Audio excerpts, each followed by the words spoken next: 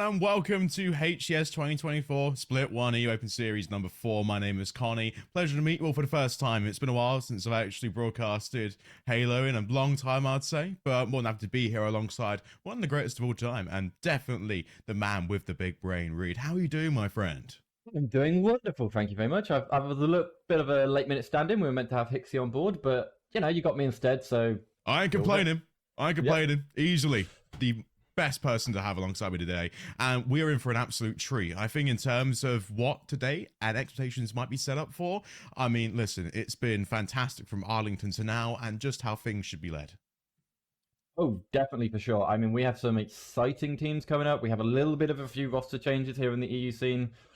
You know, it's Halo that happens. But we've got so much to talk about, and I'm so excited to kind of crack straight into this one on the lead up to London.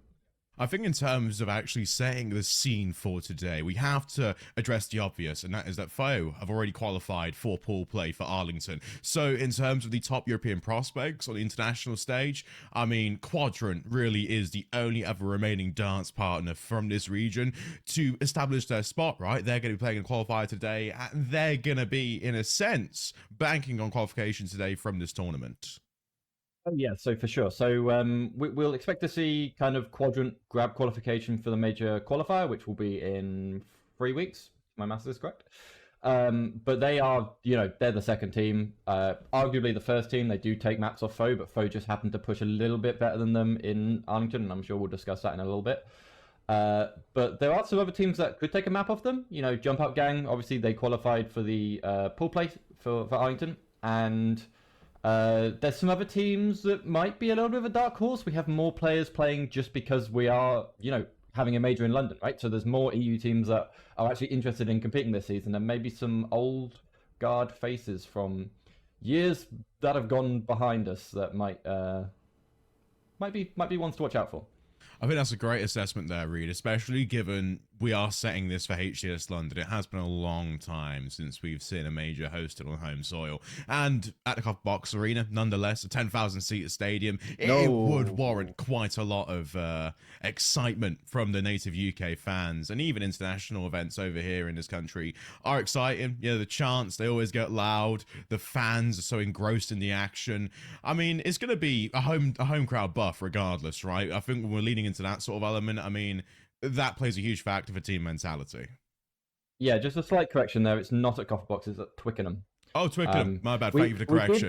We did think it was meant to be Copper Box, but I don't know. Something happened. That wasn't the case. We saw an interesting video. I think it's an upgrade though. Twickenham is Drone. up there. Twickenham's massive, Reed. Have you not been there before for other sporting events? That is going to be even more of a daunting prospect.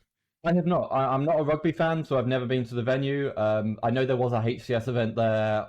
I want to say it was 2017, Halo 5. Yeah. But that was a lot smaller scale than what Quadrant are looking to do here. You know, they've already upped the capacity. You know, released another whole batch of tickets. I've got a VIP ticket myself. I couldn't possibly do without doing that. And from what I've seen, it's going to be a good one. It's going to be good.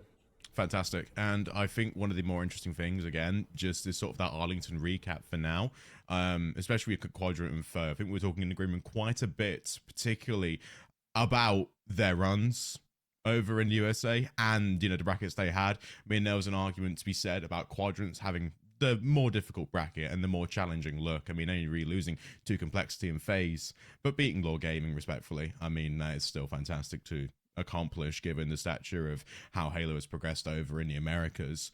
But FOE, with this new hybrid roster, of course, really are putting in some amazing work and, you know, made it to top 6, beat Cloud9, beat everyone they needed to beat in order to get to that position. And really, that's sort of the head-to-head again that we're going to set up for today, as well as, again, Jump Out Gang being a dark horse. I think Halo's got this, you know, healthy ecosystem where any team can qualify given the current game state. Yeah, and we've obviously, this is our first tournament since the networking change, but I'm sure we'll discuss that a little bit later on. I do want to focus a little bit more back into Arlington. So we obviously saw Quadrant take a map of Space Station. That is very important because Space Station did come out to win the tournament. Another kind of thread that was being talked about was Space Station were using their new roster, which contained Legend, ex-Quadrant player, first European player to win a HCS major. So yeah, that is a for what it's massive worth, achievement. amazing, great job by Legend, and he is going to be coming back to Europe later for the London. I'm sure Space Station will qualify.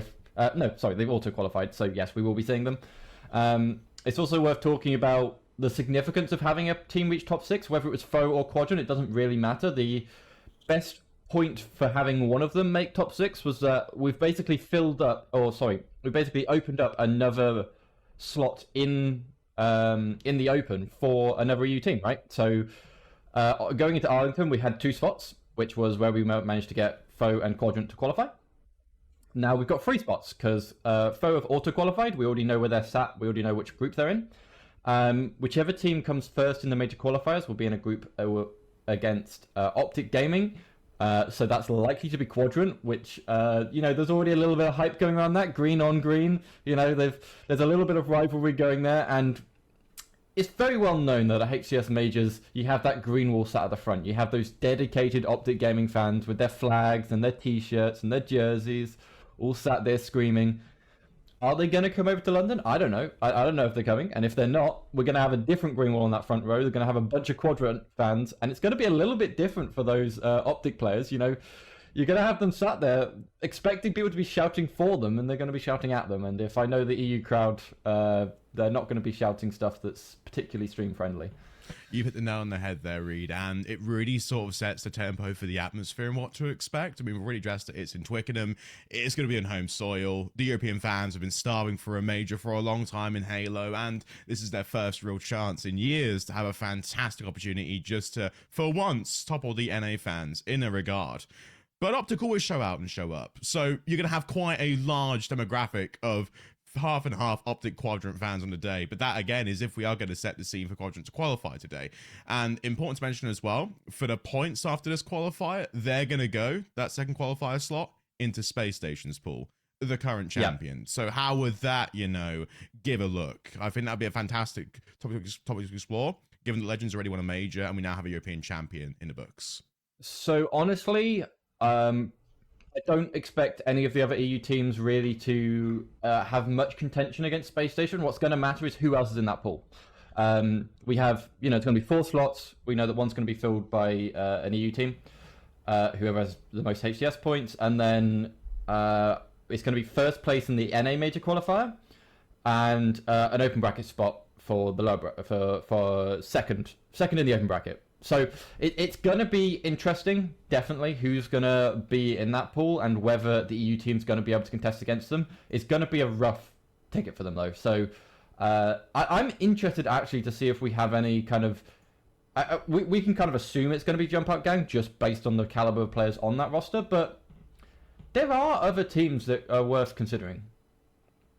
And I think as well, when you're sort of making breakfast and really assessing what the contents of these teams could be, again, it doesn't matter whether you pour milk, cereal, Coca-Cola into your bowl, any team can qualify. I think that's sort of the main staple we want to go across. And although Jump Out Gang currently are sitting in that third spot and have already qualified for Arlington, albeit only in pool play, didn't progress any further than that, there's been roster changes. There's been some shakeups throughout the region. So it creates a different sort of scope or lens, if you will, on what we can expect.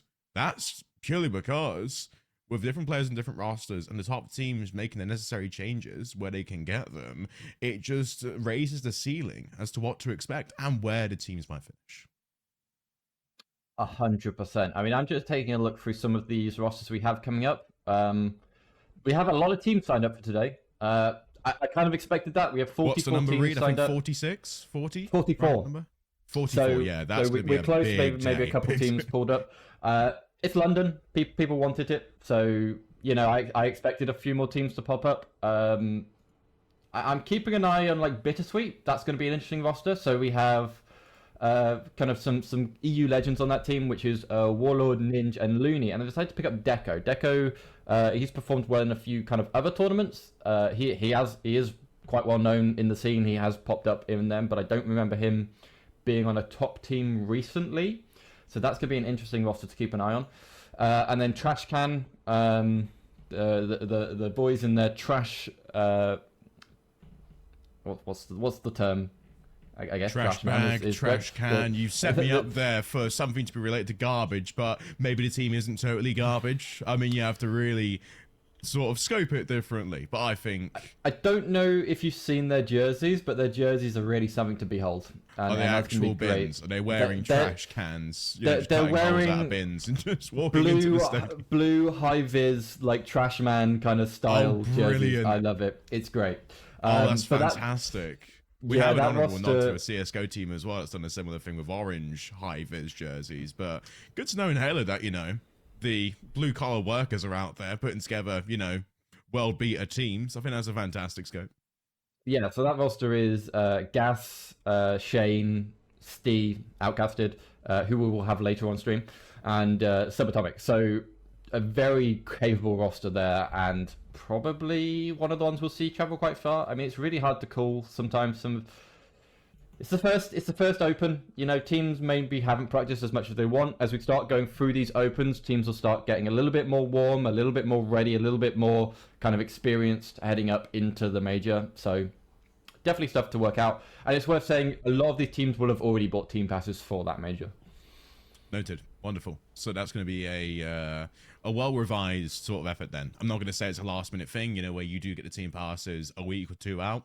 I mean, that's a very rare occasion that happens, but it can create an offset for teams in a way, where preparation can be staggered, stalled, and in a major like London again, where the UK is kind of going to be on the full gas, full throttle for all teams to try and qualify. There's so much inspiration to try and accomplish something in this region because the event is here. It's going to also be a great climax to split one in a sense. So we are just sort of adding layers to what is already a massive birthday cake for a lot of these teams. But in essence, the pressure itself is another great talking point to mention, particularly in which teams can handle it, I think, Reed.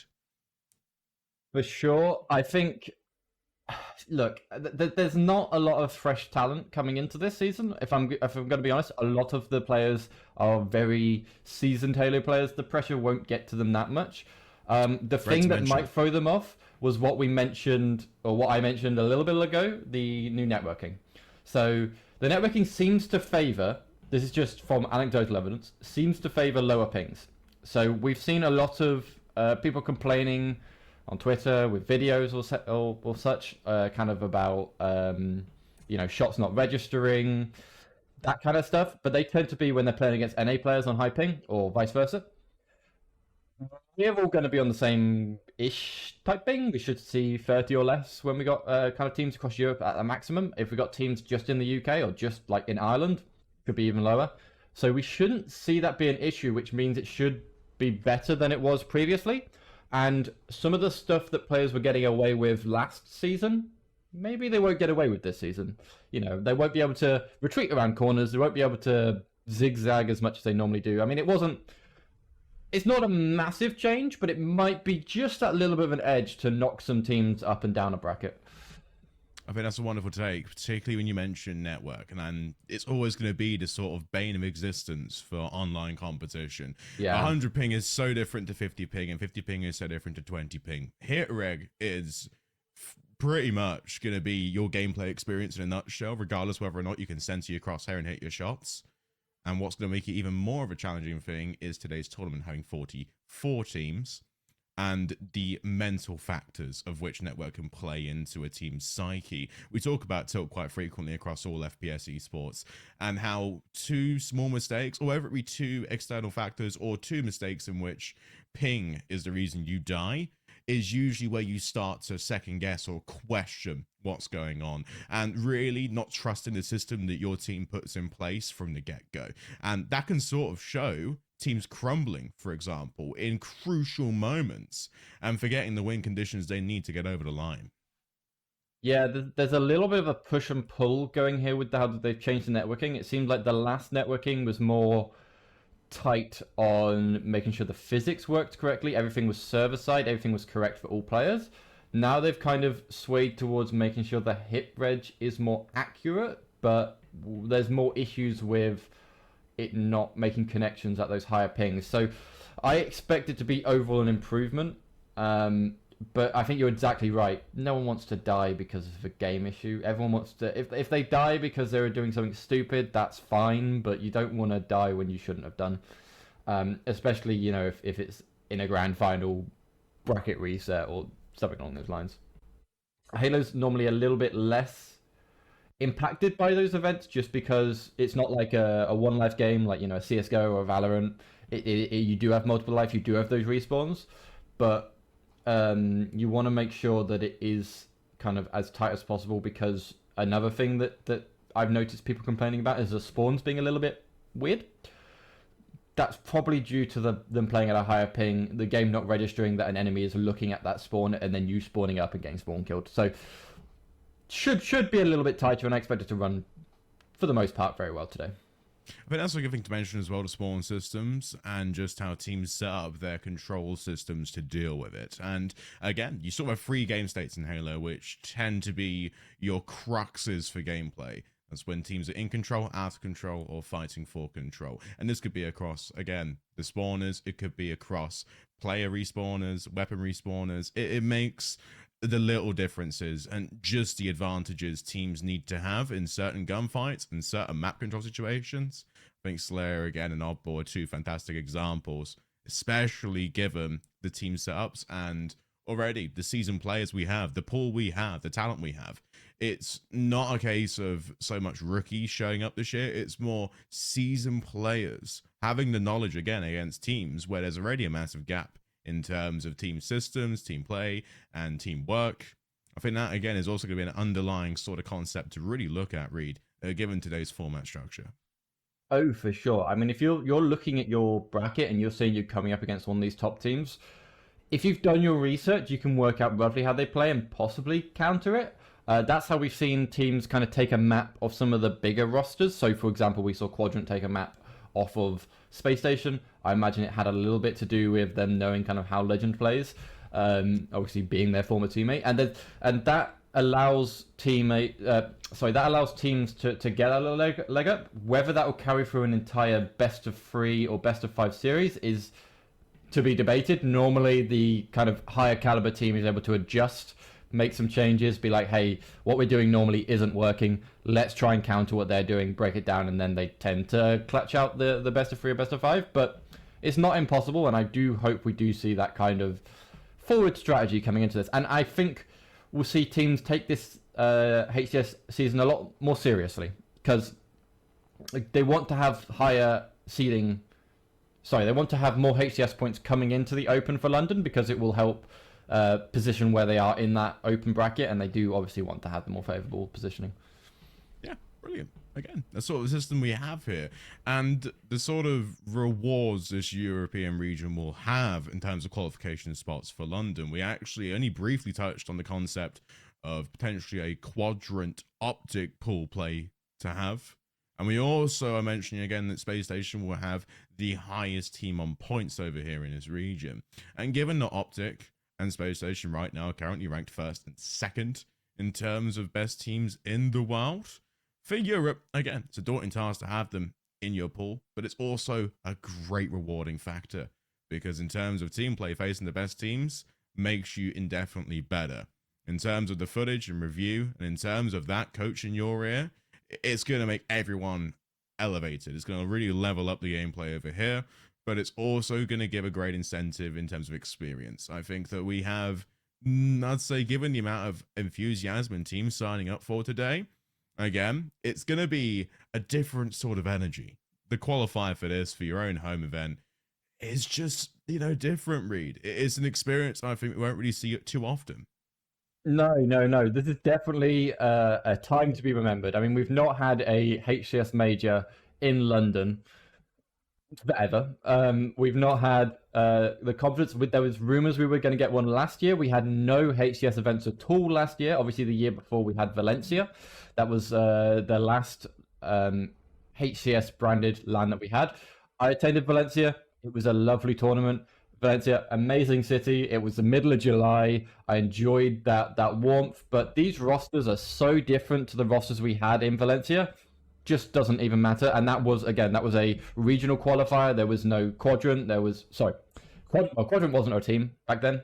Really, we had Ascend. They were essentially kind of they were parts of Ascend moved into Quadrant. That's how that worked. But we had Navi, who are now FOE. They were kind of on top for that tournament, and a bunch of other EU teams, but we didn't have those NA powerhouses to compete against. So this is truly something to be remembered and something to be taken very serious. And honestly, everyone looks so excited for this. And I think now, the biggest thing. One more thing I wanted to touch on. Go for it. The floor is all yours. You mentioned about teams having to take on, those top players. Now, I always want to point out that the last LAN we had in Blackpool, big thanks to the Europa Halo guys for putting that on. I had the misfortune, I don't know how you'd put it, of playing in the seeding qualifier for that against the FOE when they were Navi back then. We were soundly beaten 3-0, which then put us in bottom of the entire tournament, which was very unfair, to then play against Quadrant in their group. So I've had the experience of playing against both FOE and Quadrant. It isn't fun, but it is, in a way, fun to play against the best team. We actually did get 250-0'd by Quadrant on Stronghold's live fire, which at that time, with Legend on the roster, was they were the top team in the world on. I think at that point, they were on like a 12-0 map game mode winning spree against all the top teams. And they soundly defeated us on it. I can tell you that for a fact. So I think in terms of also the prospects of playing the best teams in the world, I think one of the other things you need to really incorporate in terms of chemical balances in the brain is lots of positive mental attitude to face these teams, especially, again, given your case study, where they're so dominant, you don't really have a good look against them at all, especially in that case study there in terms of live fire. How would you deal with that as a player? I think that's always something that we really like to explore as casters, but really when we dive into the psychological aspect of that, because these are things that happen throughout tournaments where it can make or break a player, but there's always a positive learning experience, particularly depending on your scope or your positive mental attitude after the series. And, what are the pros and cons? Is that sort of the weighing system that needs to be applied here to Halo? Yes, I think a lot of Halo players kind of have that more negative attitude. They've played this game for many years. A lot of these players, they go back as far as Halo 3. You're talking 2007, 2008. They remember the times of when a LAN was sitting all around a CRT with 4 players on one screen, playing bloody Battle Creek or something, right? Yeah. They've played a lot of Halo. They know they shouldn't be tilted, but they're also they get tilted. They've just played. Their mental is so solidified in that kind of Xbox 360 era of a lot of trash talking, that I found, unlike a game which I do adminning for like CS:GO and stuff, unlike a game like CS2 where there's a lot more fresh faces who come in for a lot more of a more positive attitude. We have quite cynical players here in Europe, at least for Halo, and that can cause a lot of I don't want to call them issues, but they can be entertaining sometimes. I think also as well, when you weigh up that prospect, I mean, being cynical isn't a bad thing. I think that's important to get over the board. Being cynical is a bad thing. It's being bitter that really can sort of ruin it in a way. So having a cynical, competitive field, in a sense, gives you a good scope in terms of what needs to be improved in a game, above all else. And Halo's a game that's constantly evolving and changing with patch updates. And again, with Network, it's definitely, going to be worked on in the coming months. That's our main focus, and that's a good thing to have. But I think in terms of ranking the top 3 esports, where you will have that, that core player base that just has the amped energy. I mean, Gears of War, Halo, and Call of Duty, the big 3 console esports of all time, will have, that particular echelon of player. Not to say that skill's never been an issue. They're very talented at what they do, and they're some of the best in the world. But there is definitely a side of mental warfare that just wouldn't be experienced in tactical shooters, which makes respawn games, or even arena shooters, for example, so damn good to watch. It makes that different cut of the cake even more enticing to watch. And what makes particularly the best teams, I'd say, from across all 3 games, is the teams which just have a fast enough tempo, time to palette the game state and what's going on, but also to have a thick skin. I think thick skinned in console esports for the longest time has always carried teams far. And, you know, give or take the trash talk, it's also, in a sense, giving it back. Yeah, I think we're in a really interesting position. I'm getting a little bit personal here, but you know, I kind of started off my esports career with CS2, you know, which was like the esport at the time. Valorant's, And you know, mine quite was Call close of to it Duty. now. Yeah. And they're so different. I think CS2 in many ways is more engaging to watch than Halo, but Halo is such a more engaging game to be a part of just because of how the respawns work and being able to understand kind of the objectives. It's a very clear objective, you know, it's capture the flag, or it's king of the hill, or it's stronghold. You know exactly what they have to be doing. You can kind of see where the respawn's coming in. You have that time to watch where people move, but it's so fast paced. There is a definite place for arena shooters in the current esports landscape. Halo, in my opinion, is the best current iteration of the arena shooter. We had Splitgate for a little while. You know, I'm sure we'll start talking about Wootem later on, player for FOE, who is a former Splitgate pro, which revitalized the arena shooter kind of area for a little bit. But you mostly have those battle royale games, and you got the Valorants and the CS2s, which are all kind of one lifes. You know, everyone's paying attention to that really important moment. You know, whether it's the bomb going down, or you know, it's the counter rotate that's coming through that kind of spans across a few minutes. Whereas if Halo, it's all action. You're always trying to pay attention to what's going on. Is the flag going to get grabbed at the last minute? There's so much to be paying attention to. It's just a totally different ball game, and I love it. And I think that it really does have a place in the current esports landscape. And I'd love to see Halo continue its trajectory upwards. I mean, as we've already seen coming to London, it's definitely looking very good for now. Now, I have some good news for you, Connie. What is that fantastic news, Ree? What's going to really excite me at this portion after that wonderful conversation? The bracket is out. Oh, lovely. Okay. So we're going to be getting an eye on what's coming up, and we're going to try and find a game, but maybe we should talk through some of these different matchups we can see ahead.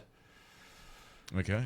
Set the scene for me. Particularly what's going to be the more interesting scopes, given that seeding is ranked from top to bottom, and the winners round one for those top seeds is more or less a given.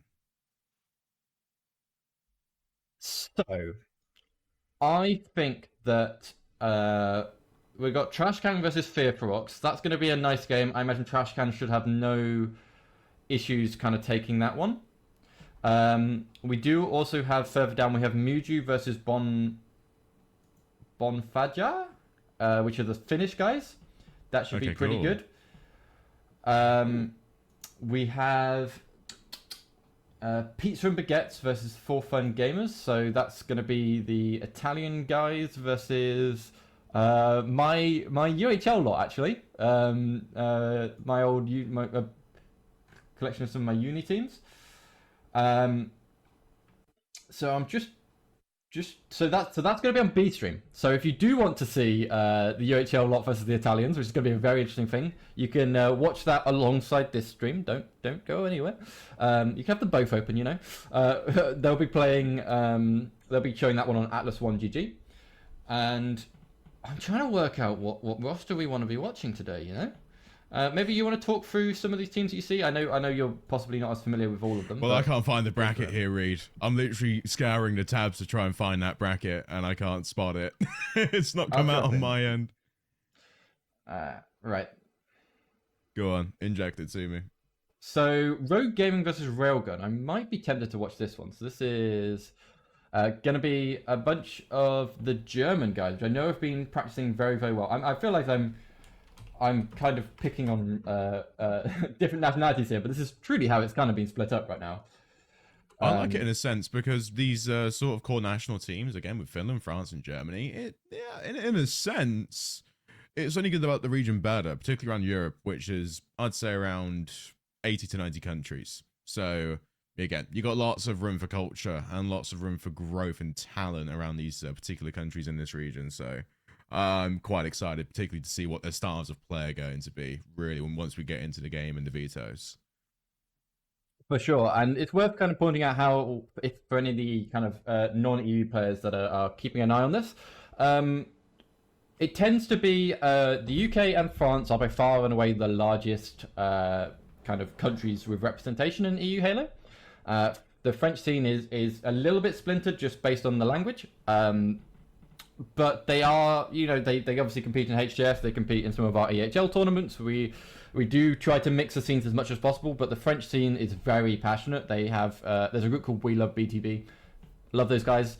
They do amazing work with competitive BTB tournaments, which is 12v12 traditionally, or 16v16 if you're doing infinite rules. No, sorry, 12v12 doing infinite rules, 8v8 in traditional rules for big team battle, and competitive matches with that many people. It's a little bit chaotic. We've actually competed in a few of them. Me and some of the uni guys, and I've also competed with some of the EU goats, where we kind of had like a bit of a powerhouse from the UK. But they scrim on BTB maps. They know exactly the rotations on some of these huge maps and how to coordinate a team of 12 people. Honestly, it's a sight to behold. Yeah, different gravy. I think that's also a great nod to team management skills, right? And even time management too. I think, especially with the daunting prospects of having that many people, it would, for some people, definitely give alarm bells, particularly given the amount of responsibility placed on your shoulders. But it does, raise a good bar and a good standard, especially for future instances like that. And what's more interesting as well, I've also finally got the bracket, by the way, Reed. Perfect. Is I think in terms of the top and bottom half of the bracket, especially with Quadrant and FOE have got a lot more competition to deal with. And especially, with the Pizza Baguette For Fun Gamers game going on, it is going to add quite a bit of an incentive. But I'm also just sort of, looking at the remaining teams. I think Trash Can, if they were to win their game, and if they were to be that team, I see FOE in match of bracket 49 in winners round 3. That could be quite exciting. But again, that's only if. Only if we get there. I think they'll do it. Like they should do it. It would be very unusual if they didn't. So the lobby is just getting all set up. I wonder if we could maybe start chatting about some players on these rosters. I will let the observer. Yep, cool. So let's take a look at some of these rosters. So our first team we have coming up here is Rogue Gaming. So we have Rainwater, Sheppy, Awake, and Ollie. These players are very well known in the European scene. They're kind of sitting there in that not quite in the top tier level, but definitely not people to sleep on. And I know they've been working very, very hard. So I'm excited for them to elevate themselves up into that top area. And Rainwater, he performed at Blackpool exceedingly well. Sheppy, he performed on stage at Blackpool against me and put me a little bit to shame, if I'm being honest. We so nearly beat them on stage. Awake, I end up playing against matchmaking all the time. And Ollie is one of the unknown prodigies from our European circuit that competed in a FFA organised by Atlas, who are now combined with us. In I want to say it was January, might have been coming into February though. Okay. He was on Team Z Mighties, a name which you should all be familiar with, of FOE fame, and actually managed to win that tournament. And he was one of the later picks, just because people didn't know who he was. And he has caught the Halo drug, if I say so. I've played matchmaking with him quite a lot because he's always sitting there grinding, working out. It's the passion that we love to see. And honestly, I think this is a roster to be looking out for. Fantastic. Okay, definitely a wild card. And from given that analysis there, briefly, Reed, it doesn't really feel as much of a stuck together roster or a last minute team, but more or less players competing in the same circles and only now making the unanimous decision to collectively join forces. But you did highlight Rainwater being that player with star potential to carry this team to excruciatingly beautiful lengths and maybe far in the bracket. I think it really is going to be a big question on OK's side. You mentioned again, he's unknown. lot to prove, and that can put a lot of pressure on players' shoulders and really make it a more interesting scope on how this team system would look. But again, with teams in this particular setup and build, it's about trusting what looks right at the right time in the game state, in the gameplay. If something goes wrong, it's a lot harder, especially given experience and time, to adapt. Yeah, let's take a look at this other roster, because I know that those four have been working very hard to grind, but another team that's been working hard to grind. So both of these teams have been scrimming a lot. I've seen them. I know I watched this team scrim against the Finnish team not too long ago, so definitely interesting. So this is a group of German players. I was expecting to see. No, this was the roster I was expecting to see. So. I'm just assuming that Horror and Skizzles are Germans. I'm not actually 100% too sure on those two players, so it's going to be interesting to see they compete. But Crux, I actually played with Crux as a little bit of a test to see if we were going to have a team ready for this major. I played with him and Ollie J, so I do know a little bit inside Crux's head. Shall we put it that way? And he's a streamer. He streams a lot. If you've not checked him out on Twitter. On Twitch. You definitely should do. He is going to be probably acting as a bit of a team leader for this roster. And PG is another player that I've seen online and competed tournaments before. Really, really standout player, and I expect those two to perform very well. And if the other two players are on similar footing, this is going to be a very close match, and I'm excited for it. Wonderful stuff. So it's two different systems in a sense. One team is definitely joining forces, but no real person in charge, whereas Railgun will have that IGL at hand just to keep everyone calm and keep the troops at bay if things get a bit hectic. Now, the real sort of scope and the real meat and potatoes for what to expect, especially in the earlier rounds, from what we know, particularly in these style of tournaments, is that, you know, the slow start for one team is often more punishing than the other, but a winner's round one with a team that's equally as good as you is always going to have that little bit of extra sauce and that little bit of extra precedent for just how can you handle the more heads-up situations, the extremities in the map, which make it more challenging, given that off of spawn, the weapon spawners and control of them for these two teams and their styles is going to be crucial, Reed. Indeed, it will be. I want to take a little look at the maps because I think that's what's going to be a differentiation between these teams. I kind of know how some of these players are going to compete, but yes. So we have Recharge King of the Hill to start off with. We then transition to a Live Fire Slayer. People love Live Fire. It's kind of the favorite of this map pool currently that we have in Infinite. And then Streets Oddball. So I don't know how much you've kind of watched different teams in the European level compete on these maps, but if we make it to that Streets Oddball, it's going to be a very back and forth. Oddball's just one of those game modes that always seems to drag on, just by the nature of of how the mode is kind of orchestrated in Infinite, with two kind of mini rounds. But if we do see a 2-0 situation go on here, the momentum carried forth from Recharge King of the Hill will probably influence Live Fire Slayer a lot. And just that initial momentum will probably allow them to pull it through to a win. So I'm going to be daring. I'm going to go for a prediction.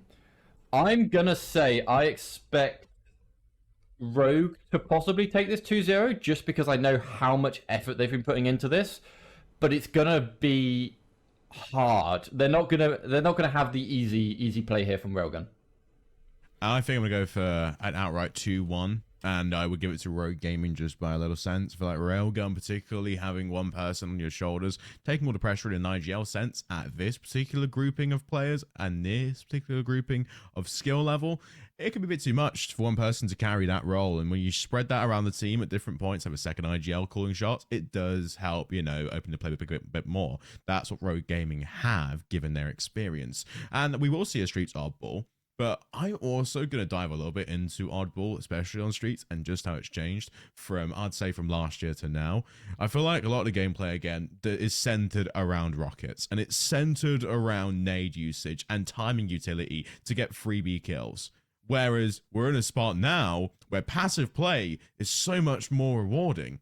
We're seeing top-level teams just take their time, assess the game state, and make it more of a punishing element in the end. That clock is going to be the biggest factor here, Reed. Oh, for sure, right? That is tend to be how.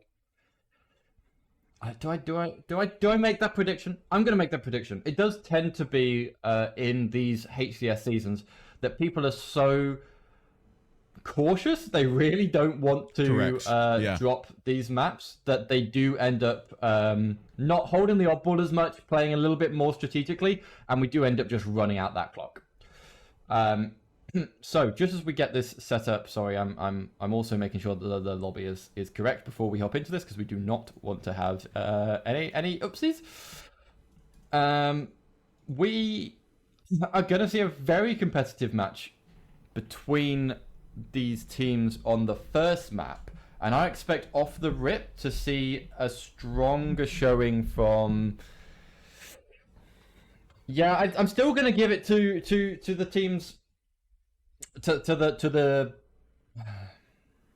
I'm reevaluating my assessments live. That's here fine. At this stage, you can second guess your options because anything could happen. It could just sort of be a tug of war where we're totally unexpecting one person to slip up and really cause a crucial mistake for the team. But walking into the series for the first one for today, it's going to be King of the Hill. It's going to be Streets. 4 captures to win. It's going to be an exciting time. A really beautiful day. And Reed, I'm excited. Yeah, just a correction, we are on Recharge, not on Streets. Oh, bless you, that's fine. The title threw me off. No, you're good. So, yes, I expect Rogue Gaming to have a good start off here. They do have a nice spawn over by the A side. They're probably going to grab that position by elbow, get a little bit of vision across towards batteries, and just get that slightly more experienced kind of start. They're going to be able to watch over the hill. They're going to be able to get to back gold a little bit quicker, and that's just going to allow them to have that stronger starting position. And it looks like Camo is going to be the focal point for most of these teams to start off with, and it is going to go into the hands of Rainwater. Already no hesitation there, and a nice 3 kills to start Rogue Gaming off in this match. And Railgun already off on the back foot. Not the most optimal position, and still just playing time here. This is really fantastic control, and only now can Railgun start to scale themselves back into the game. But still, against isolated 1v1s here, which is going to be a key focus. Lots of lane control, especially after Rogue Gaming's hot start. They are playing the clock, and they are playing positionings. That they are. So we have the back gold position here, held now by Team Railgun. You see a nice little drop there of the shot rifle to his teammate. Crux is able to push back into the turbine area, but Rain is going to come back with a force. If these players on Rogue Gaming are able to take that back gold area, they will be able to put pressure onto the hill and prevent hill time going towards Railgun, even though they do have a position down by batteries. And yep, successful. I know, a slight lead for Rogue Gaming, but that really has sort of been the initial proceedings thus far on Recharge. Railgun haven't quite had the success, but the trades are still leading Stevens. It's all about that control, in which we are seeing OK really just have the smoothest of time, dodging damage, although it will be fairly hectic. It will only be the crucial 1v1s in which Rogue Gaming are only now slightly missing out on. A nice little lead, but only by the smallest of margins. I just wanted to highlight a little second ago there, we saw the M&K prowess come out there from Ollie. He managed to get a nice slick stick there just before he went down on the hill, which was able to prevent hill time going towards Railgun for a little bit there. But we do have a nice healthy lead here for Rogue Gaming, and they do now have the good positioning. But Crux is up here in the top gold, and he is going to be a little bit of a nuisance, but Ollie is able to keep him at bay with those lovely throws of the grenade, and not quite, so successfully holding off Crux in top gold, and was able to keep his teammate onto the hill, and the first hill will go to Rogue Gaming. Crucial distraction play, especially to buy time and get that first section locked away. Railgun, though, will have the rotation ready, but this camo play is gorgeous, and that's where Rainwater really adds value. It's going to be beautiful to control. 2 necessary kills. The respawners for Railgun are going to be so far away, but even still, again, it's about the crossfires being set up to maintain it, because that was a fairly easy re-break read. Indeed it was, but I was loving that positioning for a second there from Railgun. So now Rogue Gaming have taken control of the hill, but because the back C area was held by Railgun, they were able to push in from that kind of We're able to push in from the back area, which we're just seeing horror in now.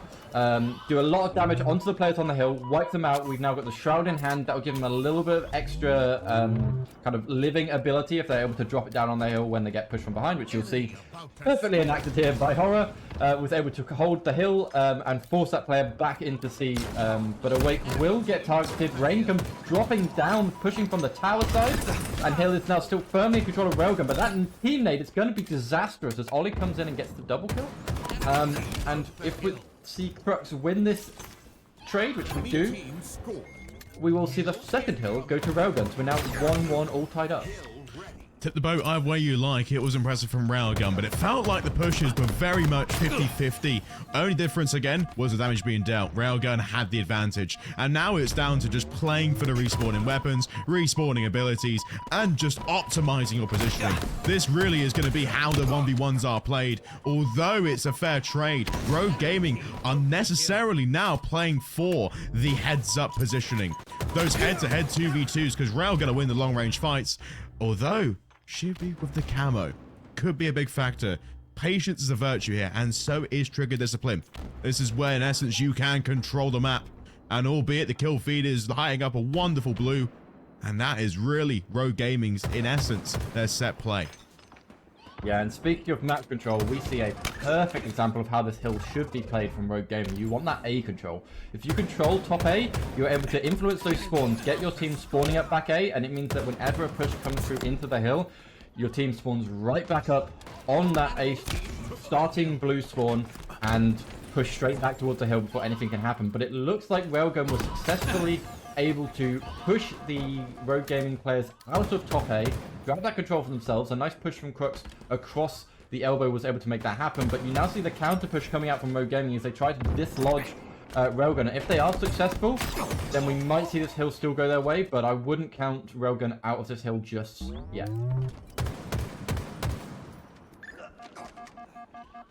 Shippy finds the kill, but only for a second here. This is a fully red Railgun hill at the moment, and this really could be a massive pinch, so especially when you're isolating the 1v1s in the way Rogue Gaming want. It just completely buys time. Railgun have got aggressive setups, but Rogue are slipping the net.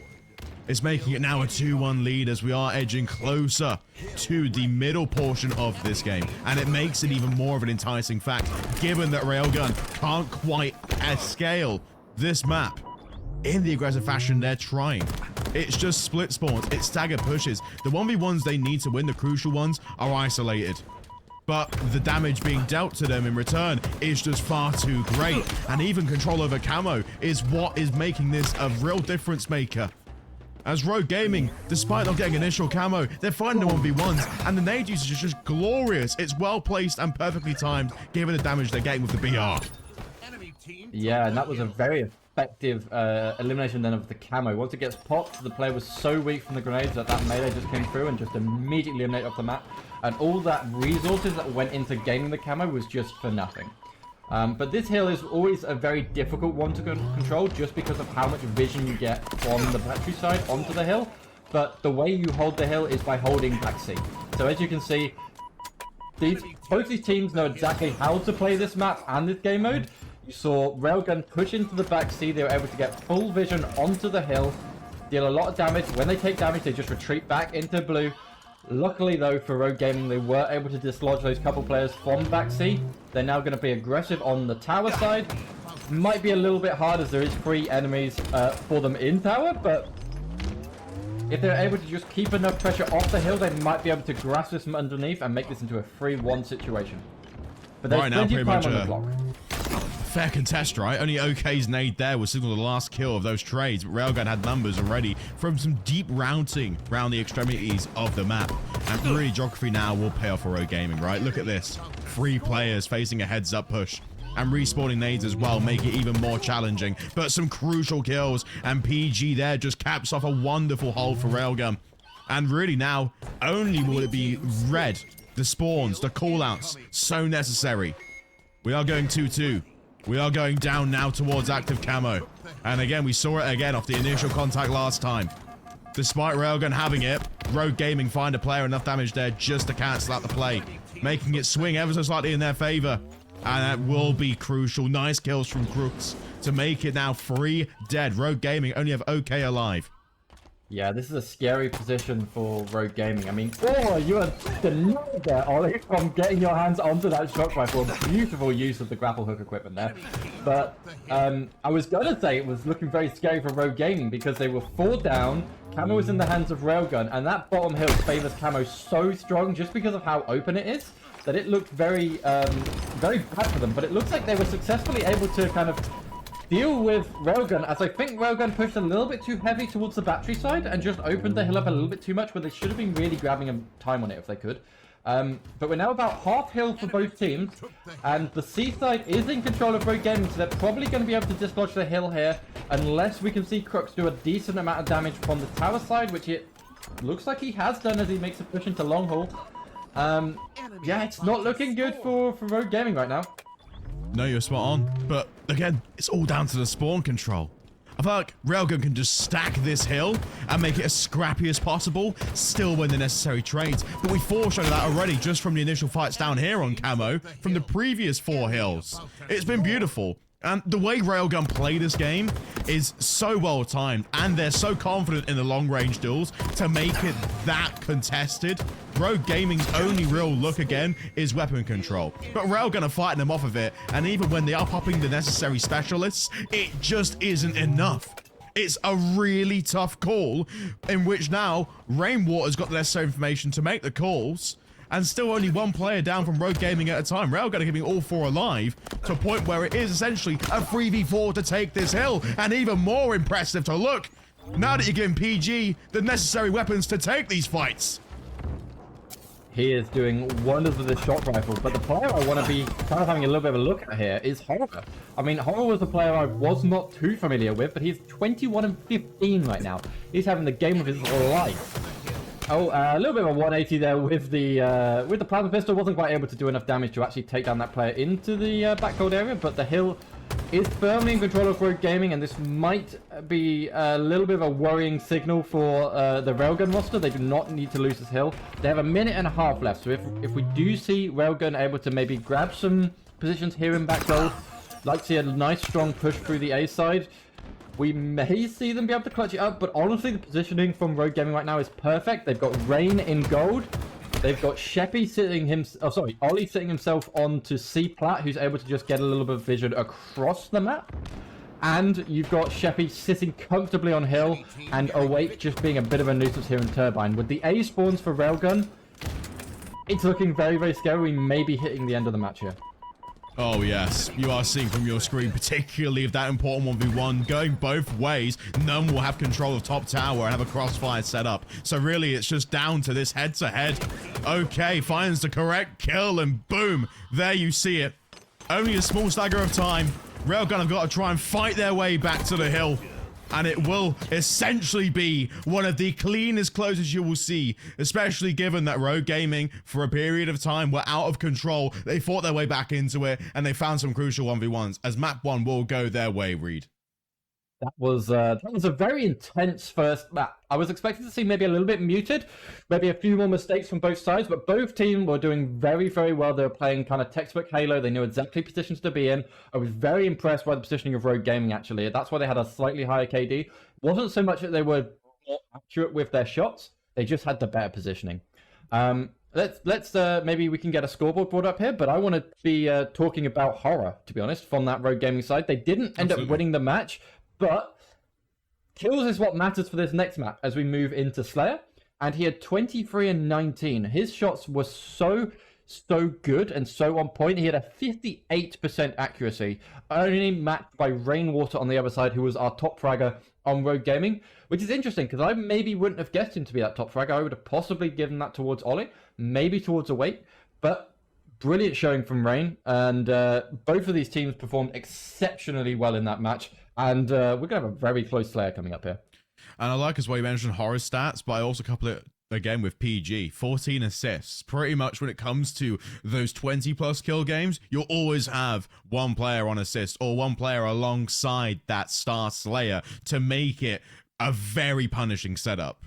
But again, it sort of alludes to the obvious fact in terms of head-to-head. Both teams are well matched in the slaying department. There's no real one player stepping out of line at any time. I think Railgun were very much in a spot where they weren't trusting the system at the scoreline being 2-2, and Rogue Gaming had the necessary confidence to take those long-range fights. And even in the sort of closing segments there, when we were seeing the hill slid to go over towards blue, there was a crucial 1v1 in tower, but both players traded each other out, right? And that was necessary for Railgun to have that fight there. Once it was lost, it was a foot race to respawn to get on time, and the positioning and the setup warranted a great deal of success for Rogue Gaming, and they capitalized. That's yeah. I mean, that is ultimately, you do never want to be the team that is spawning up, trying to play catch up, because that's when mistakes are made. That's when you don't get those crucial positions you need.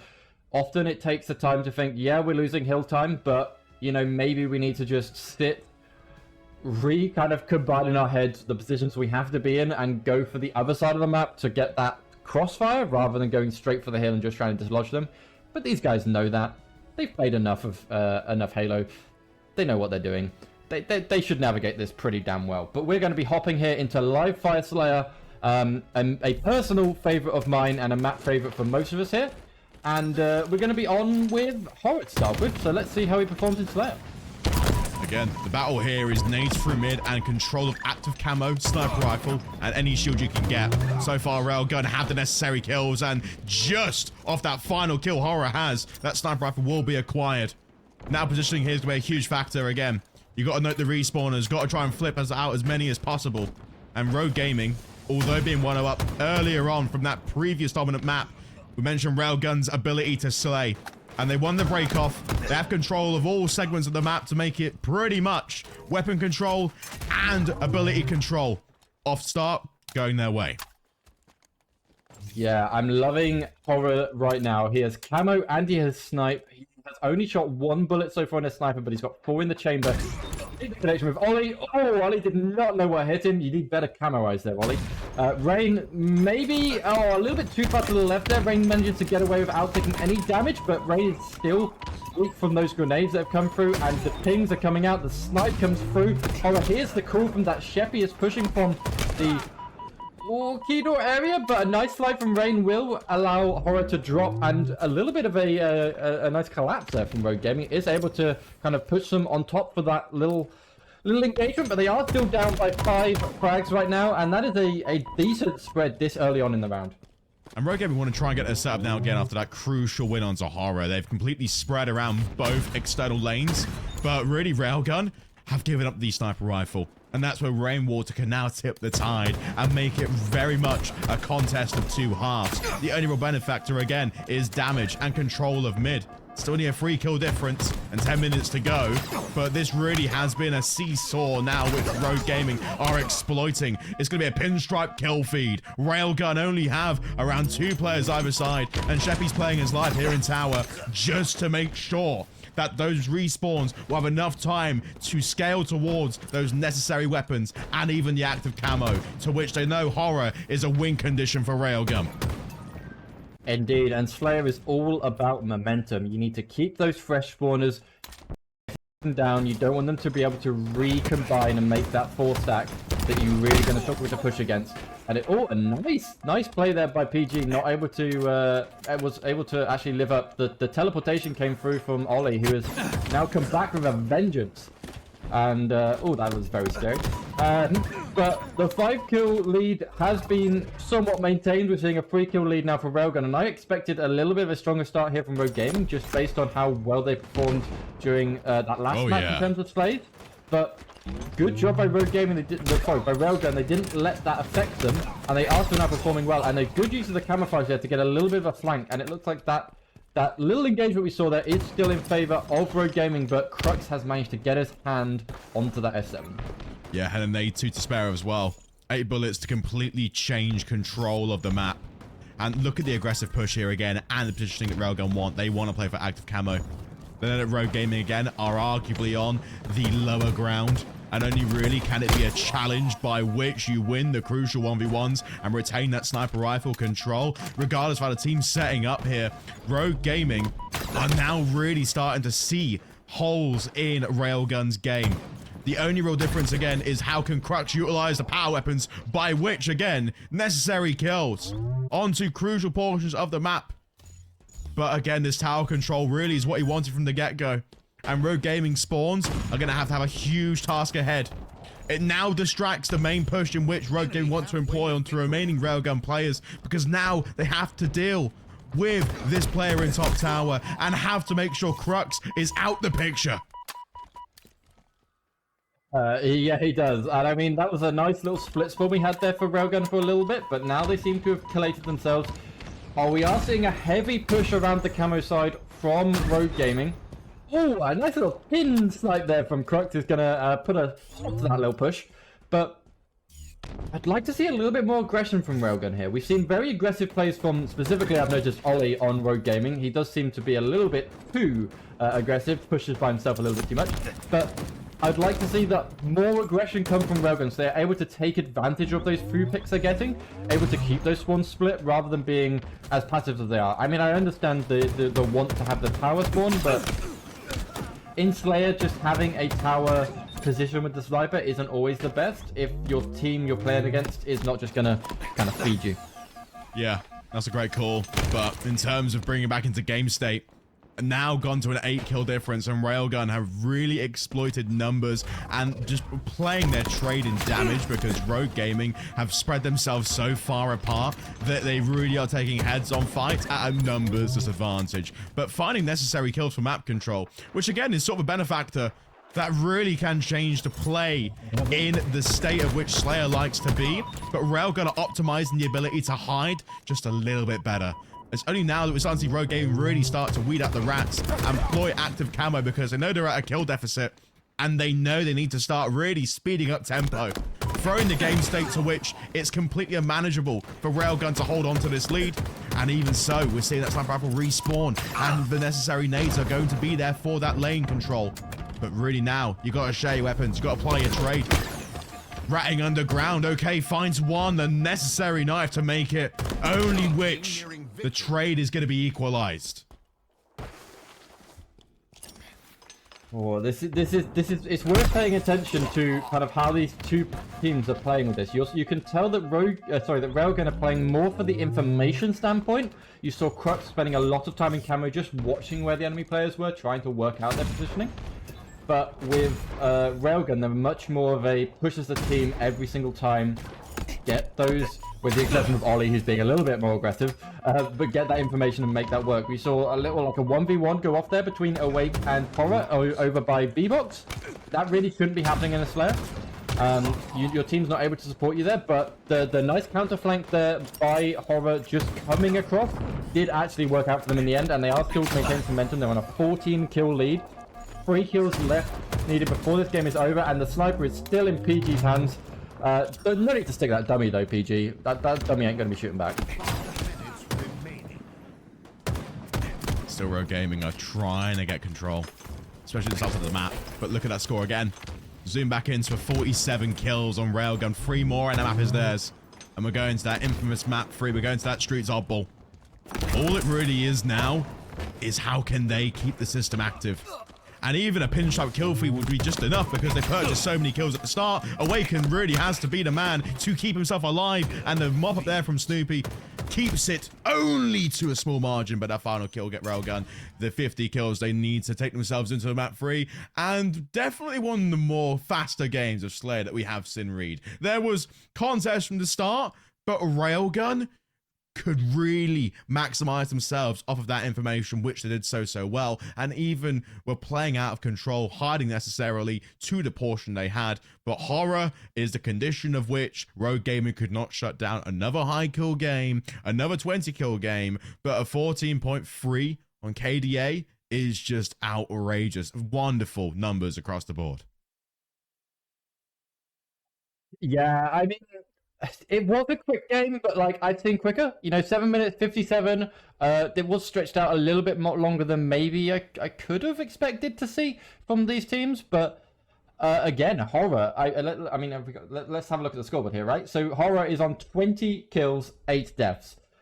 Crux 13, 6 deaths. They are the two players that really made an impact here. We saw We saw Crux get himself on the camo quite a lot. That was probably contributed to that kind of lower death level than some of his teammates. But all of those players on the side of Railgun had very nice assist levels.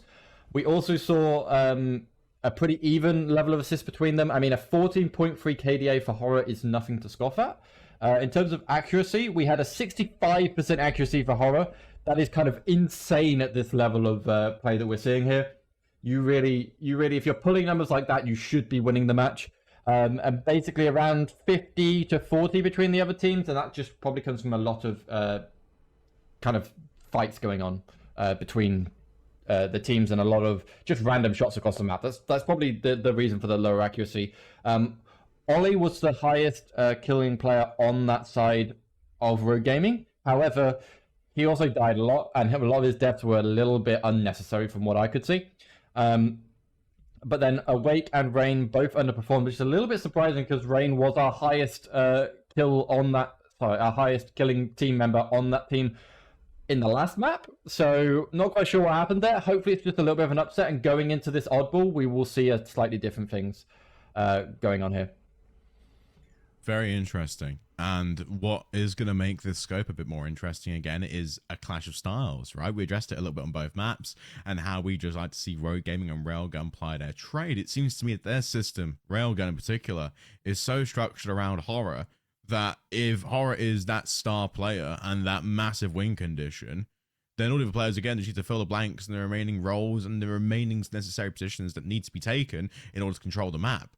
Whereas Rogue Gaming tend to just sort of share responsibility. They really have to put a lot of trust onto individual players to fill that role. And the problem that we are seeing creep in is that some players, again, have different thought process to other players. And it creates a conflict of interest and just agreeing on what the system should look like to deal with Railgun, especially in those kill situations. Again, we mentioned just how important Slayer was for the kills, and Railgun have the power to take them, but Rogue Gaming's necessary adjustment should be centered around playing the clock, keeping it passive, but at the same time making sure that the fights aren't an overwhelming factor by which Railgun sort of moves a unit across the map and keep 4 players alive at all times.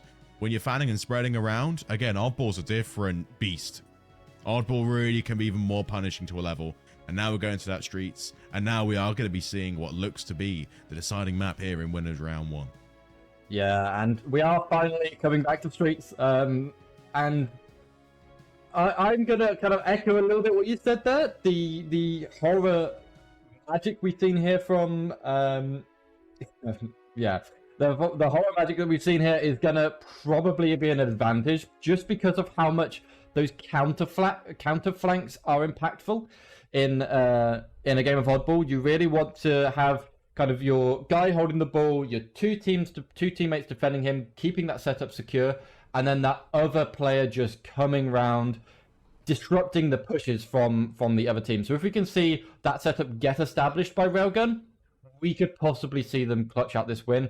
If not, you've got to look at that map 1. That was the objective map. Probably favors towards Rogue Gaming if they get their setups right. Love the way in which Rogue Gaming have this right now. It's just aggressive pinches off the spawn. So they already are trying to put Railgun in a tough boxed up situation where no wall-to-wall gunfight can save them. And even still, they're not even taking time yet on abilities. They're actually making sure, again, they're full map control before they risk the oddball being picked up. But really, what's going to control this in a tough spot again is just how well Railgun can position themselves in these spots. Already a great start, and unfortunate death for PG, because now Rogue Gaming again are starting to adjust and really take into account how Railgun like to play these fighting for control situations. It's always going to be having more players than Rogue Gaming at any given time and playing the slaying ability of Horror to a wonderful level. But again, you're seeing it. The peaks are just perfect from Rogue Gaming.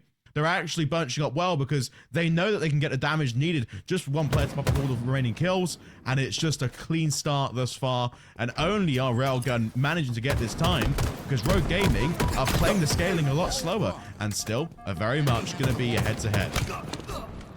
Yeah, I loved that start there. I loved the pushes from Railgun. Basically, they took advantage of that setup that Rogue Gaming was starting to get set up, but a good job by Rogue Gaming. They were able to push down past the shotgun side, pass through Cafe, round through pink and were able to take down the camo, which Horror probably should have been a little bit more passive, be a little bit more information gathering with it, and then push out that setup and was able to kind of destroy it. So a 34-point lead is a comfortable little lead at this point, but luckily they put an end to that, and now we've just got to see who's able to make control, who's able to get control of the nicest side of the map to get this start.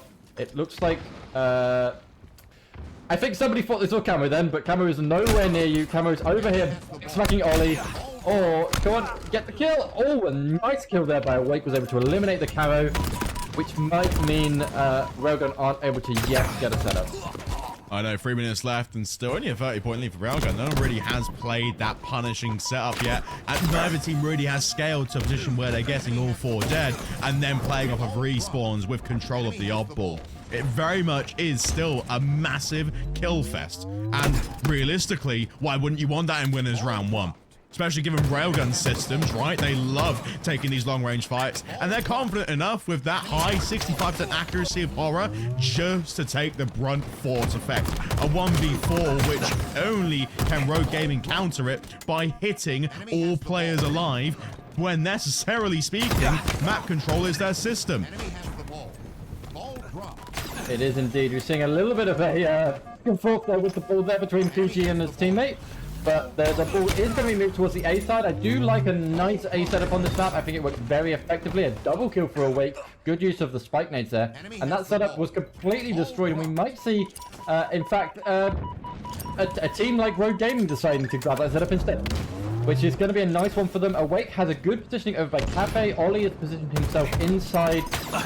Ooh, inside BD. But the sitting on caution by Ollie was able to just nip at the buds there as he tried to get a peek over by Flower.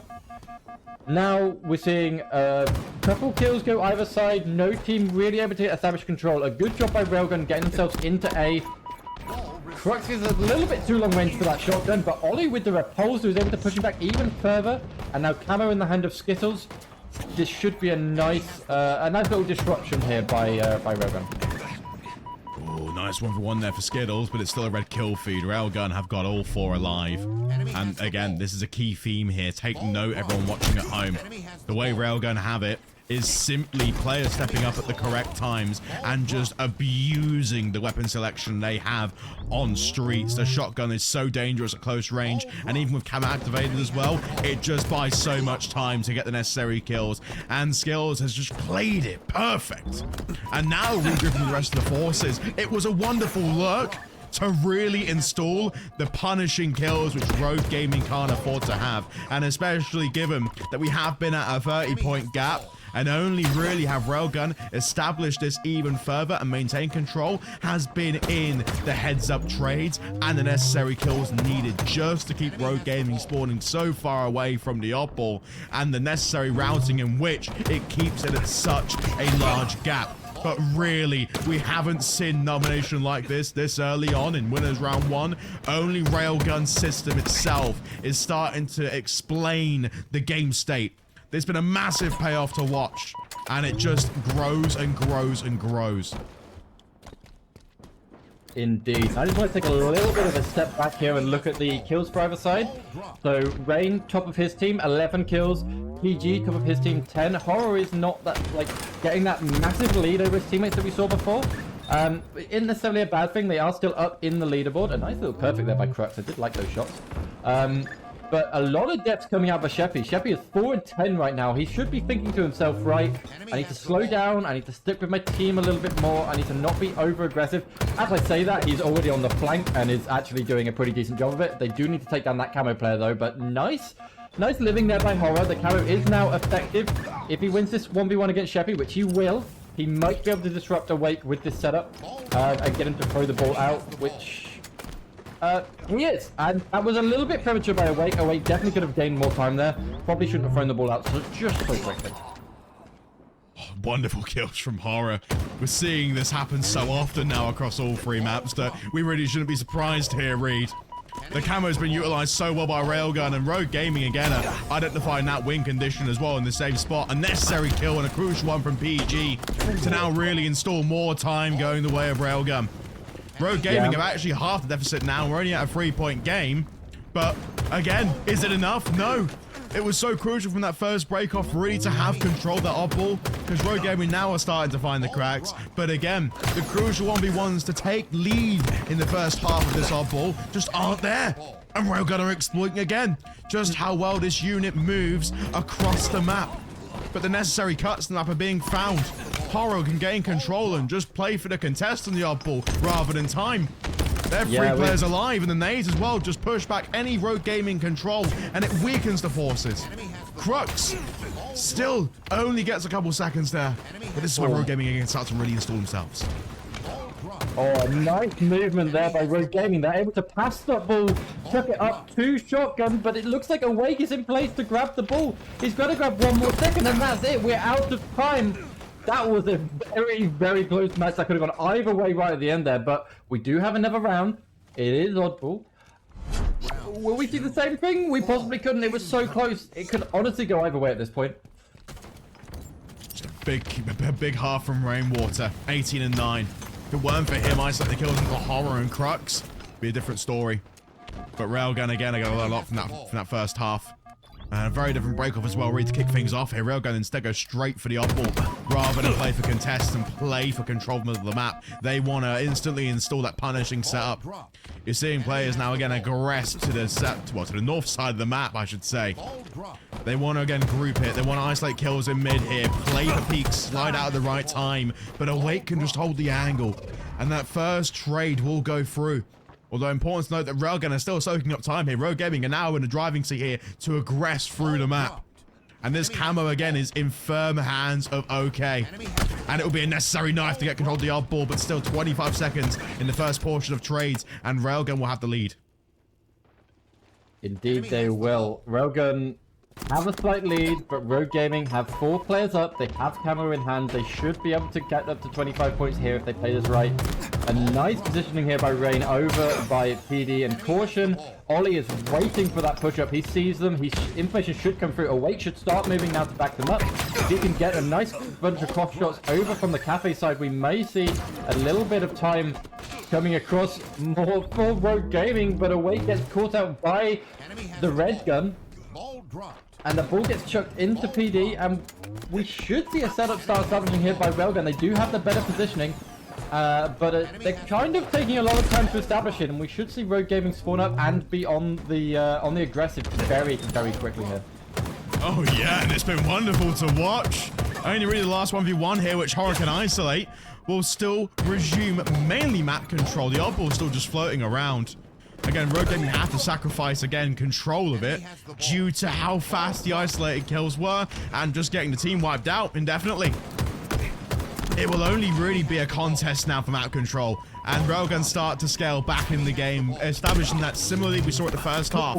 But again, to tell the story, Horror just has been the condition of which Railgun have been dominating. Only will the Repulsor get the distance needed to try and isolate more Rogue Gaming players, but PG now is installing himself back in control. A wonderful flick just to try and isolate the remaining players. Rainwater again has been completely bamboozled by the movement. But really, can you keep the oddball in your hand? That's been a question of which Rogue Gaming and Railgun have been questioning themselves.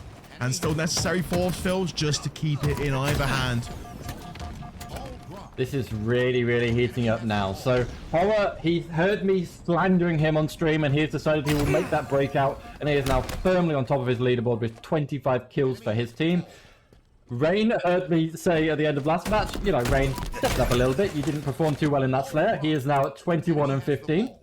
But the terms of positioning, we're seeing a slightly stronger positioning come out from Railgun, and it also, they tend to be winning those 1v1s a little bit more. You see, it took 3 of them to take down Horror, where he was using that Repulsor down in the oddball spawn, round by ATM.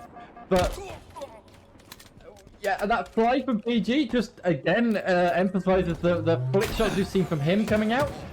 We saw a nice little push here from Rogue Gaming, but Skittles managing to kind of live a little bit more in PD, be that little bit of a flanking maneuver, was able to take down one of the players on Rogue Gaming, but 2 players cleared him out of PD. We've now only got Crux, the last one alive on Railgun. He is sat in Cafe. He's able to be a little bit of a nuisance here towards this setup that's being established by Rogue Gaming, but we shouldn't see him actually have too much impact. However, Ollie is choosing, instead of grabbing the ball, to contribute towards that kill on Cafe.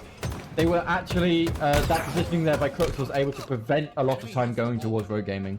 But that said, Railgun have managed to grab themselves the camo, and it looks like PG is making great effect of it. Oh, I know, and just about squeaked away over it. You saw the fight in the end, just how close it was going to be. But now this really spices up the map a little bit. Especially given that Rogue Gaming are down by quite a large margin here. And Railgun want to try and exercise the right to install a punishing setup and just keep control of the oddball. They're only really throwing it away again just out of fear of the shotgun, which Shippy has acquired, and that really will change the scope in which they can take these fights. No longer will the long-range battles matter, because now Rogue Gaming have so much in the front to work with. Yeah, and I was loving this aggressive position. This is exactly how you want to be playing oddball on streets. You want to be pushing up towards the well-known spawn, which was everyone's gonna spawn up into into tram station there over back C. And the two players that pushed up towards Cafe side were able to be very effective. We had the shotgun in Ollie's hands. However, Railgun were just simply better in those duels, and they did manage to force that ball to get thrown out towards mid. Crux dropped down mid, he's grabbed it, he's bringing it back into tires. The setup is now in favor of Railgun, and we might be going into a round 3 here of this Streets Oddball. Yep, Railgun are finding the necessary kills, but Rogue Gaming are slowly scaling in. 5 points left in the half, and one necessary kill to be found, but no, it will be crutched out. Rainwater there finds the necessary trade. 98 points! Railgun got there in that final segment, and now Rogue Gaming can easily move it back into their own control. It's just down to necessary trades, and PG making the hero play to try and get it isolated. The players will aggress out, and that ball is being rotated around. They're going to throw it as far away as possible, but no! That right there is a crucial trade to win, and that right there is Railgun getting the final in this half, and we are going to be going all the way to that necessary round 2. Yep, I hope that or round 3 rather. I hope that producer's going to bring us back into the game. There we go. There we go, fantastic. So, I feel like we just played on him then a little bit. Right, so we have a nice significant start here by the side of Rogue Gaming. They got a nice push onto B. However, Redgun is in the hand of Crux. He chooses, instead of being aggressive, to pull back. Skittles managed to throw the ball back towards Seaside. Very nice little play from him. However, we do have more players up on the side of Rogue Gaming, and they are able to prevent that setup being established very quickly in the Seaside. But camo is up. Who's going to get a hold of it? That's going to be very, very important at this point, and it looks like Skittles might get away with it.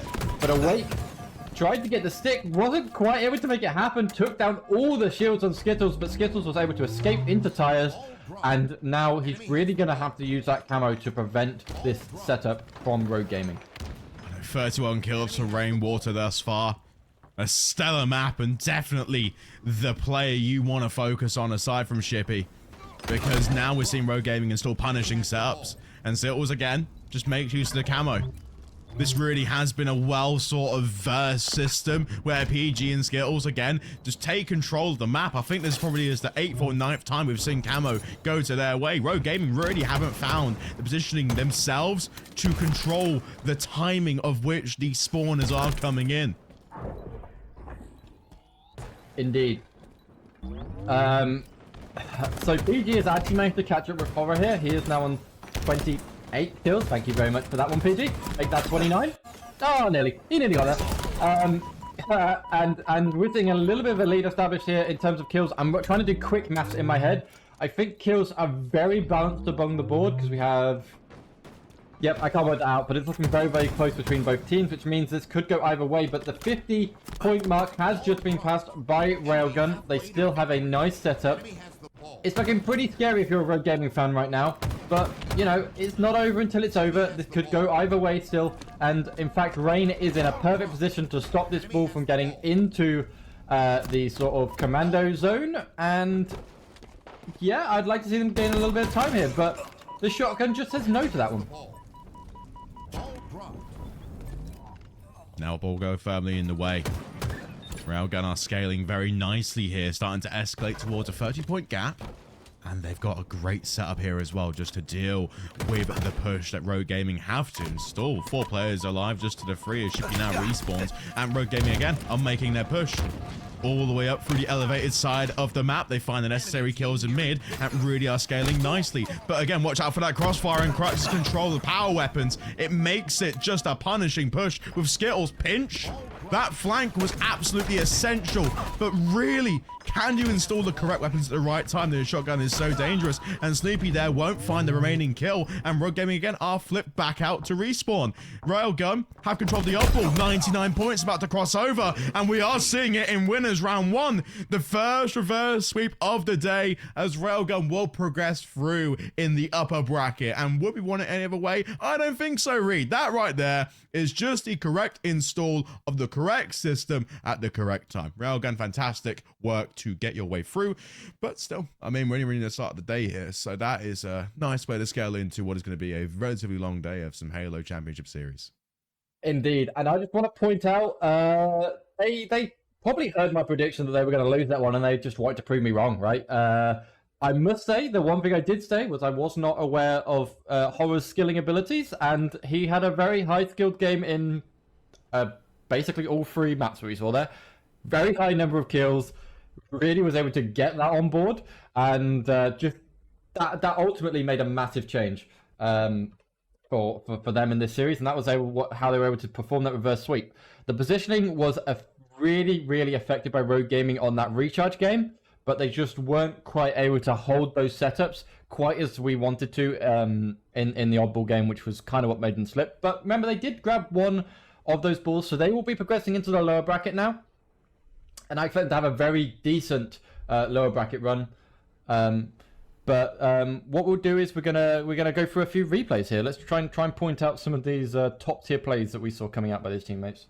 I think the more interesting scope of the systems that we did see, Reed, was Railgun really started to effectively install some fantastic team play, only really in the second and third round of that oddball. Whereas the rest of the series, again, was a system in which Horror was put on a pedestal and the remaining players had to fill the gaps for the remaining necessary roles and positions to qualify themselves into map control territory. But what made Rogue Gaming so good, again, only really near the end, is that Rainwater started taking the mantle of having the necessary kills and map control and slaying ability, but allowing Shippy as well just to be that passive lurk, which just punished Railgun at times. But I think an unsung hero for me is PG. I think PG did a great job just taking control of the leadership role for Railgun, but also filling the spots that were crucial to shifting the tide back into Railgun's map control favor.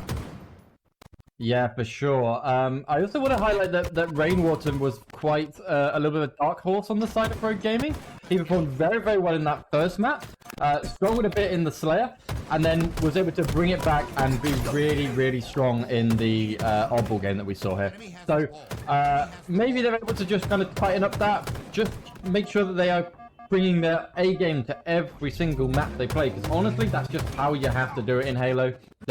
Each game goes on for so long compared to, you know, other games, and there's action all the way through that you just don't really have that time to slack off. You have to be 100% all the time, and it's normally those players that are able to bring their A game the entire time that are able to just be super effective throughout the entire series.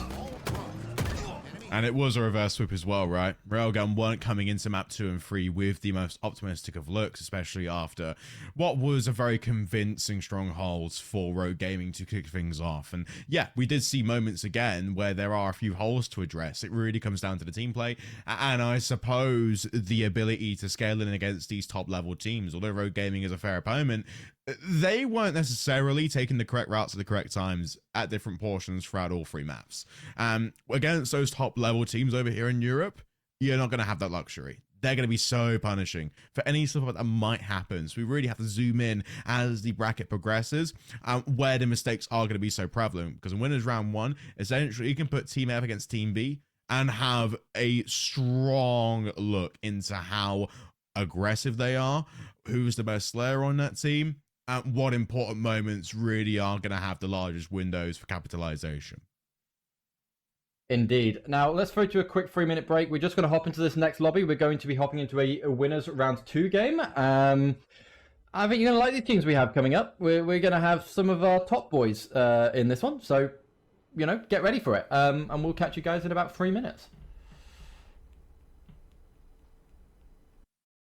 Jump and then getting sniped straight after is a little bit unfortunate, I think, so to speak, but looking to continue to try and stay alive with his snipe if he can. Has got an angle, lovely shot coming out onto Chick, and all three members on that back right hand side. Managed to get one, makes it a double.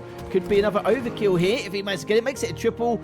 Trying to find that last final kill, but he's just not going to get it. They're not going to give him the leeway for it. That's a little bit unfortunate. Who was it? It was Mighty. How dare you? Tut, tut, tut. How rude of him, you know. We've been here, we're casting our hearts out here. Gonna give us one cheeky overkill, would have been a beautiful one, but Quadrant starting to wake up. They're looking like they're starting to, the cogs are starting to turn, shots are starting to land. The Sinji starting to flow up as SLG and Glory is both waking up a huge amount. 6, 3 and 4 for SLG, 8, 3 and 2 for Glory himself. But Mighty's is being a bit of a nuisance. They're slightly concerned of what's going on here. They haven't actually put the flag in yet, because I don't think they know where Mighty's is. It's a bit of an odd play here. I thought they were going to get it in. I don't know why they haven't capped the flag yet. Well, they have now. They've answered your question finally. A little bit delayed, but yeah, we got there in the end. And Chick stayed alive a lot longer than he should have done. So he could just push him up top. A couple of players towards the snipe as well. And Mighty does clean him up. SLG gets to trade onto Mighty. And SLG's been a bit of a nutcase with this snipe, but let's see if he's going to just wait for that bait as well. Look, he knows Chick's there. Teamed with Chick for long enough to know how and when he normally goes for these power weapons, but does clean him up. Beautiful shot coming up from him as he pushes on forward. Trying to get that top mid control, and SLG just absolutely flooring people with this snipe. And he's looking for a little bit more. What a pixel peak there. As he manages to get like half the head from that last pillar and finds another. SLG right now should be the main sniper. I think there's no doubt about it. We saw signs of it earlier on live fire, and he seems to continue with that trend. And he got one shot left. He has pulled off some audacious clips with this weapon. You just scroll through his Twitter for half a second, or his X for half a second, you'll see what we're talking about. Eventually he does fall to one of the hands of foe, but just look like that sniper's been picked up once again. Snipe Jones just making Chick's life so uncomfortable. Chick really not be able to put too much pressure on towards the rest of the Quadrant side. But whilst we're talking, Jimbo stuck himself away with the OS, found a kill initially onto Seeker, and that's given the opening for foe and the call to go forward here, see whether they're going to get a bit more map presence on to the Quadrant half. They're going to have to go through another round of sleeves where they have any chance in getting any flag going. Chick does find a lovely angle onto Glory to take him down, but on the other...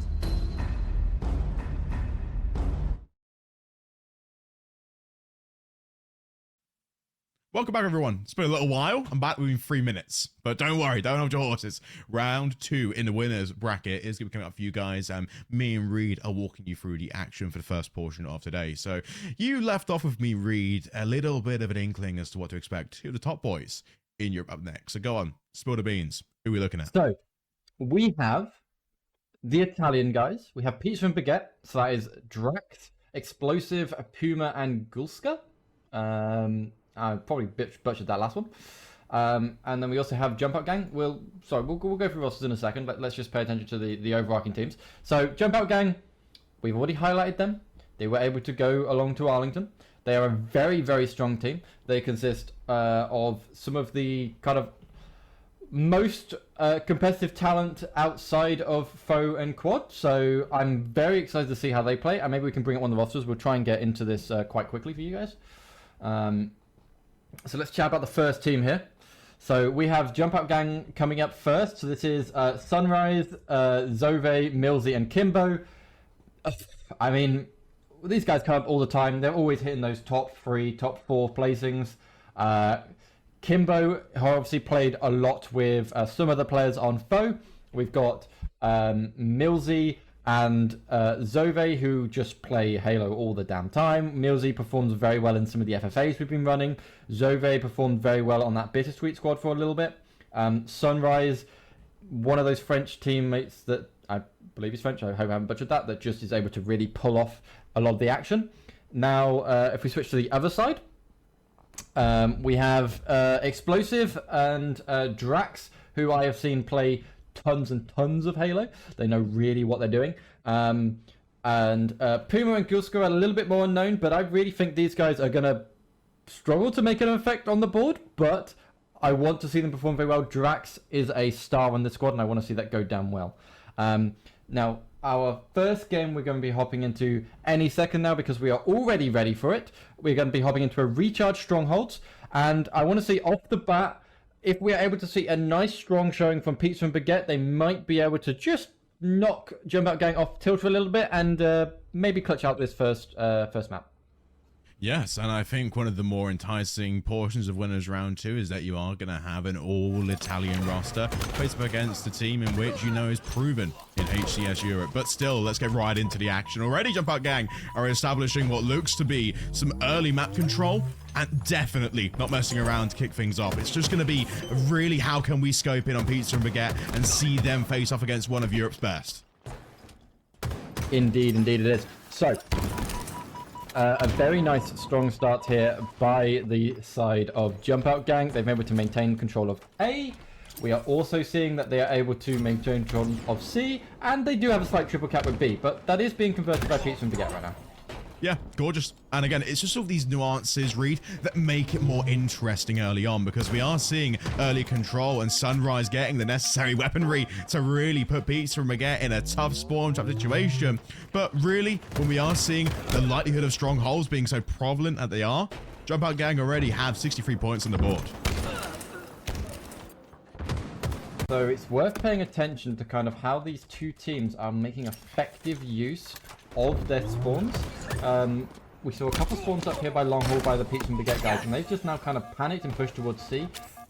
C isn't as important for these guys. They need to make sure they can get a lot of pressure onto A and B because these A and B holds are probably the strongest holds on the map and the favored ones by most teams.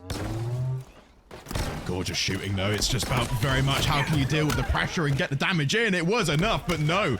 Only a simple trade, and Mills with mob-up kills just to still keep points ticking over Jump Out Gang's way. 103 as now Pizza and Baguette start to at least get a little sliver of time on to B. But Mills is just isolating all the lanes in which Pizza and Baguette are spawning, and it's becoming quite the necessary blender that Jump Out Gang want to kick things off here in map number 1. Yeah, indeed it is. So, Camera goes into the hands of Jump Out Gang. That's going to allow them to maintain this lead. They're now on another triple cap. The Swans are box back gold, which is not really ideal for Pizza and Baguette. You will see them get collapsed on by this Camera player quite quickly, and even though you're hanging around the B hill here, Puma, you're probably not going to be able to do that much. Yeah. Still, it's only really going to be Pizza and Baguette's first look here onto A, and I still think, again, they're starting to now scale into the correct lanes, but this active camo is a big problem, and Millsy hasn't died yet. This is going to be a massive bit of time. Only if Pizza and Baguette can make sure, again, they have 2 ticks. But Jump Out Gang, already, we're seeing it quite frequently here. They just control 2 sites and then rotate accordingly.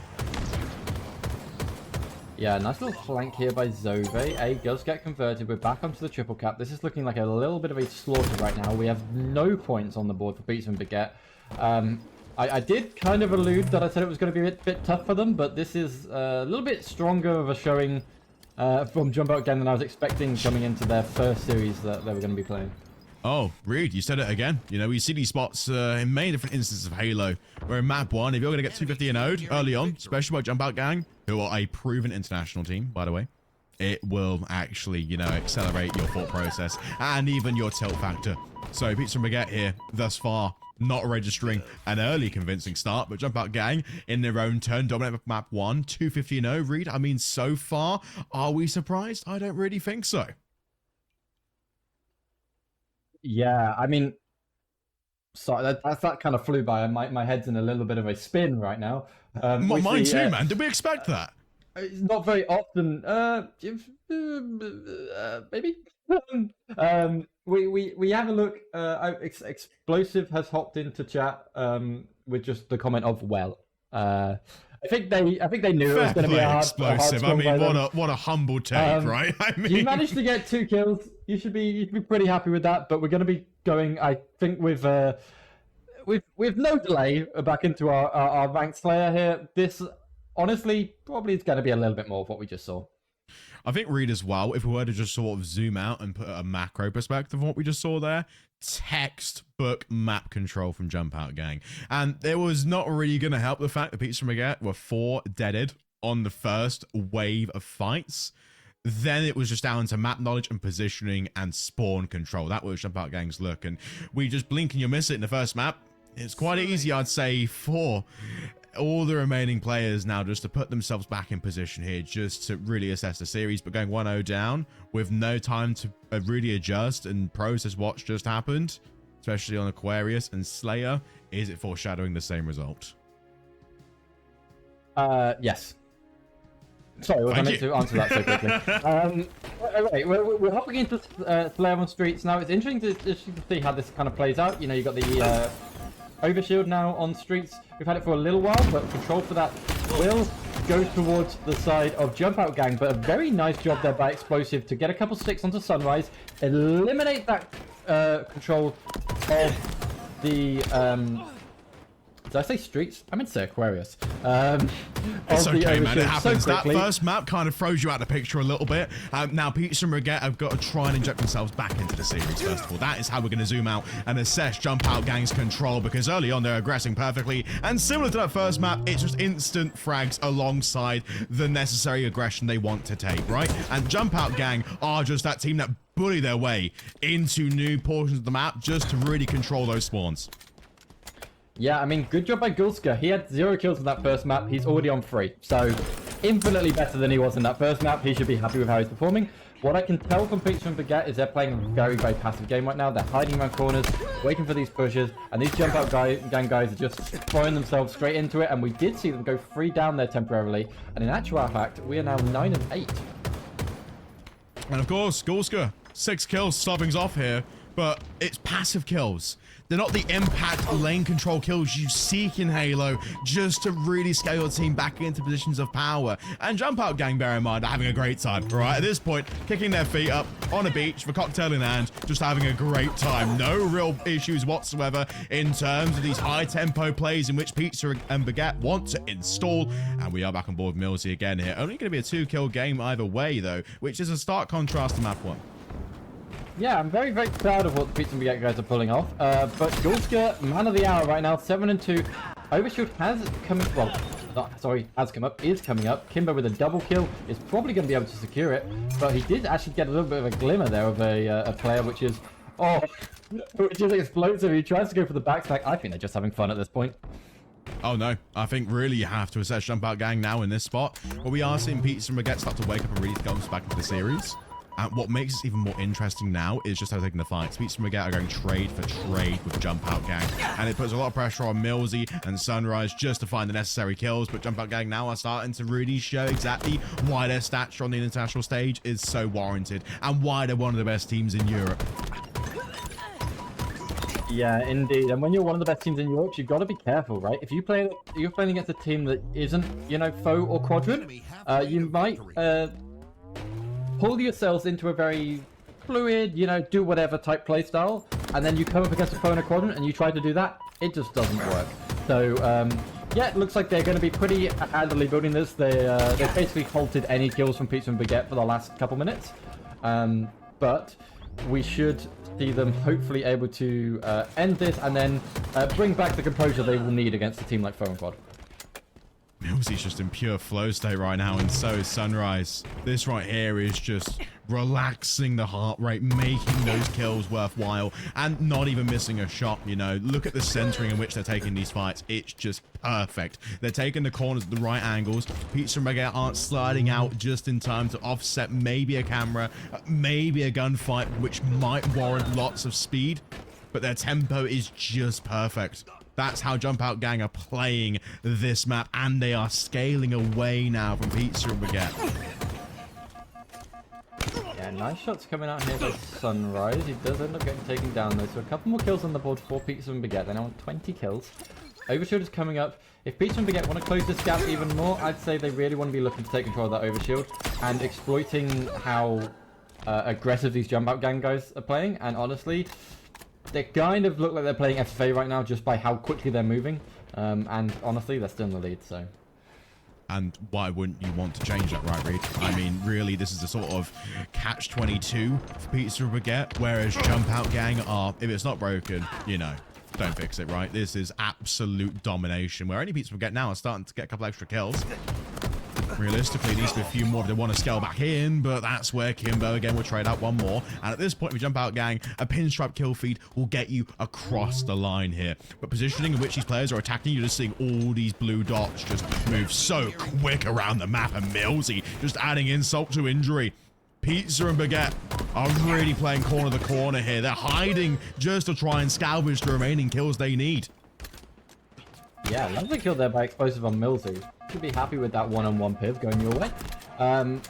But Gulska, I feel like the Pizza and Baguette guys are being a little bit too aggressive at this point, but maybe they know the writing's on the wall and they're just trying to make it happen. But with 7 kills off this game ending, and a nice little free push there into Explosive from Jump Out Gang.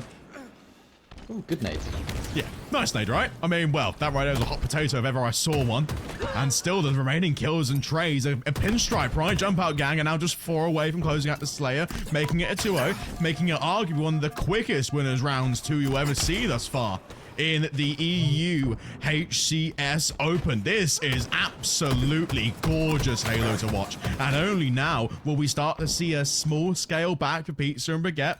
But 2 kills remaining to make Jump Out Gang through to the next round. This is just gorgeous. And now we're starting to see it slow down. We are indeed, but we're 1 kill away from this match ending. Overshield's coming up. No one's going to care about that. Explosive goes down. Double kill for Zove. That's the end of the season. Or series. I don't think Jump Out Gang are that good, right, Reed? I mean, we were that close again just to calling bluff and saying, yeah, go on, take it. You might as well after that particular round and that particular series. Why wouldn't you? But we are now scaling into the murkier waters of the upper bracket, because that right there is Jump Out Gang showing again just how much this means to them, particularly what they're trying to qualify for here at London Major. There's no signs of slowing down. It really is a strong start in winners round 2. But similar to that first map, it's just competitive Halo players playing a textbook Slayer. Yeah, and if we can point anything out here, we should point out Gulska. The one I want to mention is he went from a goose in that first game, 0 kills, up to 13 and 10, going positive against this Jump Out Gang roster. He did not want to goose 2 games in a row. Good job, and well done, man. You should be proud of that. You guys didn't quite able to win it out, but you know, you have a lower bracket run to come. You should have seen that this was going to be a tough match, and it was. I wouldn't put it any other way, to be honest with you. You can't assess that in a deep analytical scope, right? Or you can't really overanalyze what went wrong there for Pizza and Baguette. It's just a massive golfing skill, and it's just a learning experience, right? I think there's plenty to take away from the VOD room after this match, and exactly how Jump Out Gang utilize their control so well. I mean, their system and comms is at a tempo of which Pizza and Baguette can't play, and that's why, again, when we saw it so close at the start, it's because Jump Out Gang weren't even playing really fast Halo, right? They were going trade for trade. They were just trying to assess what Pizza and Baguette spawns would be on the initial first wave of kills, but then that's when you start to see certain riots just turn on the afterburners and run into their spawn. Yeah, nothing really else to say. Maybe we've got a few replays coming up. Here we go. Nice little showing here. This is going to be, I imagine, the Jump Out Gang show for the most part. Lots of kills coming through. Honestly, I did like that actual ninja we saw try attempting some explosive. If you had pulled that off, honestly, that would have been on Twitter. Sadly, you didn't. But honestly, I appreciate you trying it out, dude. Yeah, do you know what? Fair play. Just, you know, wave the white flag this early on, or are we going to see, you know, more competition scaling at different portions? I think the first couple winners rounds, you do whittle away the weeds in a sense, Reed. You do kind of assess, you know, just what to expect, right? But once we do get into the upper echelon, we really know the state of play and how Europe has been competitive with the top 3 teams, and even Quadrant and FOE really being the 2 pedestal teams that have taken a beautiful scope of European Halo to a wonderful level. Yeah, well, that was our winners bracket round 2. We're going to be hopping into winners bracket round 3 next. So what we're going to do is we're going to throw to a quick little break here. Connie and I, we're going to get ourselves refreshed. We're going to get ourselves ready. And then we're going to bring you another banging series. So don't go anywhere. Fighters going in favor of this Quadrant roster. With that being said, Wooten gets himself another kill. That no-scope does whiff slightly, so still a lot of pressure onto Quadrant half, but Quadrant doing a good job at mitigating anything that foe try to do. Yeah, trying to micromanage a lot of these situations, but actually Chick does lose the snipe. Snot Drone just doing a grand job staying alive. Glory's going to be pushing on up to support him, but it seems to be one that is getting a little bit curious on what's going on underneath to see if he's not been too unaware of the circumstances and making sure no one's trying to sneak by him and get behind him afterwards, because that would have been one of the last things he'd want to happen, considering he didn't check all areas. We'll be up soon. Let's find one player. Seeker, some great damage coming in from him in long range. Chick has to back away again. This has been a heart-fought battle. Only one flag has occurred so far, but we've still got another 6 minutes left remaining. As they're just trying to survive, or just try and get out of this hole they're in on the back of their flag. Woodham going to try and do a little bit more here. Will he find anyone? Yes, he does. And now it's going to be 3 dead, 4 dead if he has to get it. Sorry, 2 dead rather, and he's going to continue on his path. Great double kill coming out from Woodham. Seeker and SOG still alive though, with the flag being pulled.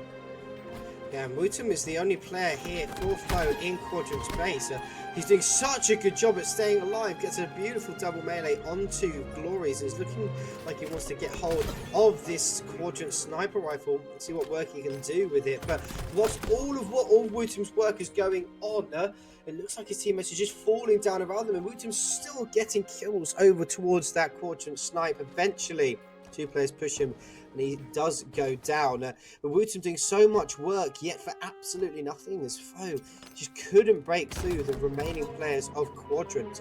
As they set up that brick wall towards their snipe side, 2 players from foe go down to look for Quadrant to press forward. They know where Chick is. He falls as well. Wooten is last alive, as I think Snipe Drone goes for a cheeky little dip there. Maybe not what he wanted to do, but great job from Wooten to respond to the call. And again, keeping this snipe side control locked down. That flag is going to be a dead flag, so it's foe's opportunity to push forward. Can they get anything going? Spawners will be identified, and a great shot coming out from Wooten. Hits the body as well, gets the double. The M&K flick shot is definitely proving dividends here. Can he keep it going? He gets a flagpole as well. Wooten doing it all right now. The slays, the living, the snipes, and the flagpole. Can he get this flag home? We'll have to see, but with the slays falling in favour of foe, it looks like it's going to be tied 1-1. Seems to be the case. That crucial double from Wooten and then pulling the flag without too much trouble. Paid itself dividends here. It's Snot Drone staying alive along his snipe. Overshield will be up surely in the next 12 seconds. Wooten just staying alive and trying to keep Chick alive as well. Snot Drone and SG are there trying to clean up Chick, but finding the struggle bus a little bit. But Glory coming in from behind around that top mid area. Seeker does get cleaned up by Jimbo. Mighty also gets one, so this could be not a numbers advantage yet, but in terms of spawn, it will be soon enough. And Snot Drone puts a halt to it just a little bit here with that initial kill. Well, he's so back and forward, but you see Quadrant having to turn around a lot for certain players who have been sneaking into the back of their base. Seekers does a good job of getting one. Can he find a second? No. Jimbo's shot's just too crispy for him to deal with. He's able to live on this snipe side. However, Quadrant well aware of that Jimbo is somewhere lurking on their snipe and look to take him down, but he's still living. And throughout this whole living process, foes, the rest of his teammates able to come forward, get that flag moving. These next couple of kills are absolutely pivotal. Who's going to be able to get them? And it does look like Quadrant's SLG and Seeker able to find the first 2 to hopefully slow this flag down. A huge trade by Snipe Drone to stop that final player Chick, who were roaming in their base. And this should be a dead flag if it isn't for Mighty's. No, they say Jimbo. Has he got anything to say about it? Yes, he does. He gets another kill. A really good job from them just to slow things down and slow the Quadrant push as they were looking to get another flag on the move. Oh, SLG's got the snipe again. Yeah, this is, again... Oh, okay, Jimbo's put a halt to that, and that's going to definitely deplete the momentum away from Quadrant, considering how much of a pain in the backside SLG has been. But Jimbo looking to see if he can create some wear and tear with the snipe. Does manage to find one. Doesn't hit the shot, mind you, but SLG is fully aware of what Jimbo could be capable of. That's 3 down now for Quadrant. Flag is on the move. Sniper. Okay, I think we're all good. Yeah, we are. Hello, everyone. Welcome to Winners Round 3. Me and Reed just witnessed probably the quickest game of Halo of our lives. The Jump Up Gang 2-0'd in 5 minutes. I mean, obviously, you know, we are definitely now raring to go for the remaining series today, but I think this one here, set up in turn for Winners Round 3, is going to be a bit more closer match. And I really think in terms of scaling into the remaining portion of today's bracket and who may qualify, I mean, again, this here is a team going through to facing the very best. Yeah, it's definitely going to be an interesting one.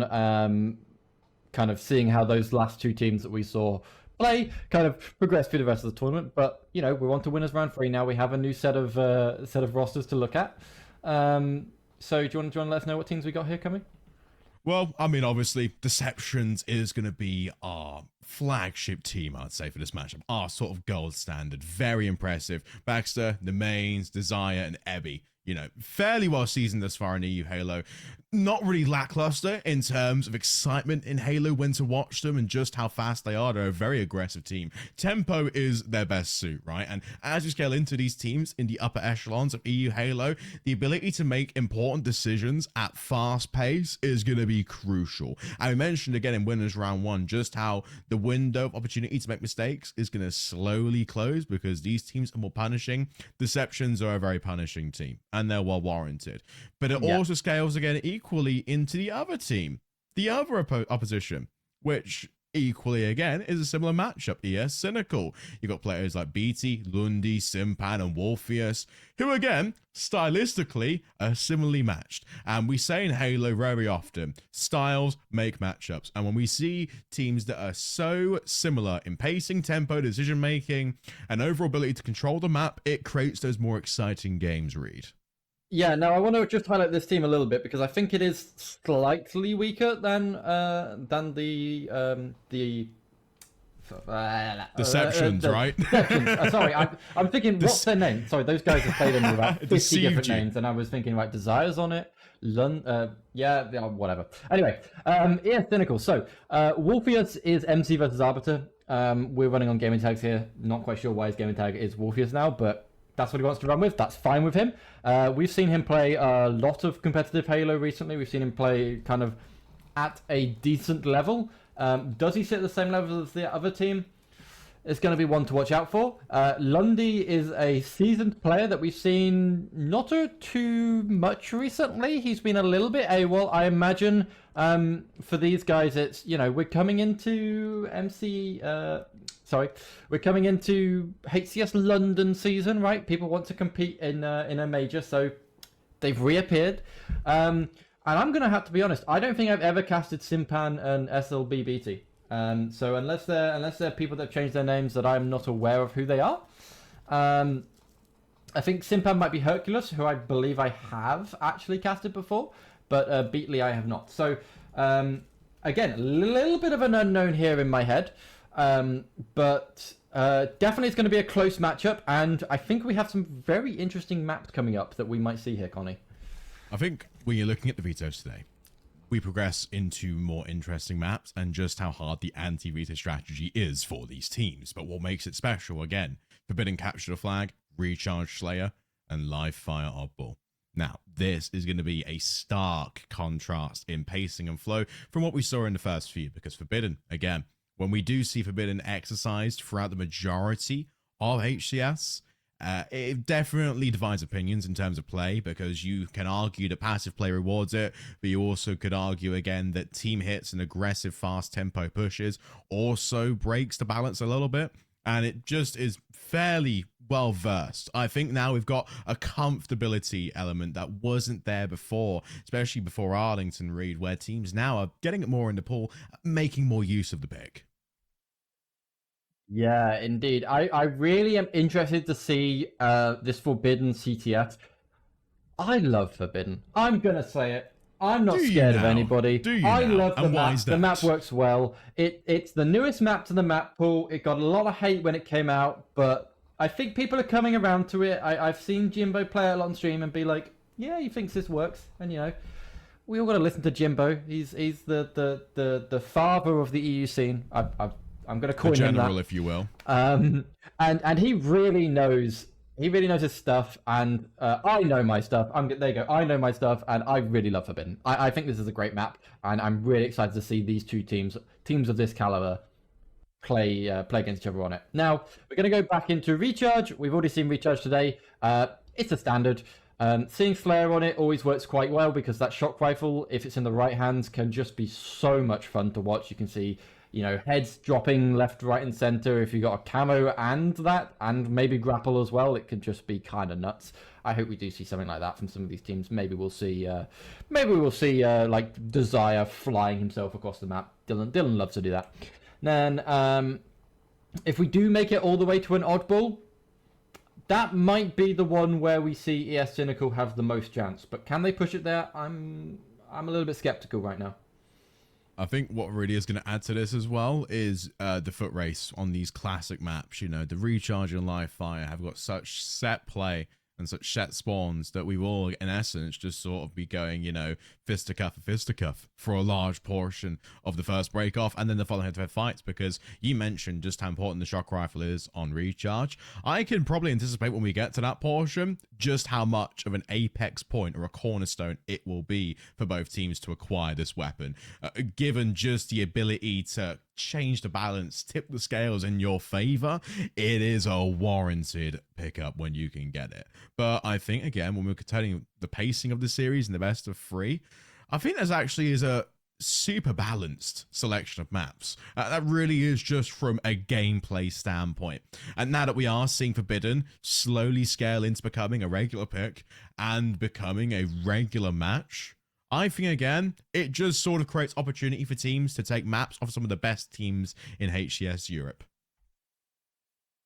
Yeah, I want to see the Decepticons kind of bring out their inner Megatron, right? I want to see them just spread out on the map, get full control, and lock it down. Because I feel like if they start to, I don't want to say forget how to play these maps, but if they start maybe underestimating the ES Cynical squad, again, we have a little bit of an unknown on here with some of these roster players. A lot of them have been kind of a bit AWOL for a few seasons. So if we see them kind of underestimate the playing here from ES Cynical, then we might see it get a little bit scary for them. But they should be solid on this first map, so we'll see how it goes when we get to it.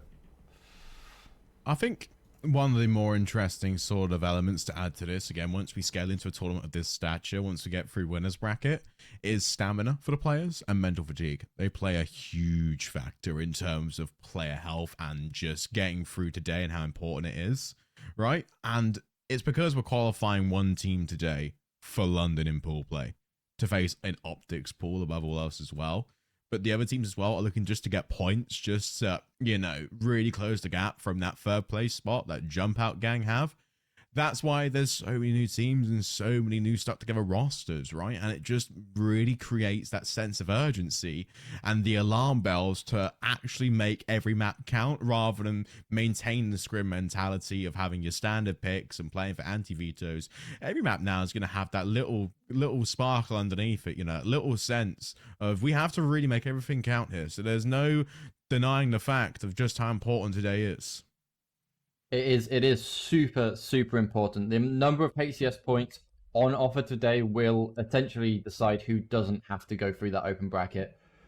And if you can skip the open bracket, then that's going to be, going to be very effective. But just grabbing as many points as you possibly can is really, really effective. Now, I think the lobby is about ready. It looks like we can do so. We can have a little bit of zone into this map of Forbidden. The start on Forbidden is so effective. If we can see I'm going to say probably kind of Desire, Ebby, Nemains on that side of Decepticon. I have had the misfortune of playing against every single one of them.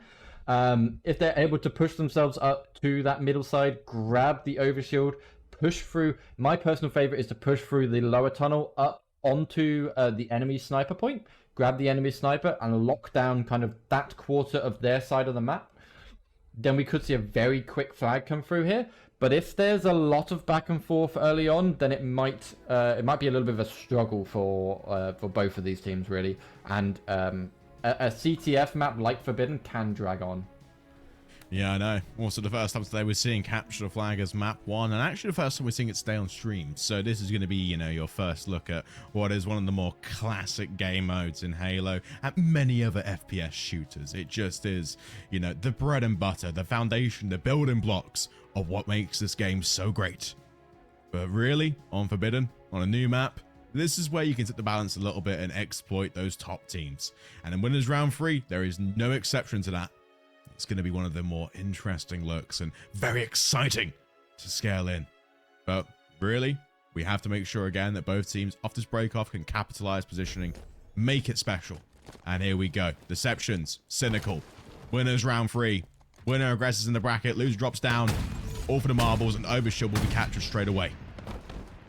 Yeah, we did see a pickup there by Lostock Ball of the Overshield. It looks like a Desire's going pretty mad here. Actually gives this back to Beatley, who will take him down. But Overshield is still dropped. Beatley managed to pick it up in his back pocket. If he can take down Lostock Ball, which he can.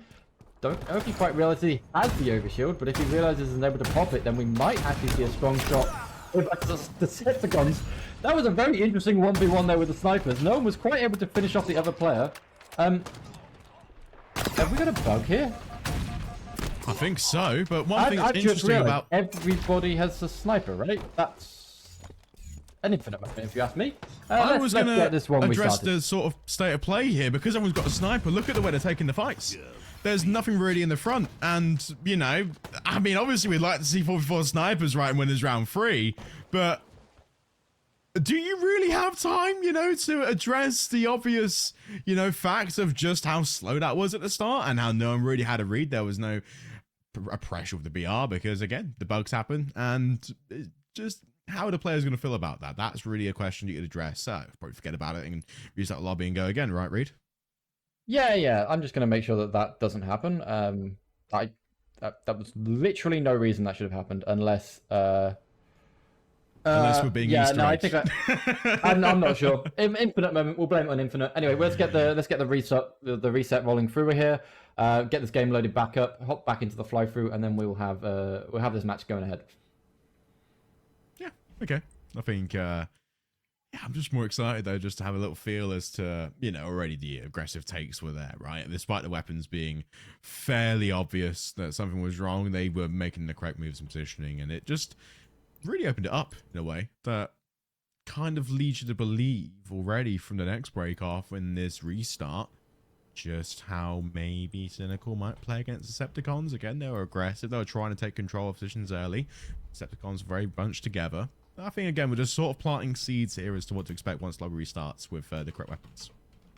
Yes, indeed. So we did see an early pull of the Overshield go towards the side of Decepticons, but the player that grabbed it died very quickly. That game dropped on the ground. You then saw a bit of back and forth. Obviously, everyone had a sniper, so that might interrupt kind of how this proceeds again. But if we see a similar kind of startup, we would like to see Decepticons maybe not drop that straight away, and if they're able to pop it, then they can probably get a bit of map control off the back of that. And that initial map control is really going to carry them quite far forward in this match one. Interesting. So let's just sort of back and forth for a little bit, Reed, in terms of like Decepticons and Cynical and, you know, the expectations, because when you pull up the bracket and you look at exactly just where they're going to be, I mean, their next match, whoever goes through, it won't be as easy as anticipated. It just will be that matchup against Quadrant that neither team wants to be in, but obviously, you know, you have to face it regardless. Yeah, it comes eventually, right? You know, as you can't just keep winning these games and not expect to end up against a team like Quadrant. You could possibly think, well, you know, I'd rather be against a team like Katrina or Cosmi Tox or Mamma Mia that have pushed through into round 4, but You know, if you're able to play against Quadrant and push yourselves through into maybe just taking a map, or at least kind of pushing them to the edge, you know, that's something to be proud of anyway. And Katrina as well facing foe right now, so they're also not going to have the greatest of times thus far. So yeah, either way, I just think the brackets itself, when you're facing, you know, the top seeds, regardless, this is your last real look to get a competitive edge before you start facing, you know, those real cream of the crop teams in HCS Europe, right? Oh, for sure, right? Like if you're trying to face foe, Quadrant, any of those teams, you kind of have to be ready for it. And warming up with some of these teams that are kind of like a stepping stone up there is a good way to do it. You know, playing against a jump out gang kind of gets you an understanding of how do they play, how do you kind of adapt to that. They're able to take maps against these teams, so do you want to play similar to them? Do you want to just look at the top team and kind of clone what they're doing? Is that how you bring it to yourself? Yeah, I don't know. I think that's just a fair assessment, right? You know, that's I'm all we trying can to work take out at this stage. Going ahead, because the map just hasn't started. Maybe it could be a player break. You know, after that, you could take 5 minutes just to go and get bits out of the way before you can come back, because either the game itself is just having a moment, you know, or maybe, you know, go get someone on the phone, you know, call the important guys and ask why is there 4 sniper rifles to start things off and capture a flag and forbidden, you know. But yeah, let's throw to a 2-minute break. We'll get this game kind of fixed, and then we'll hop back in with you guys. Yeah, let's do it. Yeah, hopefully we are ready for that.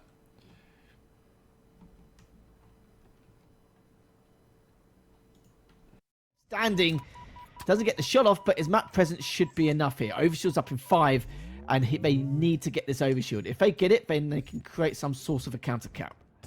They definitely can. Right now, this side of foe looking like they're prime and set to let's reset this bracket in a 3-1 fashion. 1:50 on the clock, so time to get a cap, but not that much time at all.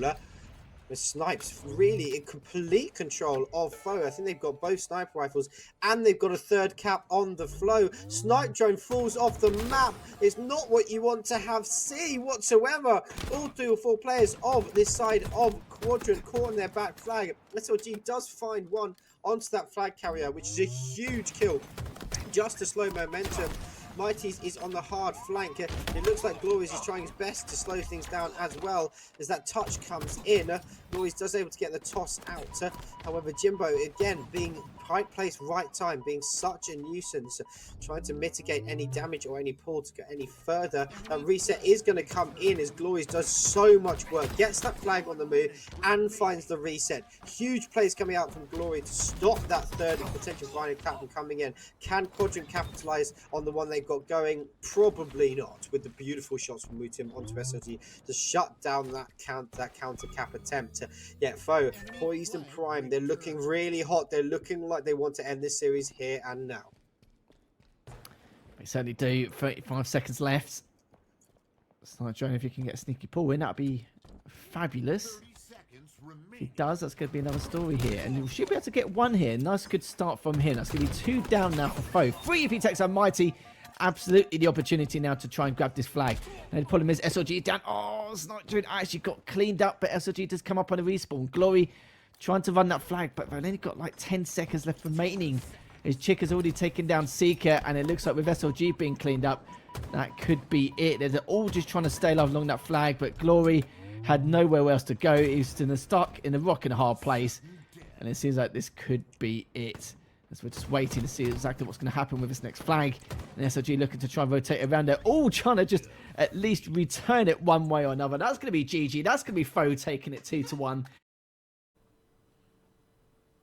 After a short intermission, I'd say, with sniper rifles being the forefront, I think now we're ready to get back into the game with the correct weapons and the correct start here, Reed.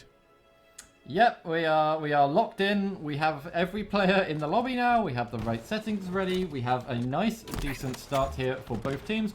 And I kind of predicted it. Overshield does, in fact, go to Decepticons. And Low Socks Ball this time is able to pull it off. But a couple snipes here from Ebby, just able to support him with that. Nice start for Decepticons already.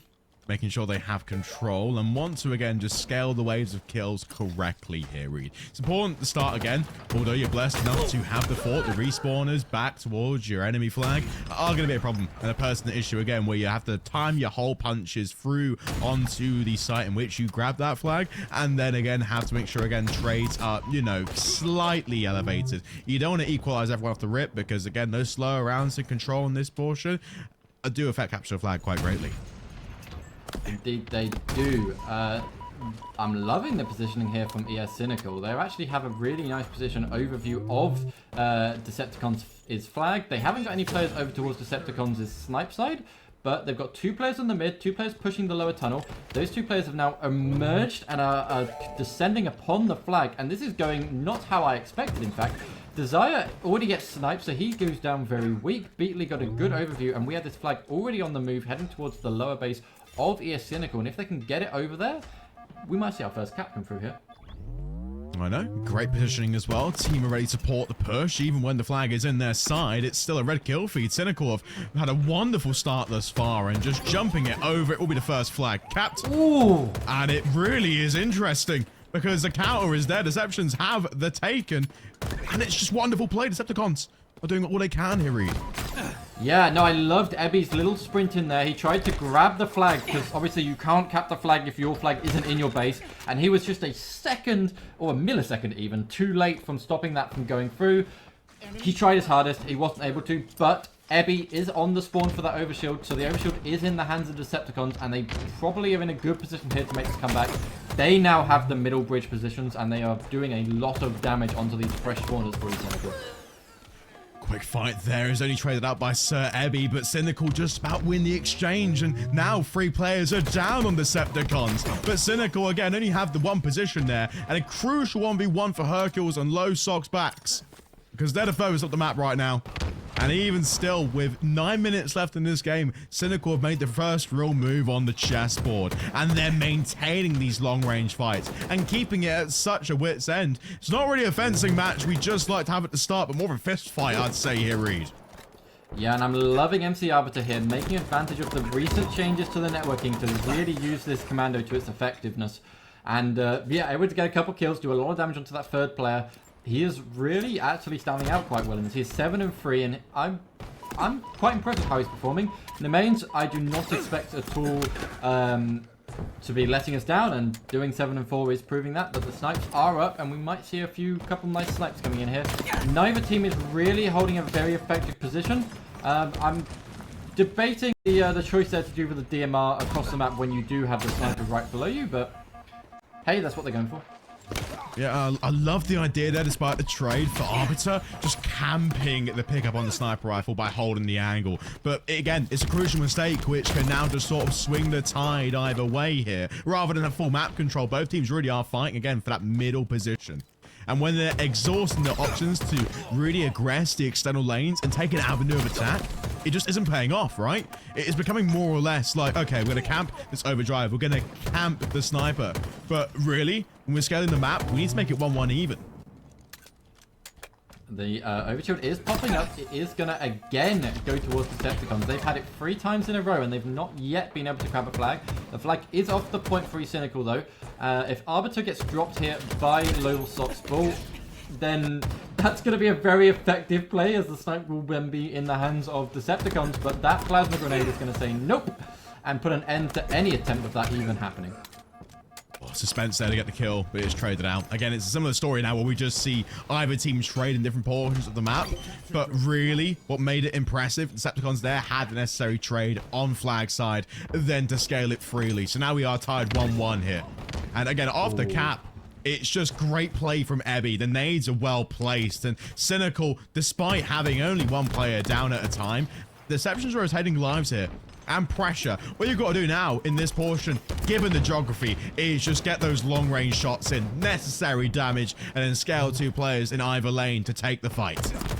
Yeah, no, I'm loving this communication you can hear. It's definitely there between the Decepticons, right?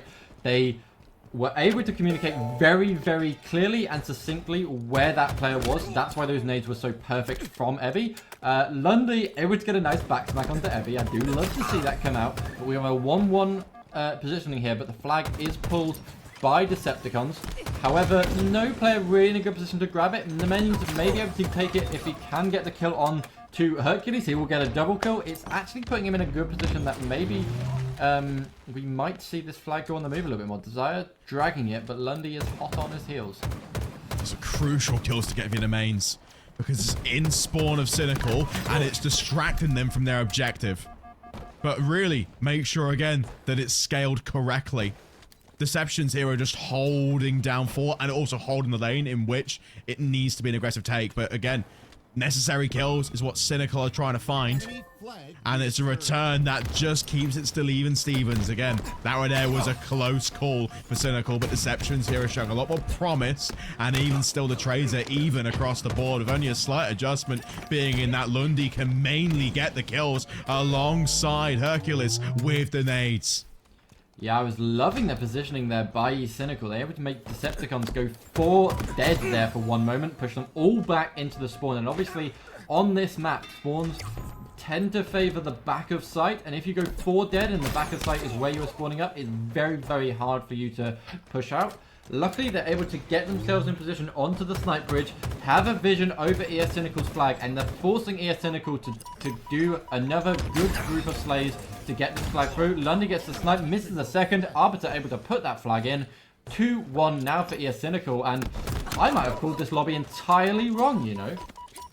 And Arbiter there, just crucial moments. Again, just stepping up where it need be. The final piece of the puzzle to get that flag cap, and it was converted now in the last 5 minutes of this capture the flag. Now Deceptions, or should I say Decepticons, because they are deceiving us right now in terms of what we expect coming into this match. It makes it even more of a challenge, especially given sniper control. And Arbiter hasn't even died yet. He's just controlling the angle, and that flag is taken once again. Yeah, I mean, Arbiter had the angle to just put a lot of pressure down. You could see them getting very scared as their kind of haircuts came through from that sniper rifle. But he was too far back to prevent the flag being pulled. The flag is now all the way towards the snipe side of the ES Cynical base, and this might sorry, on the Decepticons base, I got that wrong. This might be tying this up 2-2. A nice positioning from some of the players on Decepticons, just to make sure that that flag pushes through, and we are now all tied up. Yeah, it was a great run as well, because no one really challenged the flag carrier.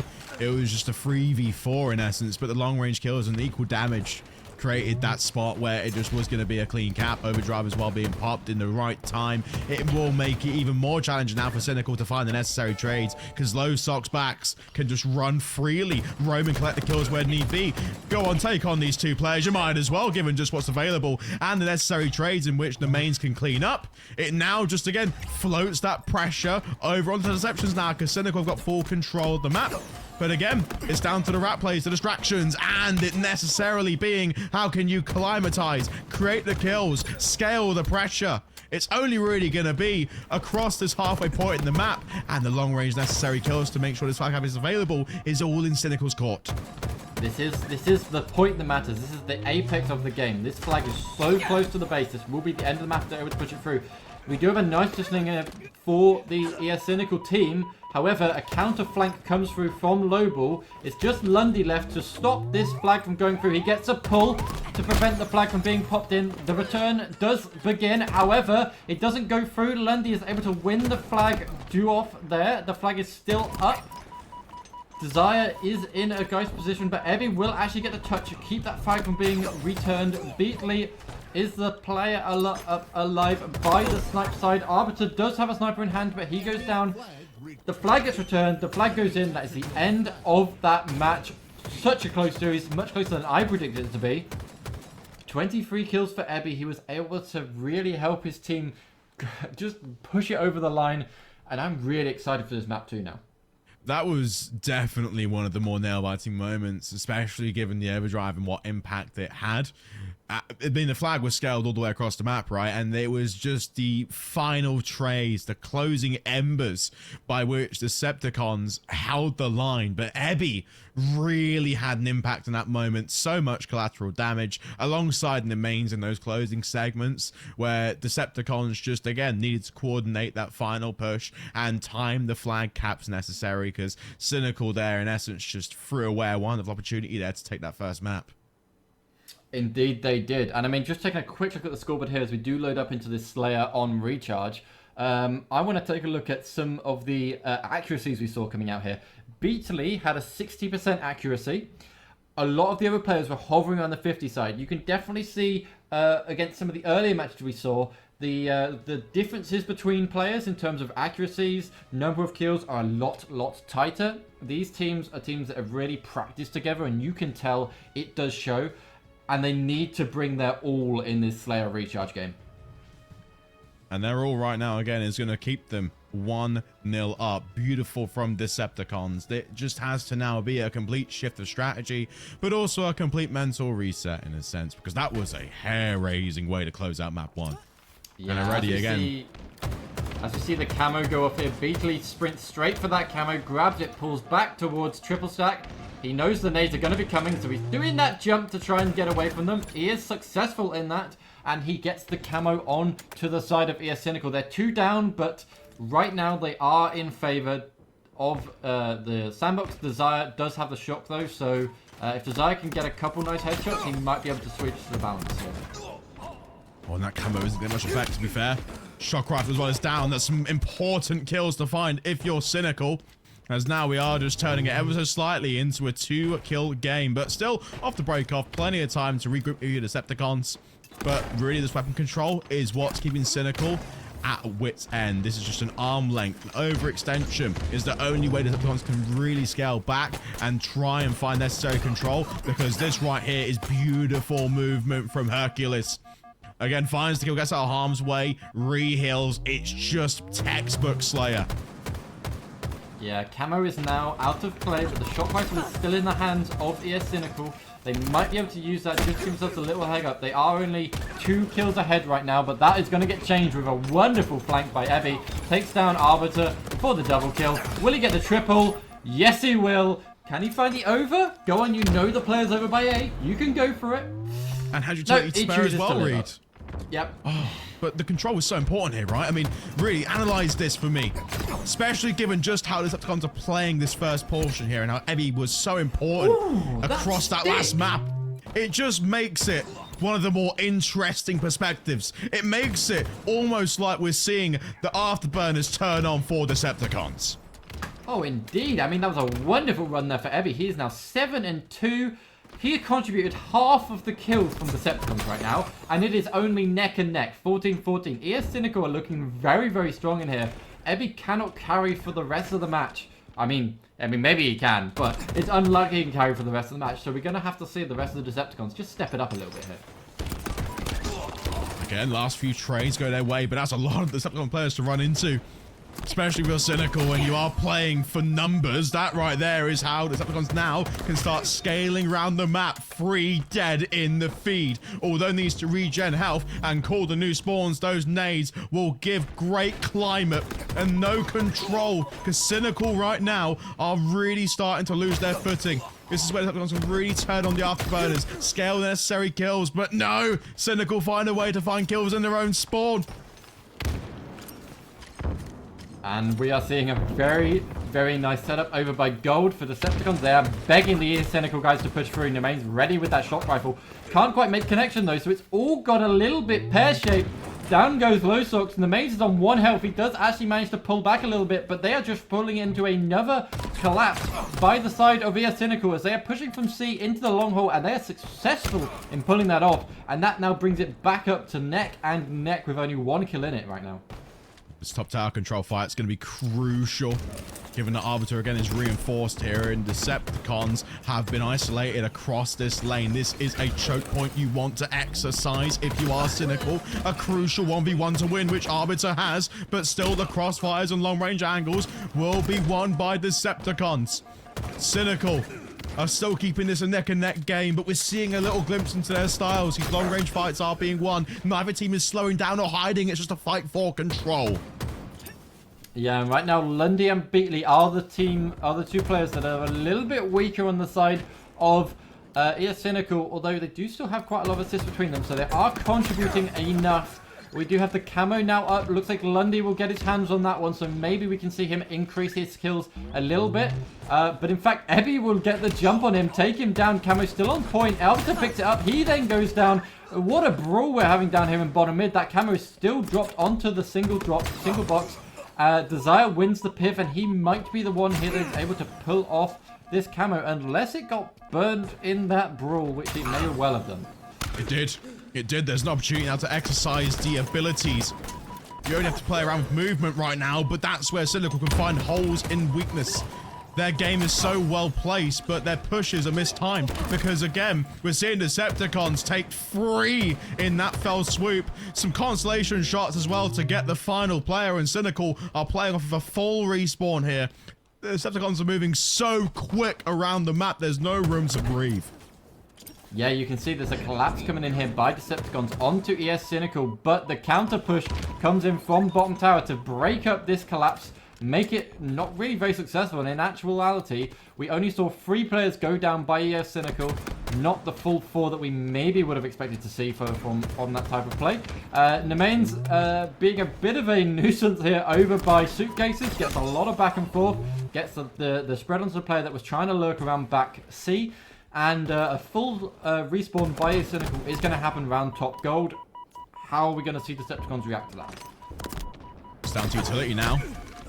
4 more kills and they have the game. Again, we mentioned this. You play for trades, you win the Decepticons. Your window for opportunity is so large here. Cynical play pretty much perfect Slayer if they want to scale back in. And all the Decepticons are doing again is playing as a unit. Progress the map as a 4. Because they only can control what they can in head-to-head fights, and it's just too damn much to get back in. Cynical. I mean, listen, a tight capture the flag, but pretty much no control there in the Slayer. That right there is simply gorgeous. That was a very, very nice game we saw there from those guys. Oh, yeah. Right. Yeah, I mean, it's over, I guess. Did not expect that to go so quickly. I thought those Cynical guys put up such a very strong fight. I think they're going to have a wonderful time in the losers bracket. You really should not be upset when Ebby is going off like he was in both of those games. I mean, that triple kill was insane that he got around tower. Nearly went for the over. You just can't contest with a player that's on fire like that, right? Juiced up, ready to go. Now, I want to see... I would have hoped that we follow up with those guys in the lower bracket, because ES Cynical, you can tell, have been practicing very, very well, very, very hard for this matchup. Any sort of individual players you want to kind of highlight there as maybe we take a look through some replays? I feel like, again, Low Socks Backs did a fantastic job just supporting Ebby in the necessary departments to mop up the kills. But also, I mean, Arbiter and Hercules are the 2 real standouts for me on Cynical. It's just down to the map positioning and the ability they have just to isolate these long-range kills. I mean, it really was a key theme in which the push was always going to be there and the threat was always going to be there for Decepticons, but Cynical had necessarily fairly good ways of shutting down that push. And it only really was, again, the most micro details in that final closing segment in Capture the Flag, which caused the Cynical. They just weren't able to exercise the abilities they had and the map control they had. The guns just had the respawners and just centered all their guns onto that choke point. Yeah, indeed. I mean, the back and forth from the Forbidden game probably just added a lot of stress onto both teams. Maybe both teams expected it to play out very, very differently. Maybe ES Cynical thought they might have had a much stronger time, a much more competitive time kind of in that first game. They would have thought that they needed to perform a lot higher than they did, and then they thought, hang on, we've actually got a chance here. We've just got 1 flag off the rip. We can do it here. And then that would have alternatively formed the Decepticons to think, ooh, maybe we need to perform a lot stronger than we maybe thought we had to going into the series. So I feel like it was definitely a surprise for both teams in the first matchup. But that Forbidden game was so close, and it just fully through into the recharge. I think up until about 40 kills, they were just neck and neck. And then it was just Decepticons were able to make a little thrust, get a couple off the respawn kills, kind of full squad wipes that were able to allow them to just take the map quite handily there in the end. And I think what's really interesting as well is that from this matchup, the Decepticons are now going to go and face Quadrant, okay? Which is a more interesting scope, right, Reed? You've got tons of depth on that. I do have a lot of depth on that, and you know, lucky for you guys, I think we're going to go with them. I think we're going to be following Decepticons here against Quadrant. You're going to see Quadrant first on stream. I know people in chat are going to have been waiting to see them. They are the EU goats that are putting up this major for us in the end of May. This is kind of all their show, all these opens. So, you know, I'm excited, and I'm excited to see how Decepticons form into this. If Ebby is as strong as he can, Quadrant are not really going to know what hit them. That's what I'm going to say. But yeah, let's throw to a quick 5-minute break as we kind of get that lobby sorted, get everybody ready. But yeah, any parting words you want to say here, Connie?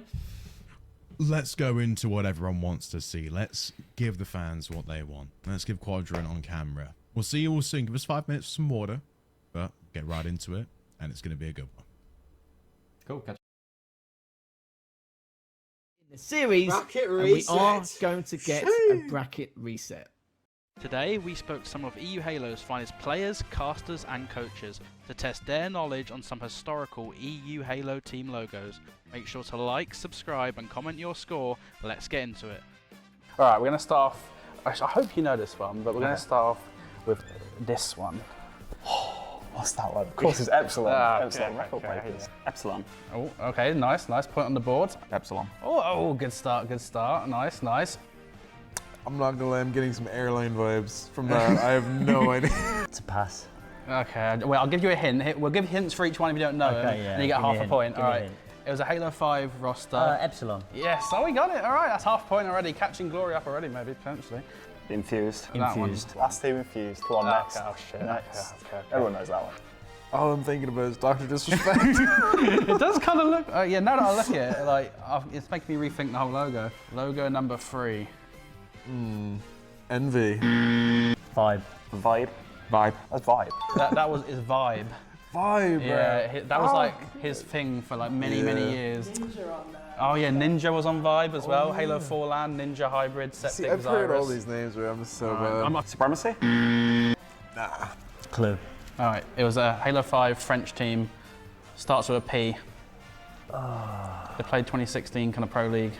Pulse? Oh my God, people have struggled on that one. Oh my, this could be the run, guys. World record run. Oh, I did commentate them in the Pro Oh League. no, this Pulse. Pulse Esports. coach, commentator. I think yeah. It's not, triple threat. It's cheating, really, isn't it? Pulse. It's Okay, T-Fair. that's actually, I've never heard of that. Yeah, that's right. It's the obvious one. It's Market. Marcus. What's that? Just kidding, it's Mocket. Please get one wrong, please. I might have to Google search a different one. Like. Oh, thank God. We might have a point on the board. How's that looking? What do you reckon? Please tell me it's Market Esports. It is Market Esports. A point on the board. Power. Power Gaming. Power gaming. All right, yeah. He played for Power. It's cheating, guys. Okay. Is that an Xbox logo? Well. Oh, shit. Power. Yes, Power. Okay, nice. Half a point on the board. Red How's Ring that? of Death, bro. Fuck. Halo 3 EU Powerhouse roster. They're Baxter. Power. It is Power. Oh, It is Power. He's got yes, it. That's half a bro. point. Oh, this could be a bit more difficult, this This one. is very difficult. I don't know that one. Jesus. No, I have no idea. You're forgetting I commentated Pro League. X-Men. All right, it's kind of Halo 5 Pro League Season 1. One of the players in the roster, actually two of the players, Jimbo and Snipe Drone. It's really bad because I were in charge for you Pro League. God. To be fair, they're not a very storied team if you think about it. The team name is also the name of a famous movie franchise that involves a few superheroes. Avengers. No, it is. DC. Universe. You're going to hate yourself. It was X-Men. Oh. You know, there is an X on it, you know, this. Yeah.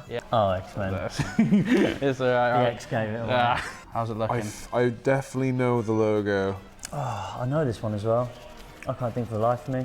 No, Right. I don't. I'm struggling here. No, we get a bit. See, we got nice varying different. Yeah, it's through the eras. Alright, Like, this yeah, I actually don't know that one. Who's that? Shall I tell you the roster? Oh, High Society. Yeah. High Society, yeah. It's a terrible logo for High Society, isn't it? No, I thought you said this was easy. What's the clue, bro? What's the clue? Alright, the clue is, if you look at the logo, that's an L and that's a C. So it's two words, one starts with L, one starts with C. Two words. Oh, London Conspiracy. Yeah, so that's half a point on the board. We'll take that. Again, forget. I commentated these teams. Yeah. That's London Conspiracy. Yeah. I Right. need to get some history lessons. No, it's bro. okay. Fuck's This is sake. the history lesson. This is the whole purpose of the content. All right, last one. This could be a bit difficult judging on some of the other ones. I like the logo, to be honest. It's a lion. Oh, it is? Oh, It yes. is a lion, and I'm hoping that is something to do with the name. LLL. London Lions. Yes, that's it. Oh, that's big. Good job, good job. That might, I don't know if that's the top one. That's got to be up there. See, that's one of my all-time favourite teams. Good old Inferno, Shinato, Lowland Lions. Yes, the Goat Org, the Dutch goats. It's got a few good Dutch players. You know, Z-Mite, he's not bad, is he? He's alright. They're not Lowland around Lions. Oh, he got Lowland Lions, yeah, straight in there. Halo 3, it was a Lowland Lions. Lowland Lions. The Dutch goats. Oh, I feel like, yeah, I could tell you knew that one. Well, Nah, not bad. I knew that one, to be fair, actually. Yeah. That's disappointing. Hey, you did alright, to be fair. Alright, they're called Lowland Lions. They were like an EU powerhouse roster, you know, had a few Dutch players. It's okay, look, you did good. I mean, I got 1.5. yeah, I got 1.5. Look, That's not too bad, is it? well, I think there could be some players who might get none, so at least you got a few. Yeah. And I think, you know, To be fair, if you don't get Market, that's bad, bro. yeah, Mock it, you know, they've been around. Like I said, Because like, they were in came around Infinite for a bit as well, weren't Yes. they? Like, so that's the right. only reason I know. Because So- I remember I got bulldozed in my first ever tournament by Stu. Oh, yeah. Okay, and here are our final scores. In first place, we have Wonderboy with 9.5 points. In second place, we have Sims with 7.8. In joint third and fourth place is Baxter and Gas, both with 5.5 points. And unfortunately, in last place, it is going to be Glory with 1.5 points. Hope you guys enjoyed the video. Thank you all for watching. Don't forget to drop a like and subscribe if you haven't already. We've got lots more content on the way, and we'll see you all again next time. Translocator as well, which that can be a very impactful utility. Oh, just pancaking them with the repulsor. You get the immediate punch and then you slam them into a wall. Try and do the same thing here, and they're gonna have the follow-up from a teammate. And it is just a death grip of Drunken Record onto the squad. The shock rifle finds purchase as Jean is able to get a double kill from distance and then add to the killing spree, make it a triple. They want one extra. It's Foe that's able to read that kind of play. Oh, what a snipe. That's a double kill by the side of Kimbo. They're going to get another one. Trip kill. Looking for the overkill. They're presented at least the option. It won't count as... Have active camo coming up here online here soon. That's going to be a nade that's just dropped. They just watched and waited. Millsy did not expect the... That power weapon within the snipe. Watch the repulse coming behind him. Great turn by Ninja, but can only get a trade. Another great body shot. Another body shot following it out. A great read coming out from Desire with that repulse, able to time it perfectly. They know want to be pulling flags as quickly as they have been. Maybe catch a couple of them down, and you can start piecing it together. That is a huge shot from Mighty's, as it was a line them up quickly and take them down. And Mighty's just showing off, turns around 180 on Snipe Drone, says, you're going to get a Quadrant, I'm going to take you out. A little bit of a slower pace, but now that they're up against Quadrant, they know they need to up that pace. And look at that snap out of the hair from Glory as he continues his run all the way back from the winner's final. We see it again. What a kill! The killing spree out with this sniper, and Glory goes back to work. You see a little bit of a nice shot, first of all, and a little bit of hope. Oh, this cat smile roster. Sticker getting a lovely little no-scope to finish off that double kill. Unfortunately, it doesn't look actually... In order to get the double kill with that shock rifle, and then you follow it up, you stay focused and get that third kill. That's how you use your equipment to your advantage. Now double kill again, Zove able to take out Septic and Flux back to back. I mean, if Cynical can pull up on their kills, which it seems like they're managing to keep up roughly with this Hubbard's side, you do see Valerie's, 5 and 5, and Ranakin as well going in a triple kill. you know how dangerous he is with this weapon.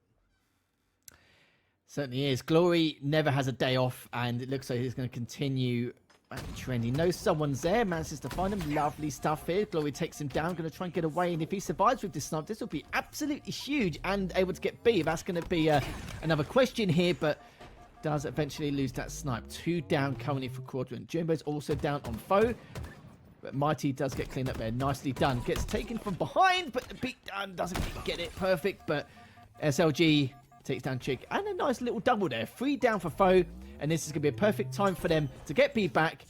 Was hoping to reset C, but they won't be able to get there in time. The entire team, 3 members going around dummies, 1 going around back C to underpasses. All on his Larry here, Harpers. We're going to see what Chick's going to do. Chick able to get a little quick peek shot onto SOG to force that waste of ammo, but him being so isolated has forced him to go down. Fortunately, on the flip side of things, his two teammates, Wuta and Mighty, is able to win the battle on A, but all Quadrant are going to do is rotate. Fight kind of truly benefiting Quadrant at that stage. Some beautiful shots from Mighty's to take down SLG and keep control of this map here. Puzzle Pistol coming to work once again. Glory doing some crazy business. A beautiful strafe out of him to stay alive away from Wootum. Gets a second onto Jibbo as well, and he so freely roams around this map, doing so much damage over and over again. Does eventually get taken out, but it wasn't for, apart from trying, to say the least. This contention will come in. You've got to think that Mighty's going to fall here. He does. The contention though still staying strong as Wootum somehow sneakily caps that B away. 2 down again for FOE there. Respawn cycles a little bit skew with at the moment, but looking to try and recover. All 3 members going from dummies to C. At least establish some kind of control. Good stuff there from Jimbo, just to give himself a little bit of leeway and hold on to C. There you go. Quadrant fans, you asked, now we're going to deliver. Next series, winners round 4. It's going to be Quadrant versus a team which we're very familiar with, just watched recently, myself and Reed, Decepticons. Now, when we're sort of laying the table for this particular matchup, again, you have arguably the best team in the region. Go up against Decepticons. On paper, this is sent to be a quick 2-0, right? Maybe. Maybe not. I don't know. Yeah. I feel like Quadrant have had a little bit easy so far. So just having a look at kind of who they played against. They played against. They got a bye to start off with. They then played against a team called Ali, which was Velshu, and a few other people. I'm not familiar with the other guys on his roster. I don't want to mispronounce their name, so I'm just gonna give that a push. That was a 2-0 for them as well. They then played against the Finnish guys. Now, they wouldn't have been an absolute cakewalk. Those Finnish guys are very, very passionate. I think we saw Marvies play in our FFA last Wednesday, and he was just doing wonders. And honestly, can't really comment on that. But they were able to take that out 2-0. And now moving into this series, they're against a team that's of a very, very high caliber. And I think if Ebby, again, is on point, then it should be a little bit scary for Quadrant. But honestly, you should go either way. I think while we're talking about the players, maybe we should have a look through at the rosters. Now, we're going to go with the Decepticons. Maybe, Connie, I'll let you talk about them because you just saw them play their last match. I mean, obviously, the main highlights we had was Ebby's performance in that last match and single-handedly getting the Decepticons out of dire straits multiple times on the capture flag and Slayer, simply going off, finding lane control, necessary free pieces just to create that sense of urgency, which puts teams in a blender. That's why, in this particular setup, again, the Decepticons got a big ask here, facing Quadrant, and this is a different sort of caliber of team. A different level, if you will. I'm not sure if just Ebby alone can get them out of wit's end in a number of potential mistakes, potential mishaps. You're expecting it, right? In this portion, winners round 4, where the skill gap is starting to widen. And the top teams in Europe are going to be making sure, again, that systems are in place. But maybe a break-off setup for the Decepticons can capitalize. Because as we look at Quadrant's roster, again, we're looking at class. We're looking at players which do not mess around. Players which have got that high level, but it's not cynical, by the way. They are down in the lower bracket after impressive 2-0. And particularly Reed, I mean, Quadrant, you've seen them for a long time. I have. I've seen them on the battlefield. I've seen them on stream. But they're a different beast to when I last played against them, and this is a really setup. Random man is Snipe Drone, by the way. Maybe we can get that fixed. Again, they're just going by what face it tells us. So this is the traditional Quadrant roster that we currently have. Snipe Drone and Glory are kind of like a little bit of a pairing. They both came over from the old Na'Vi squad, and then Seeker and SLG.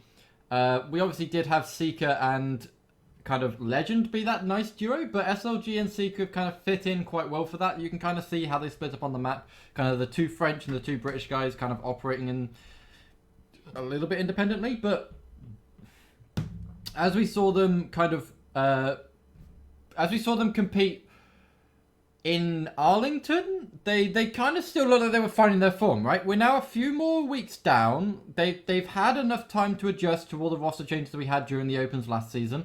Obviously, T-Chick switching halfway through, Snipe Drone coming across. I think we'll see a slightly stronger Quadrant than we saw in Arlington, and I hope that they have that kind of passion and that better team cohesion coming into London. But let's take a look at the maps. We have a nice little roster of maps coming up here.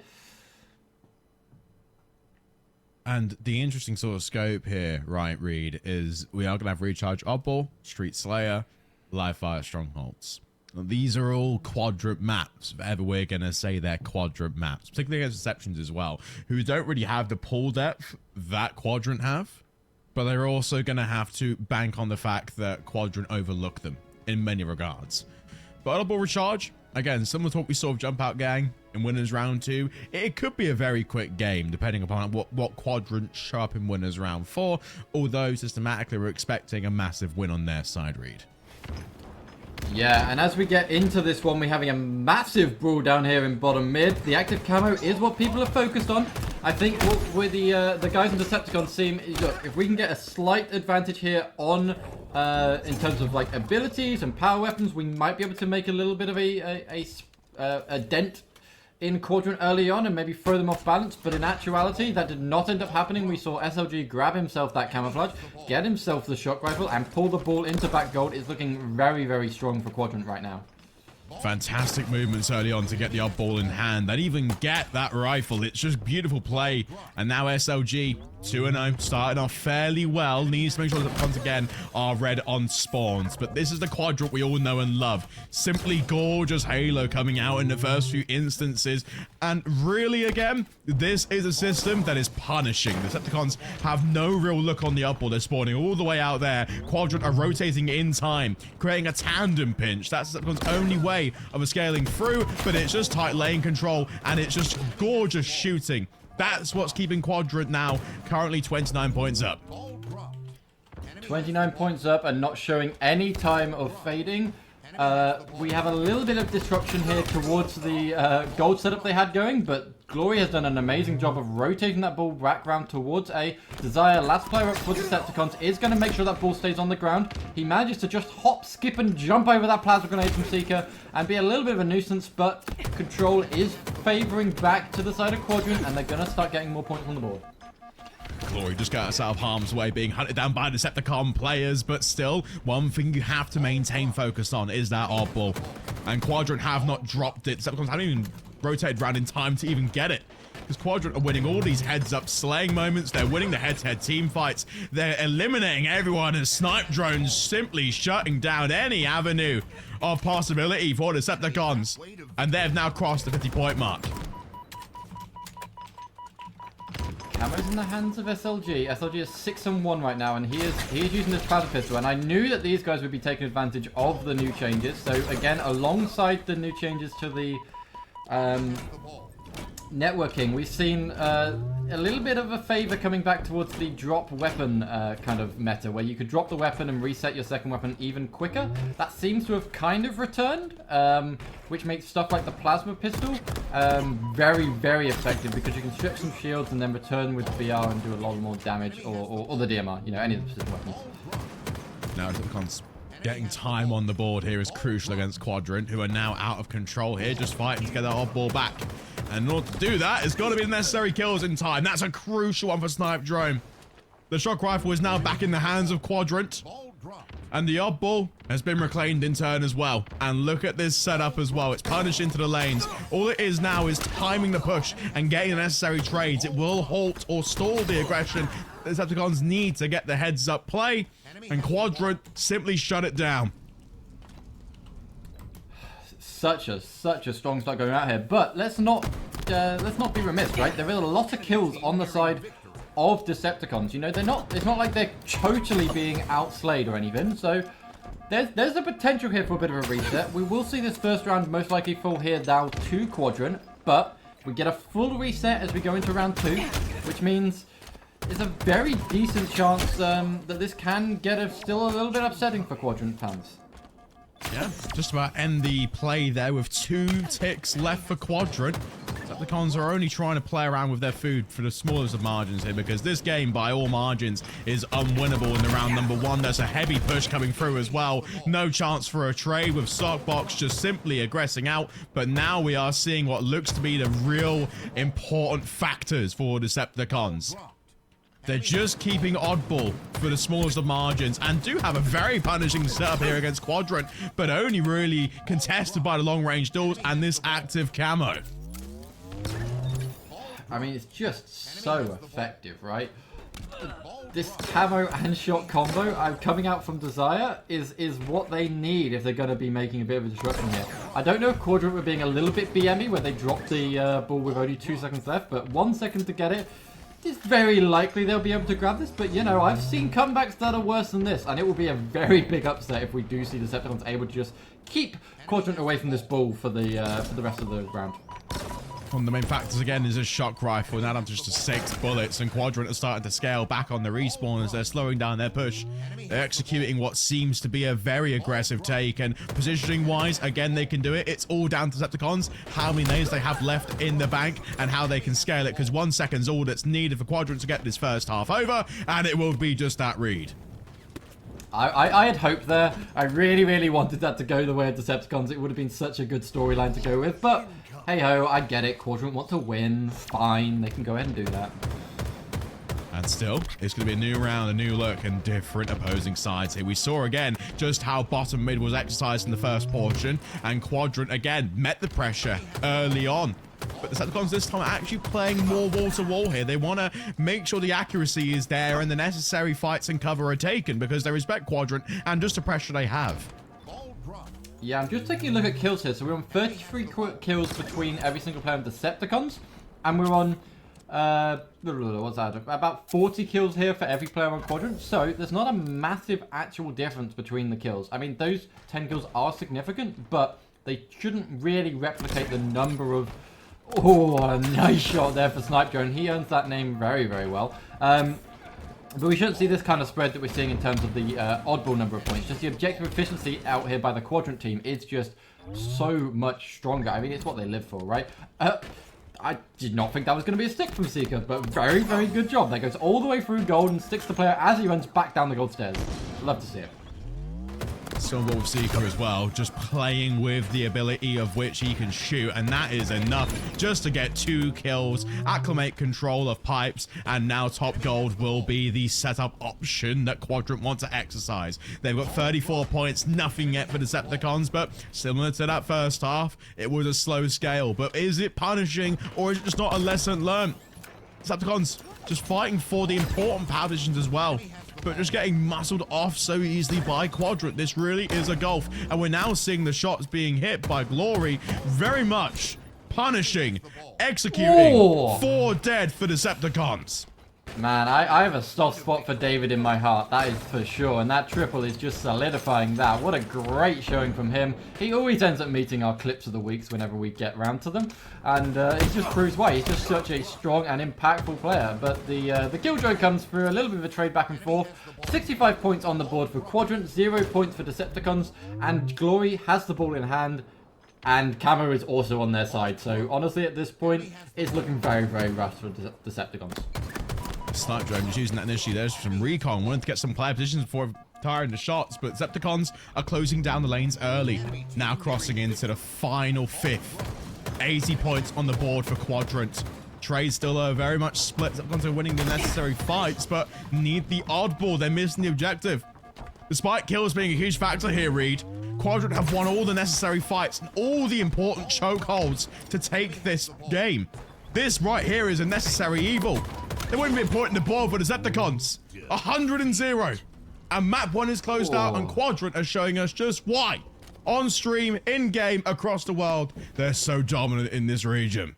Yeah, and I mean, there was a double kill that came out there for Decepticons right at the end, but the one player they didn't kill was Glory, and that was the one you had to drop as he managed to get ball time through there. So not only did Glory have the outstanding number of kills, triple kills, everything under the sun, he also was, I mean, how do I say this in a PC way? I don't want to say ball, bitch. But he got a lot of carry time coming out there and was very effective there as the objective player for the side of Quadrant.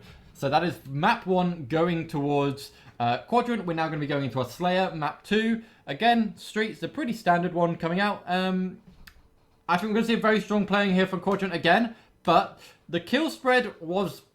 There was a kill spread, but, you know, it could have been a lot worse. So maybe Decepticons might have a chance to take a map here, which might, you know, give them a little bit of momentum going into map 3.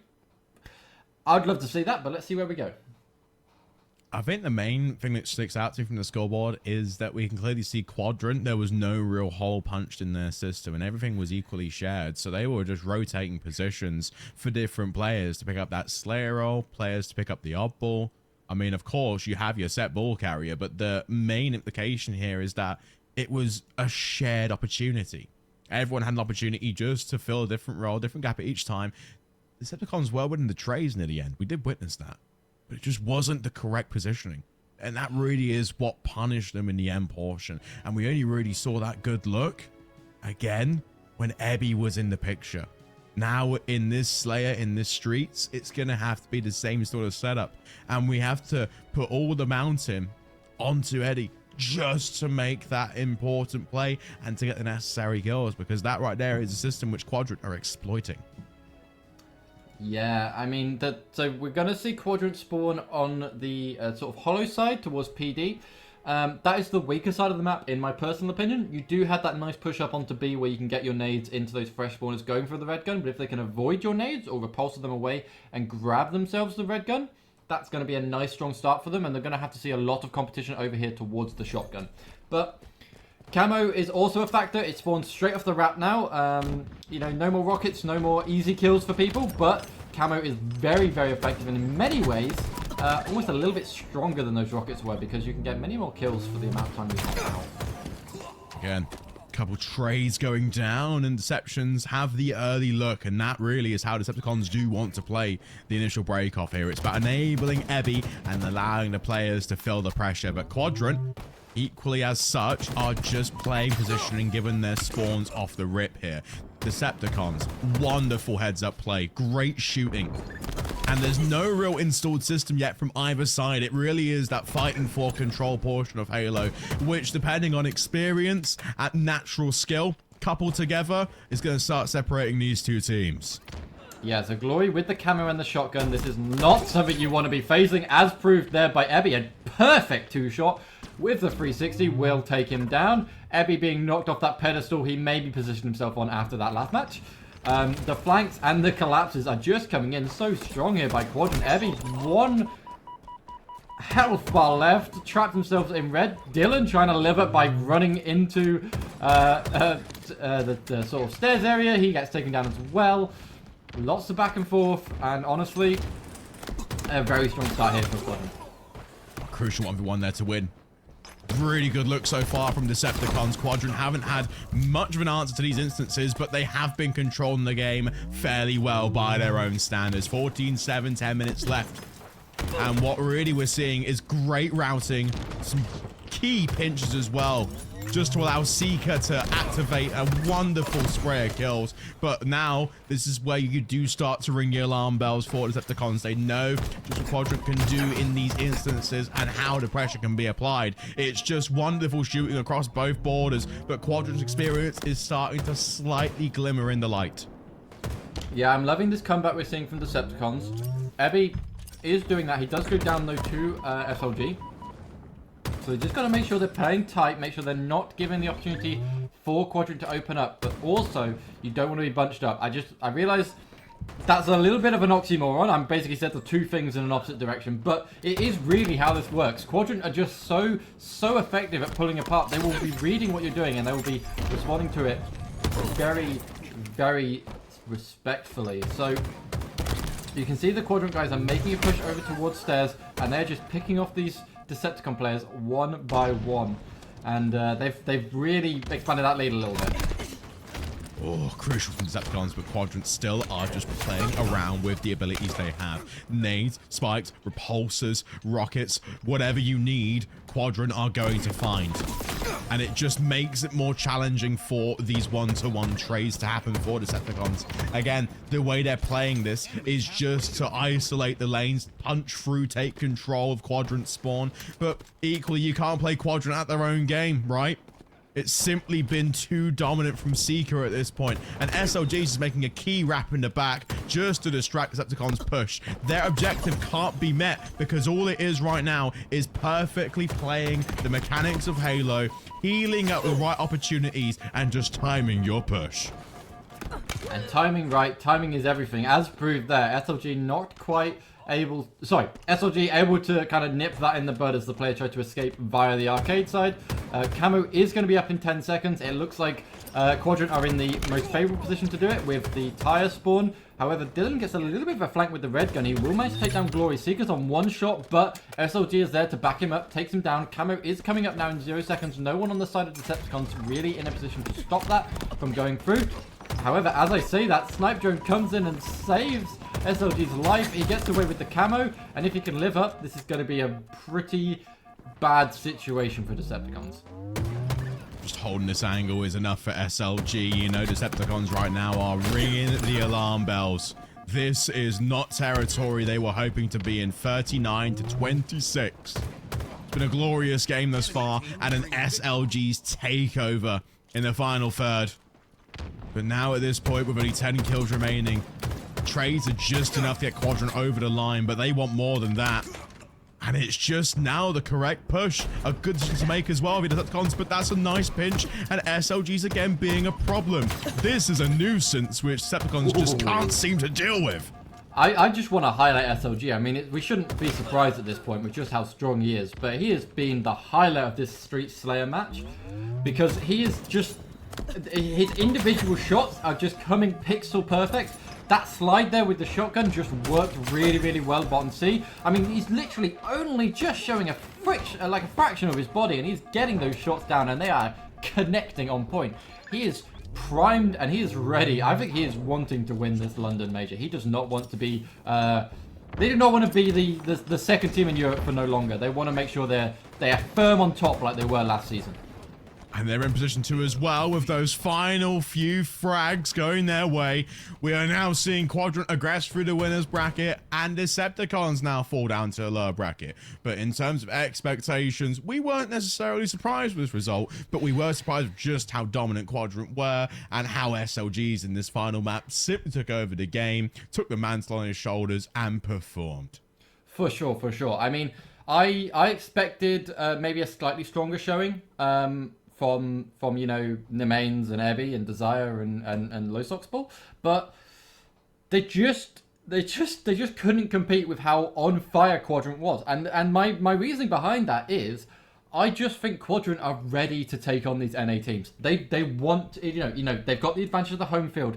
If a European team is going to win the major, and fair enough, legend European player won it last in Arlington, but if a full European team is going to win this major, they need to be on their top form, and SLG was on top form. He had a 60.3% accuracy, which, considering the amount of shots that these guys just randomly send across the map towards spawns and stuff, is really, really strong. I mean, you kind of see a bell curve with accuracy. The better teams tend to have lower accuracy just because they shoot more, and coming out 60 with a 60% whilst dealing so much damage. I mean, you know, 17 kills, 6 deaths, 9 assists.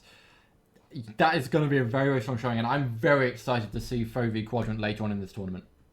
And again, they're going now through to bracket semi-finals. They're currently top 6. Again, of course, we know that the winner of this tournament will be getting a spot at the major in pool play. Of course, to face Optic, we, of course, as casters, have set out, you know, the expectation that Quadrant will be there, and it will be pretty much 2 of the top teams across both regions battling out in that set match, if we were to go there. But also, when we're highlighting particularly that series in a way, all the Quadrant players were stepping up at all the correct times. It was Snipe Drone in the first map, SLGs in the second, and this really was a new look Quadrant. There's been a lot of team changes going on in this roster for the last few months, but now we're starting to see again a difference from Arlington. We're not seeing that team that was just marinating at the start, getting top 8 over in America. We're now seeing what seems to be a very mature roster, and they seem to be finding their footing very well. Yeah, and let's not get this wrong. Decepticons did still perform very, very well for their standing, and I'm very interested to see like a Decepticons versus Jump Out Gang type game. Maybe we might see that as kind of these teams kind of shuffle through the lower bracket. But honestly, they should be very, very proud of how they performed, and I'm excited to see how they continue on in the season. So let's now lay the table, set our cutlery for this next matchup. Again, winners semis is upon us, Reed, and we're now whittling down the teams in the top portion to the most competitive in the region. And given what we've seen so far today with Jump Out Gang, and now Quadrant aggressing through, there's also FOE lurking around as well in the upper bracket. And again, they had arguably the harder upper bracket, given the standard of teams here in which they were playing, and the upsets caused, it's been quite spectacular. Yeah, I'm honestly, is it in a way the lower bracket is the more interesting bracket just because of how unknown it is, right? There's a lot more players coming in for Ready for London, I think, as we mentioned already. A lot of kind of old returning players from previous seasons just popping around saying hello, and I'm excited to see how those things progress. I mean, we kind of know that Quadrant and FOE are probably going to be the two players in the winners bracket, which is very much looking towards that way. So yeah, I'm just excited to see how this ends up, and I think we're going to bring you some more Quadrant action after this next break. So yeah, Connie, I don't know about you, but do you think that they're going to be able to perform just as strong as they were before? I think in terms of it all, momentum carries, and winners semis is a different beast. So it's going to have to be, you know, a new strategy, but the same formula. You know, keep it as it is. But after this break again, we'll see exactly what's going to happen. See you in a bit. Perfect. Eventually takes him down. 3 dead for Quadrant. SLG just trying for dear life to stay alive. Almost takes down Woodson, but Woodson stands his ground, or holds his ground rather. Camo is up. Who's going to contest it? I love this play from Mighty. He realises that it just needs to flank around because he hasn't got the numbers. And Woodson cleans up Seeker, trying to see if there's any more on the prowl as he does get behind. He's making some great reads here. He really is, and that's given FOE a nice bit of control and the camo in their pocket. Don't know who has camo on the map currently, as I don't think it was burnt. But FOE with control, triple capping in just a moment. They have to get rid of Snipe Drone in the tower. He's been such a nuisance here. Still alive, gets a pick onto Chick as well. So his information of where he is will be given out. Can he take Mighty's down as well? He can. He's still alive in this tower, eventually taken down by Mr. Jimbo with that camo. SLG hits the body shot as well with the sniper. The B hill will be flipped in favour of Quadrant, but a nice little run from FOE. They haven't given them a lead just yet.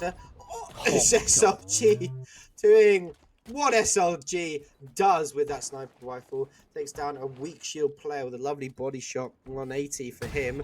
Does take down his former teammate Chick as he tries to slide through the pillar door. And now initiated wall of collapse will come onto B, but Snipe Drone falling early is going to give FOE the opportunity to cap that and gather some more points.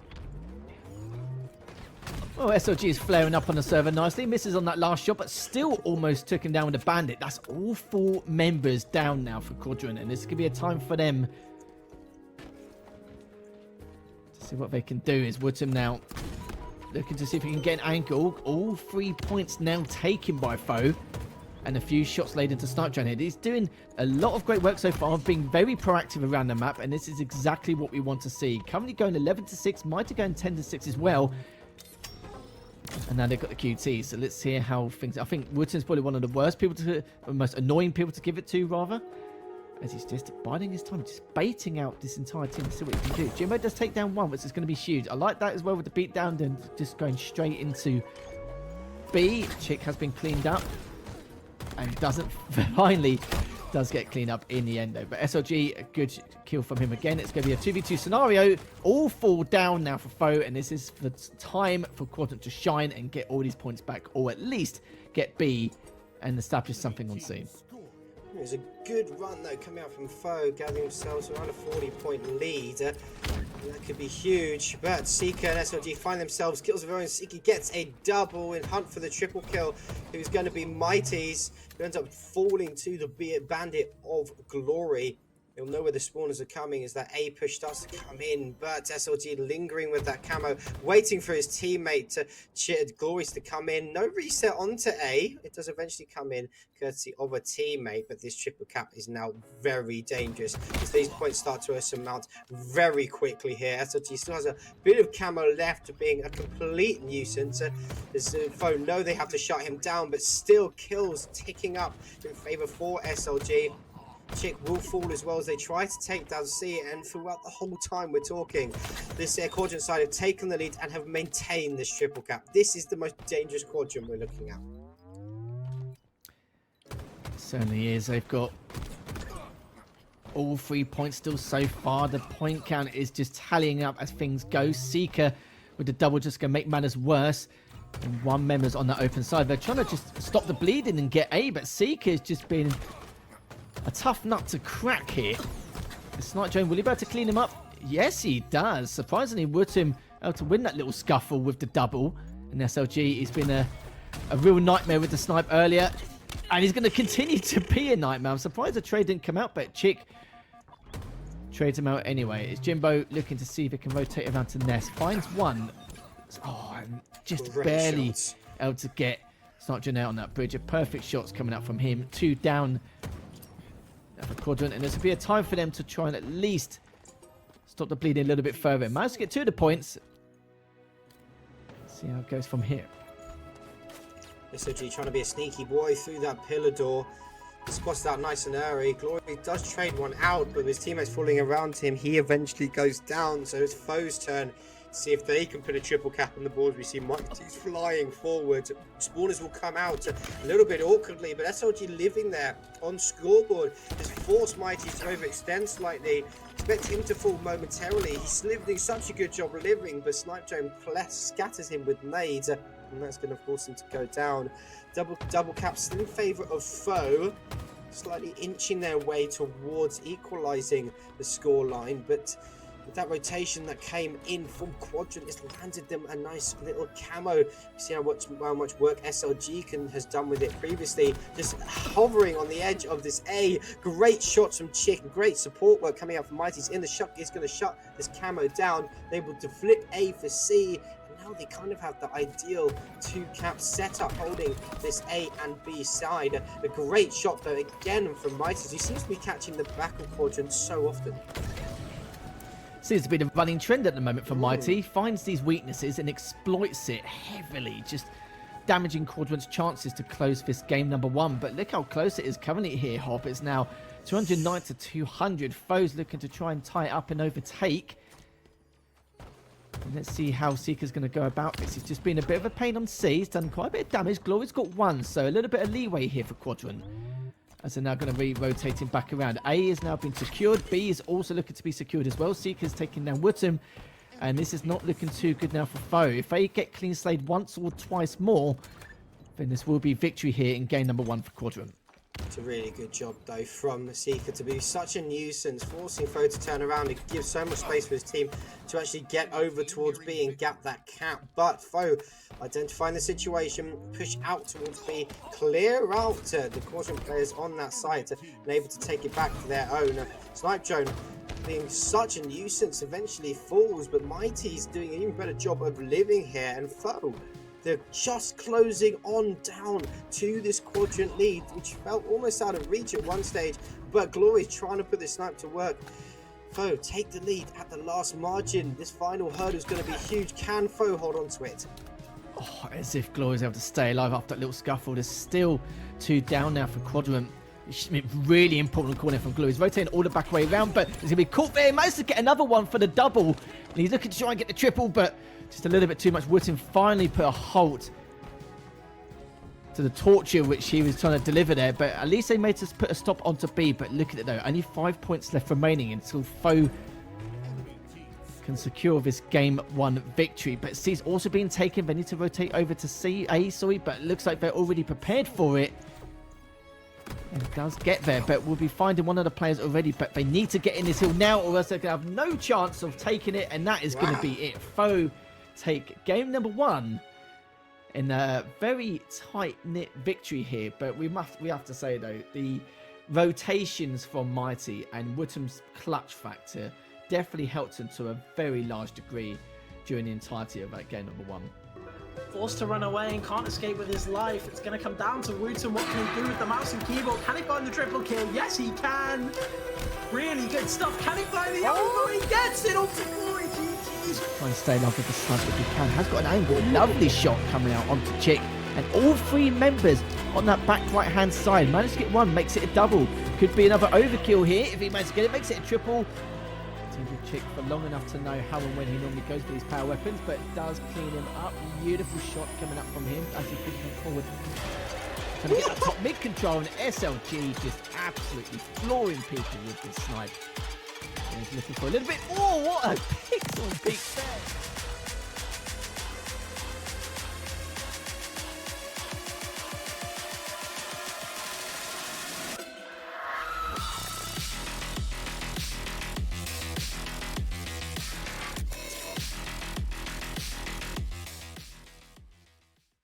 Hi, I'm Looney. So I've been streaming a lot of competitive 8s recently, and I get a decent amount of questions on either how to join these 8s lobbies or how to get in the competitive Halo scene. So this video is going to kind of sum up everything as much as possible, as well as how to get started in the community. Hello everybody and welcome back. We'll get this sorted straight away. So we're brought by Fazilla has come to join us. The man, the myth, the legend. Obviously, we've been kind of in touch for a little while. You've done some stuff over here. You helped us out with a little Griffball showcase we did. You helped us out doing a Spanish stream for our first EHL tournament that we did, and now you're back to come join us for HCS. Fresh out of doing some Arlington stuff, I remember. Are you excited for this one? Oh, I'm really excited. I can't wait to see what the European Halo scene has to offer, because honestly it's just FOE and Quadrant. But there's still a lot more to cover. We have a lot more teams that are basically fighting for their way to just start gaining some points to qualify for London, and to be able to be here at the start of this London qualifier is really means the world to me. So let's see. I really like to see how this goes and how these teams are able to fight head and toe to get themselves some nice points in order to qualify for London. Absolutely, Fazula. I mean, in terms of today, it's been nothing short of spectacular. I mean, watching Quadrant just now getting through to winners semis. We also had a chance to look at Jump Out Gang, who they're facing now in this matchup earlier on in winners round 2, although it was a 250 stronghold, and it was a relatively quick oddball. I mean, in terms of expectations, again, this is the 3rd best team in Europe versus the 2nd best team in Europe, and we have got quite an interesting scope in terms of their team, the players, the rosters. It's a lot on the line here. We know the winner of this tournament will qualify for pool play of the London Major, and we know exactly just how important it is for the top 3 rosters to get there. It feels like Jump Out Gang have been a gatekeeper in the EU region to Quadrant and to FOE, but this is their chance now truly to show some improvement and show some great Halo. Yeah, indeed, and it's worth again pointing out that this Jump Out Gang squad did manage to kind of bring themselves to Arlington. They were there in the open bracket. They didn't quite qualify through into pool play, but they did do a very good job. So I'm going to disappear now as I let you guys kind of have a bit of a chat here through the rosters, and then we'll have a look at some maps, I believe. Very so nice. Take it away, guys. I think in terms of it all, Fazilla, we've had quite an interesting look so far. I think Quadrant have made quite a lot of changes over the last few months. We've highlighted already in terms of how the new roster is sort of stuck together, but it is showing signs of maturity rather than being in a marination period where they are building up to things. It feels like now they're a lot more comfortable with each other, even with the changes being so short notice. It's almost like the system itself is quite intact. And that's the thing with Roster Mania. It's always a switch left and right. We're already seeing it in the NA region, but also the EU region has had a little bit of changes. Like you said, Quadrant basically giving a legend to a space station was quite a big move in the scene. I mean, it's the first time we already seen, well, not the first time actually, we see quite of a international move. But for Legend to move into space station just says that there's a lot of room for improvement, and of course a lot of room for international players to just shine out of their regions. Like we're seeing it with Legend going on to NA. We saw that with tapping buttons from Mexico going over to the NA region with the native white roster. We're seeing a lot of movement with this type of roster mania. So I mean, Legends and of course the Quadrant roster, like we are seeing it right here, is starting to go really strong as they're starting to pick up a momentum. And with the real SLG, SNL Pitro, how do you pronounce that? Hold on, sorry, It's That's okay. new. You've got plenty of time, and even I butcher the names myself sometimes. But with SLG, Sniper Drone, Seeker, and Glory, you have quite an established roster, you know. It's not truly completed yet. We feel like we need to see a few more matches and some other tournaments to scale them up truly to really evaluate their skill,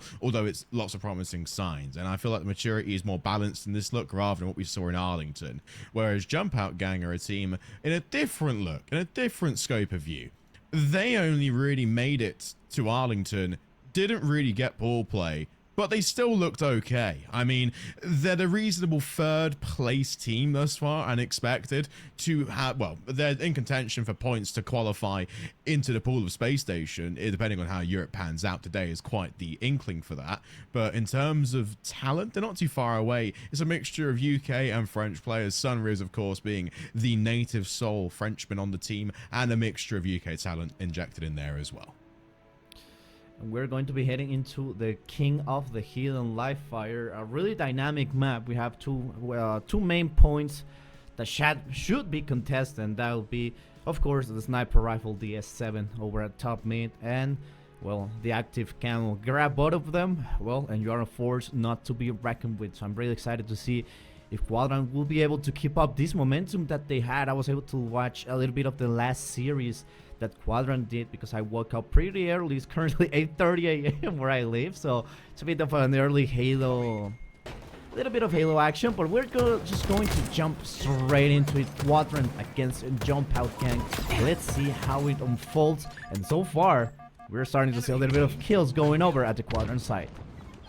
Breakfast and coffee this morning for you, Franzel, is going to be a bit halted in terms of just how impressive Quadrant are out the gate. Jump Out Gang are only really going to have to assess this match again by what we saw today in the brackets. Very impressive oddball, but in terms of strongholds, in terms of this map one, this is Quadrant's backyard. This is really going to be a tough test, a tall order to meet, and again, early map control is going to be the biggest factor. It will go the way of Quadrant. They had the necessary camos. They are playing well out of reach. They are, well, at least extending these gunfights to within an arm's length rather than taking it heads on. Sniper with the active camo is going to be a nuisance for the Jump Out Gang. We see that he's just waiting over at the garage and starting to give some shots, not letting Jump Out Gang approach at all. Ooh, nice shot. Not letting them approach the hill whatsoever. We already see the sniper being also a nuisance. And 3 down for Jump Out Gang. Quadrant claims the first hill. Impressive start so far. Kills to match as well. The slack battle as well on the east side of the map is going to be a big factor, but a necessary kill to find. Jump Out Gang opens up the front door, if you will, and now Mills, he can put himself in the shop window. This is really where Quadrant are now starting to fall lackluster to some nades, and now we're seeing the kill differential favor Jump Out Gang. But really, this foot race to New Hill is what Quadrant want. They're winning the heads-up plays, they're defending the time here, and they're making sure again that Jump Out Gang can't even get an inkling of position. Repulsor on the hands of Zabe. Let's see if he's able to at least get himself into a hill, but that's going to be a no. SLG on the case gets taken down quickly by Kimbo. Now, ooh, bye-bye. That's going to be a quick mind the gap, but it gets taken down. 3 down for Jump Out Gang, 2 down for Quadrant. But Snipe Drone is going to start claiming more time on the hill for Quadrant, but he gets surprised by Sunrays on the from the brute side, and now the hill belongs to Jump Out Gang. It's a good pinch there, and that initiated Jump Out Gang's reclaim of the hill. And it's a wonderful take to have as well to start things off here.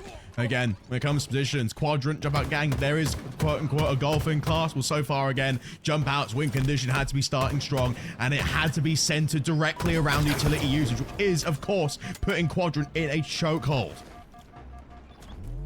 Zika starting to make his approach. The sniper is coming right up.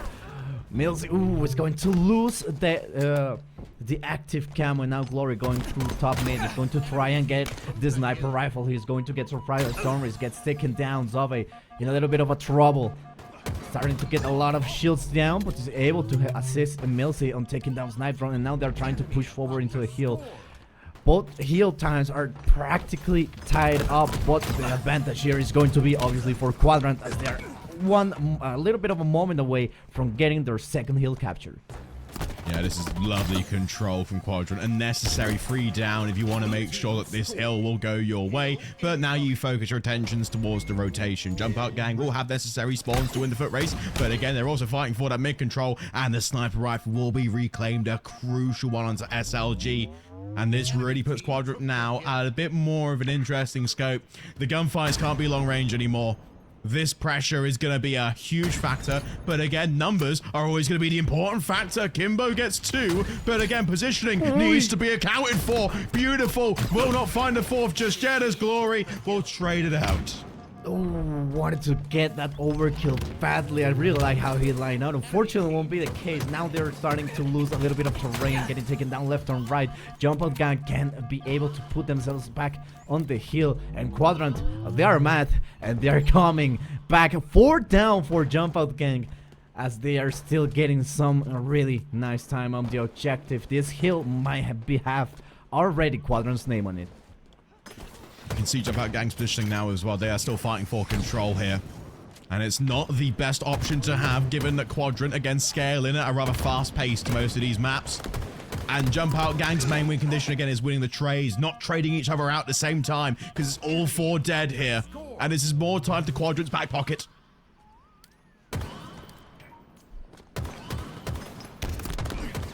Snipe drone.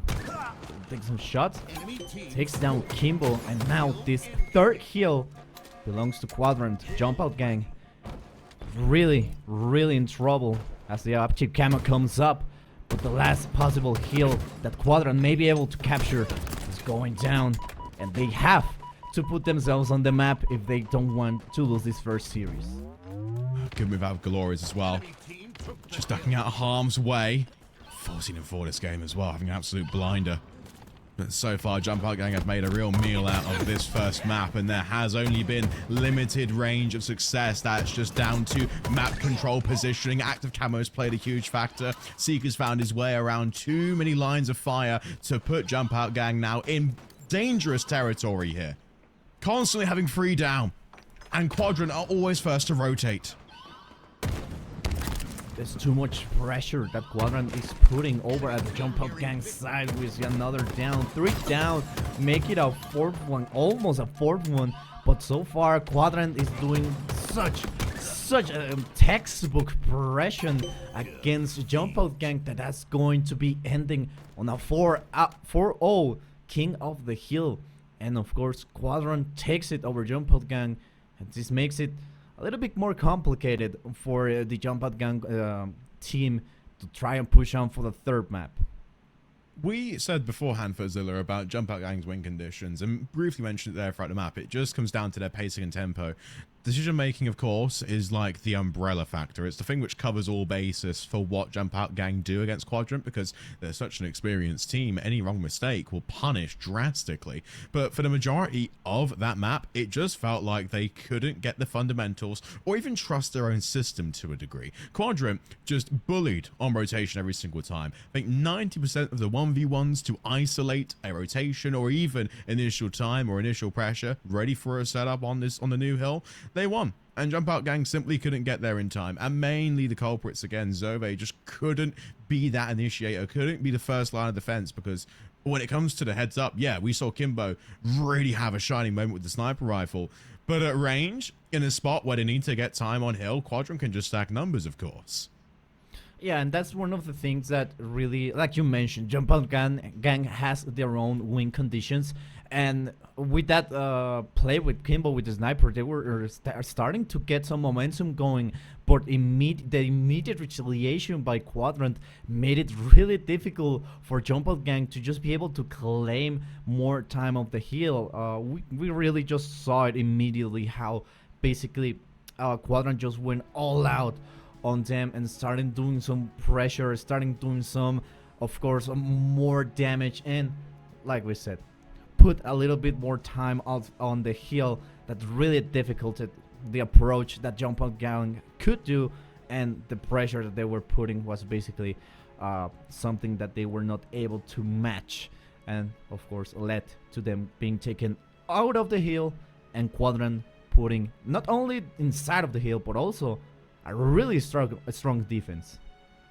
And a brand new look here on Slayer as well. Now this to me is going to be a Millsy and Kimbo map. I like those two players, particularly given their pacing and tempo. Above all else, so let's see if they make the right decisions off the break off. As Jump Out Gang already aggressing early, ping information and recon. This camo is going to be a huge factor, especially given what Quadrant were able to do on the last map. I think one of the players, I don't see, they have the shock rifle. I already hear some shots. We might start seeing some kills go down. But as a strong opening comes from Quadrant, we start seeing some great moves. Could be a double. It is a double snipe drone. Now, Glory with the both active camo and the shock rifle. We need to keep an eye on him because he is going to be quite the lead maker when it comes to slays. Yeah, big decision here as well. Do you just get recon or do you start taking fights? I feel like as well, Jump Out Gang are in a spot here where they can't risk it, because there's too much pressure on spawn, and we know Quadrant's pacing on these options, and the necessary trades are always going to be there. Snipe drone just being crucial up top, you know, getting those long range fights, not missing a single bullet, and even taking damage. Yes, we respect it, but listen, this play is a distraction to the larger scope of what Quadrant want to do. Look at the remaining players. That island player is only going to do so much, but it's down to the team now to progress the map and start scaling. 13-2, a very good look thus far for Quadrant. 10 kill lead, make it 9. Jump Out Gang, a little bit of a trouble. Quadrant with the shock rifle not able to do something. SLG gets really nice and gets pressure with those nades. Active camo is coming up. Whoever is able to get it, it depends. Jump Out Gang might be able to just bring it back, which is they are starting to do, but Quadrant might be able to just keep widening the gap. Snipe drone, ooh, able to mark the assist. Will be SLG, the one that gets it. He's going to find more enemies, but they are just falling down like flies. Jump Out Gang starting to have maybe not the aggressive strategy that they're putting. Maybe it's not working out. The active camo is up, and Zika will have it equipped. That's the third or second active camo now for Quadrant. Jump Out Gang have had no control of the mid-pressure. They're spawning up and sprinting into the external lanes and keeping themselves within an arm's reach of Quadrant, but that really is a mistake when you think about it, because Quadrant's sole strategy is paying off, and that's just getting recon. Look at the discipline here just to get 2 players identified and just stick behind enemy lines. You expect these to be 2 free kills, which they will be, as Seeker single-handedly just toying with his food, plying the trade and keeping the pressure applied. I've been keeping an eye on Quadrant ever since that play, well, ever since Arlington, because they really picked up my interest. I was always, I'm a big fan of all the teams, but now Quadrant, right after that lower game over at Arlington, they gained so much more. They gained one more fan, and that will be me, because right now, they're not just playing incredible, they're playing amazingly, they're playing clean. We see it on the kill feed, we're seeing on the scoreboard. Ever since Arlington, something clicked in this team that said, we need to get better, we need to get deadlier, and we need to get even better. And this is what they're showing us right now. Like, we bent this Glory with that nice shot, now trying to claim another life. It will be Millsy, running away, but still 3 down for Jump Out Gang. Quadrant has a lot of advantage. Said as well, with this roster change for Quadrant, what are they going to do about Legend? Well, thus far, bringing in Snipe Drone and Glory, it's just made it so clean. I mean, we actually talked about the maturity so often as to Quadrant having a new roster, but seasoned veterans mixed in there, and it just seems to be that the leadership is a key element thus far. Seek has been free to roam the map, only 11-4, and having such a huge impact, just creating these clusters of kills. This is creating awkward spots for Jump Out Gang. They weren't planning on being down 41-18. They weren't planning on having much of a despair in this map, but just simply put, it's been the Quadrant show. Really putting it strong. Snipe Drone able to take down Sunrise right there. Just waiting. Seeing Zabe over there. But at the same time, I mean, it has just become such a strong game for Quadrant. And overall a strong series.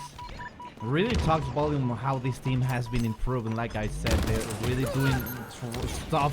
Oh, great stick right there by Sunrise, but unfortunately it won't be much. 3 kills left for Quadrant in order to take the series to a 2-0 scenario. Zorn is able to surprise Glory with that shot, and don't make it a double. Want to make it a triple? Okay, I see you, Service. I see you. Unfortunately, the shields will go down. The pressure won't be enough, and this game, with a 50-24 lead, belongs to Quadrant. Yeah, I don't think we were expecting that to be that big for Zella. We knew it was going to be a win, but that in itself is bullying across all fronts in my eyes. And I just have to respect the level of commitment that Quadrant had to their set play. And there wasn't really an opportunity to see Jump Out Gang expose any holes. They were just being spawn trapped, and they were losing active camo every single time in the mid presence. And what is so dangerous watching Seeker play is just his ability to lurk and not give away anything. Because yes, you're distracted the team, and you're also giving necessary recon to the spawns, the pressure read, and just what might hinder Quadrant's attack. Well, Seeker has been that lurker which has just simply come through and done his job.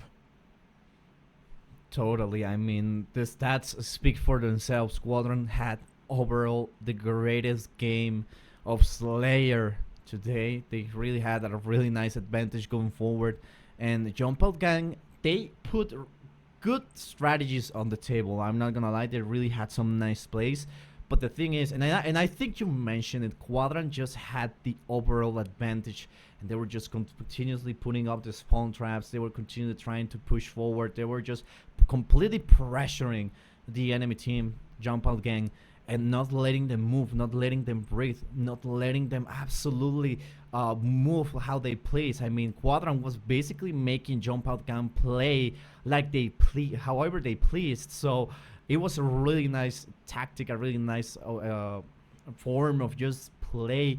And unfortunately, Jump Out Gang wasn't able to quite adapt to what Quadrant was throwing. And I really like this play by Kimbo. I mean, he just sent over flying Sika. So I mean, like I said, they had some really good stuff on the table, but unfortunately, not that much of a great execution. Ooh. And I think the sniping instance here as well just adds just the caliber we're dealing with here. You know, the extra sparkles in play, which make it just gorgeous Halo, right? I think that with Quadrant's set capabilities, they're looking forward to this foe matchup coming up next. We are now in the top 3 portion of Quadrant, and Jump Out Gang fighting down in top 6 still in the lower bracket, when we respect the game state and we respect the fact that Jump Out Gang were not going to have the easiest time. But it also set up earlier for what Reed mentioned. It was going to be the more interesting look of maybe in lower bracket how interesting it is with these brand new teams coming in for the tournament. We know it's a London qualifier, so there's going to be more UK teams just playing, trying to see, you know, where they place, if they can do it, because it's more exciting in that sense. But bringing us back into the fold, I mean, of course, the man that's joined me for 95% of today, Reed, I mean, watching that back in the box, how are you sort of looking at that overall matchup? Man, I was feeling it. I had my fingers crossed for Jump Out Gang. I thought they might be able to take a map off Quad. We've seen them do it in the past, and I was just hoping that's the way it would go. Sadly, it didn't quite fold out that way. There was quite a couple quick matches, but you know, we kind of expected Quadrant to take it, and they definitely proved their worth in that one. I think coming into London, you can definitely tell that Quadrant is very ready for it. I mean, I know you kind of saw them perform a little bit more in person than we did for Zilla actually at Arlington. Do you think Quadrant were stronger now than they were then, or do you think they're basically about the same? It's a really difficult situation because it was more than, well, Quadrant facing off against basically all these top nades, both in the NA and MX scene. So being now in the home turf, the thing changes up a little bit. But if I had to be honest, it's been quite a while since I saw them over at Arlington. So I would say confidently that they're obviously a lot more of improvement. I can see how the plays are just overall putting themselves over and putting the plays on the table, which is that count. And if there, I'm sure that if there was ever a mistake that they committed at Arlington that costed them a game or a series, it's already fixed or on its way to be fixed, and it's probably going to be ready over for the London Mayor. So if I had to choose, if I had to guess, I'd say that Quadrant is looking as strong as ever, and a lot of improvement has been done since we last saw them over at Arlington. Yeah, I think that's for a wonderful way to look at it, for sure. Like, if we're going to add layers to that as well, we have to set up the next match. I mean, of course, FOE have been in the other portion of the bracket, and they have also been long-standing, the tested rivals thus far to Quadrant. And if you're really going to analyze the more interesting scope of it, I mean, in terms of head-to-head, they're pretty much even. Although FOE are having more success and they are finding a lot more comfort against Quadrant, I think it's because of the roster changes, more or less being against the similar circles, you know, similar players which do know each other so long, so the counters are going to be more frequent. I'm more excited nonetheless to see whether Quadrant can qualify, because we know that FOE are already going to be in pool play because of their top 6 placement at Arlington. 100%. Well, let's get ready for this next matchup then. We will have FOE and Quadrant, and we will have a couple of interesting matches. I think these are the ones that people are waiting for, so get ready for it, and we'll be back in about 5 minutes or so. Thanks for joining us, guys.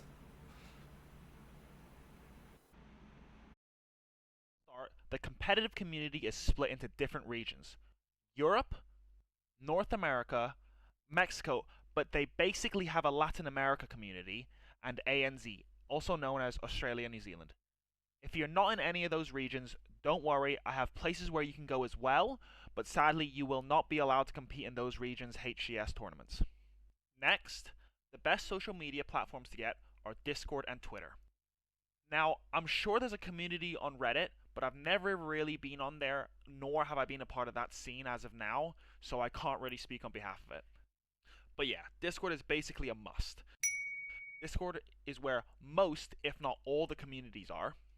I'd also recommend getting Twitter/X, whatever the hip kids call it nowadays, as well, because it can help you network and kind of hear about HCS news as soon as possible, as well as kind of keep up with the community with tournaments and all this kind of stuff. Now, with that being said, please be aware that a lot of these competitive Discords/8s lobbies are for fun, but they are competitive. So they do want communication, so plug in your mic, call out, you know, maybe get to know people in the community, make friends, you know, maybe off that you can form teams and sign up to these tournaments. You never know. All the Discords and Twitters I'm about to recommend are all going to be linked in the description. So the first region I'm going to talk about is mainly where I reside, and this is the EU community. And the Discords I definitely recommend to check out is the EU Sauna. So this Discord is where most of the EU community kind of chill, talk, find teams, as well as play 8s on a day-to-day basis. And if you're in Europe, this is definitely the place to be. Now, if you would like to play 8s, you will look at the left here. You see where it says Pro Queue, Tier 1, and Tier 2. Now, everyone who joins the Discord will start out in Tier 2, where you slowly work your way up to Tier 1, as well as Pro Queue, depending on how well you do in European Halo tournaments and your placings online. Now, to actually join the queue, you would click Pro Queue, or in your case Tier 1 or Tier 2. Click Join Queue. Now, once it's filled up with 8 people, that's when the queue pops and you can get the games going.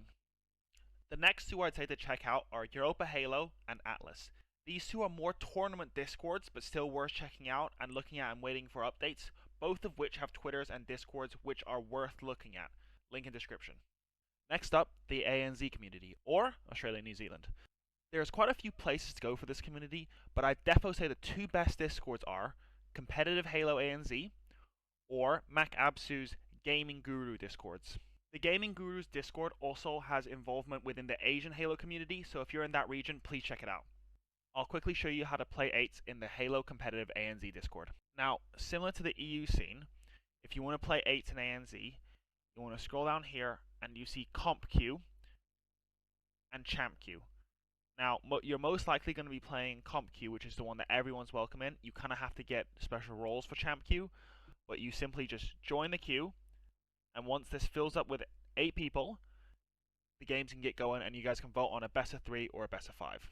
Now, what I'm about to speak on is probably the biggest community within Halo, which is the NA scene or North American scene.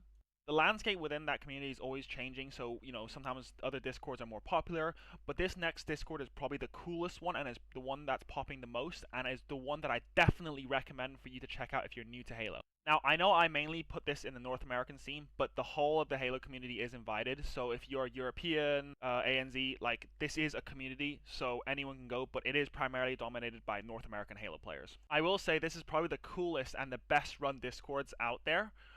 They include pro player lesson 8, their own ranking system, and trust me when I say this, please check it out. The Discord I'm of course talking about is the Clutch Academy. So just quickly before I show you how to join 8s, this is how the ranking system works. So simple enough, if you're bronze 1 to gold 3, that means you're corpse. If you're gold 4 to plat 6, that means you're a major. If you're within diamond, that means you're elite. If you're onyx 1500 to 1750, that means you're champ, and if you're above 1750, that means you're legendary. Now that we got the ranking system out the way, I'll quickly show you how to join 8s. Now this might seem overwhelming, but it's not. So you would just find wherever you slot in within the ranking system, you would scroll down until you find, so here it is, legendary, champ, and then you would see queue here. You would click queue here, and then you would see that there's people queuing up here, and then you would just simply click join queue. And as you can see, I'm already in the queue, and once this fills up with 8 people, then you can get the 8s going. Simple enough. Now, I'd quickly like to reiterate how cool this Discord is. They actually have pro players in there that teach you how to play the game. So they would go through weekly POVs and talk about situations and as well as movement. This is a... Welcome back, guys. We are here for what you are waiting for, what everybody wants to see. We have FOE versus Quad. Both of these teams will be wanting to win this series out. This is the series that really matters for them. This is one that they really care about.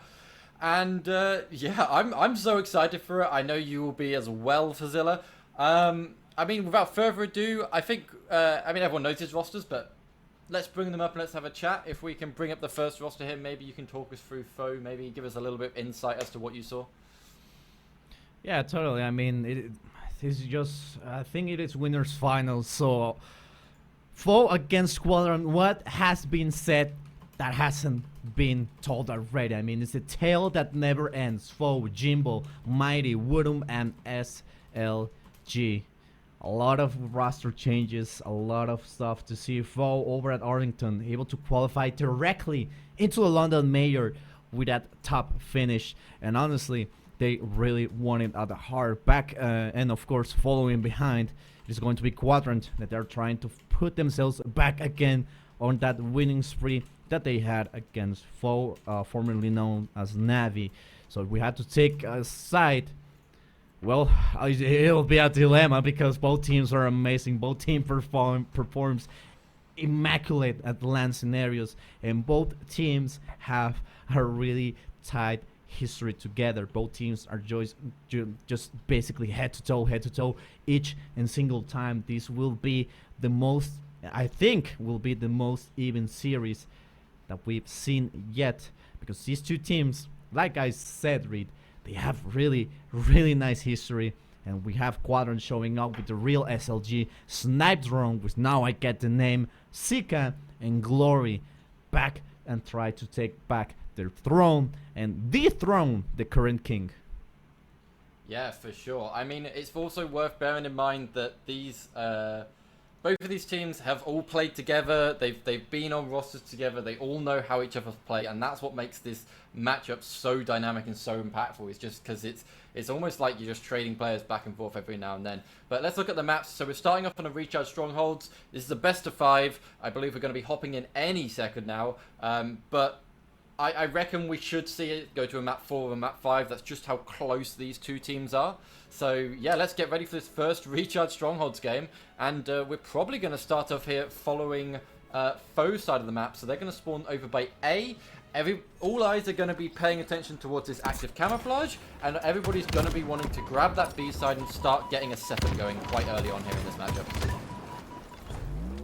The camo is up, and it will be Jimbo, the one that will protect his teammate, claim A and B for themselves. Well, B, so A has already claimed for them by default, but now with B, they're starting to put themselves in the map. A is going to quickly rotate over at Quadrant side, but Woodham, the guy, just the legend that we saw over at Arlington, back to put himself back on the map. Yeah, indeed. I mean, a pretty strong start here for FOE. They managed to grab themselves the B side. However, Quadrant have reversed that. They have a nice positioning over here by Seaside. However, it looks like we're going to have Liam come along, put a little end to that. Mighties will win the spread, make sure that C is continued to be held by foe, and they're going to keep getting points on the board and start making a little bit of a lead here. But still able to hold and put themselves on the scoreboard. A and C are going to be light blue. And putting a little bit difficult situation Quadrant as they starting to try and push to be able to claim at least one side. That's going to be a 2v1 Glory. Able to get some shots going, but that nade from Chick is going to do huge damage. We see 3 down for Quadrant. Foe looking as strong as ever, making sure every single move count, every single jump, shot, bullet, anything count. Triple cap over by Foe, and this is going to be difficult for Quadrant. Difficult indeed. So I'm liking that positioning by Seeker. The low down position actually worked quite well from him, but the range of shots coming across the board will make sure that he does not escape out of a mini pit alive. B nearly gets converted over towards the Quadrant side, just a little more touch, but it does get reset by Foe. So Foe are now on the triple cap. They are hitting 100 points here. If you're a Quadrant fan, this is the point in which you start getting a little bit worried. It is a little bit, it is a worry, time to worry indeed for the Quadrant Nation, as they're starting to take a big disadvantage into their own hands. Mighties with the camo, and this is something I wanted to talk the moment Mighties took it. And it's basically like Quadrant hasn't been able to quite touch the camo, and oh, the aim that Mighty is bringing over at the table. 3 down for Quadrant, making it unable to basically try and switch up one of the objective. 2 points for Quadrant only, and they're starting to fall behind really fast. Foe has the ability to basically control how Quadrant moves, how Quadrant basically is able to walk around the map, and it seems that they're just over and over pressuring Quadrant, and Foe. It's just like it was a walk in the park, but now we start seeing some life over at Quadrant side. BNC has turned red, putting Quadrant on the scoreboard. Yeah, a nice little comeback there. So they're starting to gain a few points. They have control of B and C. A is secured by Liam. Liam is the last player up the 4 Foe, and he is now gonna be faced by the full brunt of that Quadrant squad. But now Quadrant are 3 down themselves. C is being converted over to Foe. If Wooten can hold this A side of the map, keep the players on Quadrant stuck in back blue, that will mean that Quadrant have a pretty strong hold onto the B side. However, you need to hold multiple hills for Zillow if you want to get points on the board. However, again, we have actually seen a push through come through onto the A side. Wooten wasn't able to hold that full side, so Snipe Drone is able to grab A. We now have A and B was held for a little bit by Quadrant, but Foe reversed that round to have B, and they are still getting points on the board. It's still looking very scary for them. Shock rifle in the hands of Jimbo. This could be really dangerous. I was able to get a glimpse of what they were doing over at Arlington, and let me tell you, Foe is also a force not to be reckoned with. Mighties with the active camo yet again, able to use the BR. May they rest in peace as a startup weapon to get a kill on SLG. Double plasma, they not able to do damage, but able to move and disrupt the formation that Quadrant has been taken. Oh, that's going to be a great kill by Mighties. Now jumping, returning, trying to make sure he puts to good use that camo that has now vanished. Snydron over at A, trying to claim it for himself. That's going to be an ANC capture for Quadrant, but at the same time, C is starting to rotate, going to be denied. Snydron pushing forward, but at the same time, Foe, or rather, no, yeah, Foe, it's also trying to push forward and deny the capture. Chick gets taken down. Good kill by Snydron. And now the smoke screen is for the team of Quadrant. Yeah, nice little triple cap there for Quadrant. They are now on the back foot still by quite a significant margin, but these teams are capable of maintaining these leads and getting these lockdowns. So I would not count Quadrant out just too soon. Kills definitely still favoring the Foe squad. However, as we see SLG try to grab himself the shock rifle, he is getting just you know, looked at from across the entire map, doesn't get away with it. with his life, but T-Chick is able to grab himself the shock rifle, will grab himself the back gold position. If he can manage to take down Snipe Drone here, which he won't, he'll go for the trade. He cannot, therefore, sit in back gold and hold on to B, but Jimbo in top of the gold stairs is able to really put on that pressure and maintain that stronghold. SLG needs to be able to get into top A with his life. Isn't quite able to do that, so the double hold is now secure for foe. They are only 30 points away from taking this first map, and it is looking, yeah, it's looking very, very strong from them. It has become a race against time. A squadron not able to get that full minute on the objectives. 2:35 and still counting. But there's one thing that I learned from Arlington, especially, and shoutouts to Proton Gaming, and it's that everything can change. If they're able to beat Sentinels in their own map type over at Solid today, Quadrant might be able to just beat foe over. A and C turning red, and this could be basically a recipe for success, but it all depends on how they're able to handle how foe is going to take over the aggressive side now. Triple capture for Quadrant, as we're starting to see some numbers coming up. Yeah, very, very strong numbers indeed. We are just a couple seconds away here from the end of this series, but the triple cap from Quadrant is making sure that this is being dragged out a little bit longer. If they can get a few nice, fresh kind of respawn wave kills onto the side of foe, it can definitely have that gap made up. But as I am talking, we have a triple cap almost generated here by foe, but with the double cap, they are getting more points on the board. Couple more points here for Zilla, but C is being contested by Snipe Drone. However, Jimbo is the man of the hour. He has the position back C. He prevents that C from being converted. 250 to 112. Foe managed to grab themselves that first map. However, I wouldn't just hold on just too soon. Wouldn't count out Quadrant just yet, because maps and modes are so important between these two teams. That's how tight they are. So as we move into this next map, which is going to be a Slayer on Streets, we could see the opposite of this be turned around. If we see Seeker performing just as strong as he was a couple series ago, it's going to be a very scary time here for the guys in blue. Totally agreeing with you on that one. And the thing is, what Quadrant basically couldn't handle against foe was just the aggressiveness that they were coming on with the objectives. Like when foe lost 2 objectives, they were just almost instantly able to claim them back, and Quadrant was just like being thrown out of the objective, being thrown, not able to basically defend.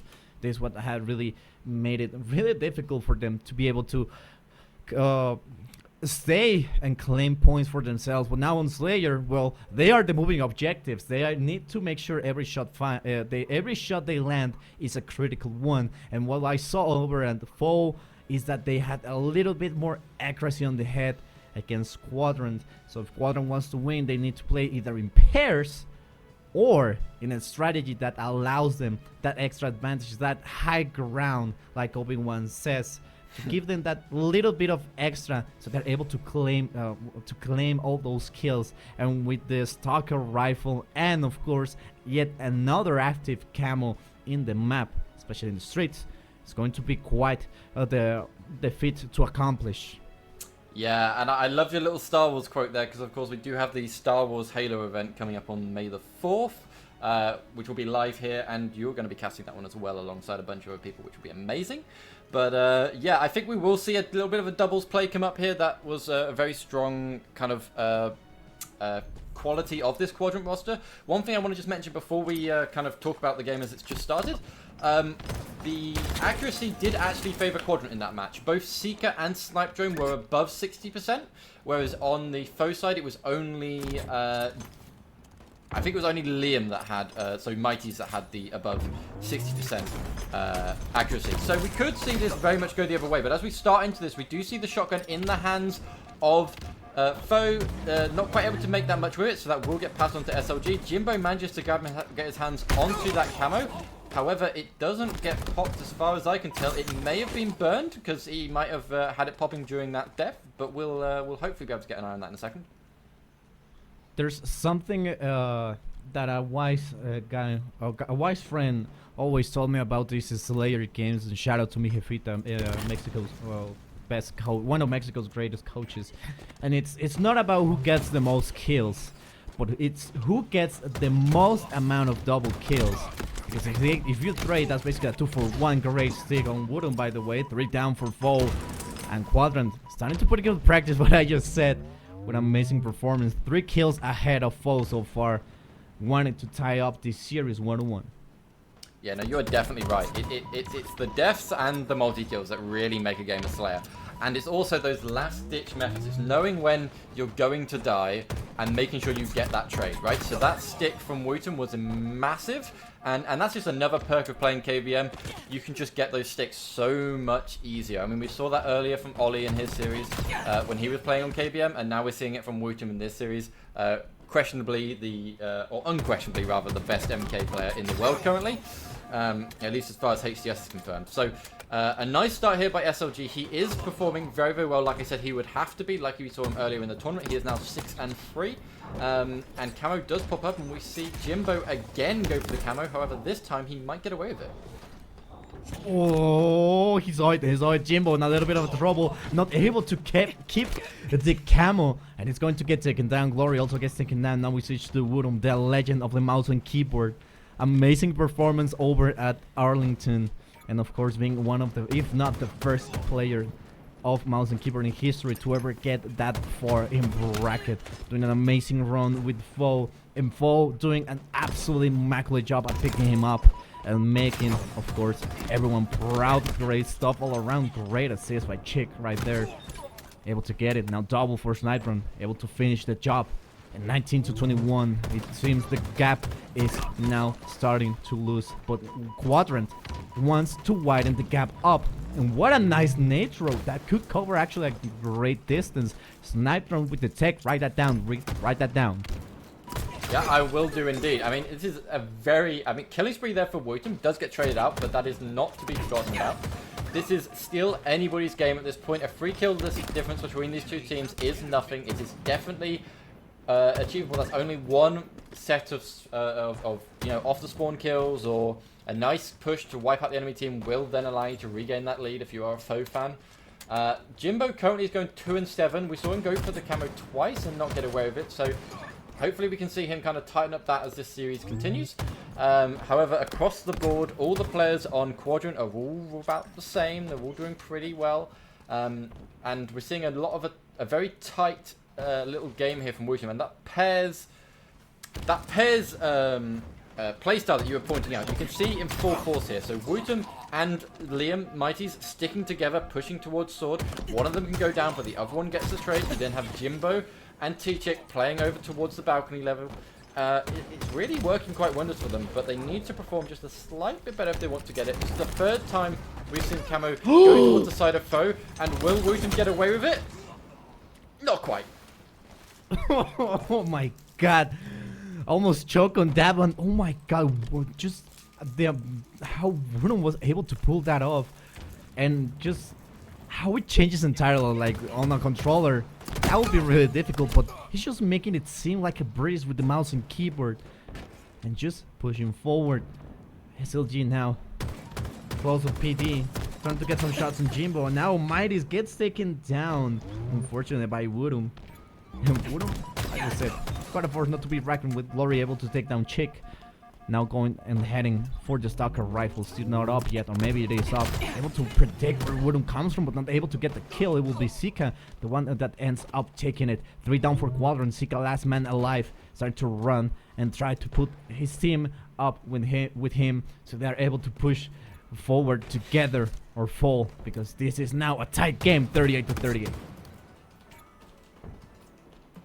Indeed it is. Good living there by Sika, able to just knows when he's out for the count and needs to move back to his team, get those spawns up and get into a decent position. But we are still 38-38, and this game has slowed straight down, as we always do see with these two teams. When this player starts getting towards that killing 50-point mark that they need to achieve, it just slows down. And as we see Quadrant set themselves up in the seaside, Liam is able to live up at bottom stairs. Great job by him.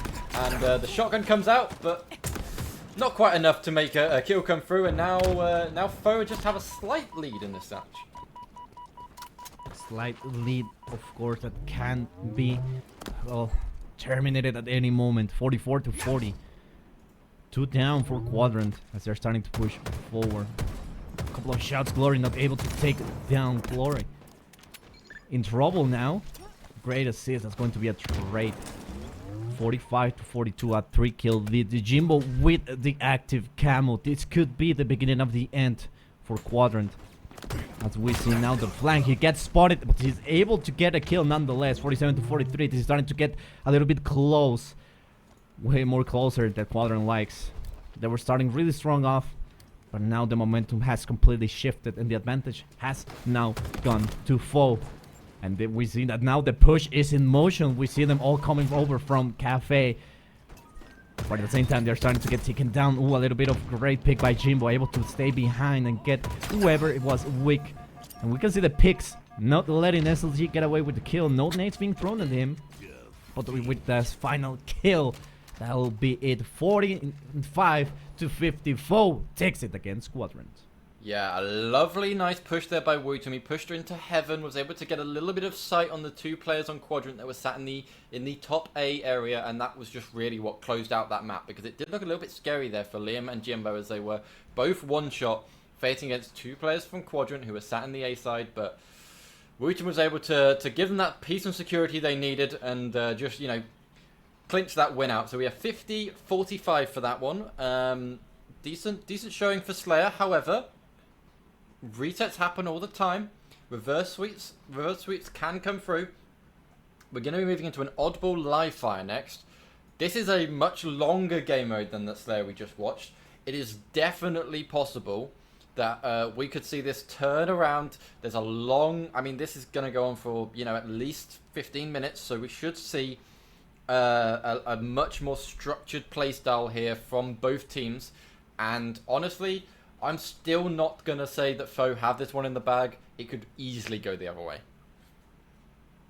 Absolutely. I mean, it is an objective-based game. And the thing is, when you actually get the oddball, you're in a, you can call it a slight disadvantage. As, well, it comes from a 4v4 to a 3v4. But it turns again into a 4v4 if you're able to just basically get in enough range and able to use that oddball to get some damage done. But it's really hard to predict. I mean, so far FOE has been having quite a nice run against Quadrant here in these last 2 games. So now they might be able to just take this 3rd one and put themselves into a grand finals. But of course Quadrant still has a lot of great plays down their sleeves. And with the S7 sniper up, we'll see who will be able to claim it, and it will be Jimbo. Last man remaining standing for FOE, must take that into account as he starts to get some shots done. Unfortunately, gets taken down. The sniper is up for grabs. Yeah, a decent start there for Quadrant. The sniper did go into the hands of FOE, but they were able to shut that down really quickly. We now have Camo coming up. It should go into the hands of Glory, but Liam is ready to prevent that. If Sniper can win this piv against Liam, he will do. Drop down he goes. Camo also, a nice 360 spread by Sniper in there. He's also got the Sniper and the Camo with the ball in the hands of his teammate SLG. If he can get a good position here, he predicted the spawn there by Tjik. Tjik actually holding back. Worked quite well. We should see a decent chunk of time here go for Quadrant, and if you are a Quadrant fan and you want them to stay in this series, they are having a pretty decent start with it. Watch this. Aha, Sniper on, I see you, te veo. Watch this. Ooh, I really wanted how they was going, but quick reaction by Woodham, able to take him down. Not gonna claim the sniper rifle, but going to claim that life for himself. 2 down. His FOE starting to push forward yet again. Putting themselves now on the map yet again and on the scoreboard, putting some points up. Great trade right there. Sika in a little bit of trouble. No shields going up on top mid. Now waiting for the shields to recharge. Now SLG running into Jimbo there over at the tunnel section.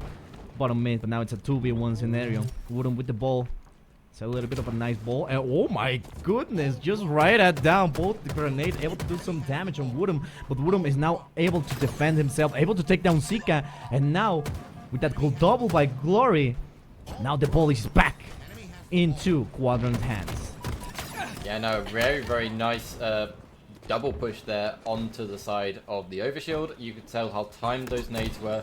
That's just what really sets these guys above every single other team. They put in the hours, they put in the practice, they get paid to do so, and they are just a little bit more tuned up than the rest of them, right? And it is what makes this such an exciting series to watch. You saw the garage side setup was held at first by by Quadrant, then switched over to FOE. Both of them managed to get around 35-ish points. Then we've had another set of slaves. It turned out that FOE came on top of that one. Now Liam also has the camo on side, which is a significant advantage, and we should see them get quite a few more points on the board. Quadrant really need to work out how they're going to separate themselves, how they're going to push through here. A little bit of an overextension by the FOE squad will give a chance for Quadrant to push in and stop the ball time coming through. However, a great job by Wootum and Jimbo working together. I mean, we've seen that duo play a lot of matchmaking recently, making sure that they do work together very, very well, and are able to hold on to that time. And Wootum, he's just chilling in window right now. Might is running away. Might run into glory over, but starting to get some shots placed on him. Jimbo on the backside, on the tower, just waiting for the preferred opportunity to strike. The ball has been dropped. Mighty's knows it. Mighty's knows it. Mighty's little savvy with that amazing snipe. Now pushing forward, trying to get that quick scope. Going to quite able to make it. SLG now there too, able to switch it up a little bit. That's going to be a trade. Able to try and get the kills going. Woodham also with a kill of his own. Now moving around. Look at this movement from this kid with the mouse and keep unfortunately gets taken down, not being able to see more amazing gameplay. Jimbo now flying over, trying to get some stuff done. Mighty's are getting taken down, and now this has become a full-out warfare here over at that A side close to garage and that big door, because they don't really want to swing. No invent. What a great shot. SLG able to take down that kill amazingly with a quick reaction. I think it wasn't aiming for him, but it still got it nonetheless. Massive respect. Great shot by Mighty's, able to get that shields down on that player, but still Quadrant is starting really to put themselves really, really dangerously close to the objective of getting this first round under their banner. Indeed they are, but we are 71-77, a nice little comeback spree there for Quadrant.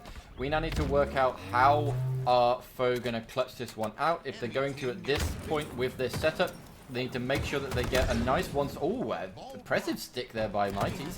Does manage to take down SLG. Gonna win the throw against Glory, not quite. Jimbo is up, but the nade comes through. A good nade there by Sniper. Sorry, not Glory, Sniper.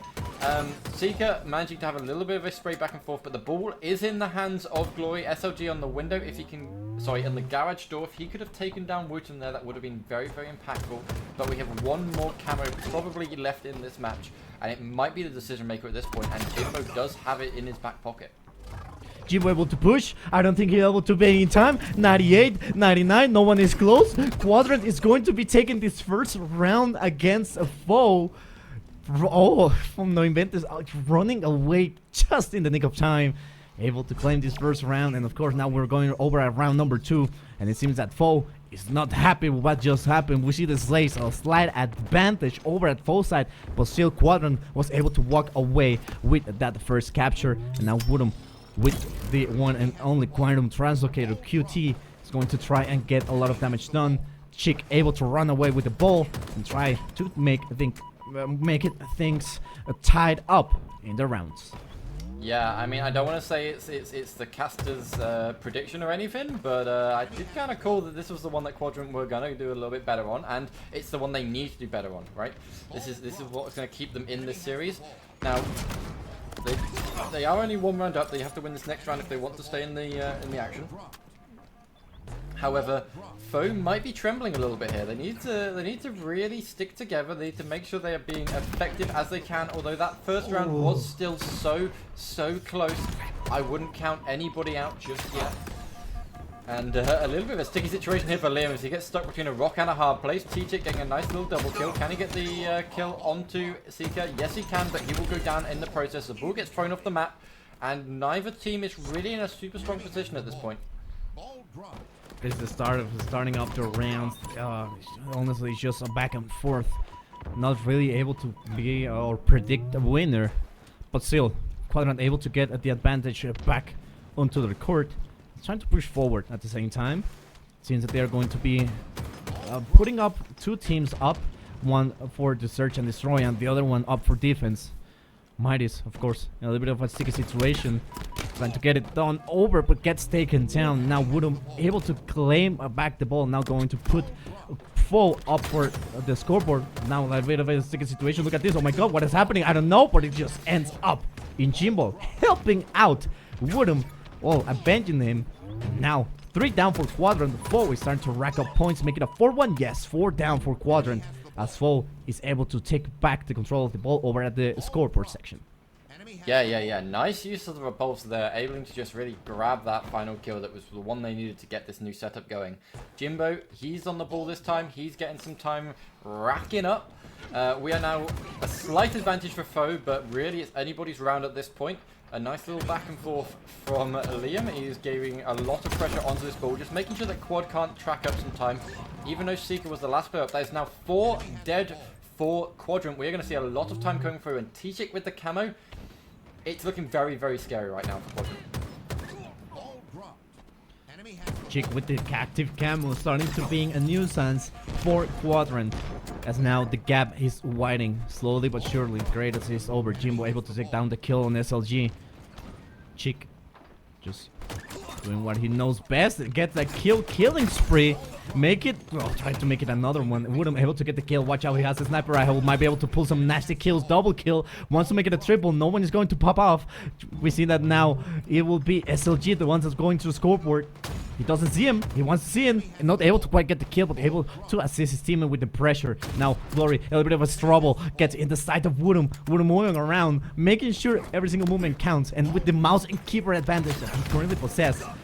Woo, what an amazing player he is. Chick able to get down that kill on Snipe Room. Able to keep rather the ball for themselves. Now it's a 1, make it a double, runs up ammunition, but who wins what? Guess who? Woodham is on the case. Now make it a double, yes, but unfortunately gets taken down. Sniper yet again up for grabs. Chick a little bit of a trouble, able to get the nade, not able to get the kill, and now Quadrant has control of the ball. Yeah, Quadrant with control of the ball, but kills still favoring towards the foe side. However, this is oddball, kills don't really matter. Liam and Jimbo looked like they were going to do a duo push, but Jimbo pulled back. Liam is now isolated by himself. He will go down. Jimbo comes to the rescue. A little bit too late. Gets onto the double kill. Onto the 2v1 with Glory and Seeker. He will end up getting dropped, but a nice push by Woodham and T-Chick will make that ball stay on the ground for a little bit longer. Glory goes down. The ball is now resting itself over by scoreboard. FOE getting more and more time, and it looks like we may see them favor a little bit of a rotation here, but with spawns on B side going towards Quadrant, they're deciding to keep it in the window, which is probably the best place to do it in this situation. So far, FOE is still able to get control of the situation, and now the lead is extending by over 30 to 40 points. Great kill by Woodham, killing spree yet again. I haven't seen Woodham drop a single spree, well, a lot. I've seen see him drop a lot of sprees over at this game. Active camo coming right up. Whoever grabs it might be able to turn the tide of the battle. Glory in trouble. Woodham able to take him down. This guy is insane. Wants to go for the double. Unfortunately, won't be the case. Mighty's will be the one that will be assisting him. Has the quantum translocator on his back. And of course, utilizing it. What a surprise attack. Glory gets taken down and go absolutely surprised. 3 down for Quadrant. As FOE is starting to push forward, 72 to 49, 2 minutes remain, and so far FOE is starting to put up the work. Active camo hasn't been picked up yet.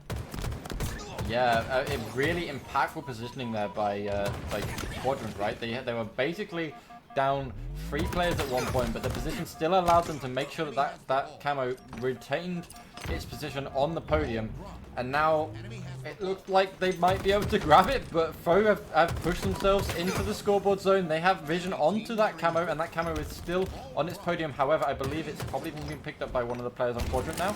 Jimbo with the ball is going to position himself back green though, ready to play it if it needs be. Actually, Glory might catch him out here. I don't think Jimbo was expecting the push from Garage. The ball does not get played. It gets dropped onto the B side. Nice snipe comes through. Oh, the headshot tries to connect with Mighty's, doesn't quite make it though. And we do have such a scrappy game from teams that normally look so structured. I mean, we have 6 points away from Foe grabbing this round 2, taking us to a round 3 oddball. And it looks like that might be the way we go, as it is just clutched out there at the end by Foe, and we are now going to round 3 for Zilla. Expected. Foe was having such a great game this second round, but now the third one, this is the one that counts. The first 2 ones were for warm-up and for getting the strategies down. Now this is all or nothing, especially for Quadrant. They can't let themselves go down in a 3-2-0 fashion over at the lower bracket. They need to keep fighting for it. 12 seconds on the drafted camera comes up. Woodham putting such pressure with those shots. Sniper able to take down Jimbo, now pushing forward over that window zone. 4 seconds until the active camo comes up.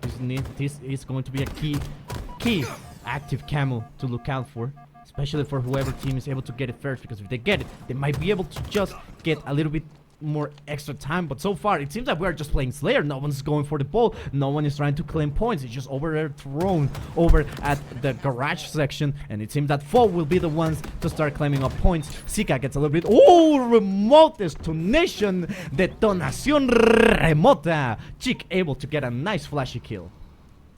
I love it when you just scream Spanish in my ears and I just go, yep, that probably means something good.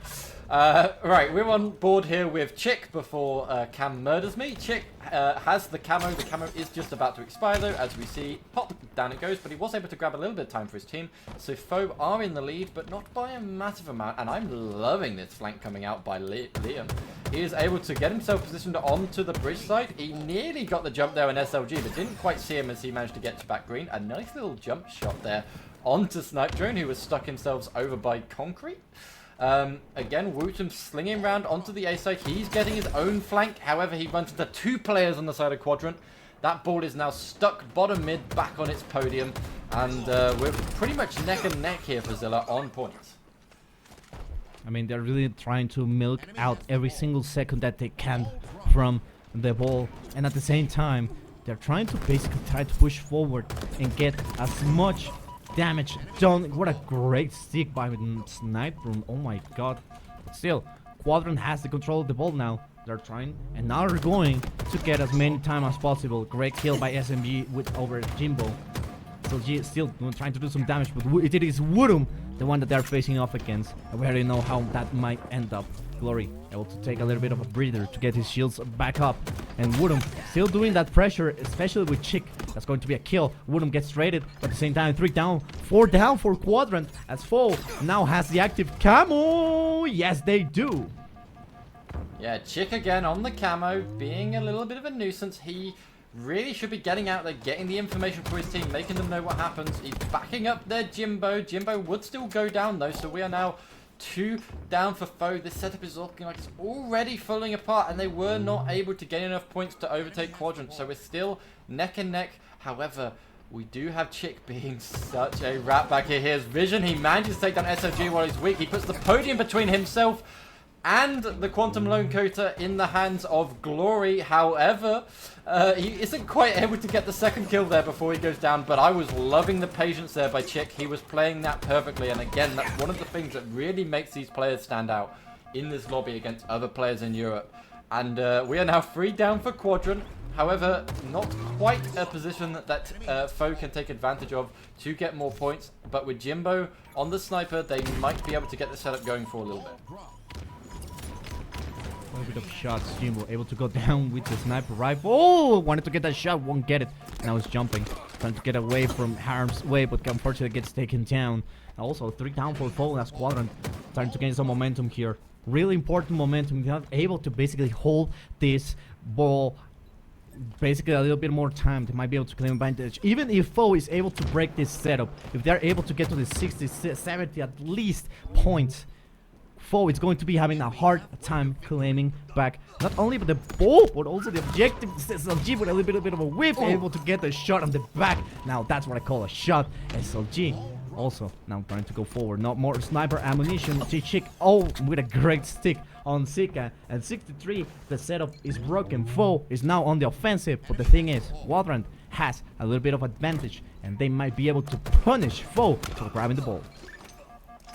Yeah, he will. And FOE, although they've got the ball, there were 3 down there for Quadrant. And Jimbo is hot on the tails of Glory then. And Glory will end up dropping himself in the key door area. But SLG and Sniper making a nice good push here over towards scoreboard. Penciled in Chick here, who is on the ball. So the ball is now in their favor. And we might see them continue their lead here. But it's worth saying, both these teams are neck and neck, but there's still 2.5 minutes left on the clock. It's unlikely we're going to get ourselves into a situation where we're just waiting for the timer to run out. And with Camo in the hands of Chick again for a 3rd time this map, this round, we might see Quadrant be able to maintain the momentum.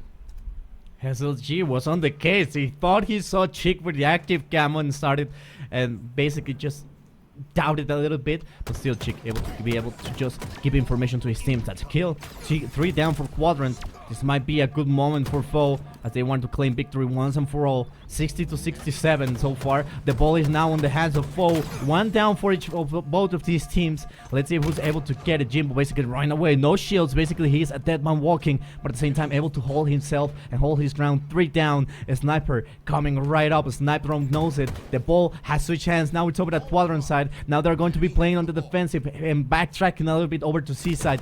They know it. FOE knows it. They want to put this to an end. They want to put the final nail in the coffin against Quadrant. 60-78. The ball gets wise move over at Quadrant, but gets taken down. 3 down. Quadrant now with the FOE now with the sniper rifle in with Woodum. Watch this, because this could be a really nasty play, because Woodum has the aim and has the discipline to make sure he gets stuff done when it is most important to get it done.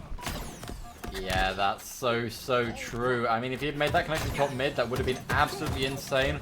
But we see a tightening of score. 3-point difference in oddball is basically nothing. Oh, a nice little switch up here for SLG. He is feeling on fire today, I can say that for certain. If he can make sure that Liam stays back tower away from this ball, there's a nice little push here by Snipe Jones, should make that happen. Yes, it does indeed. So now we have the ball being taken back to back tower by the rest of Quadrant. They need 20 more points to win out this victory. There is 50 seconds left, and these players on FOE are dropping like flies. 90 seconds is still counting, and this is the thing that I spoke about back in the first game, or rather the second game, no, the first game actually, and it's that Quadrant basically doesn't have the kill power that FOE has, because we see Woodum almost dropping, Woodum and Chick almost dropping a 40 bomb on them. But the thing is, and I want to be very clear with this, and you said it, I think I remember, kills are not that much important when we're playing on oddball, and we're seeing right now Quadrant was basically getting overslayed. They were getting wiped over and over. I think we saw way more 3 downs and even 4 downs over the Quadrant side than on the FOE side. But the thing is, Quadrant was able to keep a more consistent time on the ball, and this is what basically made Quadrant walk away with a victory and putting the series 2-1. They knew this was the round to go for it, and they basically did it. And the thing is, if they really had a nice strategy going, because once FOE had the ball, they were pressuring with a really strong force, so basically they were not able to quite be able to get time on the ball. So that's what really helped Quadrant. When Quadrant got the ball, they were able to just stay on the ball, stay and hold it for as much time as possible, denying any possibility of FOE even tying things up or passing them. And Quadrant was just a really intelligent play by them, because they were just not letting them take the ball and get time. They were letting them take the ball, but not taking time. I don't know if I'm explaining myself, but that's a really great strategy. You're getting this. You're right. The hitting the nail on the head, right? You want to hit. You want to get every single second you can get. That's all you care about. Those kills going back and forth do not matter. I mean, they matter to help you get the times, but really, again, FOE had more kills. They weren't able to clutch it out. But coming into this next match, we have Solitude, King of the Hill, and dare I say, I think FOE are slightly stronger in their current form on Solitude. So, going to be interesting to see how this plays out. We have a nice King of the Hill startup here for them, and Camo is still on the podium. No one's really gained enough control to get it, but this real power play window that we have over in Cafe is being played amazingly by Jimbo, but Glory will shut him down. So it looks like a little bit of an opening here for Quadrant as they get Hill and Camo. This is a nice start if you're a Quadrant fan. Snipedron on the hill. With the active cam and putting and giving away some intelligence, some info to his team. Woodham and Chick able to take down 2, but Snipedron on the case able to take down Might is now going for Jimbo. Jimbo is going to take him down, not being able to quite get it, and now the hill has turned blue as Chick is on the hill. One thing to take into consideration is if they're able to hold it in, Glory not being able to quite get it, gets taken down. Woodham also gets taken down, and now Might is in a little bit of trouble as Snipedron is on him and able to get the stick. Now it doesn't matter, it was a trade.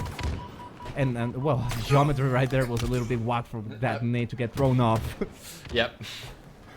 Yeah, lovely recovery by Foe, just able to reset after they lost the camo and the hill from the get-go. They are now slightly ahead on points, but again, it's King of the Hill. This could go the other way. It's whoever gets the strongest setup. That's what really matters. So Quadrant currently in control, and they have spotted Jimbo over by posters. Chick getting the spawn bottom S1, and Seeker calls it, but he looks away at the wrong moment. Chick gets a shot into the back of him. Luckily for Seeker, none of Chick's teammates were in position to get it. He actually managed to get the jump onto Mighty's there, over by the post. Jimbo again spawning S1 and Woodham in the hill. We might see a little bit of time to convert here towards Foe. But in fact, that sort of martyrdom nade over by the bottom side of mid will allow that trade to come through. And now Jimbo is in control of the hill, and we may see Foe be able to catch up with the little lead the Quadrant has here. Zika on that hole, on a fight against Mighty, still able to both walk away with their life. It's legit pain. First hill hasn't been captured yet. Now Zika is going to drop down, able to take down Jimbo. Still knows that he doesn't have the shields to make this push come through, but he's still able to put himself on the hill. Great name, but not able to do that much damage over that Woodham. Woodham still is going to get taken down. The hill is going to turn in red, and that's first hill is going to be now for Quadrant, as they are now leading this game 1-0. 1-0 indeed. I mean, just having a little look at the kill boards right now. So Snipe Drone and Seeker are leading the pack for Quadrant on 8 apiece. SLG is only 1-4 right now. This is a little bit of a weaker map for him. Hopefully he can convert that around, and his team are currently in control of Yard, which is a very, very strong position to kind of hold, especially in the King of the Hill. If you're on the team of Foe, you have to work out how you're going to make your way through there. Glory tries to get the push around flank on them from S1, but that shock rifle is going to shut down any attempt of that. Foe managing to successfully penetrate into Yard. They are now the masters of this hill. Snipe Drone and Glory making their expanse through the bottom mid side, and Woodham taking a lot of damage from all of those Quadrant players will allow the Quadrant team to close the gap between themselves and that hill. And if they can keep that action going, we may see them be able to take control before Foe are able to clap themselves onto Yard. It's looking very, very close and very, very scary here right now. This might be a hill for Foe, as the active camo goes in the hands of Mighty's. And with the shock rifle, it is a deadly mix. SLG, well, gets taken down immediately. And so does that one. And the third one, unfortunately, no overkill, gets taken down before he can. But now Woodham comes up and cleans up the remainder of Quadrant teammates. That was an amazing playing. Hey, chat, clip that, please. Oh, yeah, you cannot let that one slide. That was a precision. I mean, you have the camo, you have the shock, you've got all you need to make that happen, but still, the skill to make it happen and not to choke was definitely there for that side. Now, Hill is firmly in the hands of Foe. However, SLG making a nice push there will put a little bit of a dent in that. Chick still able to get more time on the board, though. He knows the Snipe Drone. He's pinging it for life for his teammates to deal with them. The nade comes out. It's a little bit wide, though, on Jimbo. He's still able to make the connection, and it is looking like a little bit of a Foe show right now. Although it's 1-on-1, this second hill should successfully go to Foe if they can keep SLG off the window position. that triple and almost overkill was basically the point of no return, as FOE is now having quite this strong position against Quadrant. If they are not able, if Quadrant is not able to take this fourth hill, they might just be out for the count. Chick getting some damage done, able to get a kill, not quite getting the stickies out, but still that's going to run into someone, not going to quite get it. 3 down for FOE. Quadrant starting to gain some momentum. Ooh, okay, that was a team kill, if my eyes don't deceive me. Unfortunate. Yeah, I mean, let's take a little look at the scores here for a little bit more. So, this is now a 2-1 lead to FOE. However, it's worth remembering that SLG is only on 3 and 12, which means the rest of his team are doing some real heavy lifting here. 7 assists, so, he's not making an impact, but if SLG is just able to kind of regain a little bit of composure, we could see this very comfortably head towards Quadrant, as they are majority of the way winning this hill currently. But the nice flank here by Chick, he gets himself up there with the camo. He doesn't quite spot the player below him with SLG, but SLG is able to make that connection go through. A back and forth killing frenzy here in the middle of Yard will leave SLG as the last player alive from that engagement, getting a lot of time on the hill. Chick trying to get some shots across from bottom mid, but he will get taken down by Glory, and this hill is very safely falling into Quadrant land. And this is why we say that these teams are so damn close together. We are 2 and 2 in this King of the Hill game, and I don't even know how to call it at this point for Zilla.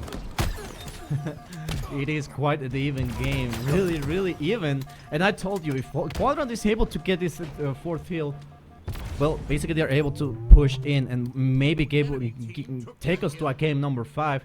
And looking at it, and it seems that happened. This is something that I saw at Arlington, and it's just Quadrant might be able to lose a map or 2, but once they're in the zone, once they're starting to adapt, once they're starting to learn, especially learn from their enemies, from the enemy team, they are basically going to come up with counter measures to get the stuff done. And what we're doing and what we're seeing here is basically Quadrant doing exactly that. We saw it over at Arlington, we saw it over at the qualifiers, we are now seeing it now as they really want to play on home turf. The hill hasn't been touched in a single moment by FOE, not even once. And what this means, well, Reed, it is going to be a capture for Quadrant. Yeah, and I don't want to say that SLG has the stream open in the background, but he has regained a lot of composure since I last spoke about him. He was 3 kills. He's now on 11, make that. He was partially the reason why that hill went all the way to Quadrant. They are now 1 hill advantage, 1 minute 50 left. We could see FOE manage to regain a little bit here, grab this hill, go to a 3-3 and possibly push this into overtime. But a killing spree comes through for SLG as he is still alive, but he does get taken down as he pushes towards the S4. FOE in control of the hill currently though. 2 players down on Quadrant, and we are getting a pretty nice read from FOE as to where these players are going to be spawning. They spawn up on the blue side of the map, which keeps them a little bit weaker. And, yeah, we're seeing a flank here from Z-Mighties, was able to contribute towards Quadrant being pushed down. They've called correctly again these spawns out towards the tram side of the map. And we will, I think, see a FOE hill here if they can just keep up these little bits of pushes they're getting out. And yet again, it is happening what I just told you. FOE might have the power to overslay Quadrant, but Quadrant on objective type is just built different. They're just not letting FOE have the objective. Right now, of course, they're having it because FOE is having an amazing defense and offense at the same time, taking down any single member of Quadrant that they see. That shock rifle in Woodham hands is going to cause a lot of trouble. That's going to be, no inventes, that's going to be the rock in the shoe. Woodham now going to try and get the double. We'll get him, of course. We have the power of rotation. And now the second one, making a third one, but he gets taken down. Lamentablemente, que triste. That makes me sad. But that's going to be a heal for FOE. 3-3. Last possible heal coming right up. Quadrant again on the verge of getting thrown into the elimination bracket. You know, a lot of action is happening when you whip out the Spanish. So we are now 3-3, 1 minute left. FOE are currently in control of this yard side of the map. Shot in the hands of Jimbo. If Jimbo can live this one alive, which he will do against SLG, and in actuality, if he can manage to grab himself that camo, that would have been absolutely huge, but he's not quite able to make it happen. That camo will instead go towards Seeker at this point. There we go, he pops it. And well, we will see FOE still holding control of the hill, but with the camo in the back pocket of Seeker. If he can play this right, he can prevent the domination. However, Wushun with the big flank will stop that from happening, and we are seconds away from having a FOE victory. But in actuality, Quadrant get the nice push from behind, and they are now in control of this hill, and they're going to be ticking up seconds, and they need to make every second start. Key moments for Quadrant on this hill, like you said, they need to make it count. They need to make this hill just basically juice it up as much as possible. Take out every single drop that they can. Sika able to get some damage done, but now FOE yet again is on the hill. They're starting to push, and they know that they need to get this push in motion. Great nades overall, but not going to quite make it. Able to get the trade. Now Glory is able to put himself back on the hill. We are maybe going to be thrown into a game number 5. But Glory in a little bit of a situation. It's a 2 against 1. A little bit of times in the hill required, but they're still coming. The hill is captured. Jimbo able to get it. Jimbo able to get it for his team. Would have also just right there to get a little bit of support. FOE takes it 3-1 against Quadrant in a really energetic game number 4 in a strong in King of the Hill on Solitude. And what an amazing play, European Halo at its best. Chef kiss. This is why I just love watching these two teams play. They are so close. You can ensure you will have an exciting series when they match up against it. That last hill was so hard fought over. It was so close. It could have gone either way, but it was FOE that were able to clutch it out. 3-1 to them. They will be our current leaders in the winners brackets, as Quadrant will now dip into the lower bracket, but don't call it over yet. We very, very often do see, you know, grand final resets in European Halo, and we often find that the team that comes in from the bottom just has been warm for longer. They've not been sat around waiting. It's very, very possible that this may end up going the way of Quadrant by the end of tonight, but we got to focus on what we got now. We're going to be dropping down into the lower bracket. Quadrant we'll be catching up with later as we try to catch up. And we will be getting another caster on board. I shall be saying adios as we bring in the one, the only Outcasted. Let's get some claps in chat for Outcasted, European legend who will be joining Fazilla here for the rest of tonight. But we have some replays to watch first about these series. And any kind of individual plays you want us to point out here, Fazilla? Honestly, I mean, such a really even game. They were really just throwing it all, and it at first in the beginning, we saw that basically FOE was having the upper hand. It was basically just out for a walk for those first 2 games were basically really, really close, but still over at down for FOE's favor. But then Quadrant started picking up some key momentum, and I do say key because it was good, but not quite enough in order to overturn FOE. We saw some amazing plays, we saw some amazing snipes, we saw some amazing triples, doubles, even remote detonation, or as I like to call it in Spanish, detonación remota.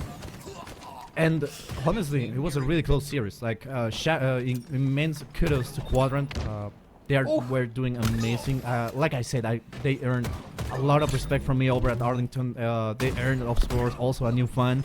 But at the same time, FOE, there's a reason why they were at some point the #1 team over at the EU side, and basically they are demonstrating it yet again. And the fact that they're still not yet representing an org is just amazing to me. I mean, talent, just basically able to keep pushing on for that first place over and over, basically getting a free spot at London for that great placing over at the Arlington Mayor speaks for itself. It speaks volumes. But Quadrant, we still have a lot to see of them, especially in that lower bracket. That play, of course, amazing way of doing it. But Woodham also has a little bit of speak up, and honestly, these replays are just pure gold, pure Halo action. They were just immaculate plays. To just be able to just see them live, it's just amazing. And yeah, that's it. I mean, they were both doing amazing. They were playing great.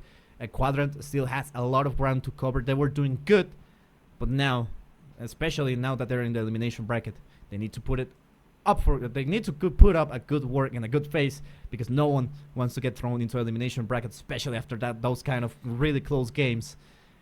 But yeah, amazing stuff. Yeah, pure serotonin into my veins watching those replays back, and I'm expecting to see a different Quadrant by the time we get round to the grand finals. That's just kind of how this ends up happening. Looks like we should probably see. I mean, let's not call it final. We should see FOE Quadrant in the grand finals, but it's possible we may see another team beat out Quadrant. You know, there's a lot of new players in this tournament, so let's just keep an eye on that. But anyway, we're going to throw to a quick break as we get ourselves ready to drop into the losers brackets, and we'll bring you back joined by Outcasted by then. So we'll catch you guys in a little bit. Even it's free resources. Definitely check it out if you've got time, or if you're just trying to improve in Halo, or just make friends and find a community. I keep saying this, but it is a cool Discord, and to add to the coolness, they have an old school Halo league, which they play classic Halos, and on top of that, they also run monthly Halo tournaments. I'll be the first to say I don't know anything for the Mexico region. I thought it was grouped into Latin America, but when I looked at the HCS rulebook for 2023, it only allows Mexico to compete. Either way, I don't know too much about this region, so I got my good friend and pro player Acid to kind of help me out on where to start if you want to compete within Mexico. Now, there isn't really a Discord for you to kind of like go in and check out and meet people, but there's 2 Twitter accounts which will kind of get your foot in the door. The first is Halo Multiplayer's Kingdom, or HMK Latam. As for the second, I definitely say to check out Lil53B4S. He kind of just posts tweets daily to help the LATAM community kind of schedule scrims or meet people and stuff like that. Now, I'm sorry I don't have much more information, but please keep in mind, networking and meeting people to play is key if you want to either find a team or improve at the game, or even if you want to just have more fun. Now, I'm going to say this again.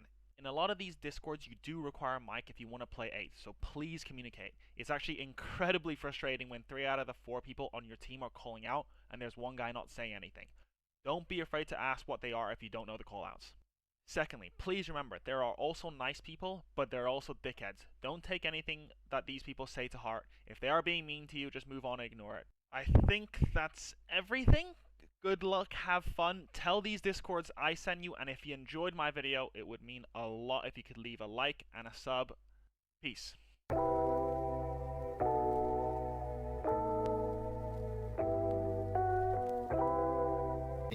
If any team says, oh, they were cold at the start of the grand finals, that's their issue at the end of the day. But the only difference is that they may not have been playing in a tournament environment at the time, but they should at least be prepared. But it's one of those things. There's just one game. We'll see if FOE can continue on this trend with the victory here. As now, FOE looking to be pretty damn good in this series, early doors, and already Chick gets 1. Sniped Master taking on Wootum in the end, and now 2 down now for FOE, with Jimbo just coming up on a respawn. And Jimbo going 3-1. He seems to always have a really good start on recharge. He does, and this start from FOE absolutely huge, maintaining that momentum they gathered in that first game victory. Can they keep it on going forward here? Left a very long Slayer game ahead. Psycho Wasika with some great shots and great movement in order for them to get that kill, get that trade off. 4-6, only 2 kill lead very early on here. Mighties has found himself the shot, so he's the player to watch. Can he find any of the heads of Quadrant? And Quadrant have identified where he is, so Mighties wisely backs down, but cannot escape the bandit of Seeker, who hunts him cautiously through that tower pusher.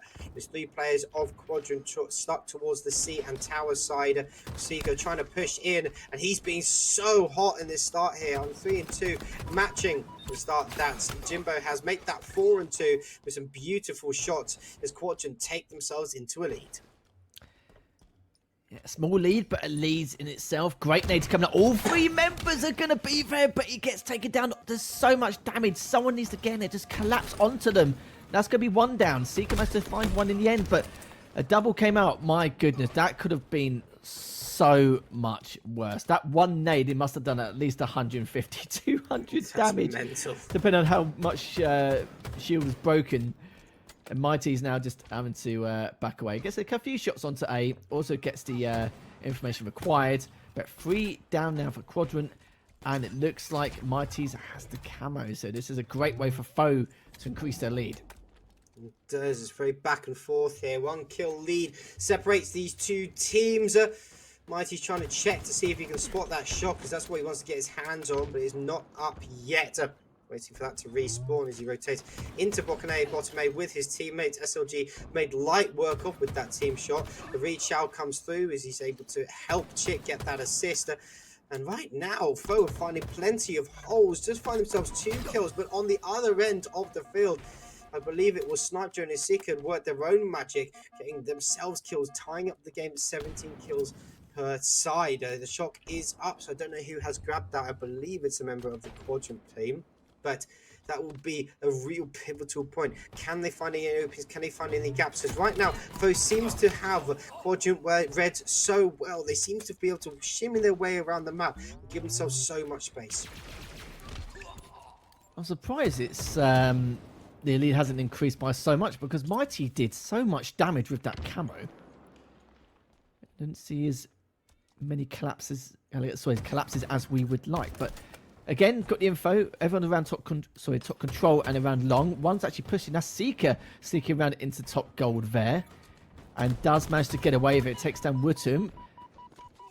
And Jimbo also taking down SLG. We'll stick with Jimbo's perspective just for a little bit to see exactly what Mischief is up to. Going to go through long, but decides to stay completely clear, as I don't blame him. Took a huge amount of damage there. Trade comes up between Glory and Chick. Snipe Drone and Jimbo also trade each other out, and Mighty finishes off Seeker. So this is good for Foe now. 4 kill lead, and they have to shock, and now we just need to decide how about see what their next motive's going to be. Crazy how back and forth this is right now, but Foe definitely proving the point of why they deserve to be here. They've led for the majority of this game and are continuing to do so. That 1 kill lead has gone to 3, but those 3 kills can be huge in the grand scheme of this game. Wootum looking to work a little bit more magic. 5, 6, and 9 start, so not too bad from him whatsoever. He's going to get caught out here in Whirlpool, maybe being a little bit overzealous, and left Jimbo hang out to dry. 3 go down on the side of Foe, with Mighty's left caught in battery. Somehow gets away with the kill onto Snipe Drone and baits out Glory so hard. Glory's chasing that kill there has led to his teammates being put at deficit and enabling Foe to keep that 1 kill lead. Yeah, Glory's been known for doing that. Sometimes he can get a little bit over aggressive or overzealous. It's in his nature, really, because he likes to try and create some surprise attacks. But I think at that range, at that distance, and that position, definitely uncalled for. But it's all right. We will have these moments, so to speak, so it's fine. As we switch over to Mighty, it barely died. 4 deaths compared to everyone else. And no, he's not baiting. He's just been supporting his team extremely well. Had to come out at one stage. Also, top of things. And again, the Sniper just staying alive, but providing that stability I mentioned before. Seeking Glory adding to the kill feed here. As one more Snipe Drone does get away, SLG takes down Mighty. And that's going to be 2 members of Foe dead again. As Chick does take down Snipe Drone, but they're fighting for that 1 kill deficit. It's been neck and neck for the entirety here, all tied up almost, but now it's going to be 37 to 35, make that 36.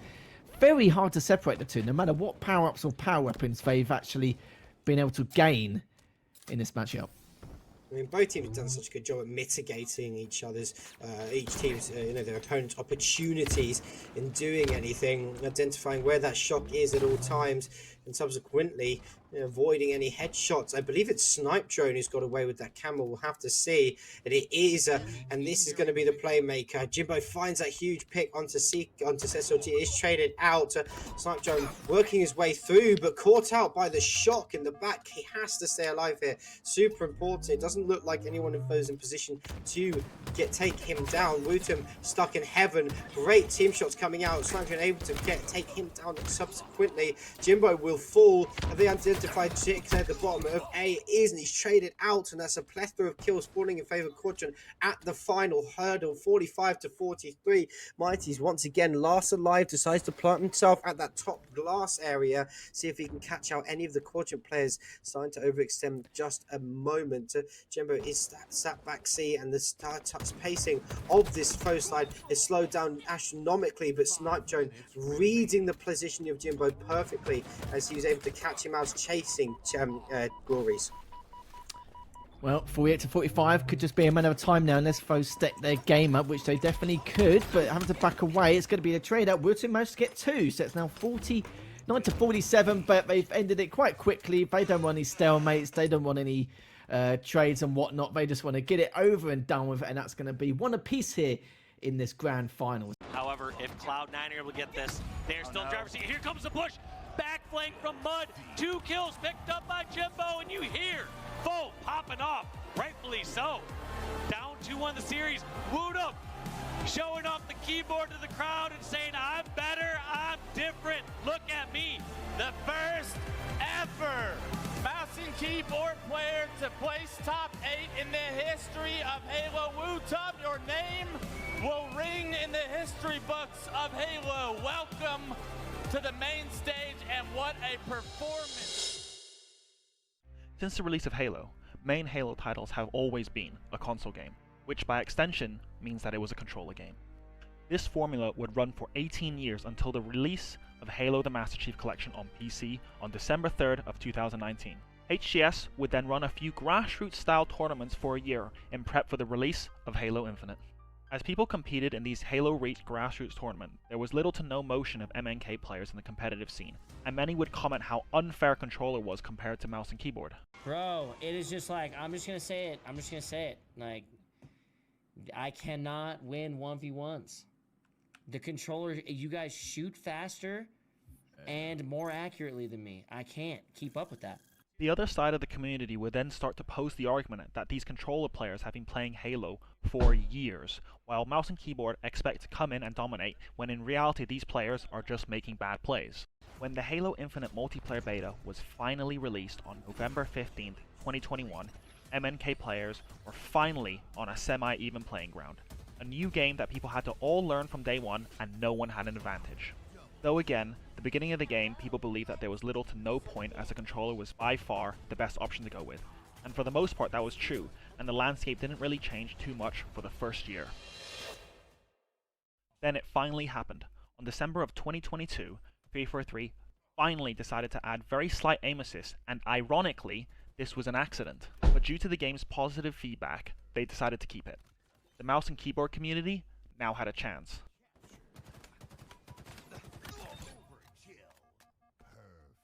Sadly, people automatically assumed there wasn't any point on competing on MNK, as controller was just too powerful. Until a few star players broke out, and one of them, Wootum. I know with the nasty. Oh yeah, I know with the nasty. I'm tired of waiting. I'm running out of patience. I'm about to make my move right now. Now Wootum, born and raised in Finland, got his start in esports through a game called Splitgate. Wootum and his team would go on to dominate everything that Splitgate would throw at them, playing under SSG, but sadly barely losing out in the grand finals of the last Splitgate tournament. Once Splitgate reached the end of its lifespan, Wootum would start to explore other games, looking at Apex, and then finally settling on Halo. He would start his Halo journey humble, by just learning the game and playing as much matchmaking as he could. But within a very short amount of time, he would get noticed by the EU Halo community, and rumors would be going around about this mouse and keyboard god. Sadly, similar to his Splitgate journey, this would now come with cheating accusations. Yeah, to speak on it lightly, I guess, there was like a huge accusation at the time. This was leading up towards like grand finals, I think, of the summer season. And yeah, like literally everyone in the game basically thought he was like cheating. He was just that good, man. Like that was when he was, like elevating to just another type of level. At this point, Wootum had been playing Halo for around 2 months, until he got noticed by me and my team, Bittersweet. With less than 4 months of Halo game time, Wootum would then go on to attend his first Halo LAN at Europa Halo, Blackpool. Team Bittersweet will go on to finish that LAN placing 4th. This builds Woodham's stock as he would have a fantastic event, all of which he was playing mouse and keyboard on Xboxes, which I'm pretty sure everyone is aware is not the best in itself. After Blackpool, Halo Pro Legend will go on to join the SSG Halo team in North America, which would lead to a few team shuffles within the top 2 teams in Europe. Woodham at this point will be given the opportunity to prove himself at the peak of EU Halo, as he would join Team FOE, alongside incredible talent like Chick, Mighties, and Jimbo.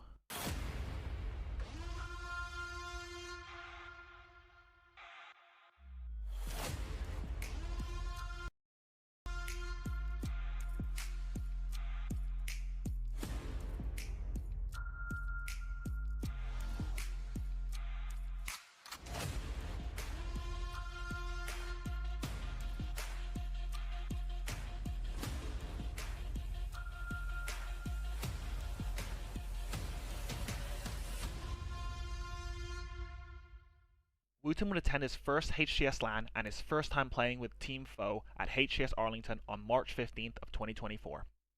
Of course, people had high expectations for Woodham at this event, as it was going to be the first EU MNK player on main stage at a HCS event, and let me tell you, he did not disappoint. Get him, brother! Get him! Let him know!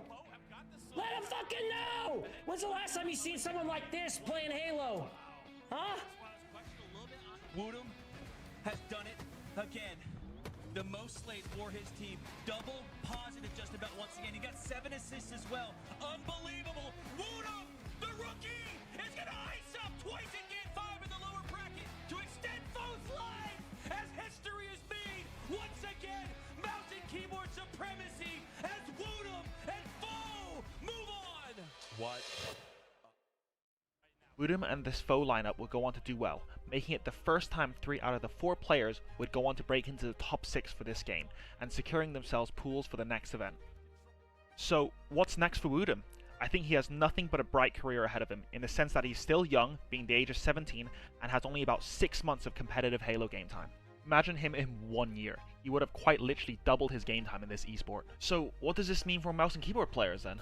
One of our good buddies from Splitgate, you know, he's trying to compete as well, like on M&K. When he gets the time, I think. We interrupt your loony montage video extravaganza to bring you your regularly scheduled programming. We have a little friend here come join us. How are you doing today, Steve?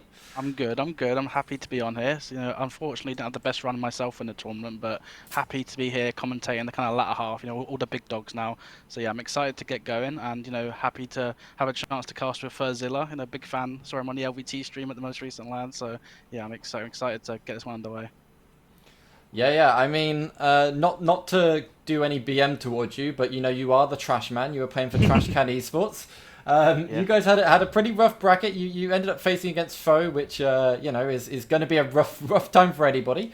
But yeah, looked like you guys still managed to compete at that kind of high level that we would expect to see you at. You had a sub as well. That can never really be great. We blame the sub. And I like to think we warmed FOE up for when they had to play Quadrant, and then in the end I think that made the difference. That's the narrative that I'm going to go with.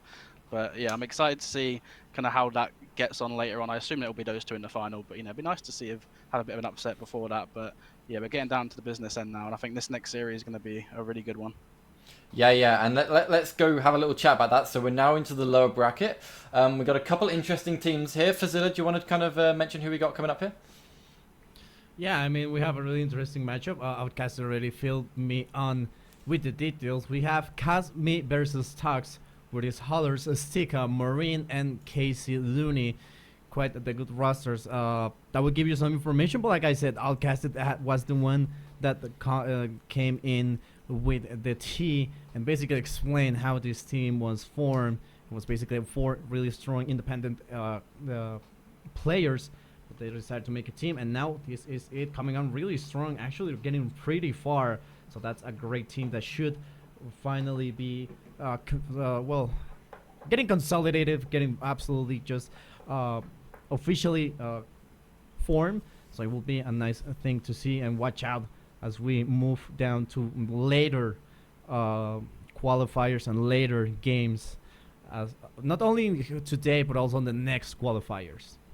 Yeah, I agree. I think these teams, like you said, I think this Cosme versus Tox team is 4 very strong individuals that they've not had to practice together. As far as I'm aware, they only really became a 4 last night. So, I expect, when we're looking at the other side in a minute, I think, the more practice team, we think that could maybe play a factor in the kind of final result. But, when you've got players, like you said, like Hollers, Lunny, very experienced kind of players in Europe that have played at a top level, and, these really kind of crack talented players like Sticker, Marine, I mean, it's a really kind of well-rounded team on paper. And I think, like you said, they've made it quite far already in this tournament, so I'm excited to see if they can kind of keep that run going here in this match. But I think, when we look at the kind of opposition they're playing against, this KFR team, I mean, they've recently attended a LAN together in France.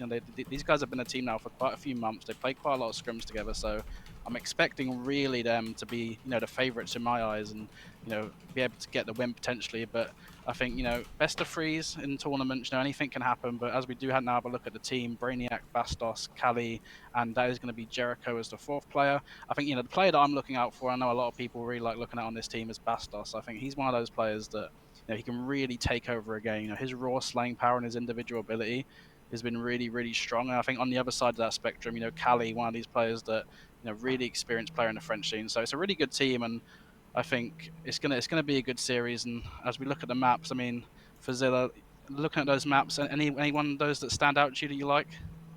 Oh, absolutely, I absolutely adore basically Imperium Capture the Flag. I think it's one of the most dynamic game modes and maps. We have a lot of stuff to work with. We have the overshield, we have the rockets, we have, of course, both the sniper rifles on both sides of one for each team, basically. So it makes it really dynamic. Thank God they lowered it down to 3 flags only, so that way we cannot suffer, because honestly it was getting quite of a stale game when one team was 1 capture up. So making it 3 really makes it to make CNC more pushes. But yeah, I mean, this Capture the Flag is one of my favorite, especially on Imperium, it's one of my favorite game types, one of my favorite games, maps to play in. And not only because I'm a Halo 3 kid, if I'm being quite honest. In my 24, almost 25 years of life, Halo 3 has been one of my favorite maps. And Imperium, well, the Pit, rather, is one of my favorite maps. So I think it will be a good series. It will be a great game. Whoever is able to just take it out and move on to the bracket, I know that they will be pushing and getting stuff done when it needs to get done. So, quick question. What do you think will be the main thing to look out for? The snipers, the rockets, the overshield, or basically just the sheer pressure that any of these 2 teams can make? I think, like you said, I mean, there's so many power weapons on this map, and I think when I look at some of the players on both of these teams, the sniper rifles, they really, really could play a big factor. But I think the thing that I'm looking at as well mainly is, really the strategy of how these teams are going to play this map. I mean, this has been a game type now, obviously, for quite a while, just generally in competitive Halo, but I think in Halo Infinite specifically, we've seen so many kind of different approaches when it comes to how to play this game type. I think, when it came to the older Halos, a lot of the players really prioritized that high side of the map, but we're seeing now, in Infinite especially, a lot of these top teams over in North America really kind of try and make plays on this low side first. So I think, looking at this KFR team being the more practice roster, I expect them potentially to have the kind of strategy advantage. But when you look at the other team as well, especially the likes of Hollers, he is known in Europe as a kind of Halo 3 god. Like, this guy has played thousands of hours on this map, in different kind of forms in Halo 3. So I expect both these teams to be strong on it, but I think, like you said, when you've got so many power weapons on the map, sometimes strategy just goes out the window. And if you've got someone popping off with a sniper, you're getting those rockets.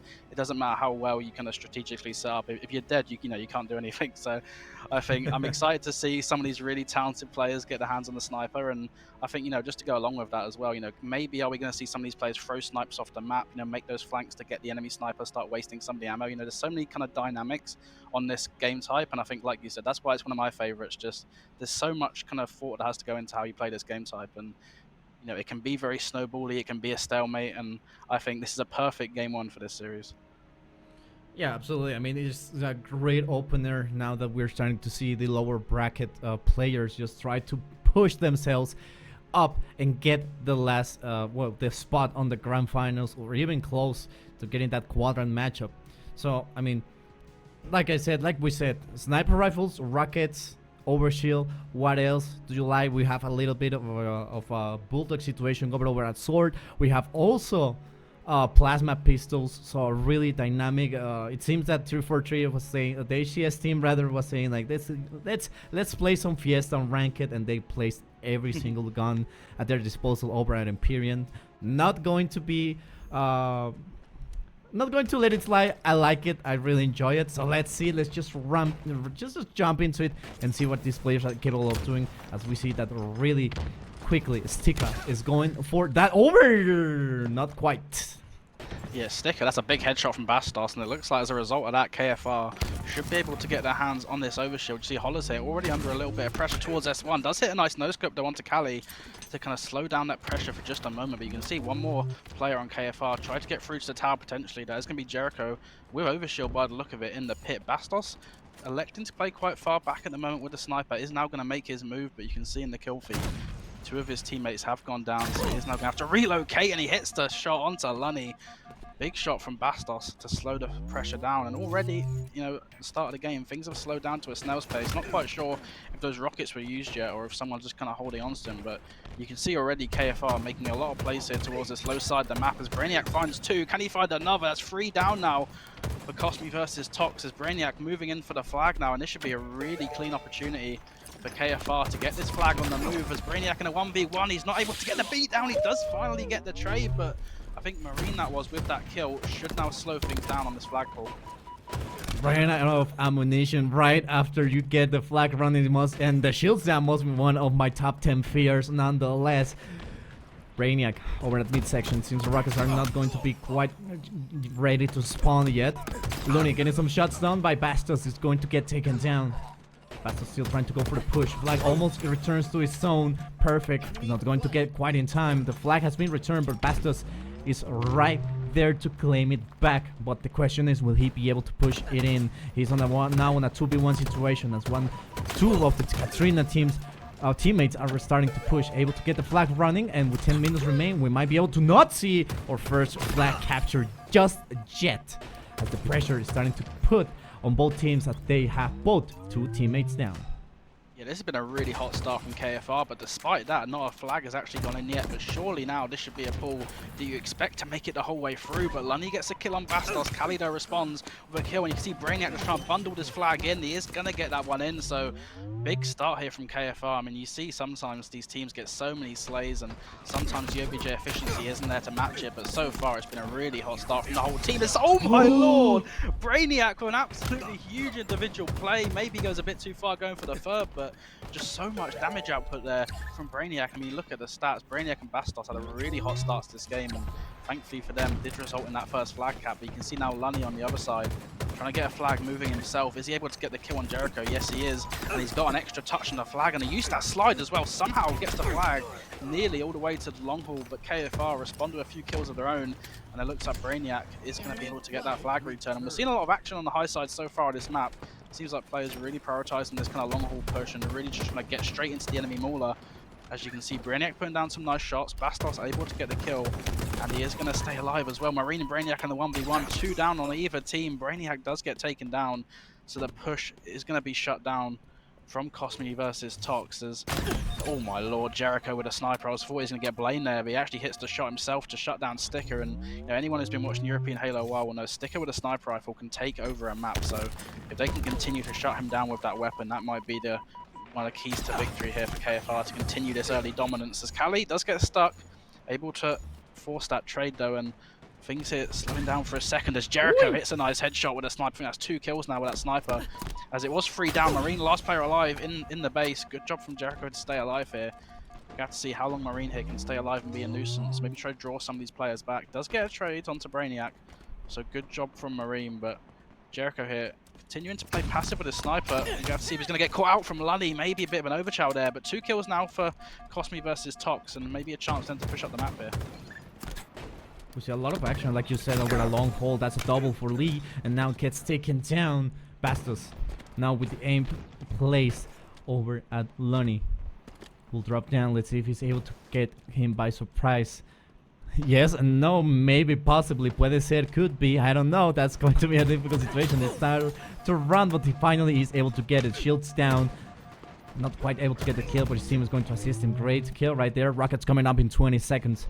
whoever grabs it, and this team, it seems like Cosmic versus Box is going to be able to get at least the quick pick over at the Rockets, and also the flag as they're starting to approach yet again. Bastos gets taken down, League without shields, starting to get a little bit occupied, trying to maintain himself alive as Marine using a little heavy fire, able to take down the shields but not able to take him down. Rockets are up, so if they are able to grab them, they might be able to get the push. That nade's going to do damage. No, shields up yet again, able to make the push now. Brainiac with the rockets, with the spanker. Now it's going to make it a little bit more difficult for Katrina to be able to defend their own flag. We see now the push, 2 down. Now make it 2 down. No, they're not going to make a great trade. Starting to push down the flag. Brainiac in a little bit of trouble in the 1v1. Now it's going to get surprised. Rockets are being used, not quite. Only one gets utilized. But now Looney with the rockets will try to defend his flag, as the enemies from Cosmi versus Tox are starting to push forward. That's going to be another rocket put to good use.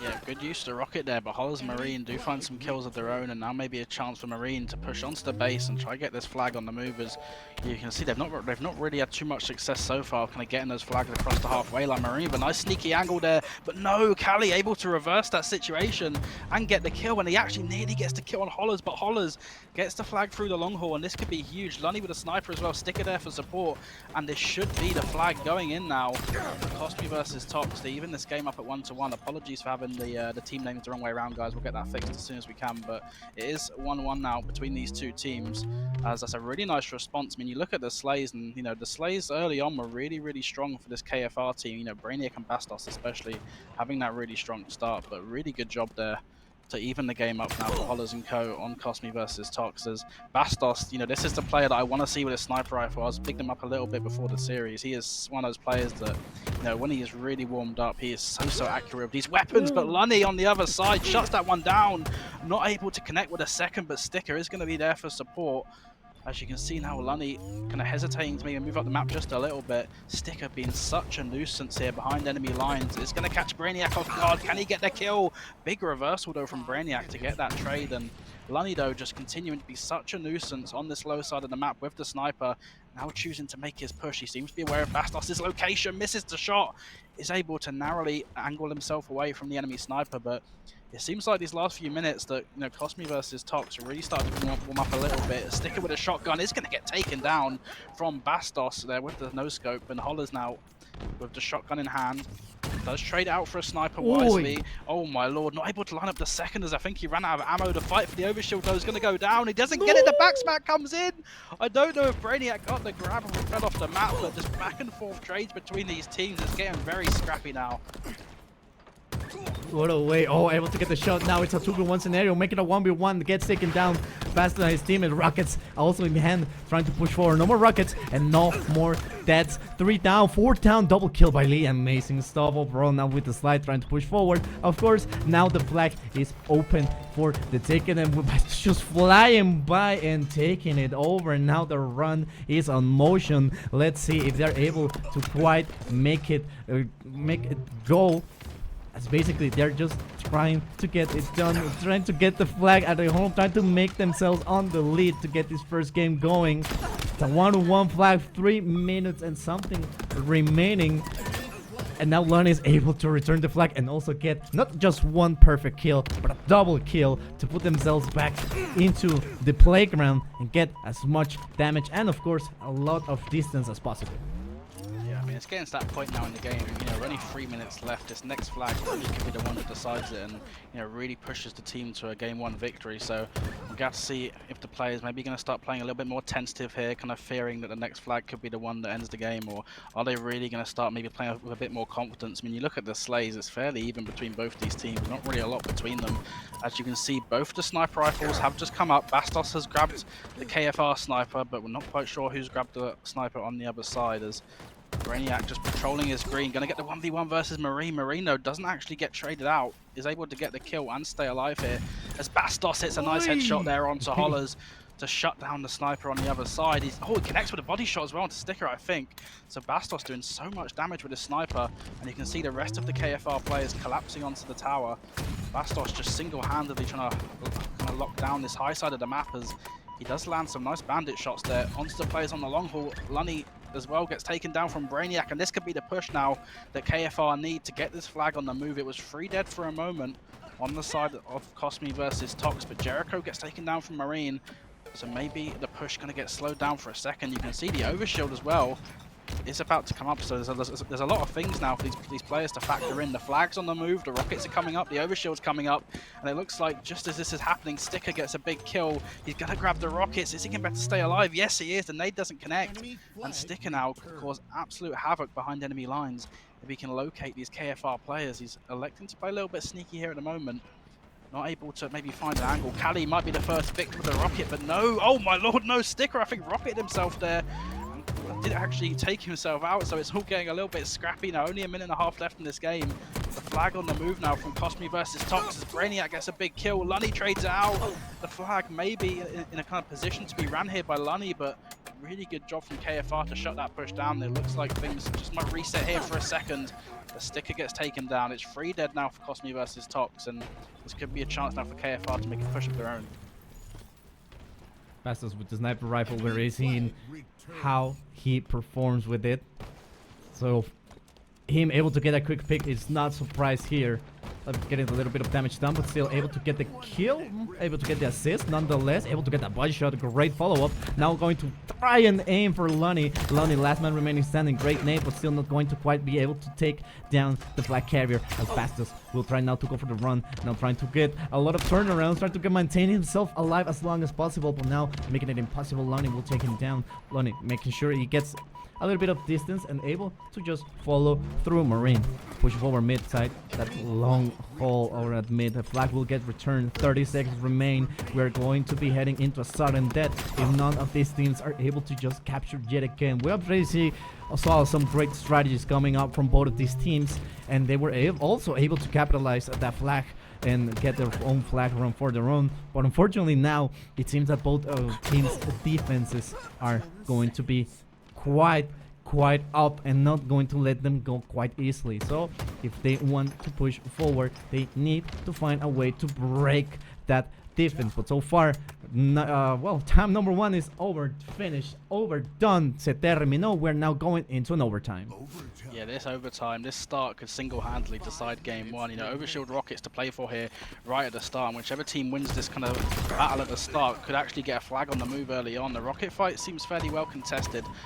He was able to get the overshields on the other side. Marine wins the 1v1 there against Jericho to get hand on these rockets. 3 dead now for KFR there, and Marine with these rockets might need a few more kills before he thinks about running this flag, but 2 rockets to work with, and has actually been met with no resistance here. So if Marine can get this flag around the corner, no, Bastos makes such a big play, hits the vital headshot onto Marine, but Lunny is going to be there.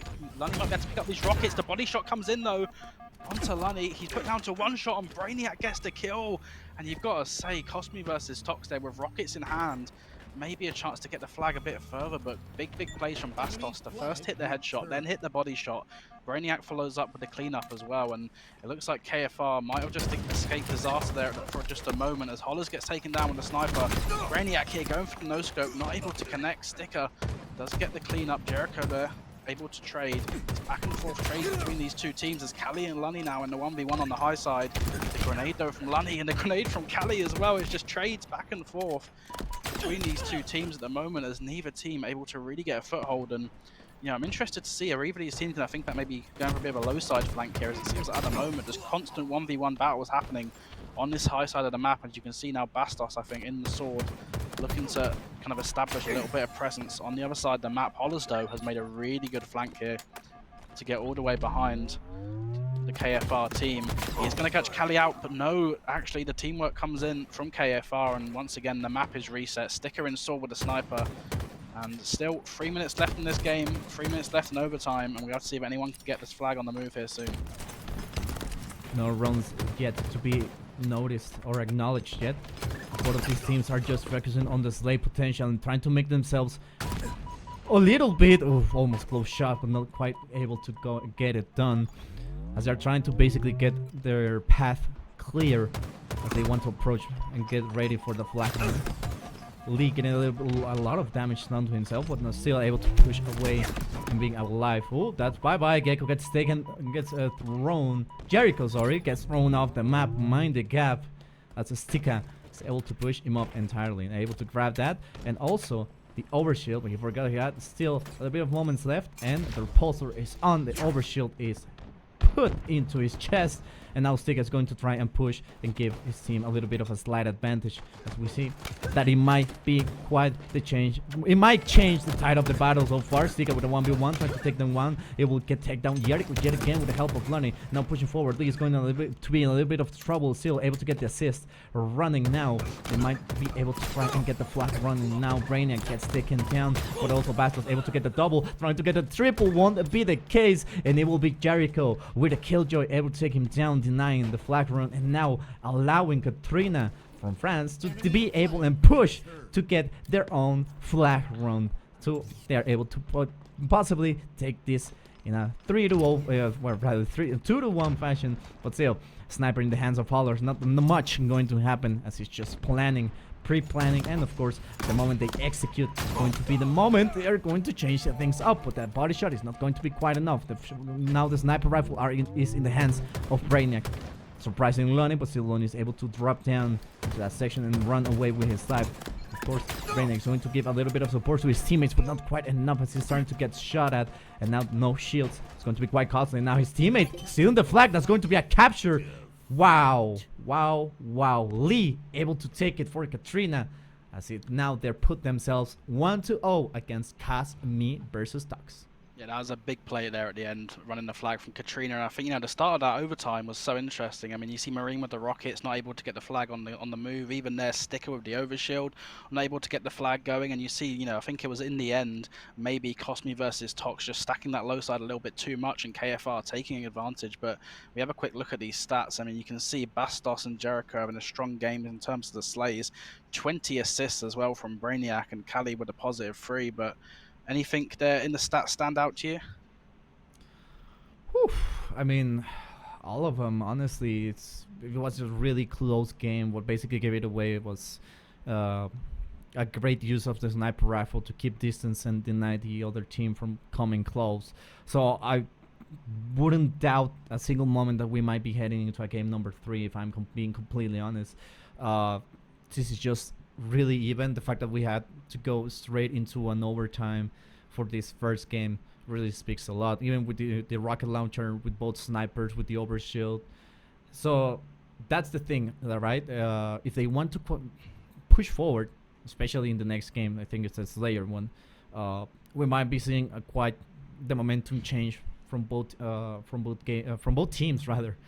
So it's quite a coin toss at the end to see who's able to get the best positioning. But if, like you said, if Cosme versus Tox has the best individual players, they might be able to have a slight upper hands against Katrina. But Katrina had, it's a great form. Quite now with the has a lot of stuff done with the what's it called?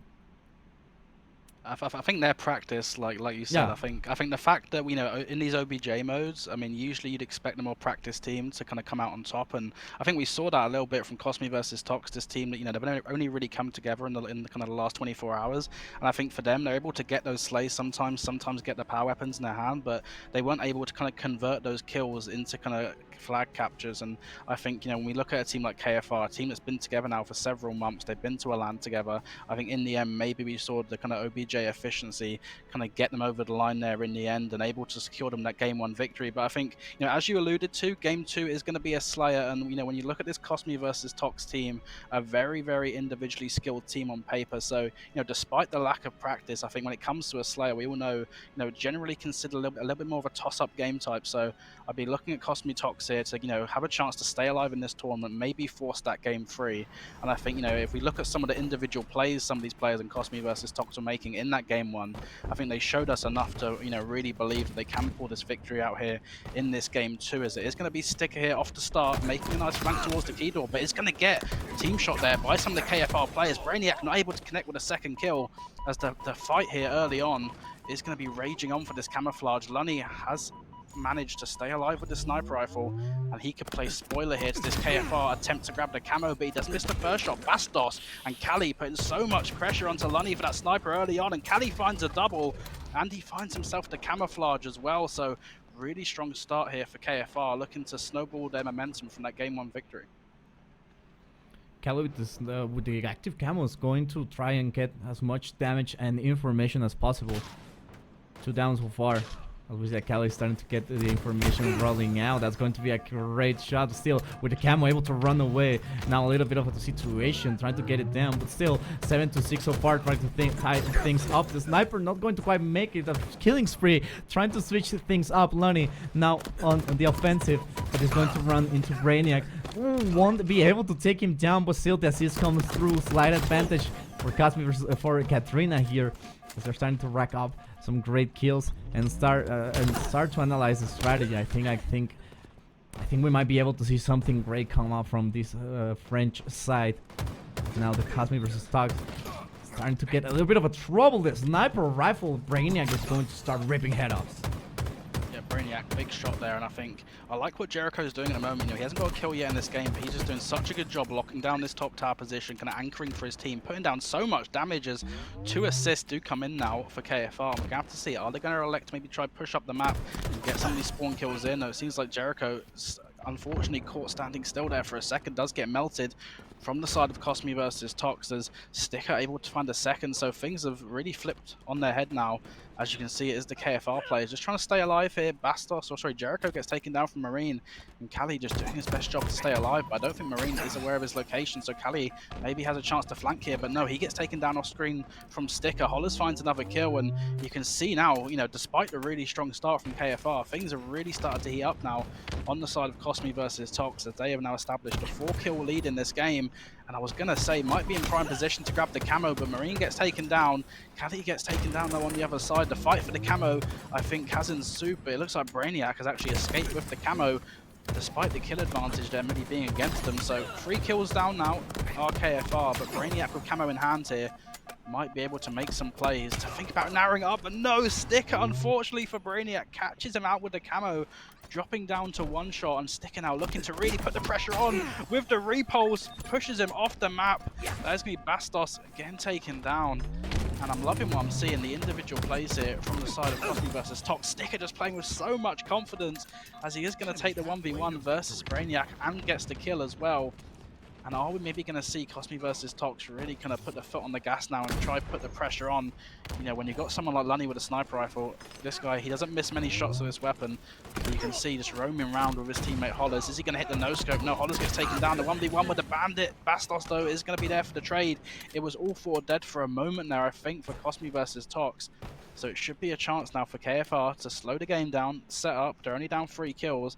And maybe see if they can kind of lure these Cosmi versus Tox players to push up the map and catch them off guard. And you can see Kali trying to get behind enemy lines. Does catch out Lunny here on back B. Should be able to get this kill. Thankfully able to get it. Brainiac gets a kill as well. And it looks like for Zilla, maybe KFR looking to heat up just a little bit here. Absolutely, they're starting to pick up and start to get up that momentum going, especially now that there is a slight disadvantage. They need to do it if they want to seal the deal with a 2-0 fashion, but still a lot to yet to see. I really like that body shot. Wanted to be a headshot. Unfortunately, it won't be the case now. Brainiac with the sniper still has 3 rounds to his name. That against Cosmi versus Tox. Now Holler getting a little bit of damage done by behind. Trying to get alive, staying alive as much as possible. Unfortunately, it won't be the case. Brainiac now flying by nose and sees the teammate from Cosmi versus Tox with the quantum translocator, and now he's trying to find him, trying to take him down, but it will be Kali, the one that will do it. It will be one, but now we'll get traded. Now Brainiac on the attack. The grenade is going to do a lot of damage. Vastus is going to get a nice double going. Marine's going to trade him out, and still wanted to get him down, but only gets him a nice, great haircut right there. But still pushing in. Brainiac still not over yet with the sniper rifle. Game tied up 33-33, and Brainiac still trying to go and push and do as lot of damage possible. Only 1 ammo from 1 bullet from the sniper left, and it seems that Jericho wanted to get him. Unfortunately, he will get taken down alone, and with the active camo will try to seek some damage to being done, and he will see that he will find one, and yes sir, he will find Bastos and take him down. The nades are going to do a lot of damage. The callouts have been made, and now he's in a little bit of a trouble now, but still able to walk away. Not quite unharmed, but still able to replenish his shields as he is approaching B-side. Able to get a little bit of intel. Oh, a little bit of pings. I like how this is going. Great kill. Shot color medal. Really putting it into work. And of course his team is starting to push forward. 35-40. Now the advantage has switched yet again to Cosmic versus Tux, who are now 9 kills away from taking this second game and tying the series up. Yeah, I'm loving what I saw from Lunny there with the camo. I think it was tied up for, I think it was 33-33, and you saw Cosmi versus Tox get the camo, and suddenly, you know, just kind of blink, and suddenly it's nearly a 10-kill lead here for Cosmi versus Tox as Sticker wins the 1v1 there towards the A kind of house there, and only 5 kills to go now for Cosmi versus Tox if they want to even up this series at 1-1. Brainiac here able to get the kill onto Sticker, and it's going to have to be a monumental effort now from KFR if they want to think about bringing this game back. If they can just keep this game maybe going along enough until the next camouflage comes up, that might be their kind of route to forming a comeback here, but it's so much to do for them as Brainiac looking to really be aggressive towards back tower, and maybe these players might be caught out, but they do turn and burn Sticker as well. Brainiac just doing so much damage here individually on the C plat, but where's his team? No one seems to be in position. It is now Jericho able to get his third kill of the game onto the player on the top tower, looking to maybe win the 1v1 against Hollers here, but his team's falling around him. Jericho left in another difficult position here. Top tower is going to have to try his best to stay alive, but it's only 1 kill to go now when Marine able to get the trade, and that is going to be Cosmi versus Tox taking game 2, 50-41 to tie up the series at 1-1. And yeah, I think really good bounce back from them in that game. I mean, we saw the kind of heartbreaking fashion in which they lost that game 1 going all the way to overtime, but I think some nice composure shown there from the guys on Cosmi versus Tox. Great job to kind of really kind of take the initiative there at the end, win that game, you know, got to say fairly comfortably in the end by 9 kills. And yeah, I mean, it sets us up very nicely for this game 3. Absolutely. I mean, it was a really close game, but at the end, Cosmi versus Tox was able to basically push themselves off that disadvantage in that tight game and put themselves back on track to getting the job done when it mattered to. And well, it did matter. They were able to walk away with a 9-kill lead against KFR. So now as we're pushing in for that third game, it will be basically a decider game yet again, as we've seen. Love to see decider games. Love to see game 3s, game 5s, especially when there's so much up for stake. Whew, it has been one hell of a series, Cass. It has been really, really amazing to see all this challenge, especially me, that I'm used to seeing both the MX and the NA region now being shown a little bit of that EU region as well. Some talent on the other side of the sea. Well, really makes it count. Really makes it really, really nice to see, and of course, really makes it an enjoyable experience overall. Just not being able to see the talent, but also hear it as you are here with me today on the microphone. Really amazing to hear your cast, buddy. It's been quite an unreal experience the last couple of months, and well, let's see what the next map will be. You know, I love seeing, obviously, you know, all us EU Halo fans, we love seeing, you know, Quadrant, we love seeing FOE, but, you know, there's a lot of talented players, especially, you know, when you get to the kind of top 6, top 8 level of EU Halo. I think, you know, already in this series, we're seeing a lot of some really kind of strong individual plays from both these teams. But, you know, as we go into this game 3, I think it's safe to say when you look at KFR, the team, you know, these guys are a practice team. They've kind of had quite a lot of time together now, and I think they'd be very, very disappointed if they were to lose this series against this kind of makeshift roster. But on the other side, you know, Cosmi versus Tox, like you said before, they've made it so far in this bracket now, and it'd be nice to see just how far they can push this losers bracket run. I think if they could beat a team like KFR, that could really kind of be the spark they need to, you know, build that confidence and make a strong run into the rest of the tournaments. We are now going to be kicking off game 3 here. It is going to be Recharge King of the Hill and Sticker looking to fight early on towards the camo, but I think Bastos somehow found a double sticky kill in the feed, gets a triple. Can he get the overkill? I don't think he's going to be able to get the kill in time. Sticker somehow stays alive. That is incredible.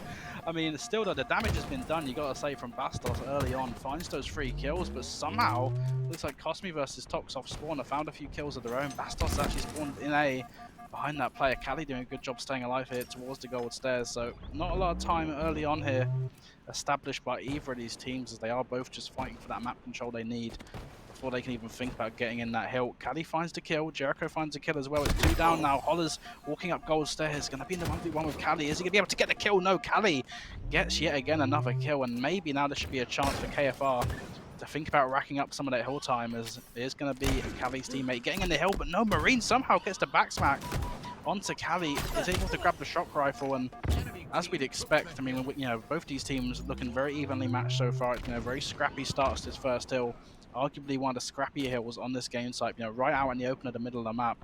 You know, it could be really difficult to really rack up some kind of substantial time without getting contested, but it seems like KFR continuing to find a few kills, continuing to kind of scrap a little bit of time here and there. Marine's been alive for a fairly long time now with a shock rifle top gold, but unable to really put it to use. He does get taken down, and you gotta say KFR doing a really good job just scrapping this time here early on. They were able to, and still able to get a lot of time on the hill. They're quite not letting them get the capture, get anything done. As basically it is, they are doing a really well job. Basically, just holding down the objective, not letting Cosme versus Tox approach at all, and really shows up. That's a capture. That's the heal number 1 in the hands of KFR, and now with the active camo 2 on their hands, Jericho with a double and Bastos with a nice kill 2. 3 down for Cosme versus Bugs. I see what you're trying to do, buddy. I see it. I saw it, but I'm giving you an A+ for effort. Really wanted that to be remote detonation remota, as I like to call it, but unfortunately it won't be the case. But still, great kill, great strategy, and great patience overall, as Brainiac unfortunately finally gets taken down. Bastos wanted to go for the kill, able to get a double now, pushing forward now. Marine in a 1v1 situation, doesn't know what's happening. Great back smack against Jericho. Now pushing forward, the hill has now turned red, and Cosme versus Tox starting to claim points.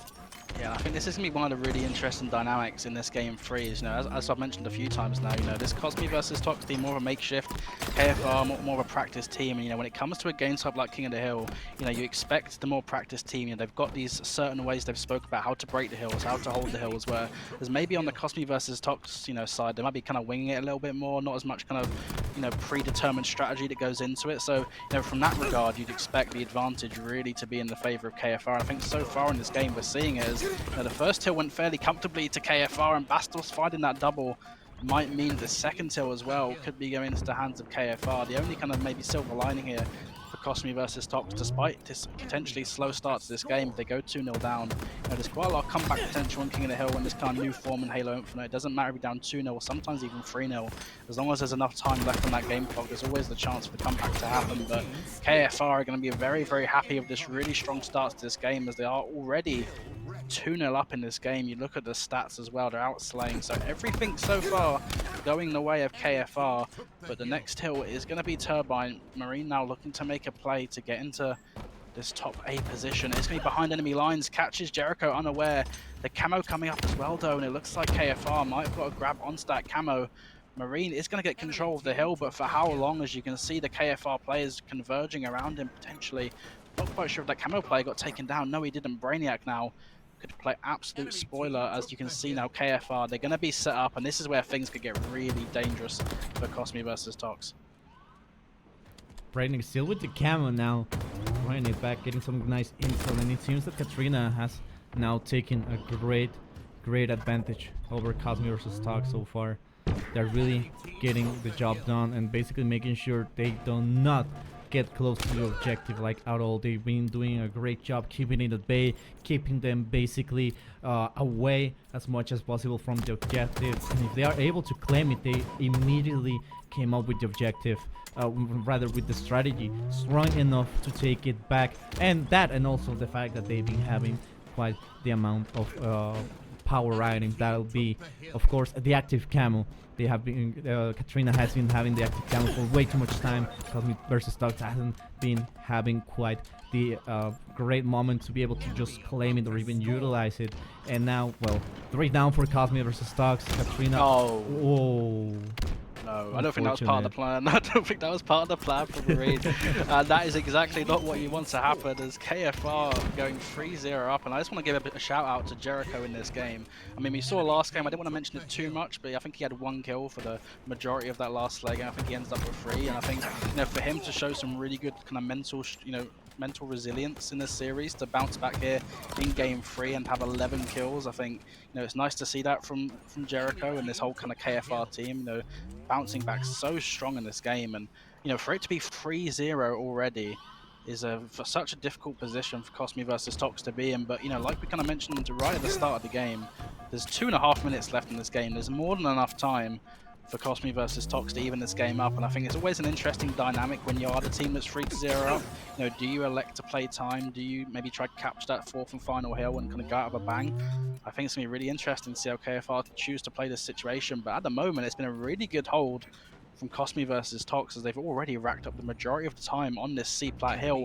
But Brainiac now has made it all the way up to C-Plat. The pre-nade comes in, not able to connect, but Kali finds a kill. Kali finds a second, and there's only 2 players left now for the Cosmi versus Tox team, and it looks like KFR may be choosing to play time on this hill. I think I like this play. Actually, no, it looks like they're trying to cap the hill, actually, so interesting play now from KFR, are actually trying to cap this C-Plat hill, and we're going to have to see if it does come back to bite them later on, but you've got to say they're perfectly set up at the moment. All 4 players from Cosmi versus Tox are trapped inside the gold pipes. The push is going to come in from Sticker to the long haul. Brainiac gets some damage, gets the beatdown. Nice trade from Brainiac. It's 2 dead now on either side. As Bastos gets the kill, Marine gets the kill. It's a 1v1 now on the map between Marine and Bastos. As Bastos is flying at Marine. Oh my lord, Bastos going for the second as well. Maybe a little bit too aggressive there, but he does do a bit of damage to Sticker. Lunny in the hill though. The flank coming in from Brainiac. Lunny's so close to capturing that hill, but no, KFR get the kills again. It's going to be 3 dead now for Cosmi versus Tox, as Marine's the furthest player up on the map. He gets taken down as well. The spawns coming in towards A again, and you can see all these Cosmi versus Tox players so far away, and that's going to be game. Katrina FR 4-0, and there's some bodies are getting shot from Kali. He is happy about that one, and what a performance from Katrina in the end. Wow.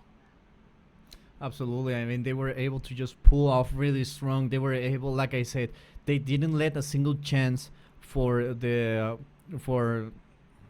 Cosmi versus Tox to be able to just claim the objective. They were just pushed away over and over again. We see it with the kills. That was really a big overslay from Katrina against Cosmi versus Tox, and they were able to pull ahead and get the stuff done. And also at the same time, they were able to basically stop the advance from Cosmi versus Tox, because they have a really nice game against them where they won, but unfortunately now they were just stopped dead in their tracks. And of course this gave the advantage for KFR to push forward into the bracket and, well, get a little bit more closer to that lower bracket final, as we at the same time are waiting to see who will be the one team or the teams that are going to try and get their shot against the Quadrant squad. And basically, I can't wait, because I'm really, really excited to see. We have some of the great replays here. Shout out to production, putting up a great work. And those sticks were dangerous. Brainiac, of course, stealing most of the show, as well as Kali. They were basically just having and getting stuff just work around the clock any single time. They were just on it any single time. They were just trying and trying overall and getting everything that was needed in order to succeed. And of course, the last flag capture that was needed to get it done, throwing us actually into an overtime, which was really a surprise, and we were expecting that. But hey, as long as we get more Halo action, especially EU Halo action, I'm completely down for it. Yeah, I think Cosmi versus Tox, when they look back at this series, they're really going to look at that game 1 as the game, you know, they had to win. Because you got to say, I mean, game 2 they won comfortably. Game 3 KFR won comfortably. The only really kind of super closely contested game was that game 1. It was KFR they're able to get that win in overtime. So I'm sure they'll look back on that one and they might kind of have a few regrets about how they played it in the end. But like you said, KFR strong in the end, getting the victory, getting over the line. It's nice to see some more kind of French Halo talent thriving in the EU Halo scene and kind of continuing their run through this losers bracket. Absolutely, and I just want to give a quick shout out to everyone in chat, especially the City and Tools. I see you, I hear you, but yeah, we're going to jump into a small break while we get the next series going, so we can have more EU action coming through. So grab some beverages, grab something to snack, or maybe something to start dining. I don't know what time it is in the UK currently, so maybe go get that, because it is we're just really close to that last bit of the bracket. So keep in touch, and we'll see you in a little bit. To the Atlanta major, so you might even see him there competing. But I think as a whole though, I think Woodham like setting this bar for mouse and key players, even being like just such low hours. I think he has like what 1,300 hours, and he's just already starting to dominate the scene. I think it'll definitely inspire people. I believe the domino effect has started too, in which Wootton will and has inspired a new community of players to step up and compete at the highest level of Halo. And it's only a matter of time until we see a top Halo team with either half or more than half using mouse and keyboard. So what do you think? Does this finally put the mouse and keyboard debate to rest within Halo? Are we finally on even playing fields now, or does one side still have an advantage? Let me know in the comments and I'll be sure to respond. Hey guys, Looney here. I hope you enjoyed that video, and it would absolutely mean the world to me if you could leave a like and a sub. And yeah, I'll see you guys next time.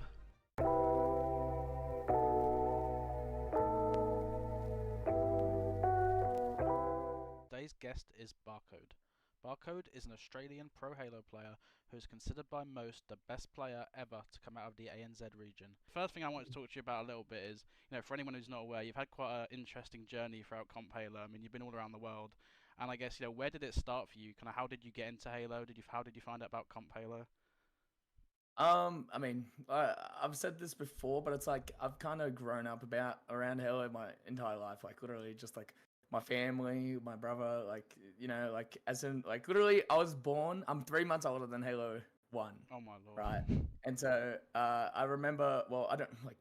What happened was my brother was playing Halo 1 at my cousin's place. On the original Xbox, and then he ended up begging like my dad to get one, and so literally as a kid, like literally since as a child, I've been like, been around the game, been around the whole franchise. So, there's that, and then obviously playing it a lot, like it kind of become like somewhat naturally good. You'd hope over time as you're growing up. I mean, you'd hope, right? But yeah, as I started growing up a bit and stuff like that, I got Xbox Live like 2009. So I was 8 years old, playing Halo 3. I was just a pure infection kid, just playing custom games and whatnot. And then I ended up properly starting competing around 2016. Oh wow! I would have actually started competing earlier when I was like around 14, 15. But dude, trying to find the Australian Halo scene was really weird. Yeah. They had a Facebook page. That was the last place to check. Yeah, I was literally like playing matchmaking, like trying to find ranked games on MCC and like messaging people after the game, like, hey, do you know like where I can find this community? Like literally, I was asking that because I was wanting to get into it, and like some people were like, and then there was this one guy, I forgot what his gamer tag was, but and this is when I was playing as an elite. I was playing as an elite. So it was H2A competitive, and I was playing what was it, Warlock in that game? Yeah. I think it's called Warlord, the remake. Yeah, Warlord. Yeah, it's called Warlord in that one. And so I'm just a giant ass elite, bro, and I actually played pretty well. And then literally the first message I get after the custom game is, dude, you gotta change to a Spartan. I'm like, wait, what? Yeah, so I actually went to Atlanta because I got picked up for the #1 ANZ team for, I don't know who it was at the time. I think Pip quit or got dropped. Okay. So and that was like Berserk, Slays, and Mads. Yeah. Yeah. And so they actually asked me to play. So I got picked up there, and that was my first international event. What was that? What was that like? Was that like a kind of big milestone you think in your career, like getting that first international event? Oh yeah, dude, that was sick. I was so excited. I literally, because I got the message at like, dude, it was at DJ hours. It was at like 2 o'clock in the morning or something, and I'm like, holy shit! I'm like, I get to go over. You know what I mean? Yeah. Like that's a crazy experience. Like it's been what I've been working towards. You know what I mean? Yeah. So, like winning comps and like getting to finally go. But at this time, ANZ was, truthfully, it was fucking dead. It was like really bad. Really bad. And then that was 2018, right? And then I think after that event, that was that Atlanta? Was like that the last official? That was the last H5, yeah. Yeah, that was like late 2018, I guess. I would have loved to have seen you on the EU team, and yeah, as an EU fan, I was kind of hoping like there's so many times. I think even last year there was rumors of like, oh, Barcode is technically he is Serbian, so he could come over. Like, and I was like, oh yeah, please, like we need you, but yeah. Hello, hello, welcome back, everybody. What an amazing series we just watched. Honestly, some of those clips that we ended up getting in that little clip montage were just, I don't know, icing on the cake. Amazing. Anything else you want to say, Facilla, about that last series before we move on? It was really amazing. Really expected a lot of action to come through, and I was satisfied. A lot of action did come through, and honestly, I was really surprised to see all the strategies that they were able to come up, and also the counter strategies that these teams were able to put in place. That last King of the Hill game was basically key for KFR, and they were able to push through and absolutely dominate the other team. They were absolutely just on top of them every single time that they had the chance, and they were denying every single capture that they could. So honestly, that's a 10 out of 10 team from me, and I can't wait to see not only what they do now in bracket, but also what they'll do if they're able to attend London. For sure, right? And any best of 3 that ends up going to a map 3 is going to be one worth watching. Anyway, as we move into this next match, we are now going into losers quarterfinals. We've had Jump Out Gang sat back with their kind of feet up, waiting for their challenger to approach, and that challenger is Katrina FR. It's worth pointing out that Katrina FR were also a little bit of an upset maker in our in the last open season we had just before Arlington. They were able to kind of disrupt the plays there, a little bit of Jump Out Gang before. So I'm hoping we see something similar here. Obviously, we've already spoke about Katrina a little bit. We just saw them in last season. But Outcasted, do you want to maybe talk about these teams a little bit? Yeah, I'd love to. I mean, Katrina, like you said, I mean, looking strong so far in the tournament, and I think, you know, these guys, we saw a lot of strong individuals showing from them, but I think also, especially in that game 3, we kind of really saw the benefit of, you know, them sticking together for these last few months and, you know, really kind of getting those strategies locked down. So I'm excited to see that, you know, they've made it this far in the tournament, and I think, you know, this next matchup against Jump Out Gang is going to be a real test for them, and I think this will be the series where, you know, if they lose it, they'll probably be like, you know what, we did pretty decent, but, you know, we would have liked to have gone further. But I think if they can win this series, it'll be such a big upset. I think especially, you know, Bastos playing against his former teammate in the former Sunrise. There's a few storylines between these two teams potentially, but I think, you know, when we look at this Jump Out Gang team, just they've been so strong recently in European competition that I think most people watching probably going to be expecting them to be the team that takes it. But you know, when you're a team like Katrina, you go on those hot losers bracket runs, there's always a chance to kind of come out the gates hot and cause a bit of an upset. But yeah, this Jump Out Gang team, Sunrise, Zove, Millsy, and Kimbo, you know, recently the 3rd seed in European Halo, you know, beating, I think it was Mamma Mia in the last kind of qualifier for the last NA major. So I think this will be a team that we expect to kind of see in the top 4 kind of fairly consistently in European competition. So I think from their point of view, they'll be looking at KFR as a team they really should be beating. And you know, one of the things we spoke about in the last series with KFR is, you know, they had that advantage being the practice team versus more of a makeshift roster, but you know, they won't have that advantage in this next series. Jump Out Gang, also a team that's been together for a few months now. They are also a very practice team. They scrim consistently against the likes of FOE, against the likes of Quadrant. So I think this is going to be a big test for KFR, but I'm really excited to see if they can kind of match the challenger when we get underway. It's going to be quite really high hopes for both of these teams, especially right after you just said. But here are the maps. We have Oddball, Recharge, Slayer, Streets, and if there's a 3rd game, well, we'll be jumping straight into Strongholds on Live Fire. So already this first map is going to be quite tiring, especially for Team Katrina that comes from already playing a 3-game series so far. And now, well, the 2nd game, Street Slayer, a breeze for any team if they're able to put themselves correctly on the map and get the strategy going. And if there's a 3rd map, well, Strongholds, Live Fire, we know it, we love it or hate it, Live Fire is here to stay. Yeah, I think like you said, I mean, Katrina, they've been on quite a long losers bracket run already so far, but I think for them, they'll be looking at this series as, you know, they are the underdog, they want to cause the upset, and I think, you know, Recharge Oddball, generally Oddball, quite a long game type, is something that can really kind of drag out, and I think, you know, that will give Katrina a good amount of time to really kind of get comfortable against these Jump Out Gang players and maybe see if they can start getting a few slays on the board, kind of start building their confidence. But I think, yeah, Street Slayer game 2, always a chance for the kind of underdog team to take away a Slayer, and then live fire strongholds game 3 if we get there.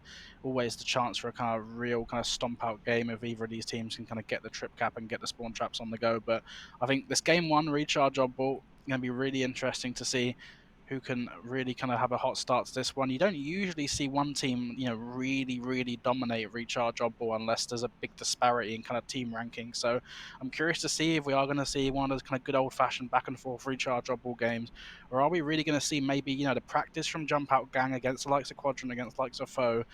Are we going to see that really kind of materialize in a bit of dominance here? Because I think, Jump Out Gang, just to speak about them a little bit, I think that they want to be a team that's considered, the 3rd best team in Europe guaranteed. They want to be seen as one of those really high caliber teams. And I think, if this was a Quadrant versus Katrina or a FOE versus Katrina, we'd be talking about how we expect them to really kind of dominate this series. And I think Jump Out Gang, they want to be in a position where they're able to do the same. So I think, obviously this is a test for Katrina to see if they can, prove themselves against the likes of Jump Out Gang, but also, it's a test for Jump Out Gang to see if they can really kind of distinguish themselves away from maybe the rest of the pack in European Halo and start maybe winning these series quite comfortably. So I think that there's quite a lot of storylines in this series. I think it's gonna be really interesting to see. But I'm always one of those people that like seeing the underdog team, really kind of win. So I am secretly maybe rooting for Katrina a little bit here to put up a bit of a fight. But when you're playing against the likes of Kimbo, Sunrise, Ove, and Millsy, 4 very strong individual players, it's always going to be difficult.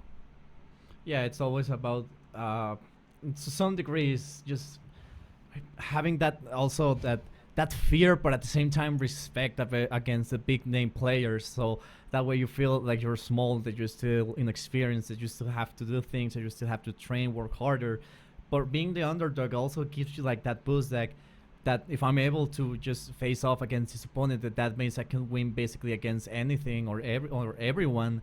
So that's a good things to bring up. Like being the underdog not always means being the least good at it, but also means that you're able to bring the most surprises to the table. So for the Katrina team to just try and pull it out will be quite amazing stuff to see, especially in this scenario where, like you said, it's being this Open rather has been having a lot of new teams form and new players coming in with the news of the Quadrant Major in May.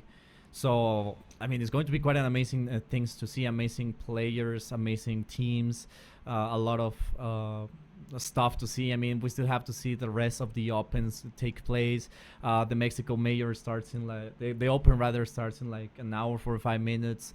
So yeah, I mean that's something. The NA Major is almost going to be in motion. They're dealing with some bracket issues, seeding bracket issues right now. So until then, European Halo is your house for right now for Halo action, and we are actually coming close to the final top 4 teams. This is a top 4 qualifier. If my eyes don't deceive me, I'll check real quick. I think, like you said, I mean, we're getting down to the real kind of business end now, and I think it's practice for the London LAN, but also I think to getting those vital points on the board, because some of these teams want to get that pool play spot secured.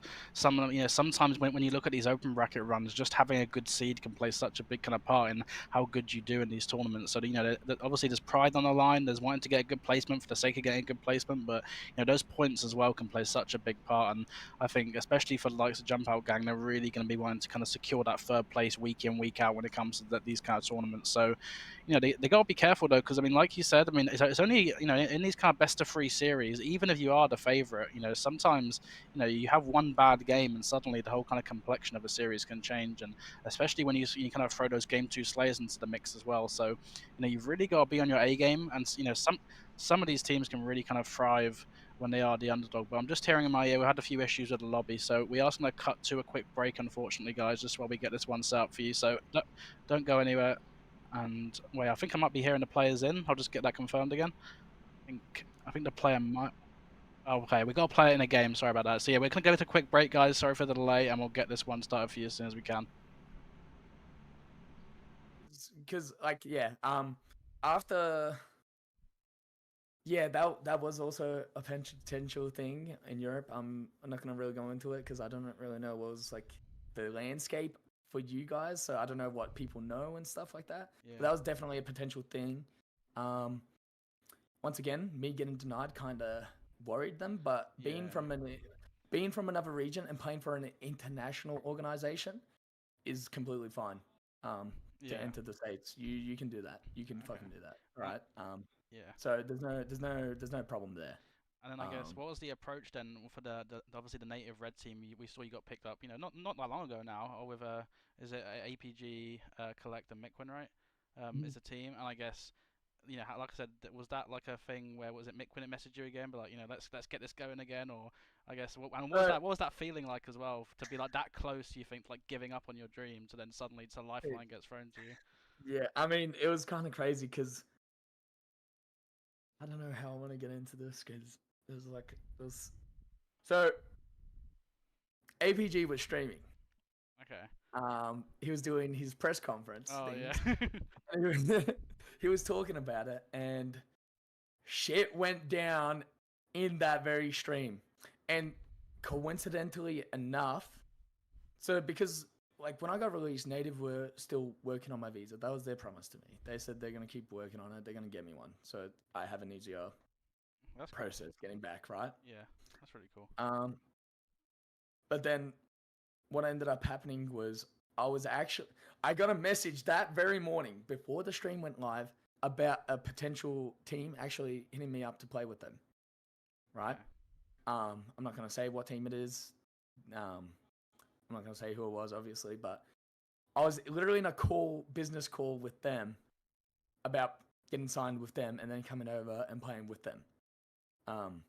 Obviously there was like it wasn't set at all. Like they would have had to ask if like that was something viable and doable, which I'm pretty certain it would have been. Okay. But the offer, was it was still like my thought process at this time was whatever it takes to get back. I need to get my foot back in the door. Okay, thanks again, guys. Thank you everyone for watching, and Thanks, we'll guys. see you next time. Bye bye.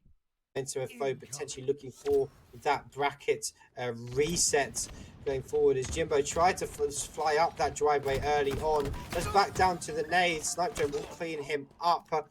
And right now, remember that camera is on delay, so both these teams probably vying for more positioning based than anything else to set themselves up for potentially that camera grab, which will be popping in about 5 seconds.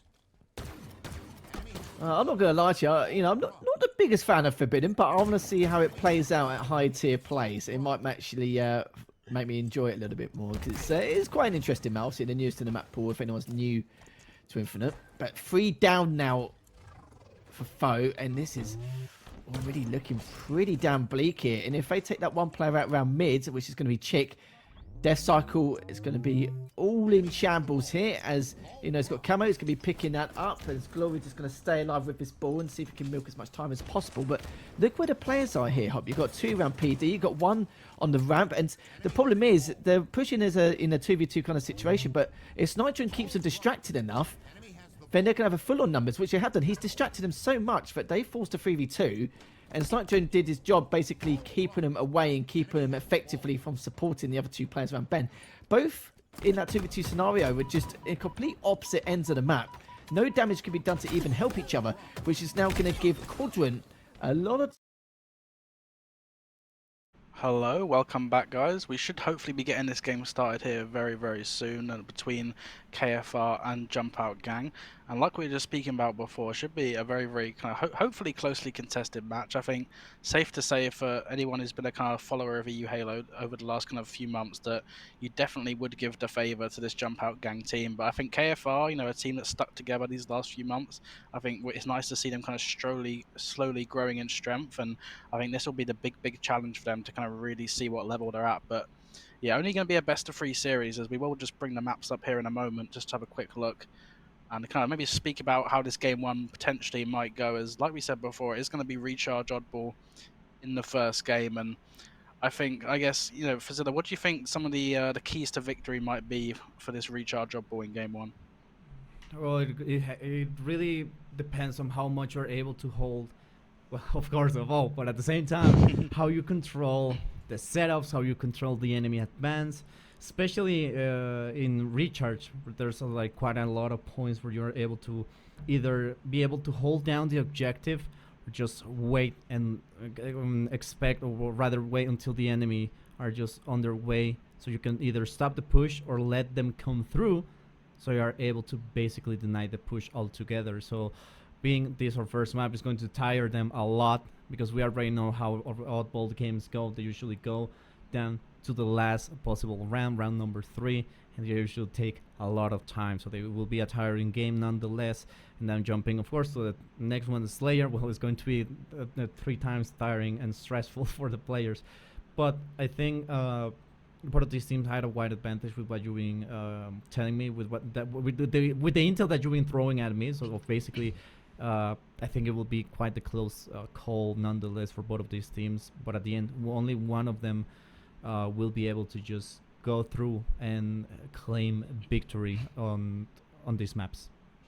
Yeah, I think like you said, when it comes to recharge oddball, I think it's usually one of those game types where you expect the team that is considered the favourite to win. I think, when we look at some of the other game types in the HCS, the Slayers, sometimes even Strongholds, they can be so snowbally. I mean, you think about Solitude Stronghold right recently before it was taken out. I mean, some of these game types you can just have a strong start and suddenly you can snowball that into a really kind of substantial lead. But when it comes to game types like oddball, it's round based now. There's a lot of kind of potential for these comebacks. So I expect, Jump Out Gang, this is going to be a game type they really should be taking. But, Katrina, hot off the back of a victory, I think they should be hopefully filled with a little bit of confidence. And, I think Bastos with a strong showing in that last series. And I think he's really, for me, going to be a big factor for them. If they want to be able to compete with these top teams in European Halo, you kind of really need your superstars to be firing on all cylinders. And I think Bastos, he has that potential to really kind of slay alongside the best of them. So I think he for me is going to be a player that I'm really looking out for in this game 1 to start off strong. But I think, as we get into game 2 and game 3, especially the Slayer, I think that's something that, most underdog teams will look at the Slayer as something they can really kind of get their teeth into and maybe kind of force that game 3. But I think just to speak a little bit more about Jump Out Gang in this tournament, I think like we kind of mentioned before, they are the current, I think, 3rd seed in Europe. So I think, it's all well and good saying Katrina will kind of be looking at this as their big matchup. But for Jump Out Gang, they'll be wanting to win this series fairly quickly and fairly comfortably. They'll be thinking about, the likes of Mamma Mia, the likes of FOE, the likes of Quadrant. I think, there'll be a lot of kind of thoughts in their head of, can we really kind of push those top 2 teams in European Halo and kind of make our dent? But I think, like you said before, right, I mean, you got to be careful underestimating teams. They can't look at this series against Katrina as a kind of guaranteed victory. They got to come out strong here. There's definitely always the upset potential in these best of 3s. So like I said, I'm curious what's going to happen when we get this one underway. Like I said, guys, apologies for the delay. We should hopefully be getting this underway in just a moment. It looks like we are maybe going to be loading into the game. Everyone hold your breath. It looks like we could be getting going here in just a moment. Recharge oddball is going to be the game 1, and yeah, for Zilla, it should be a good one. Oh, it is going to be a killer of an opening game for this series. As we were chatting, like I said, Jump Out Gang, 3rd seed, basically their rival to beat in order to get yourself a nice match against Quadrant over at the lower bracket finals. The other side of the bracket, let me update it real quick to see if it's still Mamma Mia against Bittersweet, or one of those 2 teams were able to claim victory. While we jump straight into the match, as we see that we already have kills rolling down, and of course making sure they're getting every single stuff done. Double kill, make it a triple. Yes sir, that's going to be a killer opening by Milsey, as they now are trying to get that overkill. Well, that's going to be an assist. No overkill, time did run out. But yeah, now that I checked down the facts, Mamma Mia and Bittersweet are still played. Yeah, really strong start, like you said, for Jump Out Gang. Milsey already 3 kills and 3 assists in this game. You couldn't really ask for much more from Milsey by himself already, and you can see Zove has already got that ball back to the C silo, and arguably this is the strongest setup you can get on this map. It's so difficult for these players to get anywhere near that ball when the kind of players are surrounding it, and Zove is going to have the option just to throw the ball off the map if he wants to and kind of reset it. But it looks like the ball didn't go off net for a second. Thankfully, Zove barely able to get that ball off in the end, but a strong start here for Jump Out Gang. Already 25 points on the board for them as the ball does get reset. Bastos in such a difficult position here. Is staying alive really well on the stacks. The grenade comes in from his former teammate Sunrise, as it is going to be 1 dead now on either side of the map. Milsey able to get the clean up onto Brainiac. It's 3 dead again already for KFR, as they've already spotted out the last player, Jericho, in top gold, and the OBJ efficiency, I love what I'm seeing from Jump Out Gang. As soon as they get their kills, they're straight onto that ball, and straight onto racking up the time. But it looks like this player Jericho, not only did he stay alive, he got a kill as well. And that is going to slow down the scoring for just a second. The Zove sticks himself. I think that's the second time within 2 series we've seen a player grenade themselves. It's the European Halo special by the look of it.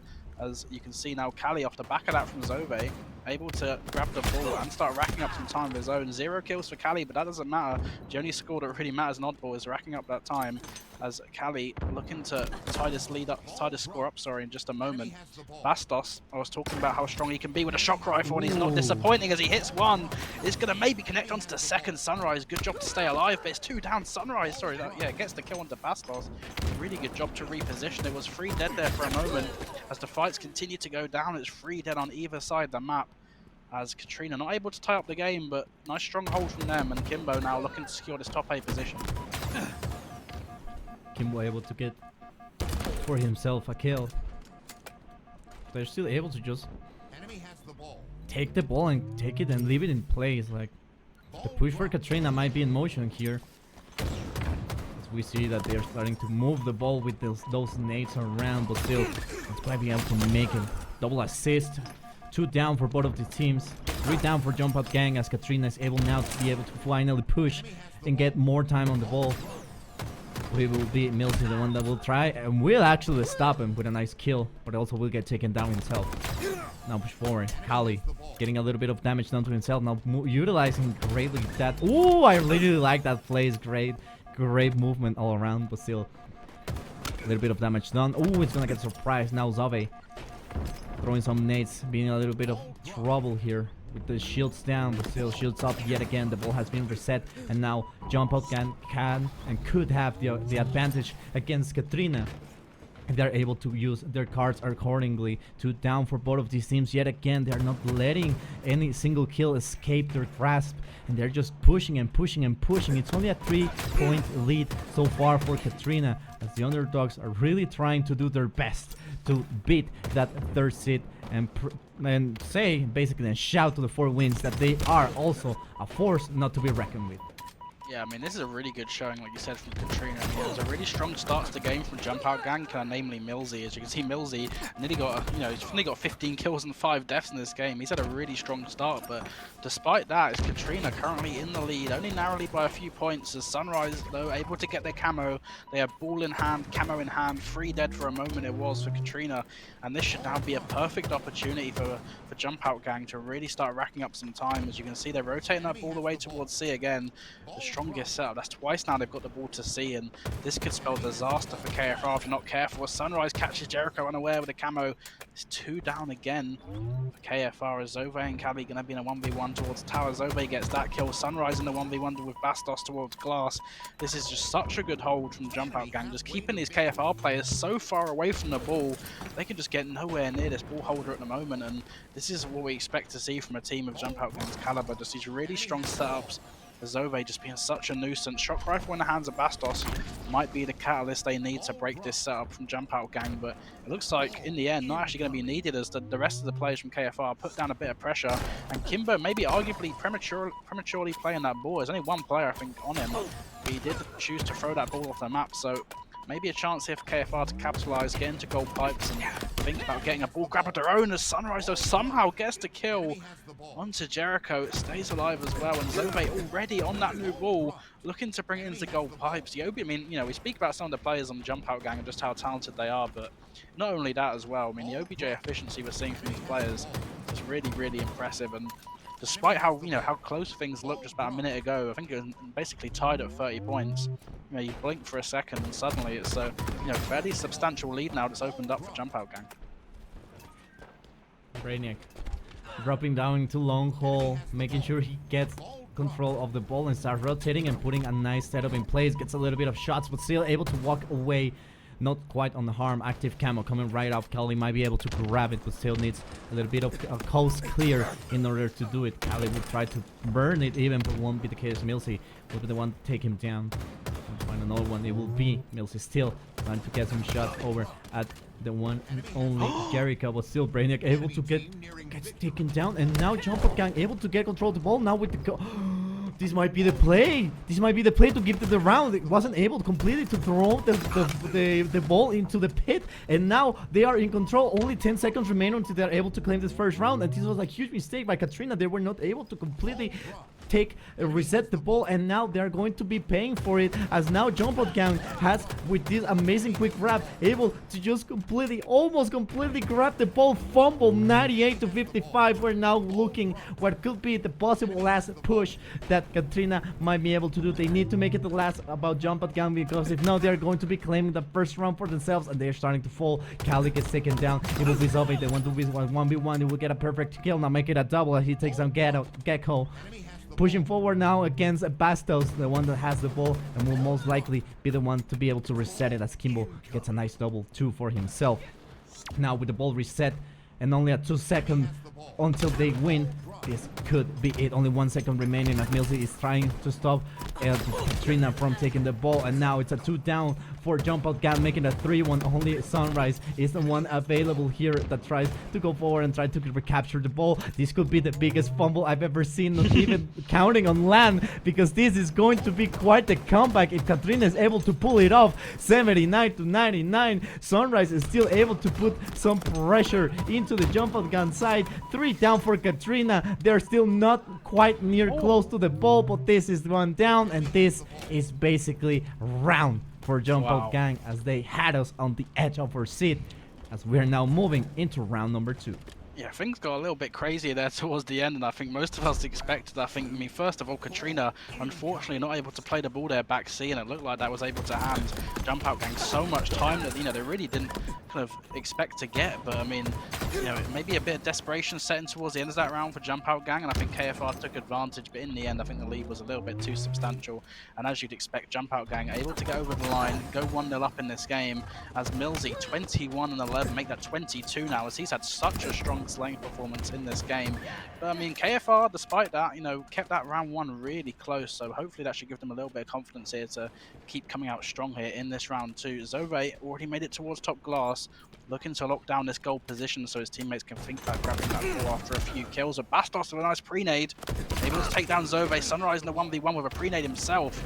Back and forth trades here towards gold as both these teams try to establish a little bit of map control. Brainiac gets a kill with the ball, with the beatdown onto Milzy. Milzy though finds a double to shut that one down. And look at that heads-up play from Milzy, not even engaging that last player, just rotating the ball away from Bastos, basically rendering him useless in gold pipes. And once again, the theme continues from round 1. Really good OBJ efficiency and heads-up play from all these players on Jump Out Gang to kind of go alongside the kills. Milzy's doing it all at the moment. He's rotated it from A, now he's rotating it to C. A full rotation from Jump Out Gang, looking to establish that back C silo setup again, which is the setup they really want to get. And they've basically achieved it now, but maybe it might not be too long in the life here for Jump Out Gang, as 2 of them do go down. They do choose to play that ball off, so despite the really heads-up rotation from Milzy, it didn't actually amount to too much ball time in the end as KFR forced to reset. Jericho finds a double, and if KFR, they can just get a few of these kills on the board, maybe a chance for them to think about getting the grab. But so far, at least in this round, Jump Out Gang just continuing to put the pressure on and secure these slayers, and making it so difficult for KFR to even think about grabbing that ball. Now the push in motion, Kali defending. They were able to take down only one of the enemy attackers. Still, Brainiac gets taken down. That's a nice double by Zove, trying to make it a triple. Knows that he gets a little bit more shot that he wanted to, and gets immediately taken down. 2 down for both of these teams, but still Jump Out Gang has the slight advantage. 3 minutes down, and it seems that Kali is going to surprise Kimbo right there and take him down. Now Sunrise trying to go directly to the enemy ball carrier and will get taken down, not going to be able to get that kill into motion. And what a great strafe right there, able to deny the kill. And now Jump Out Gang with 3 down are going to try and push yet again into Katrina territory to try and stop whatever they might be cooking. Oh, Brainiac hesitated a little bit on that shot, but still he was able to get a nice body one, trying to get the headshot, won't be able to. Will get the kill on Sunrise, but Brainiac is now defending with teeth and claw every single approach and every single zone that they can approach for, and unfortunately he will get taken down, and so does Kimbo. Now as Kali has now a nice killing spree under his name. Now Zove trying to go directly into that zone, will get the kill. will get taken down rather. Jericho will walk away unharmed. And now we'll get another one against Sunrise. Now the ball is sitting wide in the open, and it's a 32 and still growing advantage for Katrina right now. This has been a really kind of good sequence of plays from Katrina. I'm really impressed with how they played that. I mean, they had the ball in gold, plus they were locking down the A position and kind of watching the cross as well. They held that ball there for so long, opened up the lead, and not only that, when they started to feel a little bit of pressure, they played the ball all the way down to bottom mid so that they could scoop it up when they respawned across the map and bring it to C and scrap even more time. I mean, we're seeing some really good plays, you know, as a team from Katrina, as well as the kind of individual bits of brilliance we're seeing as well from the likes of Brainiac. So I think this has been a really good round 2 from Katrina. I mean, like you said, 53-11 now to score in this round 2 as Katrina looking to bounce back in round 2 and hopefully for them force that round 3. But Sunrise now able to get the camo, but no, he's not able to stay alive as Bastos and co are going to force that kill, and that's such an important kill for them to get, as it is going to slow things down even more for KFR. Brainiac going for the ball, maybe gets caught out a bit prematurely there as Millsy hits the slide, gets the kill for his 28th kill of this game already. It looks like now Jump Out Gang, they've got the ball in gold. Zove being such a nuisance here behind enemy lines, and if he could lock down this tower position, he has so many good angles he can get on these players trying desperate towards that ball, and you can see just being such a nuisance. And while all this is going on, Millsy just racking up time across the map, as it looks like now the attempt at the rotate might be coming in maybe from Millsy. He's continuing to hold the glass. I think Kimbo is probably making the call right now that C is not safe as he spots 3 players, and a really heads up play from Millsy there just to continue to rack up the time towards top glass. And you can see they've nearly evened up the score now. Only about 10 points is the difference between these two teams, as Kali now, he's made his way to A. He's probably going to be looking to get towards gold if he can. As you can see, it's going to be the 1v1 across the map between Jericho and Sunrise. 2 down for KFR though, and this might now be a chance for Jump Out Gang to think about getting control around this ball and thinking about a grab. But Kali just being such a nuisance, stays alive for as long as he can. Sunrise though does get the kill and he's made it into gold, so Jump Out Gang now with this gold control, but can they scoop up the ball? The answer is yes, as 4 go down for KFR, and we're going to have to see how much ball time this is going to amount to for the side of Jump Out Gang. Camo's coming up in 20 seconds, so that could play a factor here soon, but at the moment it's going to be a really strong hold for Jump Out Gang. Right now they're able to just go ahead and claim back the lead. And of course this will mean that Katrina is now in trouble. They're still trying to push in. We'll get some kills going, but unfortunately it won't be quite enough. The nade is going to do huge damage and Kimbo will get taken down, but still Mills is able to run away with the ball and keep it in control, not letting them approach. And with a minute and something remaining, what a nice stick right there. But still the ball has been reset, a minute remaining, and it all depends, and it will go down if Jump Out Gang will choose to play for time, or would they choose to get over with it as soon as possible. And it seems that now the ball has been taken by Katrina as they're starting to run. Bastos with the shock rifle and active camo will try to get down and kill Kimbo, and he will get it. We'll try to get Millsy, but unfortunately it won't be the case, not able to quite be able to get the kill going. Now Sunrise able to get a nice double for himself, trying to get a triple, but still no one is on site. He doesn't know where the mic came from, and it's 3 down for Katrina as they are now back yet again in control of the ball, trying to move it a little bit. Sunrise gets taken down. Brainiac now approaching that section right there and taking a little bit of damage done. 30 seconds, well, 25 seconds remain still, and the things are starting to be a little bit rough for Katrina as they haven't been able to get themselves a hold of the ball. And right now Jump Out Gang is gaining control with only 10 seconds left. It seems that Jump Out Gang will take this second round with a nice timeout, making sure they are tiring Katrina, so that way they're able, and what a nice play right there, resetting the ball. And we are heading into a game 2 Slayer with Jump Out Gang taking this 2-0. Yeah, really good job there from Jump Out Gang. They really start to heat up in the kind of latter half of that second round, and you know, like we were saying, it was such a really strong start to that round 2 from Katrina. They had, I think it was like a 50-10 lead at one point in round 2, but I mean the experience there of Jump Out Gang really starting to show through in the end. They won a really strong run in the end to win that round out, and I think, you know, maybe it is the result we expected in game 1, a 2-0 in oddball, but I think, you know, looking at how close both those rounds were, I think, you know, Katrina can take a lot of confidence from that. that. But as we have a look at the stats, I mean, Millsy, I think, was 15-5 at one point. He was having a really kind of strong showing in the slaying department, as he does finish positive 10 in the end, 31-21, 23 assists as well from Sunrise. Really great job from him. On the other side, I mean, fairly even slays across the board. I mean, all 4 players, unfortunately, not able to go positive. But, you know, when you're playing against the likes of these players in Jump Out Gang, 4 very, very strong individuals, it's always going to be difficult. But you got to say, despite that, you know, despite the outslaying from Jump Out Gang, I think in terms of the OBJ score, I think Katrina did quite a good job keeping it fairly close. So we'll have to see if Katrina can take a little bit of confidence from that heading into this game too. As Sunrise, I mean, the assist definitely resulted in some damage. I mean, 10,000 damage from Sunrise is not a stat to scoff at, and you can see why Jump Out Gang decided to pick him up. And yeah, for Zilla, Jump Out Gang, you got to say, looking strong in this game 1 as we expected. Absolutely, this game number 1 actually did wonders for Jump Out Gang, and they are putting themselves on the table yet again and reaffirming that they are indeed the 3rd seed in EU Halo. So right now, as we are loading back into this game number 2, is going to be a Street Slayer. So we only know that there's a Stacker Rifle, the Bulldog, and of course the active camo to work around. And it's going to be whoever is able to get 2 out of these 3 tools is going to help a lot. So if they're able to get either the Stalker Rifle with the active camo, we might be seeing some progress. But at the same time, if they're able to grab all 3 of them, it is going to be an entire bloodbath, especially in that middle section when they are fighting for the active camo, which I think is the main power item to keep inside, and to make sure we are looking extensively at who has it and who might be able to pull out those plays that really matter. Because if you have the camo, you have the slight advantage that you are slightly harder to see, and well, you're also able to give your teams a little bit of a heads up and some information to work around and make or transform your strategies around it. So if they're able to utilize it to full potential, we might be seeing either Jump Out Gang making it a 2-0 against the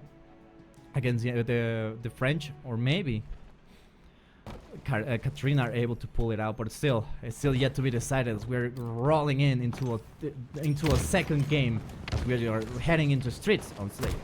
Yeah, this is a do-or-die game now for Katrina. 1-0 down in this best-of-3 series in the losers bracket. They have to win this game if they want to stay alive in this tournament. But unfortunately for them, I think it was 3 dead. But it was 3 dead on the other side as well. So the fight for the camo here is still basically neutral at the moment, as the camo in about 2 seconds is about to be available on the map. Zove locking down this cafe position. You can see Katrina nowhere near the camo, and this could be a chance for a fairly clean grab for one of these players on Jump Out Gang. As the collapse now coming in, it's 3 dead for Katrina again. Jericho's last player left alive, able to get a kill though onto Sunrise. Great job from Jericho before he is eventually taken down. Not quite sure if the camo is still in action, or maybe a burn might have come in. It is Kimbo though, actually, with the camo, and it's only a 7-5 lead. But if Kimbo can make a good play with his camo, he might give his team a chance to really extend this lead even further, as he is now going to make his move, looking to flank this commando position. The camo has just run out, but Kimbo's made it fairly far without being seen. Does now choose to engage, gets a shot or 2 onto Brainiac, but KFR seem to have pushed out and almost just kind of forgot about Kimbo, and it's actually worked in their favor, as Kimbo, now the last player left alive on his team, might be isolated here on the B stairs, doing such a good job just milking his life here, waiting for help, and the help does come in from Millsy as he gets a kill onto Bastos. It's back and forth trades early on in this game, despite that camo grab from the side of Jump Out Gang, as 10-10 is now the score. Kali looking to make a push onto this B side potentially of his teammate Jericho, as Kimbo's made it into Arcades fairly uncontested, and already this camo is going to be coming up yet again in 20 seconds. So all 8 players are going to have that in the back of their heads here as they do choose to make their next move. Jericho finds a nice opening pick onto Kimbo, and that could be the cue now for KFR, maybe to make a push and try clean up all 4 players, but Zove gets to backsmack somehow once that player. The cleanup comes in though. Camo's about to come up, Millsy gets a kill as well, and is anyone going to be in position to go for the grab? It looks like Brainiac through the shroud screen's gone for it. The beatdown comes in. Brainiac, is he going to get taken down? No, the beatdown misses. Brainiac, I think, eventually does get traded out with a camo, but good job from KFR to at least make that a scrappy situation. And off the back of that, they have now got a narrow 1-kill lead. Still, a 1-kill lead is more than enough to start widening up quite a bit, but still not quite going to make a lot of progress. As we see a little bit of a problem for Brainiac. And oh, is Zove able to use that repulsor to survive? And 2 times now great stuff, and now they are trying. The series is tied up, basically 18-17. Now Jump Gang has a slight kill, a 1-kill advantage that gets completely denied now. We're now yet again in a tie situation. Sunrise getting a little bit of damage done. He doesn't know what to do. We start pushing buttons and gets taken down. Now Bastos trying to follow Mills right there, trying to get a kill, and now he doesn't find, but he's going to jump really quickly and get the kill going. Now waiting for someone on PD will be Sunrise yet again, and Bastos is going to get taken down by a back smack, and now Sunrise yet again focuses his attention over at the cafe zone as he sees someone, and still the series, the game is tied up. Nothing for no one so far as we're heading into the first half of this Slayer game, and so far you see that they're starting to get a little bit more close combat, a little bit more close, more than they like to. And great double kill by Jump Gang, 3 down for Katrina, as this is the advantage that Jump Gang must have been waiting for, as they're able to do way more damage and pressure more if they're able to pick Katrina piece by piece. Yeah, really good job from Jump Out Gang there to go on a little bit of a run, but Katrina, good job themselves to keep this game fairly even, as Kimbo's 13-4 in this game, looking to lead his team towards this Game 2 victory and the series victory and progress through this bracket. Kimbo, though, is going to be taken down, and it looks like Sunrise now, really good bit of movement there to hit the slide and stay alive, and off the back of that, the help comes in from Millsy as well. This is where things could get really dangerous now for KFR. They're down 3 kills, the camo is bottom mid, and it looks like Jump Out Gang should be getting that grab on the camo fairly uncontested, so this could be a very, very dangerous situation now for KFR. They're already down 4 kills. Camo's going to be in the hands of Jump Out Gang. I think that's Sunrise with a camo potentially, as the lead is now extending further and further away from KFR. They need to find a way to stem this bleeding, maybe try to slow this game down, but you expect Jump Out Gang not to let that happen if they have anything to say about it, as Millsy now looking to maybe reposition and put a little bit of pressure on. KFR looking to hold the line here towards A, maybe bait some of these players in. It looks like Millsy does get baited in there, maybe gets taken down, but the trade comes in from Zove. Cali's going to be there as well, and despite the camo grab from Jump Out Gang, maybe not resulting in as many kills as they would have liked, and good job from KFR to slow the game down there, and they've now brought it to only a 3-kill game. Brainiac, gets taken down, and now Zove trying to get itself a little bit more of that action too. Really tight game. 3-kill difference is what, well, 4 now, is what separates basically Jump Out Gang and Katrina from advancing to a game number 3. Great kill right there, Zove. Doing a lot of damage, able to assist his teammate. Now turns around, thinks that someone is upright. He will. Gets the tray, and of course a double kill. Now Bastos. 3 down for Jump Out Gang, trying to push forward. 40-38, 2-kill difference, not that much of a difference, but still able to be more than enough to claim game number 2 and possible the run of the tournament. And now Bastos will go and try to get someone. With that first punch, not able to whip the second one, but Millsy will be on the lookout with the Stalker rifle, able to take him down. Now Zove moving forward into PT, will get a little bit of shots on him, plays on him, and with a nice placed grenade, he's going to take down Brainiac. 44-40. Still, the advantage is clear for Jump Out Gang, as they have a 5-kill advantage. We'll try to make it 5. It is 6 now. Kimbo, I think, Millsy was able to get a nice kill. Sunrise still receiving a lot of damage. Backtracking a little bit, knows that it's way too dangerous to approach. Only 3 kills remain, and Sunrise is still in a lot of damage, in a complete uncomfortable position that just don't want to let go. And now with full shields, he will try and go for the active camo. This active camo could be the last thing that he needs in order to put the final nail in the coffin for Katrina FR. As Sunrise just waiting for someone to come for the camo. He knows that someone will come. He doesn't want to get it. He knows that because Katrina is in this sticky situation, they will pressure them, but they were able to come back. 49-46, only a 4-kill difference yet again. Zove try to look out, no camo to be seen. Bastos will be the one to get it, and we'll try to get some shots placed. 49-47, correct kill, but now it's in a little bit of trouble. He starts to receive a lot of damage. He's able to walk away unharmed. 5 minutes remain. Kali is just right there with his teammate, watching all over him and making sure no one comes through. I really like how the change of pace that this game has had, completely turning it around. And now it seems that the ones that are being pressured are Jump Out Gang, but the trade is not going to be beneficial, not quite going to be able to make it. And the final score and the winner of the series is going to be Jump Out Gang with a final score of 50-48. What an amazing series. Unfortunately, we don't get to enjoy a game number 3, but still, it was great, amazing stuff overall. I mean, if we look at the scoreboard, it wouldn't let me lie. It was quite an even game all around and even exchange left and right.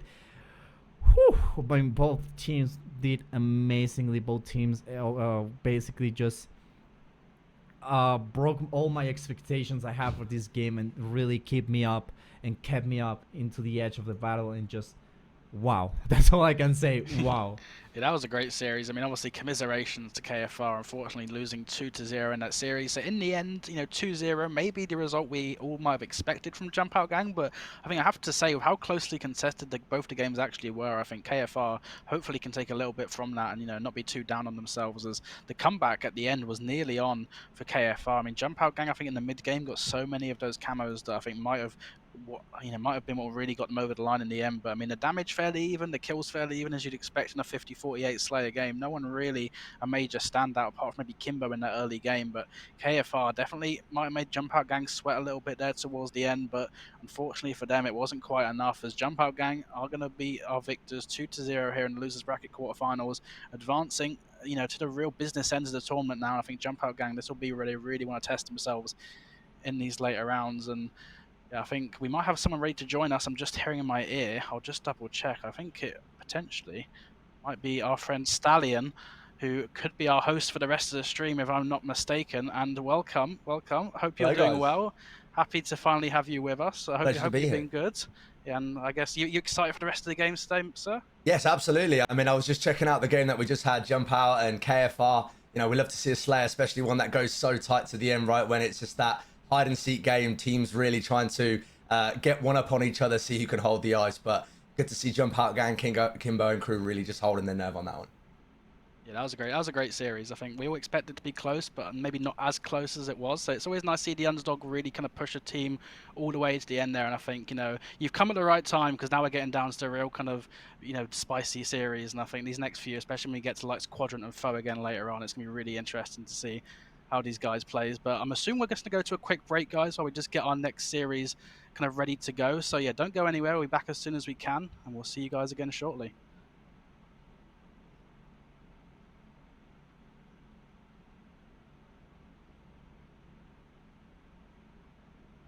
Actually, I'm just hearing in my ear we have replays. Sorry, guys. I forgot about the replays. I'm not used to replays. Okay, but yeah, we'll just have a quick talk through these. And I mean, for Zilla, this game one, right, was so close in the end. But I mean, Jump Out Gang kind of able to get over the line in both these rounds. But I think we saw a lot of strong individual players. I think from both sides.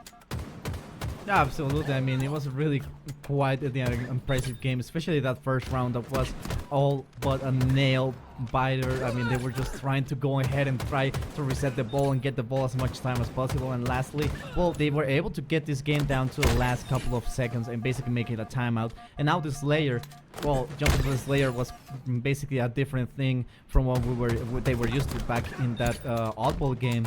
But still, they were able to push ahead, and they were making it really difficult for the other team to just basically survive and be able to walk away with it.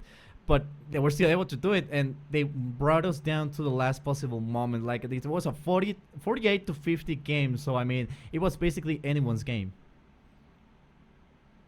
Yeah, no, I agree. I think for Jump Out Gang, we expect them to win, but I think it's nice to see them tested, I think, and I think that will hopefully help them, kind of really be on their A game as they get into these, later rounds against maybe some of the teams, they're not quite expected to beat. So I think, yeah, nice test for them. And I think Stallion, like you said, the game two was really close, but once again, the favourites always just seem to find a way just to kind of get over the line in the end.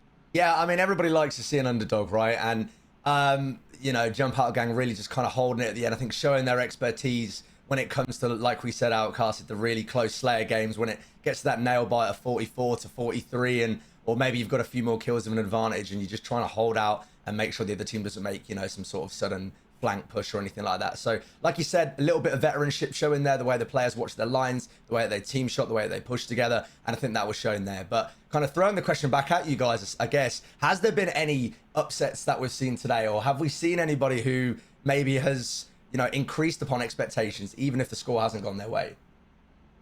I feel like I've seen a few matches maybe off stream as I've been looking at kind of the bracket, and I've seen a few series. I think it's Bittersweet I saw beat Baxter and Co, which I would consider a little bit of an upset. And I think I also just saw that Mamma Mia, who's Moses' team, who are kind of 4th seed in Europe, actually get pushed to a game 3 goodbye bittersweet. So there's been a few series, I guess, you know, the first Open of this kind of new season as we lead into London. Maybe some of these teams not quite on their A game yet, maybe a little bit under practice. So I think today might be the kind of day that there is a bit of a room for a few upsets here and there. But I think for the most part, it is kind of favourites kind of coming out on top as most of us would expect. But I think that's the thing we all love about Halo is there's always that chance for an upset when a team kind of gets hot. So I'm hoping we'll see a little bit more of that as the kind of tournament progresses, especially as we get to these big series. But yeah, so far it's been a good day of games, I think. Absolutely. I mean, it has been amazing overall. Wasn't able to just fully grasp the full experience of watching the HCS Open, especially on the Euro side, because time differences, and because right now it should be illegal for me to be awake at this hour. But still, bringing it over with you guys over at the EU scene has been amazing. I mean, you're just really talented as on the game as on the microphone. So it has been a really fun day. Morning, I'd say. So I mean, yeah, I mean, enjoying EU Halo at its best. I really wish I could get more into it. So I'll probably get myself into some investigation, maybe hang out with you more at Castle Stallion, even if you know some of the players. I would really love to have a chat and maybe learn more about the players and the seedings and all that, because the placements, we already know them. Top 3, it will always be FOE, Quadrant, and last but not least, Jump Out Gang. So that's like the top 3 main teams to beat. So if any one of them goes down earlier than they are supposed to, that's going to be, of course, an upset rather, that we should be checking out. But still, like you said, we have a lot of new teams, a lot of new faces, so the possibility is there. We just have to dig until we can find them. Yeah, and I think we should hopefully be getting our next series ready to go. I'll just double check in my ear, but I don't think it's quite ready yet. So I think, yeah, we might have to cut to a quick break, guys, while we just get our next series going. So I guess, Stallion, anything else you want to say before he cuts the break? No, I just want to say it's a pleasure, firstly, to be here, guys. Secondly, to see all this amazing EU and UK talent come through. I think Halo is one of those games that has been NA dominated for a long time. So to see more talent come through from whether it's the UK, whether from Europe in general, to see what they can do at the HCS London this year, I think it's fantastic. So just want to say it's a pleasure to be here, and yeah, looking forward to the rest of these games. Yeah, so like I said, guys, we'll just cut to a quick break and we'll get back into the action as soon as we can. 24 seconds. People may not think that's a lot, but honestly, at this level, it's a huge amount. But 4 dead for Quadrant and FOE now looking to try and create their own setup and see if they can at least stop Quadrant dismantling them. And saying that though, Snipjone's already got 1. Jimbo just barely manages to stay alive here, and it's important that he continues to do so. And a great first pick coming out from Snipejone, but Jimbo returning the favour. Glory's coming off respawn, so quick to do so, and that piv by Chick is absolutely huge to stop Glory from getting in and amongst that tram setup that they had. But still, now this whole fight, not much ball time has been gathered by FOE. Eventually they do pick it up, looking to rotate it towards B in that driveway area. They're hunting for the camera right now. They have found it. Wooten will be that player. He does take down 1 to his demise, but maybe not as much damage as he would have liked to. Jimbo seems to kill himself there. Bit of a suicide moment out of him. Don't know what happened there. I'd like to see a replay of that.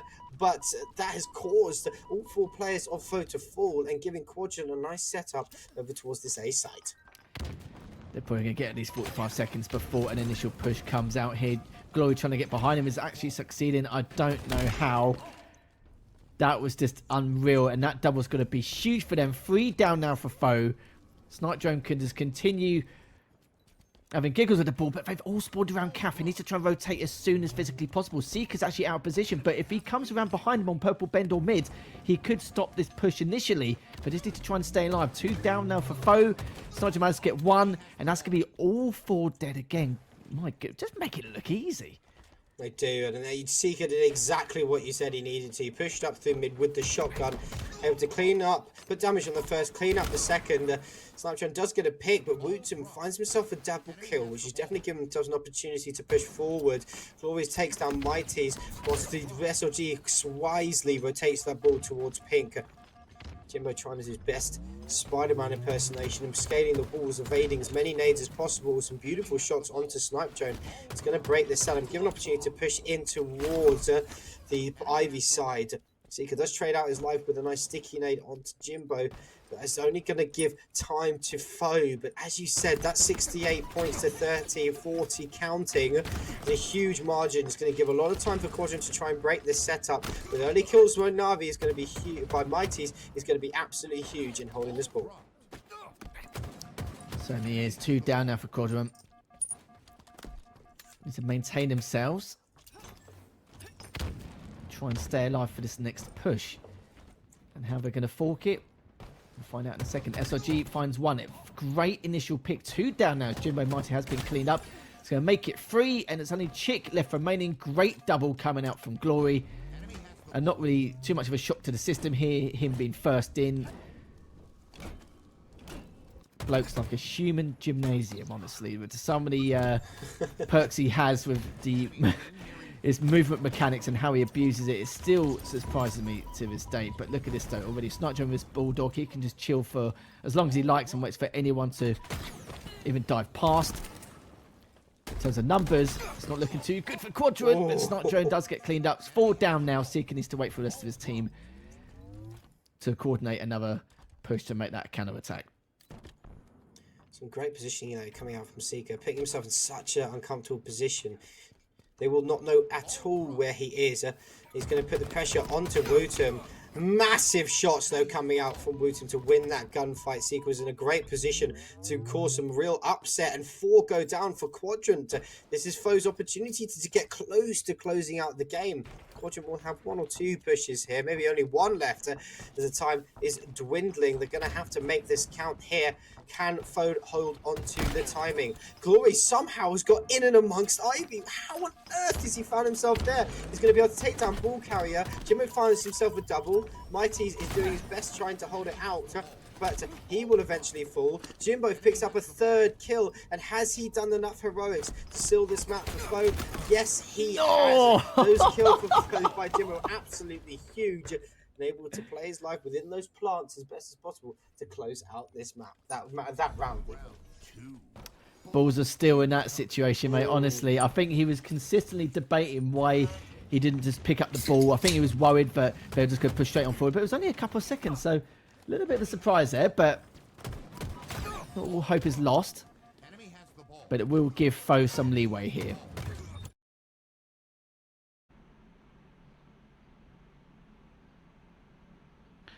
Hello, I think we are back.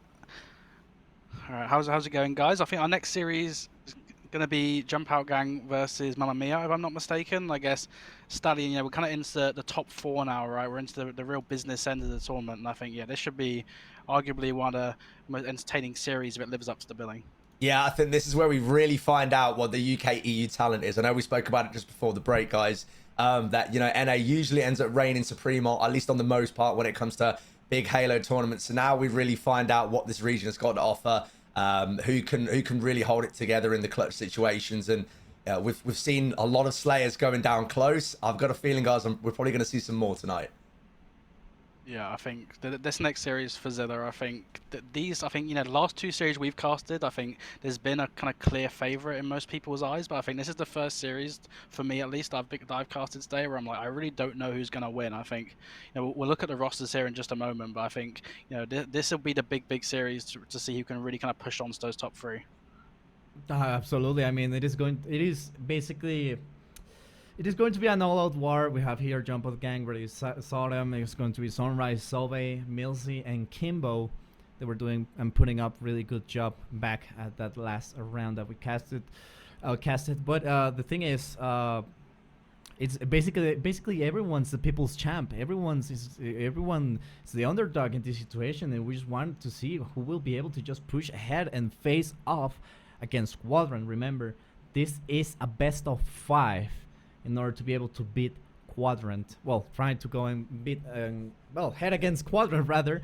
So it will be an interesting match. It is going to be a best of 5. Here we have Mamma Mia, Flux, Yusuf, Mosey, and of course Shad, who are going to be getting themselves a 1-to-1 battle against the one and only Jump Out Gang in order to try and get that 3rd place battle against Quadrant. Yeah, I mean, like you spoke about, I think this is our first time seeing Mamma Mia on the stream, or at least for me anyway, and I think one really interesting dynamic with this team is, Flux, Mose, and Shad. These guys have been a core 3 now for the kind of last few weeks, last month or so, and they actually previously had Septic as the 4th player, but now they've got a brand new 4th. Obviously, the tag says Yusuf, but a lot of people might know him as I7 in matchmaking, and he is one of these young guns that's kind of just seemingly come out of nowhere within the last kind of 6 months to a year, and he has just got so much kind of raw talent and slaying potential. And I think this Mose and Flux Shad kind of trio, they've taken a little bit of a risk, arguably, by picking up I7 as the 4th play. Very, very inexperienced, not had too much kind of tournament experience at all, really, except for the kind of Blackpool LAN that happened just towards the end of last year. So a bit of a risky pickup, but I think maybe this is what they feel like they need to really kind of push into this top 3, maybe challenge the likes of Quadrant and FOE. It's a bit of a risky pickup, but so far, at least in this tournament, it seems to be working out quite well, as they found themselves now in this losers bracket semi-final, and I think this will be the true test, potentially, to see if they've made the right choice. Absolutely. I mean, they really need to be able to just overall be on the lookout and try to play at their best. We're really seeing both of these teams rather, are actually making a really great lower bracket run so far. Here we have the maps. It is going to be a best of 5, like I mentioned. Recharge Strongholds will be our first map. Then we'll be moving on into Aquarius Slayer. 3rd game, Live Fire Outball. 4th, Solitude King of the Hill. And last but not least, making its 2nd appearance, it will be a Recharge on a Slayer to give us, in case there's a game 5, the definitive winner that will be heading into the lower bracket finals to face off against Quadrant. Yeah, I think both these teams, I think they went to quite a lot of Game 5s in our kind of last season, so I think generally these teams quite closely contested when we look at kind of the previous season, but like we said, this Jump Out Gang team unchanged as a 4 since the last kind of season of HCS EU tournaments, but this Mamma Mia team, they've made that choice to make the change, pick up the kind of young talent, and I think that's going to be the player that I'm really looking out for on this Mamma Mia team. I think he could be the X factor potentially, kind of between these teams. And I guess Stallion, I'd like to get your thoughts and that kind of thought process on Mamma Mia to kind of take the risk and pick up that kind of young, unexperienced player in the form of I7. And do you think that might be a potential kind of key to victory for them? Yeah, first things first, I think we all want to see a game 5 here, guys, right? I mean, we've had lots of 2-0s today. There's been a lot of clean sweeps, and I think, like you said, or like you've both said, this is going to be a really, or for what seems to be anticipated, close game. I think the dynamic changes of some certain teams can really be impacted by bringing in a new player. Sometimes having 3 veterans who can kind of, I guess, overshadow or kind of just shadow over the new player coming into a lineup to kind of give them confidence, go out there, play their game, but also make sure to play around the team's tactics. You put that against, like you said, a team of 4 that have been together for a while, that already are cemented, know their tactics. You're really interested to see how these 2 teams butt heads and who's going to end up coming out on top. But I know what I want to see, guys. I want to see a game 5. I don't know about you. Yeah, I'd love to see a game 5. I think that's what most of us want to see, and I think it'd be a little bit disappointing if one team just stomps the other. Although I guess the only upside would be that we'd be a little bit more excited for the next match and hopes they can beat Quadrant and FOE. And I think that is the dynamic really of these 2 teams. Is I think for a while now there's been that kind of clear established top 2 in European Halo with Quadrant and FOE, and no one's really been able to kind of push them and maybe kind of make a challenge to push into that top 2 themselves. But looking at some of the recent scrim results with this Mamma Mia team and a new pickup in I7, I think they have started to take a few more games and scrims than they used to previously of their last 4th, so maybe they can take a little bit of inspiration from that. But I think, like we all know it, the thing that really matters is when you get to tournament day and can you turn up on the day when everyone's kind of playing at their full potential. And I think this will be the start, really. I think people are going to be paying close attention to this new look roster, Mamma Mia, and I think this will be the first test for them. Absolutely. I mean, like you said, like you all said, new faces means that they are able to just teach what they all knew and just put all that knowledge into a single individual, and just like that, they'll have a great, perfect match for their team. So I mean, he had this opportunity, must be huge, and already making sure he puts up that opportunity to a good use, already fighting that for that top 4 position. So that's going to be quite a great sight to see. We already saw the maps, we already saw the rosters. We just need to see how the games will go. It is going to be, like I said, a really interesting match. I'm really excited to see how this will go down. Will Jump Out Gang will be the ones pushing forward and remain the 3rd seed in Halo EU, or maybe Mamma Mia will be able to push forward and get some sort of an offset to get and claim that 3rd seed and take it away from Jump Out Gang. That's the real question, honestly.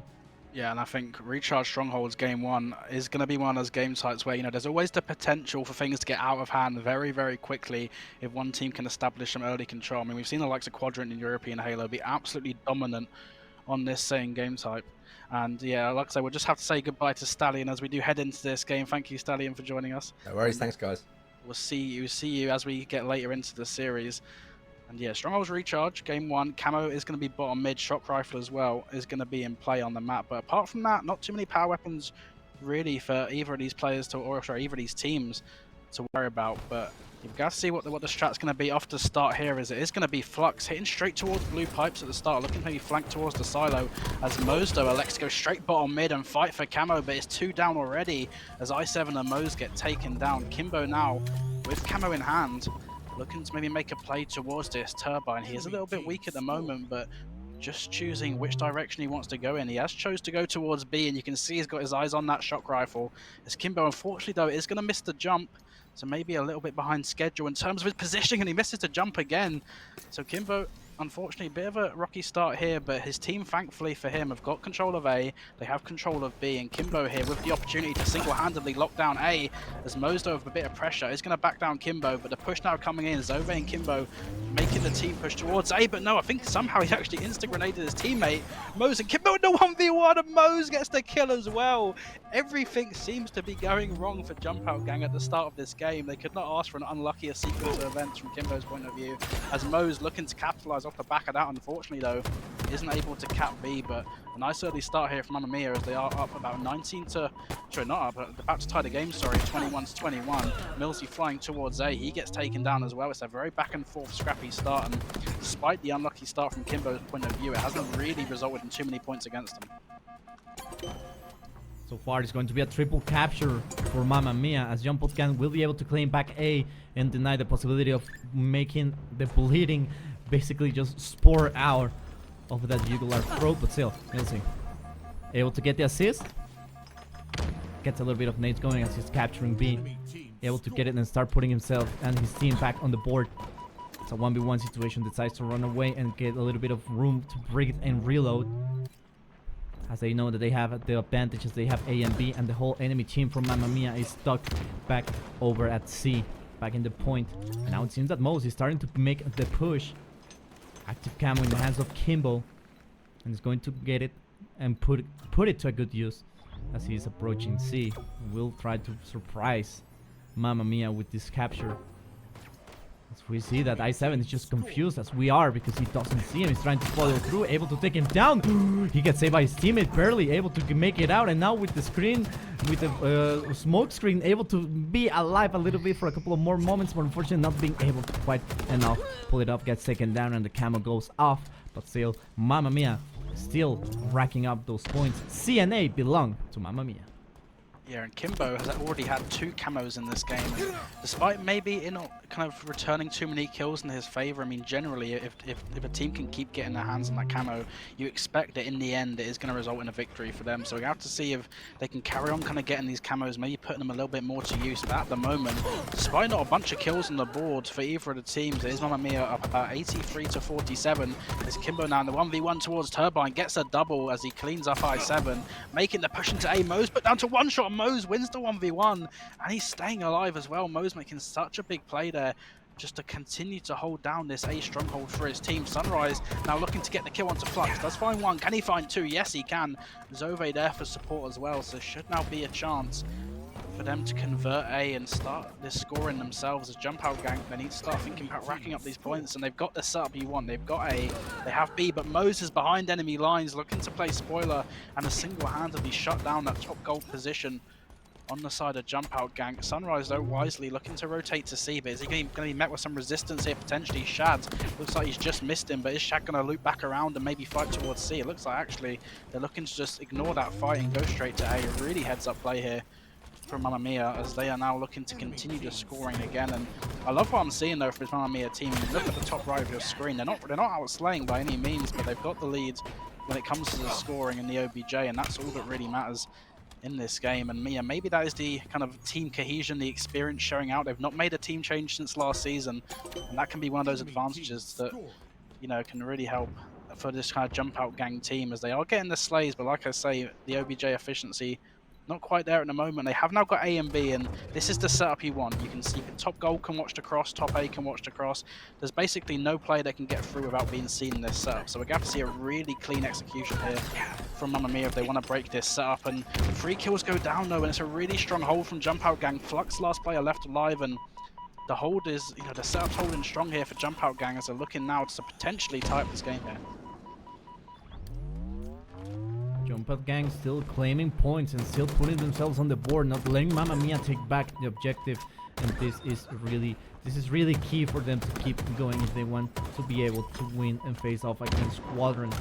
Jump Out Gang, of course, being the 3rd seed, like we mentioned, like we talk about it. We actually exchanged information that it was basically a 3rd seed fight against Mamma Mia and Jump Out Gang, and most will get taken down. And now, of course, that means that Mamma Mia will start claiming some points as C is being taken, and B and C will now rotate back to Jump Out Gang as they will still be able to claim points. 125 against 115. 5 minutes have been 5.5 minutes so far on the match, and most still looking for someone, and we still have to see quite the wide gap between the scores appear, because so far it's never more than 15 to 20 points the advantage that both of these teams take, so making it basically an even match of strongholds is what basically these guys are cooking with. Jump Out Gang still a little bit of trouble, loses the lead, and Mamma Mia is basically telling them that they're going to be getting one nice triple cap on motion.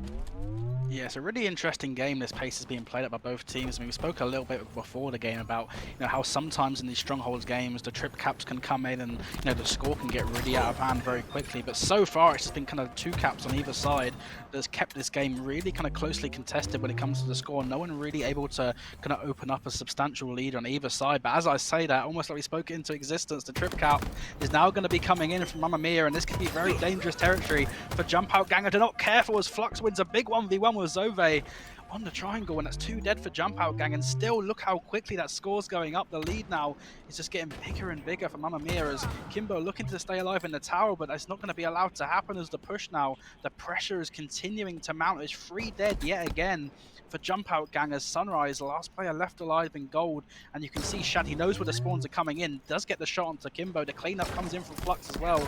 And this is a perfect setup from Mamma Mia. They've trapped these players in gold pipes. No one's able to move without being shot. And look how quickly that lead has mounted. It's 234 and rising. And it's about to be game 1 going into the hands of Mamma Mia if Jump Out Gang can't get their feet in these strongholds soon. A kill does go down. B is getting converted, but they need to get an A or C. And it looks like none of these players are anywhere near the strongholds, and that's going to be game 1 going to Mamma Mia. It's so closely contested, but as soon as that trip cap came in, it just seemed like they weren't able to break out of it. And what a strong showing, as it's going to be 1-0 in the series already to Mamma Mia.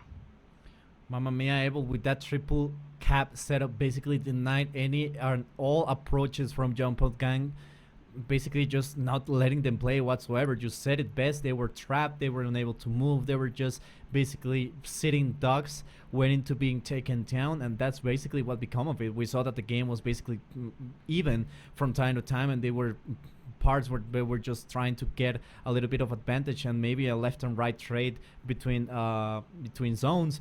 But at the end of the day, well, Mamma Mia was able to just come out on top, take it out away, and basically claim victory, just pressuring immensely Jump Out Gang over at that section that you mentioned. And basically that was it. That was the game. And Mamma Mia able to take game number 1. But Stallion, how did you saw this series? Well, this first game of the series go.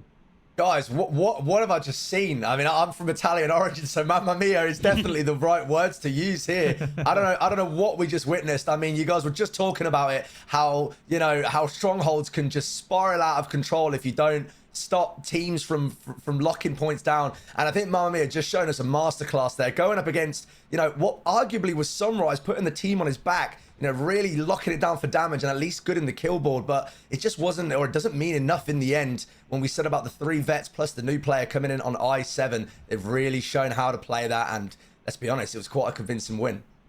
Yeah, that was really impressive. The fact that, like, you know, they're able to keep the game so close on both sides, really. But as soon as Mamma Mia, they got the opportunity, they got those 4 players down, they didn't hesitate, they took the risk to go for all 3 strongholds. And in the end, I mean, you got to say it paid off. I mean, that game just got so out of hand so quickly from a kind of jump out gang point of view. And I think so far, I mean, in the end, if you look at the score, on paper at least, a fairly comfortable game 1 victory. And I think that will be exactly what they were hoping for when they kind of made that change. They picked up this brand new player in the form of I7. And, you know, despite maybe his stats not being anything kind of crazy or kind of, you know, super standout, I mean, in the end, the only stats that matter is the game score. And I think it showed a lot in that game. They're able to kind of put their foot down on the pedal and close it out. So, I mean, already in this series, Jump Out Gang, they've met a bit of resistance. Obviously, they won their last series without dropping a game, so maybe a bit of a kind of new sensation for them to adjust to again, kind of meeting this much kind of pressure. But, you know, game 2, a nice chance for them to bounce back, and, you know, we'll have to see if they can kind of come out hot here and try to bounce back in this series. Absolutely. I mean, it is going to be costly. It needs really to be taken into account that, well, it was really an even game up to the first half. Then it completely shifted momentum, and when Mamma Mia basically got the intel that and controlled the spawns, it was technically over. There was not much Jump Out Gang could have done in that situation to maybe get themselves to a safe spot, or maybe move to another location, or even capture a site. They were just completely stuck. There wasn't much that they could have done. Maybe there was, but unfortunately it wasn't that case, at least here. But now we're moving on to a Slayer on Aquarius, and we'll see what this team is able to do. Will they be able to bounce back, or with Mamma Mia will be basically taking it over yet again and claiming victory, putting Jump Out Gang on a really tight rope that is going to be really hard to walk in. Yeah, I think this Aquarius Slayer game, similar to what we just saw in Strongholds, has the potential to get out of hand very quickly. I mean, we saw just how good Mamma Mia were, really kind of trapping those players in spawn and collapsing and getting those kills quickly. And, you know, that's something that can happen as well on this Aquarius Slayer. As you can see, Shad already, he's established his P2 control, and the overshield, we're going to have to see who's able to get the nice and early grab. I7 finds a kill, Shad able to find a kill as well. The overshield still actually down P1. As it looks like Shad is able to get the grab. I wasn't trying to rhyme there, but I've done it a little bit. As he has now got Heatwave and Overshield in hand. Doesn't quite connect with a few of those shots, and he is absolutely melted from the side of Jump Out Gang. So in the end, that Overshield rendered not too effective on the side of Mamma Mia, as it's only a narrow 1-kill lead for them. Millsy looking to slow things down for a moment, but you can see the red outlines, all 4 players of Mamma Mia on this car side of the map. But our Jump Out Gang going to be aware as Millsy gets to trade with Flux. Sunrise able to get the cleanup as the last 2 players of Mamma Mia making a nice team push into the util. Sunrise though does so much damage, and it was all 4 dead there for a moment on the side of Mamma Mia, as Jump Out Gang unable to get a nice early 1-kill lead in this game.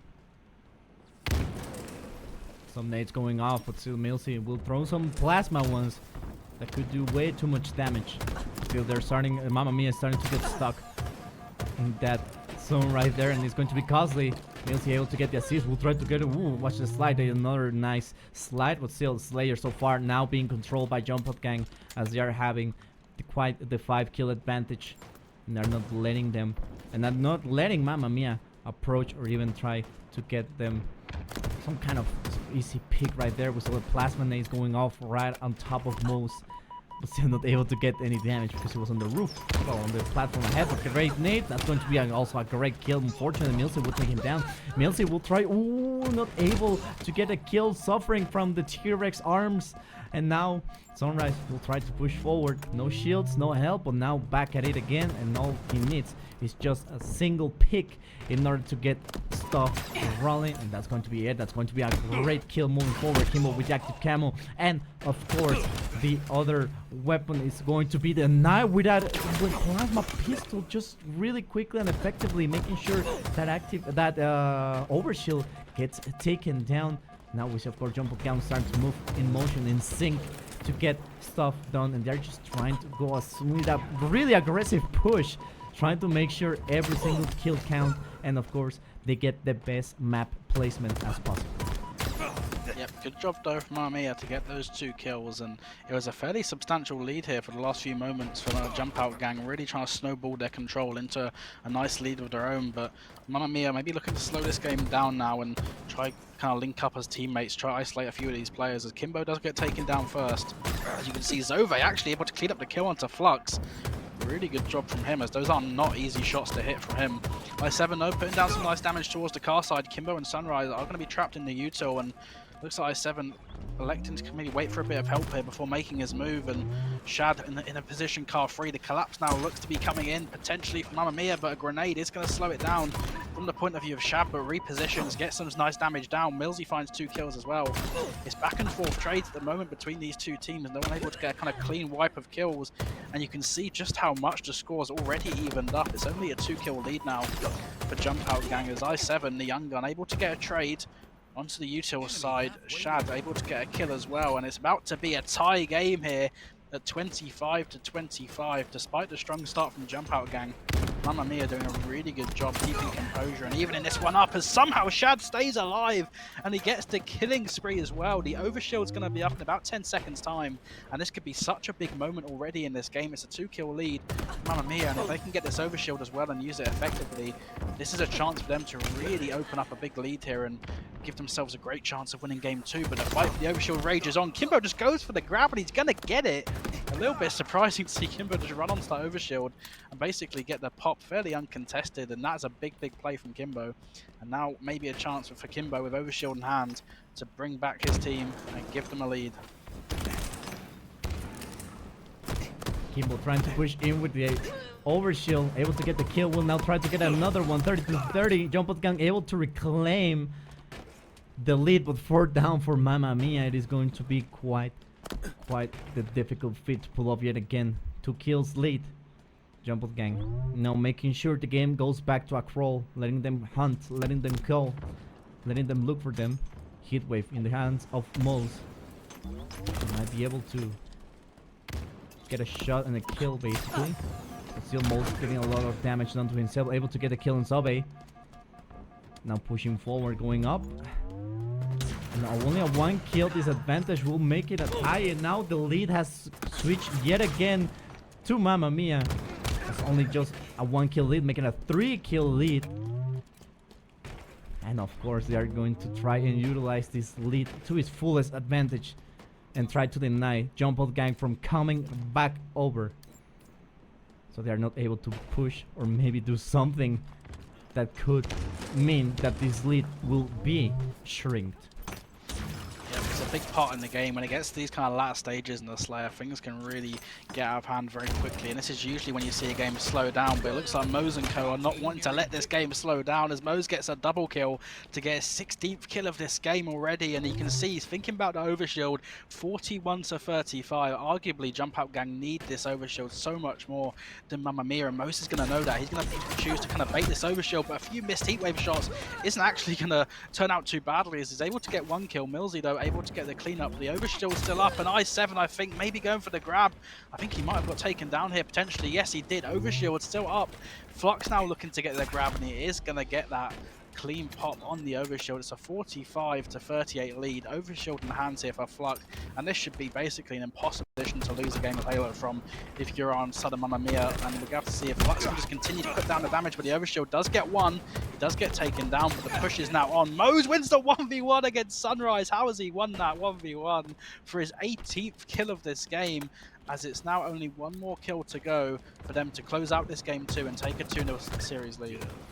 That'll be it. That's going to be a 2-game lead for Mamma Mia, as Jump Out Gang is now falling short and not able to basically get a nice motion to bounce themselves back to life.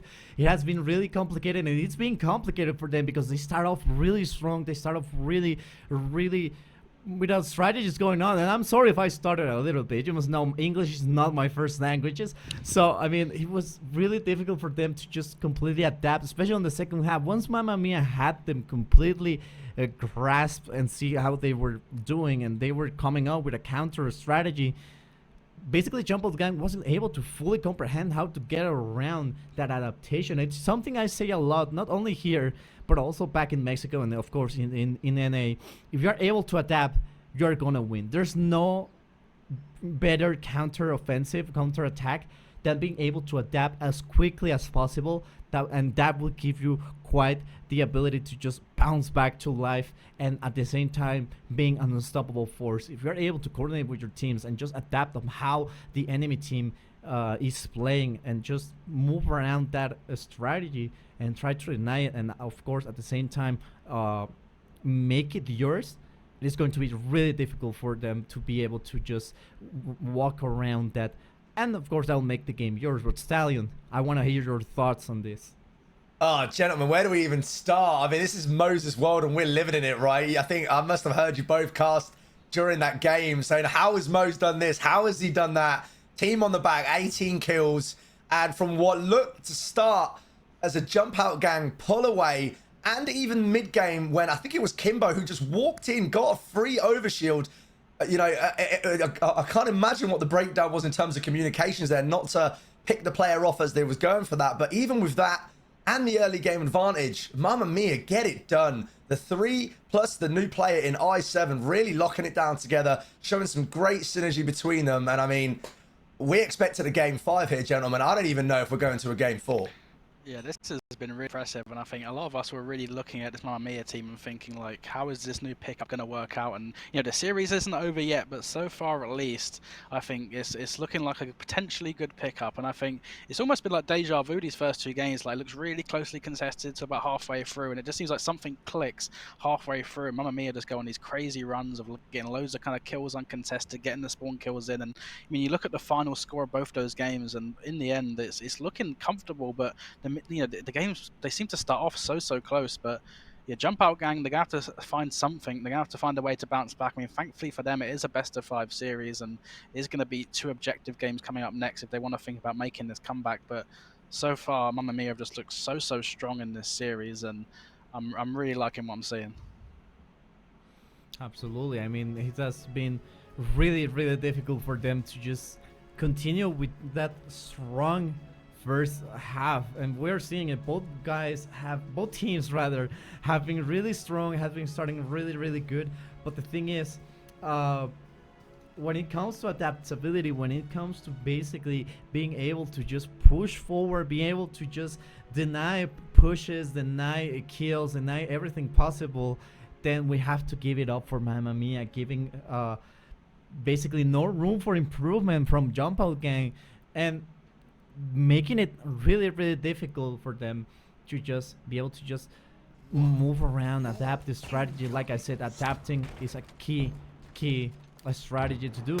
Unfortunately, they need to do it now. We're now switching to an oddball game number 3, and so far Mamma Mia is basically 2 rounds away from making Jump Out Gang say goodbye.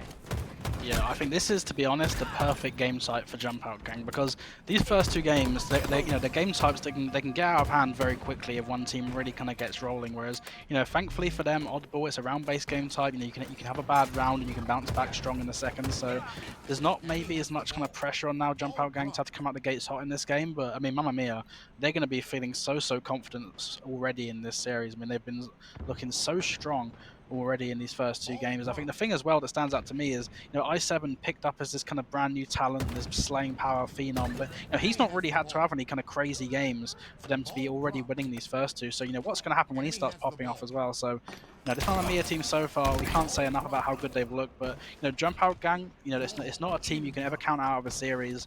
You know, arguably the kind of solid 3rd seed in Europe all of last, or definitely towards the end of the last season in EU. So I think from their point of view, you know, that these guys, they've been a team now for a while. They're going to be confident they can bounce back, and already it seems like they have got their hands on this ball. We're trying to bring it towards A, but you can see already the pressure starting to come in. Sunrise electing to throw that ball away towards Takido, trying to isolate the 1v1 with Shad. He does get the kill, snipe as well from Flux, though, is going to connect onto Millsy as the fight for A control is continuing to rage on between these teams. Over gets the kill onto I7. Flux in the 1v1 versus Millsy. I think a bit of help there came in from Kimbo as they are able to take him down. And the ball now has been scurried away towards A, so a team fight in the end, one from Jump Out Gang, but still so much pressure coming down from these players, and despite all these kills, no ball time able to be amounted, as it looks like now Sunrise continuing to try fight for this A control. It just seems like neither of these teams able to kind of get a clean set of kills and really think about setting up, as both sets of players have been such a nuisance, kind of prolonging their lives and continuing to put pressure on this ball, as it's tied 14-14 early on. Camo is going to be coming up in about 15 seconds though, so maybe that could be the catalyst for either of these teams to really kind of establish some control. But as it goes so far in this game, been fairly scrappy. Still not much of a point lead to be given so far. Zoe launching some grenades, but still Mamma Mia is still able to be claiming points, not letting them get close whatsoever. We see some assists like that, but not quite much.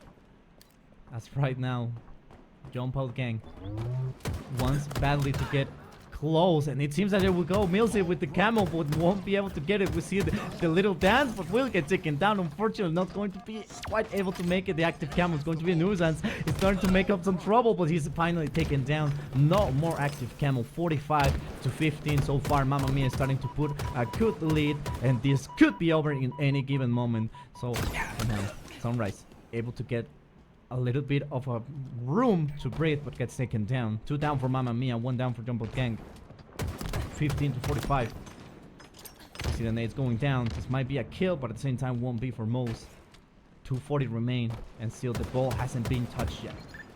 Yeah, I mean, the thing that's really impressing me in this game is, I mean, you look at the slays, and it's kind of something I've been saying a lot in this series is, you know, Mamma Mia haven't been, you know, having that one player that's going +10, going +15, you know, really dominating. It just seems like the OBJ efficiency from this Mamma Mia team is, you know, something that I've been really, really impressed with, and we're going to have to see if that's something that's going to maybe continue in this game, continue in this tournament, as this has been a really kind of strong asset of theirs already. As you can see now, once again, the fight going down. It seems like whenever these teams get the ball to A or C, there's such a kind of long team fight that goes on, but it seems like in the end, actually, it's going to be 4 dead for Jump Out Gang. Shad was last player alive on the map there for a moment, and thankfully for him, he's found himself an oddball as well to hold. So that lead that Mamma Mia already has established is going to grow even larger here. As Sunrise behind enemy lines with the sniper might be able to play spoiler and maybe force that play ball, as it looks like Shad, he realizes what's going on here. Zobe actually found 3 kills, wasn't able to find the 4th. That's a really clean break from Jump Out Gang, exactly what they needed. And we have to see, can they get this ball away to C, and how long can they hold this setup? Because, you know, down 63-20, it's a fairly substantial lead already in this round 1 that's opened up. And Jump Out Gang, they're going to have to see if they can hold this up for about a minute or so, see if they can really rack up some serious time. As I'm liking what I'm seeing from Sunrise, not just kind of turtling around C, he's pushing out the map, trying to put some pressure on the lanes, but it seems unfortunately for him, despite getting the kill, his teams all fell around him, and they 1v1 now with Shad and Sunrise. The trade comes in, the play ball is forced, and Mamma Mia, yet again, the pressure just seems to be too much for Jump Out Gang, as despite 3 of their players currently with positive KD, the oddball score still in favor of Mamma Mia. Active camo on the hands of Mills is still trying to push forward. That nade is going to give his position away, but he's able to backtrack a little bit, be able to put himself back and safe and sound. Mills able to take down most. Yes sir, watch the grenade. That's now a double. Can we make it a triple? No one is going to be on the same place at the worst time possible for Mills to take him down. So now the ball has switched hands. Mamma Mia now needs to make a push. Active camo has run out. I7 now pushing forward in that section where usually camo spawns. Sunrise is going to be taking the win over that 1v1, and most, of course, taking still a lot of damage. Sobe able to take a 2 kill, a double kill. Quantum Translocator also coming right up, so it could be a nice piece of equipment to use. Mia with a little bit of 3 down left. Sunrise trying to get the kill, unfortunately not quite going to be able to make it, but Mills will jump in and will try to get the assist, and it seems that even though he wasn't able to quite get it, he will still get the perfect medal. 2 down for Mamma Mia. Active sniper rifle in the hands of Kimbo, as he is looking to get some heads ripped off their bodies. Tied game so far, only a minute remaining, and it's only a 10-point lead for Mamma Mia in this first round. Yeah, Kimbo's one of those players where we know he can really take over a game with a sniper rifle. Unfortunately, not able to connect with no scope there, as he is going to be taken down. But Jump Out Gang, such a great job for them to nearly even this game up here. It's now only a 10-point lead for Mamma Mia, with only 38 seconds left on the game clock here in round 1. So this is where things are going to get very interesting. Every kill now is going to start to count even more, as Millsy over heads up play to rotate the ball away towards pillars. But he's going to be met with some resistance by the look of it, as he might be forced to play the ball here, as Kimbo and Mo's putting the pressure on towards the river. As you can see, though, Zove gets a kill, so everything getting a little bit scrappy now. And which team is it going to favor? It looks like Jump Out Gang, as they get 3 down, and Zove escapes with the ball as well. Camo coming up soon, so there's a lot of things on the map at the moment for these players to be aware of. The camo, the ball, the game clock, there's so much that could go wrong on either side. But as it is now a narrow 1-point lead for Jump Out Gang, they've taken the lead when it matters the most. There's 15 seconds left now. A big kill from Kimbo, as it was 2 down there for a moment for Mamma Mia. The ball gets moved into A, but the players, oh my lord, Mose wins the 1v1 versus Zove. Kimbo staying alive towards A. 5 seconds left on the game clock. They need to get the grab on the ball. Kimbo trying his best to stay alive. I think he shot his teammate there for a second. The lead, though, is going to change. Mamma Mia get the 1-point lead, 72 to 71, and they're going to take round 1. Oh my lord, no. Jump Out Gang so close with a comeback there in round 1, but Mamma Mia, they clutch up, they get the kills there, and they are going to take round 1. Heartbreaking for Jump Out Gang, but they've got no time to kind of compose themselves. They're straight into round 2 here, and their tournament lives are on the line here. One oddball round away from being eliminated 3-0, and we have to see what they're made of.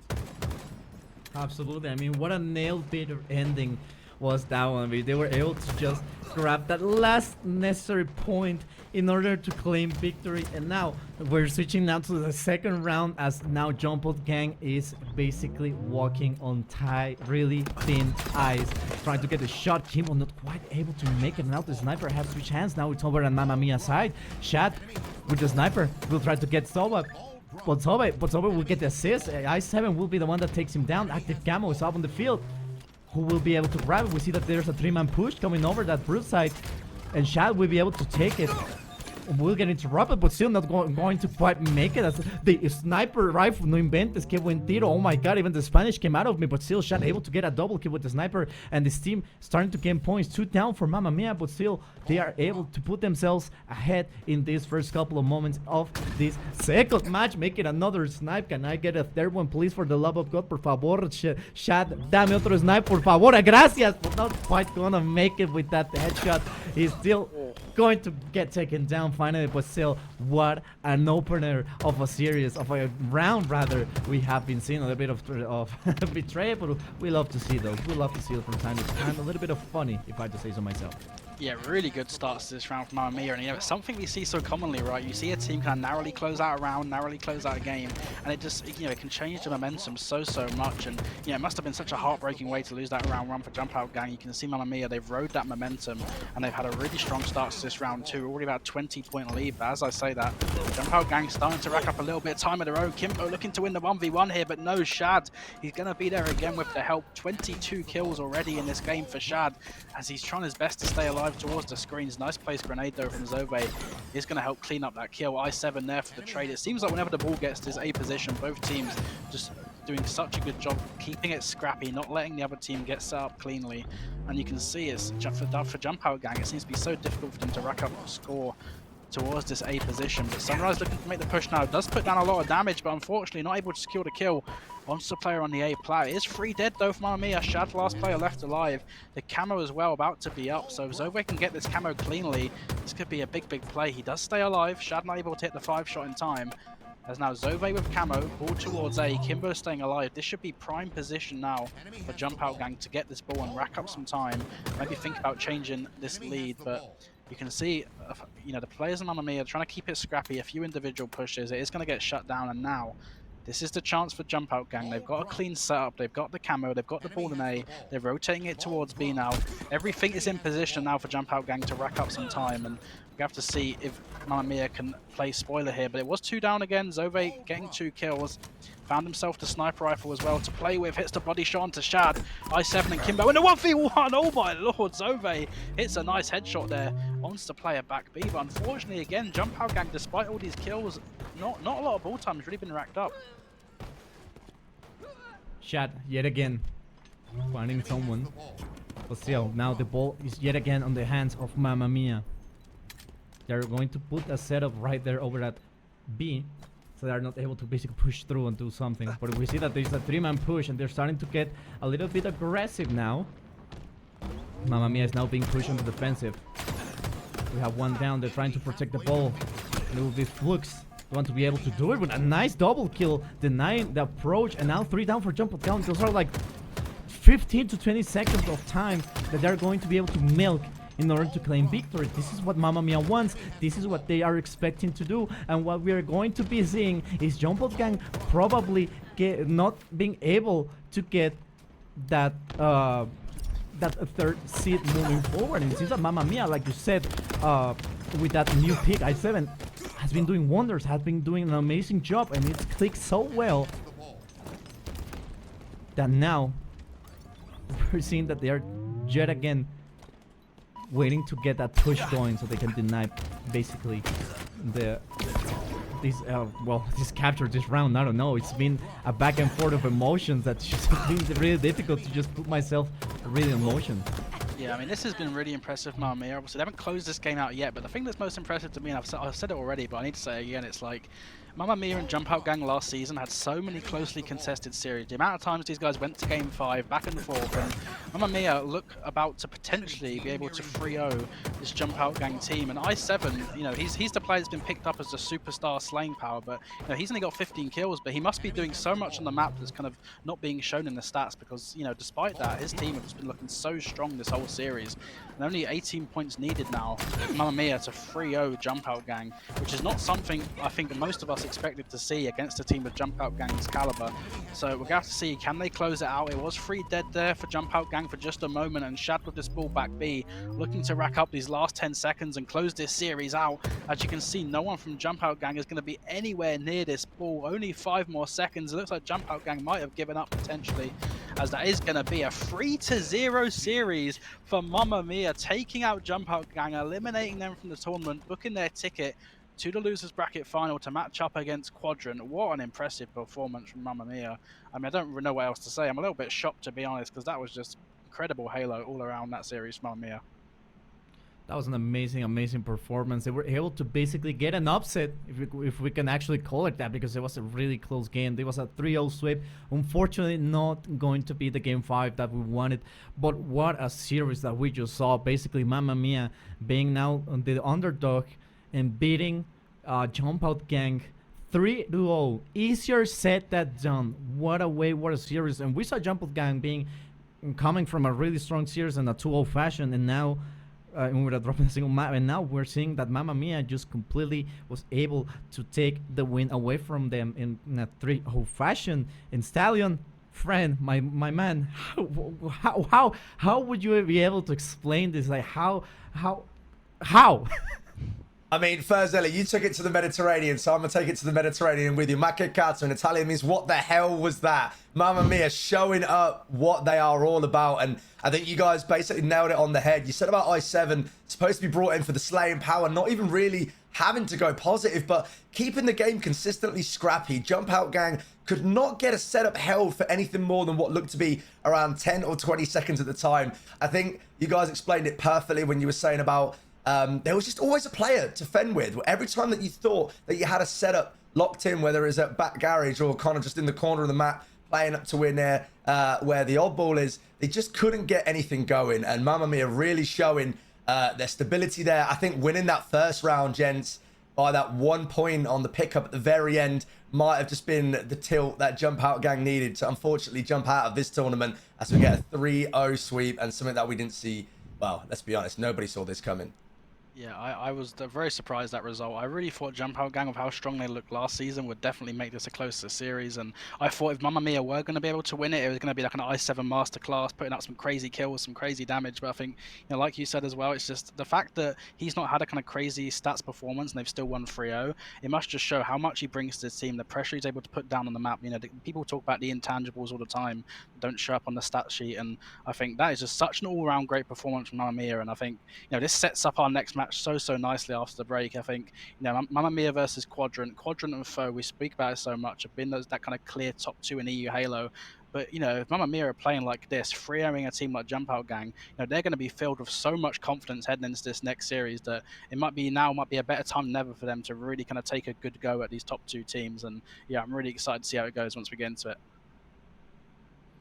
Absolutely. I mean, if we can have a quick look at the replays of how this series unfolded, I mean, they are really amazing to see. It was just pure chaos and pure advantage from Mamma Mia. They were just overall just pressuring, and that's the thing. If you're good at pressuring, you're going to be having quite a good time with all the things that are objective based, or even on the Slayer side. If you pressure your enemies enough, if you're able to just push them and put them basically with their back against the wall, it's going to become really complicated for them to be able to recover, because they feel so pressured that every single choice that they make or try to make is going to be costly, so you start making them doubt. And that's also a thing I love about Halo. It's not only that just shoot and pray, or pray and spray, however you want to call it, but it's also about how you can inflict a negative mental on your enemies, so you are able to push away with victory and basically put the morale down, so you are basically just utilizing not only the gameplay but also their mental in order to pull through and get the succeed that you need. So basically Mamma Mia was able to do all of this right in these 3 games that we just saw, and really it was just an amazing stuff to see, especially just seeing that and knowing that Jump Out Gang was the number 3 seed, and now Mamma Mia just came up and basically swept them out of the tournament with a 3-0. Now that's a statement, if I would say so myself.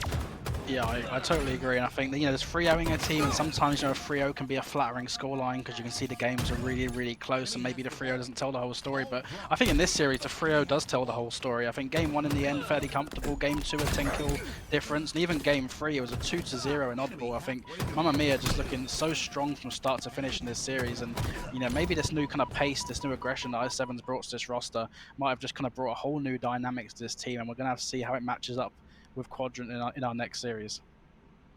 Absolutely. I mean, it has been such a pleasure to be here, and we're going to be heading into a small break, and so does me too. So we'll be heading into the lower bracket finals. I will be leading you guys with the one and only Outcasted, and of course the Stallion, to be able to cast this next game. It will be surely a delight to be able to hear these 2 guys in action, and of course some local to the US scene getting that quadrant against Mamma Mia. So please stand by. We'll be back really quickly. Grab something to drink, to eat, or maybe some dinner at this time. I don't know what time is it there, but if you have it and you want to enjoy more Halo, please stand by, because we are basically almost done. We'll be right back. Do, and they're looking primed to continue up their momentum as they've got the early scoring in this round number 2. Chick will take down Seeker. Eventually their control will flip. His camera has just popped up on the map. We'll keep an eye out who gets their hands on that. SLG is trying to milk his life as best he possibly can. Bottom A, Cybertrain's going to be last alive here, and eventually all 4 of Quadrant will fall. That's going to give another setup in favor of Foe, and a late pop by that camo is absolutely huge by Jimbo, being the man of the hour currently. Seeker has been identified, knowing that he's been the isolated spawner over in that PD area. Jimbo's got himself with that Stalker, however, he's being sniffed out by Seeker, forcing Jimbo to reposition here. Can Seeker take him down? No, he can't. Perfect shots by that Stalker, and Foe still in control of this map. They certainly are. 21 seconds. Jimbo's got camo and just being an absolute wrecking ball here. Valuing his life to a very high degree. Finally gets taken down, but he wasted a lot of Quadrant's utility. At least 3 or 4 nades were used up on that point, so they won't be able to defend themselves at a later date if they do make this push. Snipetron just pulling back for the ball again, but Jimbo's actually managed to get behind him, man. No one even expected it. Good stuff from Jimbo to make that initial rotation. And now he's been able to stay alive. He can get around back A and see if he can catch Glory off guard, which he's already aware that someone's already pushing around that side. Quadrant in a horrible spot around Calf, completely open. And you can see already, Wilton managed to get one. SLG does take him down, but gets traded instantly by Chick, and Snark Drone finally takes down Jimbo. But Glory, the only person left standing. Chick's going to pick up that ball and just try and attempt to increase this lead. 28 now to 12 in favour of Foe. Great job from Foe to break this setup, and great job from Jimbo, just finding so many holes in the Quadrant armor. That seems to be definitely Quadrant's area of weakness right now. They seem to be leaving lanes and lines which Foe are able just to walk straight through and break these setups. Sniper gets a nice early pick onto Jimbo. And this held has been going on for quite some time now. Eventually the Slayers are still coming in favour of Foe, and it looks like another potential setup for them. As that point mark has crossed 50 points here, halfway through this round 2 to close out this game number 3 and take us over towards Forbidden. Right now, this Foe side, they seem to have Quadrant's number in this oddball. Yeah, it seems to be. I'm astounded by and just very impressed by how Foe have been performing in the second round. 70 to 12 on cleanup duty at the moment. And Jimbo, 22 in 14 with 11 assists. I think he was feeling a little bit unconfident, or sorry, not really feeling too confident to start with in this series, but now he's woke up, he's smelt the coffee a little bit here, I feel like Harper, now he's diving on in and doing God's work here, just absolutely smashing it. That long roast Colombian coffee does hit different sometimes, lovely. doesn't it? And even it being 9:30 at night, I definitely feel like one now after said that. Maybe I shouldn't, considering I have to get up in the morning for work, but we keep on moving. Quadrant finally getting their hands on the ball.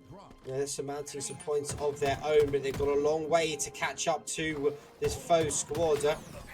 Cytron forcing himself out to actually take down Jimbo, as you know he's the hot topic in this Foe side right now. SLG working his way over towards Seeker, as Seeker's the last player left for Quadrant over in Commando. Seeker able to take down the first ball carrier, however Chick able to stick him with a beautiful spike nade straight to the head, sending him to a bit of a cheeky unicorn. Quadrant now, they have to work forward, they have to work fast, and they have to work pretty perfectly if they want to be able to take this game back towards Foe. With shots like that from Chick and players, kills coming out from Mighties, seeming less and less likely as the time ticks on. They've built so much momentum and like a high amount of morale in this second round. I think winning that first round or clutching it in that way just boosted their synergy tenfold. You know, when after a period of time you give him a bit too much respect and you give him too many kills and too much slaying power and you give him too much confidence, that's just going to boost their teamwork overall, and you can just see they're oozing of confidence overall, and that's one of the worst things you could do at this stage. With Woodton now managed to get the double at the end, and that's going to be a 2-0 for the likes of Foe. Ladies and gentlemen, welcome. My name is Captain James. We're back. We are back now. Hello everybody, welcome back. I'm joined by the main man, Mr. Stadium. We got Fazilla taking a little break here, and we're hopefully ready to get into our losers bracket final here in just a moment between Mamma Mia and Quadrant. And I think, you know, we just saw Mamma Mia look absolutely lights out in their last series against Jump Out Gang, 3-0 scoreline in the end. I don't think much of us expected that, and I think, you know, commiserations to Jump Out Gang, but on the bright side, it sets us up quite nicely for this, you know, Mamma Mia versus Quadrant match. I think on paper, you'd look at this match and be like, oh, maybe Quadrant should win it quite comfortably based on history, but, you know, Stadium, with how good Mamma Mia have looked today, hopefully it could be a different story. Yeah, I mean, I don't think we can go based off anything on assumptions right now after watching we just saw, right? I mean, you know, Mamma Mia coming into this 3-0 hot, motivated and feeling really good about themselves, taking out what you said was one of the tournament favourites and not even a really close, but, you know, quite a convincing fashion. Now, that's going to also play into an interesting dynamic on Quadrant psychology. How are they going to look at this? Maybe they watched the last game. I say maybe. They most definitely watched that last game and thinking, actually, you know, Mamma Mia are looking hot, or do you think they took the perspective that Jump Out were just not having the best day? Yeah, I think for Quadrant's point of view, I think historically I'd expect them to maybe be quite confident heading into this series. But I think, you know, I think it'd be wise of them, like you said, you know, you can't discount a team like Mamma Mia. They've got a brand new pickup. They're a whole new beast this season. So I'm expecting to see kind of Quadrant firing all cylinders. But I'm hoping, you know, I was saying earlier on, always like supporting the underdog. And I don't think we've seen Quadrant or Foe really lose to any team outside of each other for a very, very long time in European Halo. So hopefully, you know, now could be the time if you're a fan of the underdog. And I think with how good they've been looking, Mamma Mia, I think we'll get to see if they can come out hot in this series. And I think, you know, I alluded to it before. I've been looking at some of the scrim results on the Halo Data Hive. Shout out Halo Data Hive, and I've seen them take a few games here and there from the likes of Quadrant and FOE. So they're definitely looking stronger. As we do have a quick look through the rosters. SLG, Snipe Drone, Seeker, and Glory GGs, of course, is going to be the Quadrant roster. Recently finishing top 8 at the most recent NA major. They've been looking strong. Obviously, didn't have the result against FOE they would have liked earlier on, but looking to bounce back here nice and strong in the losers bracket. And I guess Stallion, you know, I'd like to get your take on Quadrant, obviously as a team, as an org. I mean, I'm assuming you're a big fan being an EU player yourself. I mean, what isn't there to say about this team? Yeah, I mean, you got to support the local talent, right? It's good to see the UK EU representing, and it's great to see Quadrant taking top 8 and NA. And well, we spoke earlier about NA always just kind of reigning supreme on Halo, and it's good to see some EU and UK talent coming through. So Quadrant, you know, business as usual here, looking to try and get it done in an orderly fashion. Mamma Mia is going to come out here with some other things to say about that. Very curious to see, especially with the game that they played against FOE earlier, not maybe getting the results that they expected, how that then plays into Quadrant's kind of like psycho game, or are they just going to be composed? I think it's fair to say with the expertise on this team that these four are just going to reset, go again, regardless of what happened in Mamma Mia's last game as well. They're going to look to take it a lot closer. And if I had to throw a score prediction out there, I'm probably going to go with, I would love to say 3-2 Mamma Mia or Quadrant, but this better go to a game 5, and I really hope we don't jinx it again. Yeah, I think like you said, I think most of us, based on history, will be expecting Quadrant to take this series, and I think you know, the manner in which they take it in is still maybe to be seen with this new look Mamma Mia roster, as you see on the screen: Flux, i7, Mose, and Shad.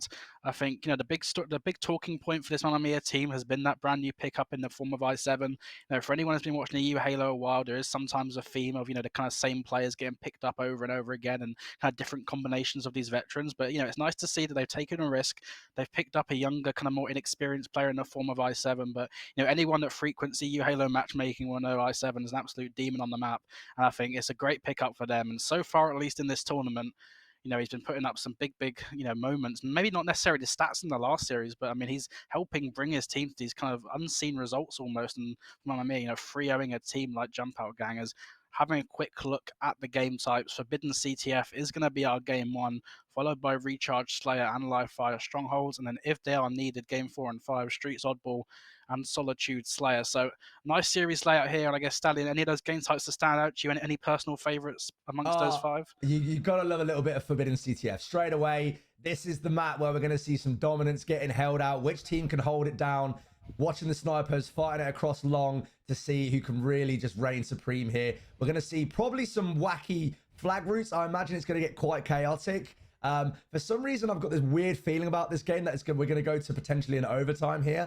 Also very interested to see on Streets Oddball, one of those really strong setup maps. I think we're going to see both of these teams playing at their best. Very curious to see how i7 plays this. Kind of just rolling through in the last couple of series that we've seen Mamma Mia play, and now coming up against the real competition on Quadrant. Not saying, of course, Jump Out isn't, but from how they were playing today to what they're playing against now, a whole different beast. So now we're going to really get to see what i7 is made of with the 3 vets. I'm very excited to see Forbidden and Streets Oddball in this one. How about yourself?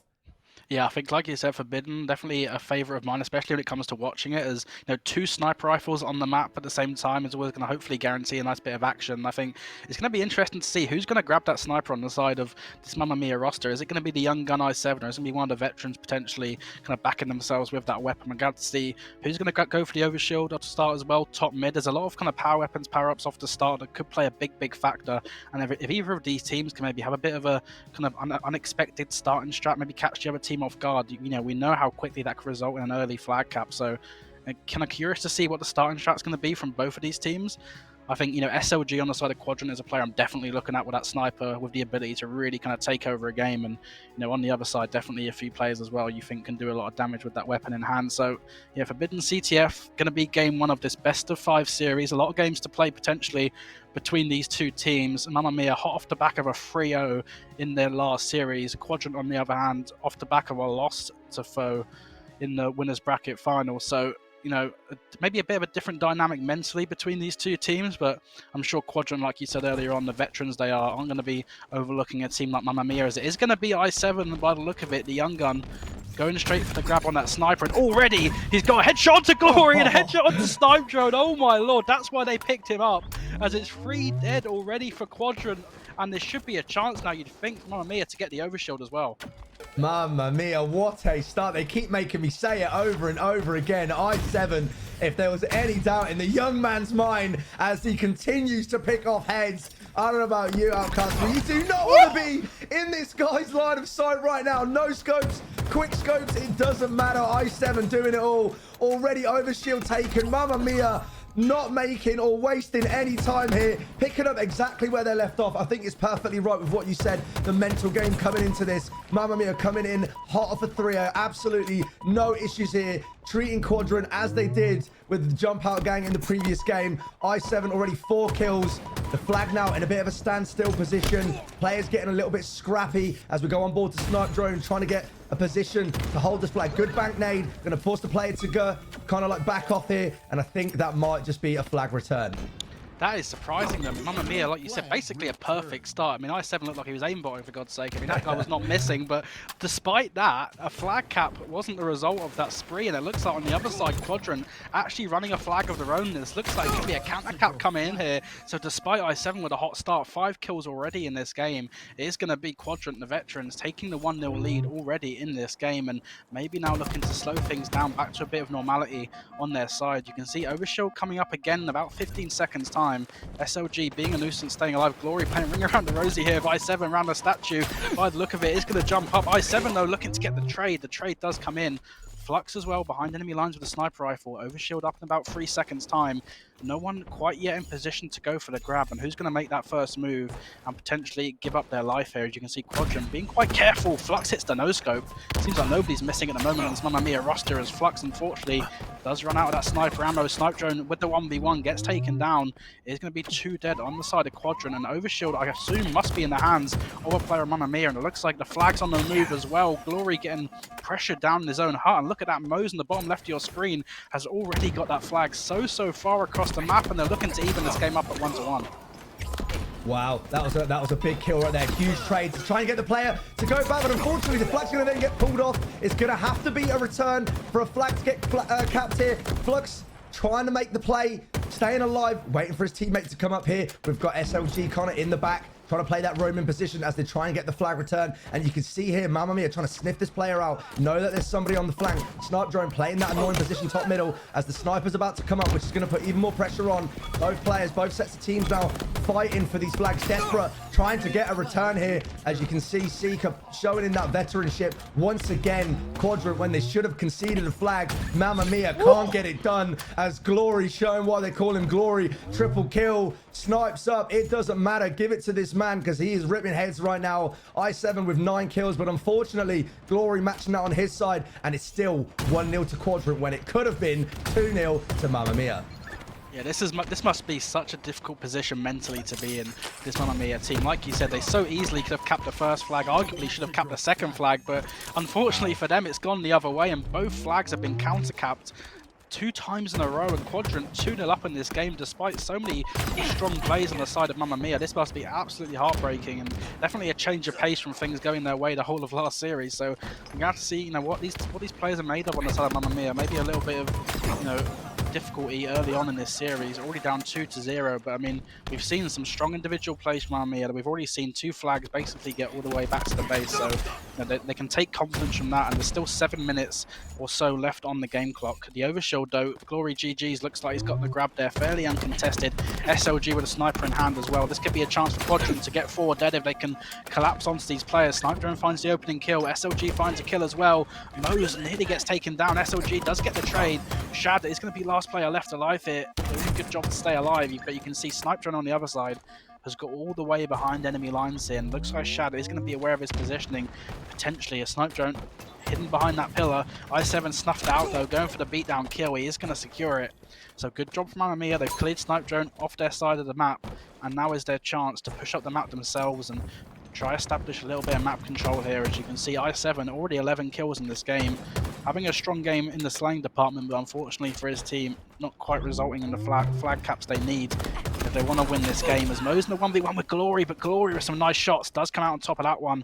SLG now in the base of his team, looking to push on to top mid. Shad gets put down to weak, he gets taken down as well. Back and forth trades between these teams, no flags on the move though, and with that game clock starting to dwindle down, it's only going to be favouring Quadrant. Yeah, you've got to kind of feel bad for Mamma Mia though, right? Like, usually if you see a 2-0 and, you know, a capture flag, particularly this early on, you would expect it to be a little bit of a shutout, but it really hasn't been the case. You know, Mamma Mia getting the flag twice towards their base, which has caused a counter cap twice to come in from Quadrant, showing the veteranship and really just showing what Glory and crew have got to offer, saying no matter how far the flag goes, we can bring this back. We can get behind you. We can sniff your players out and stop you from getting that flag, as well as taking the overshield, the sniper, and then looking to make it on aggression. And speaking of aggression here, we've got Seeker looking out for the players coming in out the back spawn. Mamma Mia now kind of backed into a corner. Their sniper is coming up, but as you can see, Glory there already looking, trying to take that. And here we go. Quadrant now trying to bring in the chokehold. Nice pistol shots. Unfortunately, not able to get the kill. Flux, head ripped off. And I don't know about you, Outcasted, but I wouldn't be challenging anybody in this lobby with a sniper right now, as all out 8 players showing how good they are with the sniper rifle. Flag does get picked up on the other side of the map. A snipe, I think, gets taken down over there. Glory trying to play his life.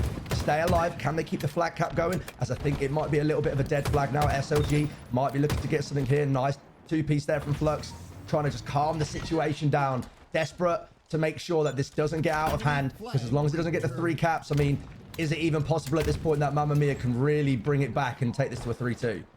Yeah, I think, like you said, I mean, 2-0 lead, very harsh. Oh my lord, i7, can he hit the second? I mean, that first shot already was absolutely insane. But I mean, 5 minutes left on the game clock, definitely more than enough time, you'd like to think, Mamma Mia to maybe think about trying to even up this game and force that overtime. But the defense from Quadrant so far in this game has been so ruthless. I mean, they've stopped flag twice almost on the goal line, like you said. So i7, if he can start connecting with some of these sniper headshots the way he was at the opening of the game, maybe that's going to be what it takes for them to really get a foothold back on this map and get those flags on the move yet again. But SLG looking to cause a bit of a nuisance here towards top mid.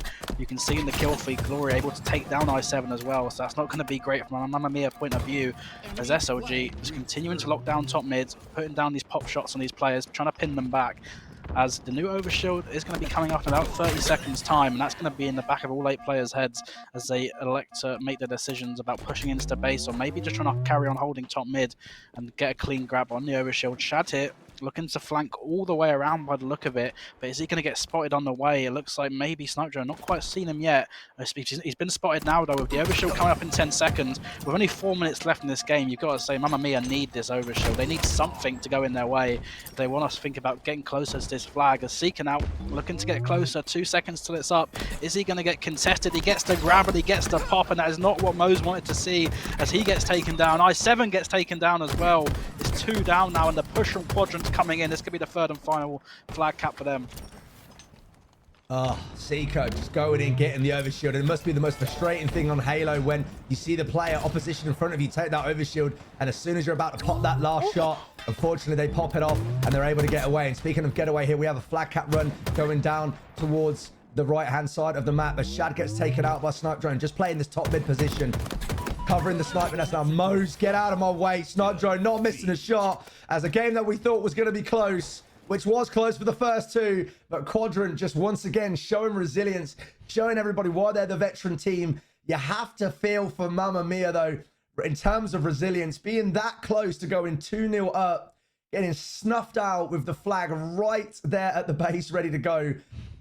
Mentally it's going to be a tough one. Now, when it comes to the veterans on this Mamma Mia squad, how do they, you know, formulate their plan for the next game, kind of brush this one off and make sure that they go into the next one prepared and ready to go? Yeah, that's got to be so heartbreaking for them. They had such a hot start, but not able to, unfortunately, kind of convert it into flag caps. I mean, you look at the stats, there really wasn't much between the teams in terms of the slaying. So I think Mamma Mia heading into game 2, which is going to be a slayer, they can definitely take some confidence from that. But you got to say the experience there, there's just everything from Quadrant just showing through just how high level of a team they are, despite having so many kind of tough moments early on in that game. The final score being 3-0. I mean, really clinical performance from them. Great OBJ efficiency. Glory of 6,300 damage as well. Really strong showing from him. And, you know, that's the Quadrant we expect to see, right? I mean, Mamma Mia have been looking good, but there's a reason that Quadrant and FOE have been looking like that kind of clear top 2 for so long now in EU Halo, because they've been able to close out series against the rest of Europe so comfortably. And I'm hoping we can see a different story here in game 2, but Quadrant being the Quadrant we expect to see so far, at least in Game 1. But Slayer Recharge is going to be Game 2, and I guess, Stallion, do you hold out much hope for Mamma Mia in this Game 2? Do you know what? I think after looking at those stats, honestly, Outcasted, I think there really isn't that much to take away from it in terms of differences between the two sides. I mean, you can see Glory 6k damage plus is the only real standout factor I would like to say between these two teams. So considering it was a 3-0, not even a 3-1 or a 3-2 with almost exactly the same KDAs, to me is personally bonkers. But then again, Quadrant showing their professionalism, showing their efficiency, showing, you know, even when the flag is all the way at the opposing base, all we've got to do, get one down, get two down. Let's play that flanking route. Make sure to show the Batman, as I believe we're moving on to our Game 2 here. And we've already got Glory, the man, the myth, who we left off with 6k damage in the last game. You've seen the camo just disappear as they're already shot rifle in hand. 5-4 advantage. Both teams already starting this quite slow. What do you think the game tactic is for Mamma Mia this game? How do they play this to make sure that they take the win against Quadrant here? It's going to be interesting, right? Because I think the pace we saw them play at last series was so fast, so aggressive, so confident. But sometimes, you know, when you see these Slayers play out between these top level teams, especially at these kind of NA LAN events, you can see these Slayer games really kind of slow down to a snail's pace, and they can sometimes really kind of have to force the other team to make these perfect plays. So I'm kind of interested to see if Mamma Mia are going to maybe take that route and try really slow the game down, try kind of maybe bait Quadrant into them. I mean, you can see already the game's slowed down here for just a moment, but who's going to make that first move? As Mo's here, positioned towards the turbine. I7 with sniper rifle in hand, the shock rifle. We saw the damage he can do last game of that. As Mose gets a kill, he gets taken down as well. The fight now going down between these two teams on both sides of the map, as I think Glory gets one kill. I7 though with a cleanup of the commando is going to help extend that lead again, 11-8. So it's a nice strong start again from Mamma Mia. Thankfully for them, you know, it's not capture the flag this time, it's Slayer, and those kills actually mean something in the score of the game. And already 2 minutes into this game, Camouflage about to be up again in 1 second's time, and who's going to make that first move for the camo? As Shad gets an opening kill, Moses 3 players towards the long haul here. Mamma Mia, Seeker wisely backs down, but I think Snipe Drone might have got hands on that camo while all the action was going down. So we're going to have to see if Snipe Drone with the camo can maybe make a play to help even this game up for Quadrant. But yeah, this is exactly the start I wanted to see Mamma Mia have. Yeah, they played it in a very efficient manner, right? They're kind of staying together, turtling up, which actually might end up coming to bite them in the butt here, as Snipe Drone using the camo to his advantage, playing that flank route. The player goes to try and check outside of that area, unfortunately does get caught out, and now you've got Mamma Mia stuck at this top area with Seeker pushing in. Look at the chokehold coming in from Quadrant, really showing how they can play together, move together, shoot together as well, as we've got a bit of a lead change coming in. Some shots being, you know, exchanged between the stairs as Fluxus decides to get out. Seeker and SLG getting aggressive. SLG originally was 0-4, now pulling it back to 2-5. So, you know, maybe getting them shots continue to get warmed up a little bit. I think Mamma Mia fancy there's chances here in a Slayer, probably a little bit more than an objective. This Quadrant only go with 2 kills ahead now. Seeker, Glory, they can extend the lead a little bit. Slows down a little bit more now, and we're going to be curious to see how Quadrant. Oh my god, the back smack. I7 for the rookie. You hate to see it as players move into control. A good name coming in from Flux, and Snipe Drone going to look just to get out of here. 4-kill advantage. Glory now with the shock rifle. Very curious to see how Quadrant play this when they're in a leading position. Yeah, that's twice now. I mean, 2 games in a row we've seen Mamma Mia have such a strong start, open up a nice lead in this game especially, and Quadrant just finding their way back into it. Glory GG's had such a strong game last game with 6,000 damage, and already in this game 8 kills, 4 assists. I mean, he's just doing so much damage output on the map as he's being a nuisance staying alive as well. And Glory GG's with the shock rifle, only one more shot to work with here, but we know he can make it count. And with a new camouflage coming up here in just a moment, if Glory can secure this kill onto Turbine, this could be what his team needs to go for that camo as the help comes in from Snipe Drone. It's a 3v2 on the map at the moment, as it looks like Quadrant in prime position to get the grab, and Glory just goes for it, I think, and looks like he might have got away with that camo. It looks like he has. So Glory now, 6-kill lead for Quadrant, camo in hand for Glory. This could spell disaster, but I7 does get the cleanup onto the camo player. SLG here towards the stacks, gets taken down as well. The trades are going to be good for Mamma Mia, but what's not going to be good for them is the 6-kill lead that Quadrant have currently got. Thankfully for them, still about halfway through the game, so no need to panic yet. They've still got a lot of Halo yet to be played in this game, but I think already a factor we're starting to see in this game, right, is the camos consistently going to Quadrant, and I think Mamma Mia, if they want to try to bring this game back, they're going to have to start getting control of that camouflage.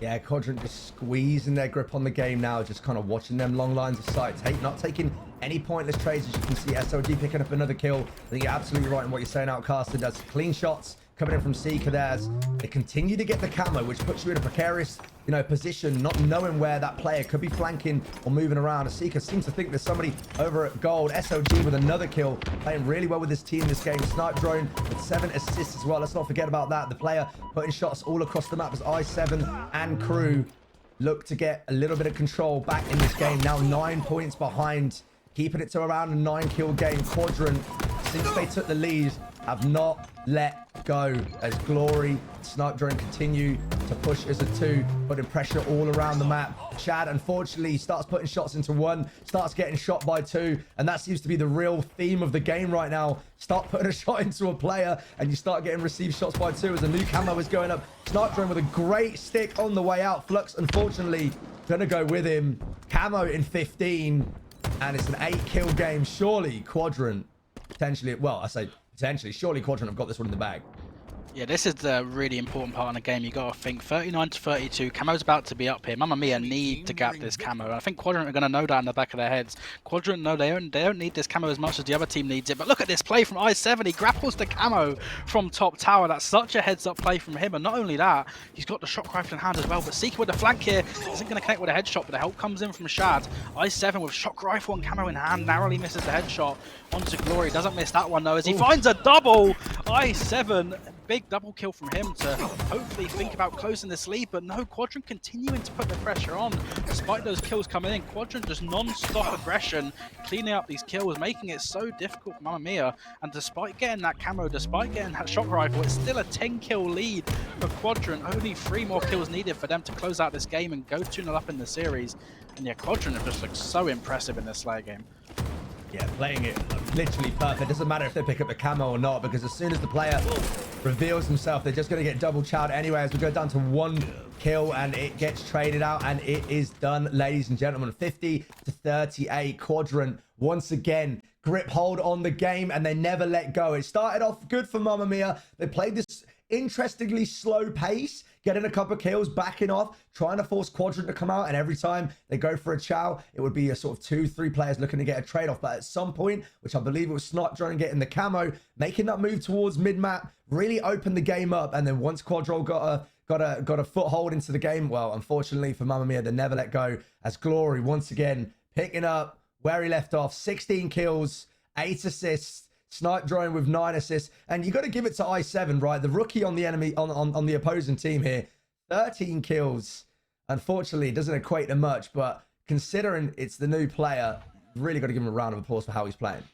Yeah, no, I totally agree. I think i7, considering, you know, playing against the likes of Quadrant, one of the best teams right in the world, not just in Europe. I mean, to be putting up the kills he is, very impressive from him. Nearly even equaled Glory's damage on the other side. But I mean, you can see that Glory of the kills, a Seeker and SLG with the damage. Just a great all-around team performance from Quadrant. And despite how good Mamma Mia looked in their last series, maybe this is really kind of illustrating the levels that we see in EU Halo, right? I mean, the difference between the second and the third team, how comfortable this game 1 and game 2 have been, at least in terms of the score. Quadrant not looking to have slowed down at all in this tournament, despite that heartbreaking loss they had earlier on to Foe. Looking to, by the look of it, get this series over and done with, right, and book their place back in that grand final and try to get revenge on Foe. But they still got 1 more game to win, and we know Mamma Mia, you know, you can't write them out yet. They've still been looking good in kind of moments and flashes in this series, and we've seen how good they can look throughout this whole tournament. So I'll be honest, I'm hoping to see a little bit of life here from Mamma Mia. I was hoping they could at least kind of take a game in this series and have something to kind of draw some kind of motivation from, maybe heading into next week. But Quadrant on the other side, unfortunately for Mamma Mia, there's some bad news, and that is that Quadrant have got a reputation of one of the best Strongholds team in the game. So, I mean, if the game type you don't want to play Quadrant on, it's going to be Strongholds, but there's no time other than now that you've got to change that narrative. And Shad off the start here is going to find a kill onto SLG, as he's making his way towards back B. Quantum Translocator is going to be behind him, but not electing to go for the grab early on, actually electing to go for that Stronghold cap instead. But the well-placed grenade from Snipe Drone is going to ruin those hopes, as the sniper in the hands of i7 as well. If i7 gets taken down, oh no, Snipe Drone gets the trade. And Snipe Drone's just single-handedly done so much damage already at the start of this game. 3 kills for him, scoring in the hands of Quadrant, and they're in prime position to maybe get hands on this camo as the 1v1 goes down, but Flux wins it. That's a big 1v1 win from Flux, but Glory's going to be there with a cleanup. Great teamwork from Quadrant. A bit of a scrappy start, but it's going to be Quadrant scoring in a moment. I think that's the real difference between the two teams right there. You see the camo finally getting picked up by Mamma Mia, but the player knows He needed to get the trade on. Don't allow that camo player to start roaming around the map. This Quadrant enjoy.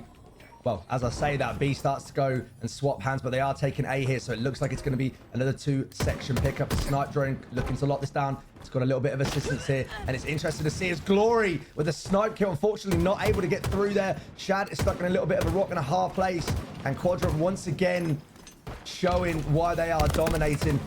As we've got snipe drone looking to push up on this B point to get us some nice shots in. Does get the kill onto I7. Now going out for the chow. You can really feel the confidence coming in from the Quadrant players now as they look to get it done in 3. Mamma Mia, and as I like to call this game mode, rather than stronghold, we call it stranglehold, right? As the teams has to get 2 down, 3 down.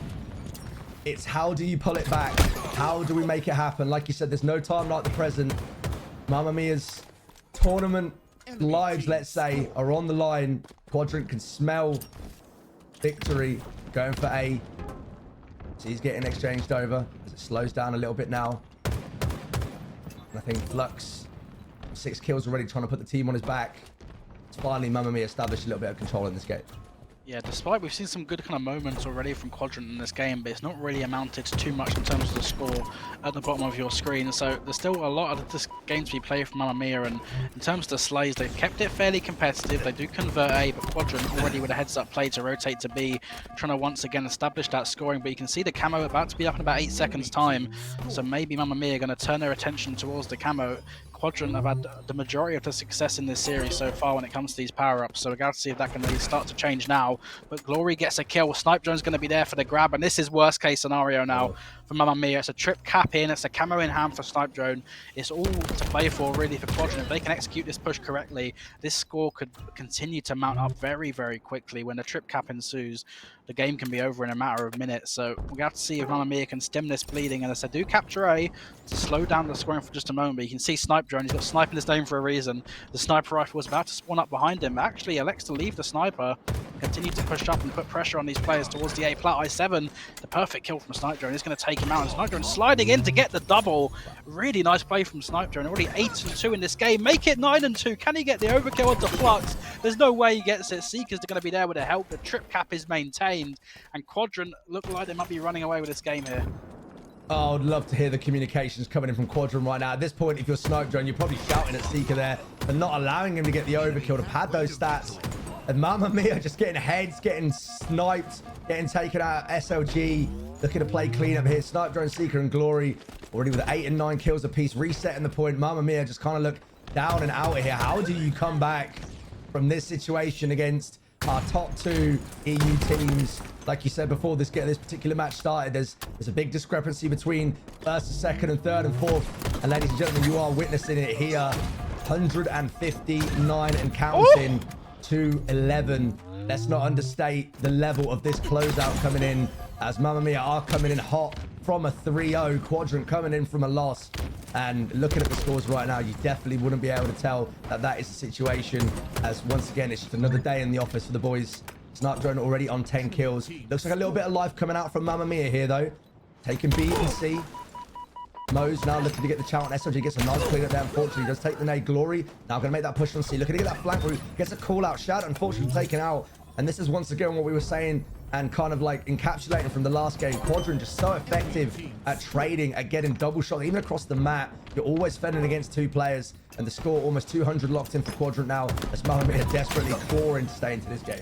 Yeah, I mean, the only maybe bit of hope that Mamma Mia could kind of latch onto is Stronghold's generally quite a snowball-y game type. You know, it can kind of go in streaks, and there's always the potential, in theory at least, to kind of form those big comebacks. And most of the time when you're talking about Strongholds in a kind of general sense, you're not factoring into the equation playing against Quadrant in a game of Strongholds, who are arguably one of, if not the best kind of Strongholds teams in the game. But as I say that, the trip cap does come in here for Mamma Mia, but the question is, how long can they hold it? As camo's in the hands of Snipe Drone on the side of Quadrant, and he could single-handedly place spoiler here to this setup from Mamma Mia, as he's now on the flank, catches out I7 towards the training, but maybe overextends a little bit, does get caught out from Mo's, as A and B now in control of Quadrant.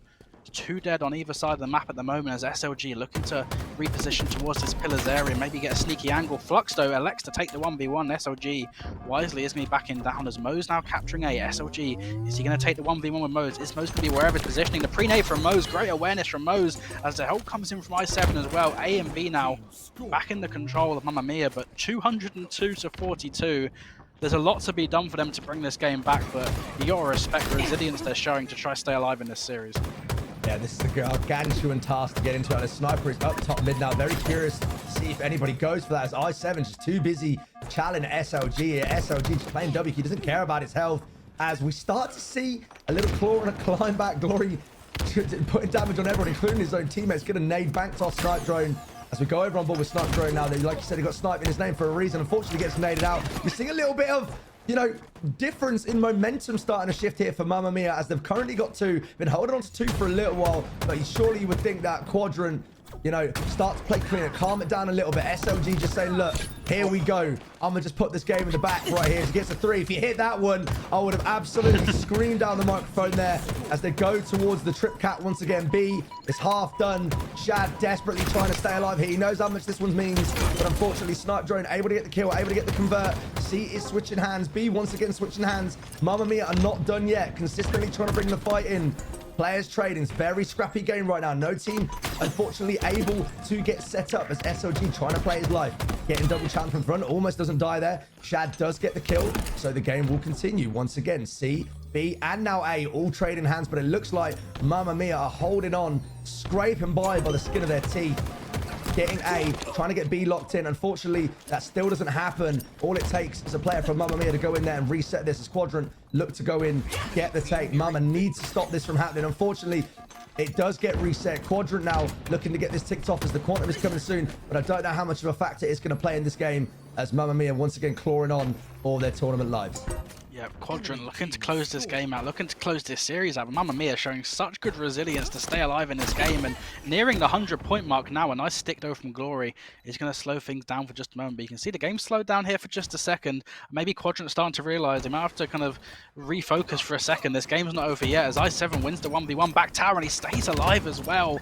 Really big play from I7 is eventually going to get cleaned up, but you can see Flux position towards back B, Shad here position towards the A plus. A nice setup from Mamma Mia as Seeker though takes the 1v1, trades out. Flux doing such a good job staying alive here towards this B stronghold. He gets the trades as well. It's back and forth trades between these two teams, so Quadrant putting so much pressure towards this B stronghold, but the question is, are Mamma Mia going to rotate towards C, or are they going to try fight towards B? As you can see, C now getting converted, the rotations come in, but Seeker with a heads up play to cut off the rotation, he gets the kill, but it's B still about to be converted. Yes, it is. Only 18 points needed now for Quadrant to close out this game, close out this series. Glory in the 1v1, and quantum translocator teleport comes in, catches Mose off guard there for a second, but C getting converted and B getting converted as well. Seems like Mamma Mia have almost switched gears in this game, in this series. They're just playing at a different speed now, a different intensity, and it just seems like Quadrant struggling to handle it just a little bit, but only one hold is what it's going to take for Quadrant to close out this game. But Mamma Mia are not letting it happen. They're holding on by the skin of their teeth in this game, and they're slowly racking up that score. Still nowhere near Quadrant, but they're into the hundreds now as Seeker finds a double. This could spell disaster now for Quadrant. There's only 10 more points needed here in just a moment for them to close out this game, and Mamma Mia, they need to get their feet on one of these strongholds soon. I mean, if you've got to give anything to them, it's surely the resilience, right, to try and bring this in to an actual close game here. Mamma Mia trying to take it out, but unfortunately, it is the prowess, it is the veteranship, and it is the teamwork of Quadrant which reigns supreme. A 3-0 finish, which I think a lot of people in the chat were predicting, but one that I didn't want to personally see. I wanted to see Mamma Mia take us to a game 5. I wanted to see maybe a bit of an underdog story, but unfortunately, Quadrant getting the job done. They know how important it is for their tournament history, but you know, you have to take the positives away. If you're on Mamma Mia's side of things here, sure, first game, second game, not really that particularly close, and arguably the third one not that close either. However, towards the end, showing a little bit of resilience there. I7 once again holding the stat board, 18 kills, top of the team, considering he's you know, our new player in this lineup, really showing his slaying ability. But, you know, you just look on the other side again. Quadrant, Glory up there again. Seeker having an absolute belter of a game with 21 kills. You know, Quadrant get it done. You know, a little bit of a sloppy mid game there. Not as strong as what their early game was in terms of like holding 2 or even 3 objectives. But end of the day, Quadrant looked to get it clean with a finish of 250 to 127.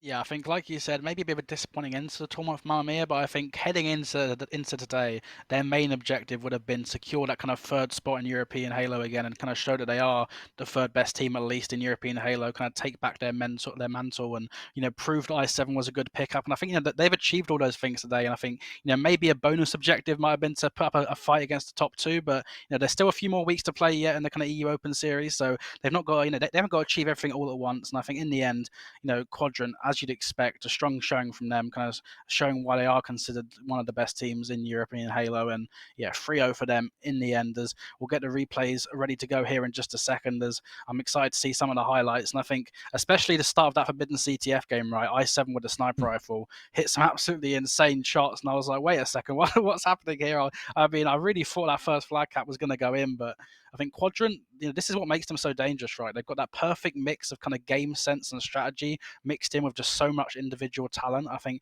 it's such a deadly combination that these teams have got to contest with. And I think when Quadrant are kind of in full flow, like we saw them at parts in that series, you can really see why they're so dangerous. And I think, this next series up against FOE, if they can carry on playing like that, maybe a chance for the bracket reset to come in. But yeah, I mean, great series. And I think Quadrant going to be feeling confident heading into the finals.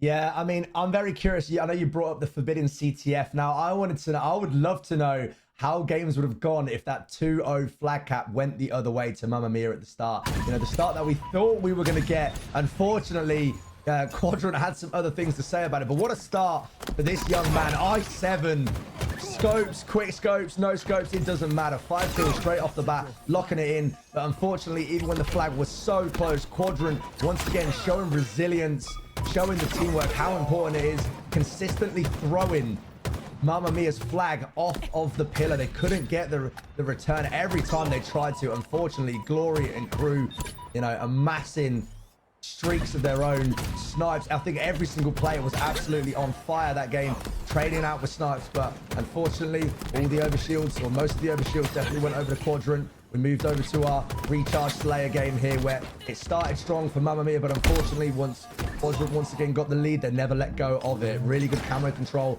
really good play here. But once again, our young man I7 playing really well with the camo here, going for a couple of chows, but it didn't end up being enough. I think it was a 9-10 kill game in the end. And finally, as we just saw here, strongholds on live fire. Once again, Quadrant getting it done. A little bit of a shaky mid-game, but really holding strong and showing why they are top 2 in UT. Yeah, I think like you said, sometimes when you are the underdog in a series, you just need those 50-50 situations just to go your way. And I think having kind of 2 back-to-back heartbreaking kind of flag returns and flag kind of counter caps come in at the start of the series, it must have been such kind of dagger to the momentum, I think, of Mamma Mia. But I still think, they showed some really strong signs in that series, showed some strong moments. I think overall it's been a good day in the Mamma Mia camp of Halo. But we're just going to cut, guys, to a quick break as we get our grand finals ready to go. I appreciate everyone who stuck with us for today. And next series is the big one, Quadrant versus FOE, the matchup we've all been looking forward to, and we'll get back to you as soon as we can. Don't go anywhere.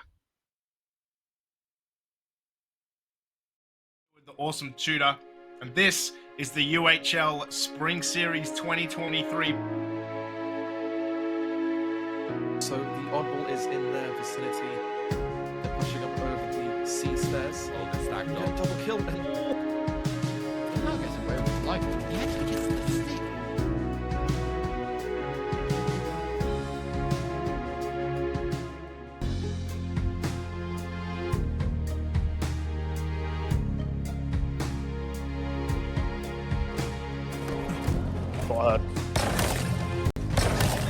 Enemy has the ball.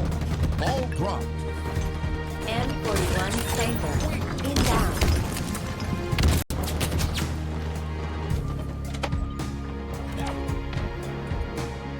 M41 Saber.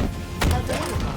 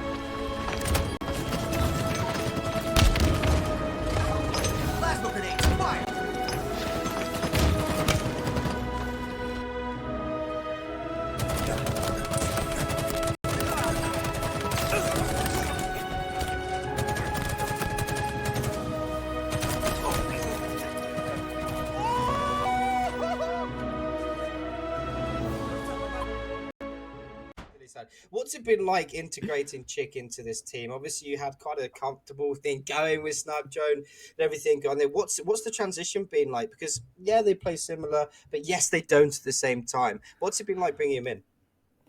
Yeah, it's been a really fun transition. Obviously, there were some growing pains when we first brought him in, because you never know how.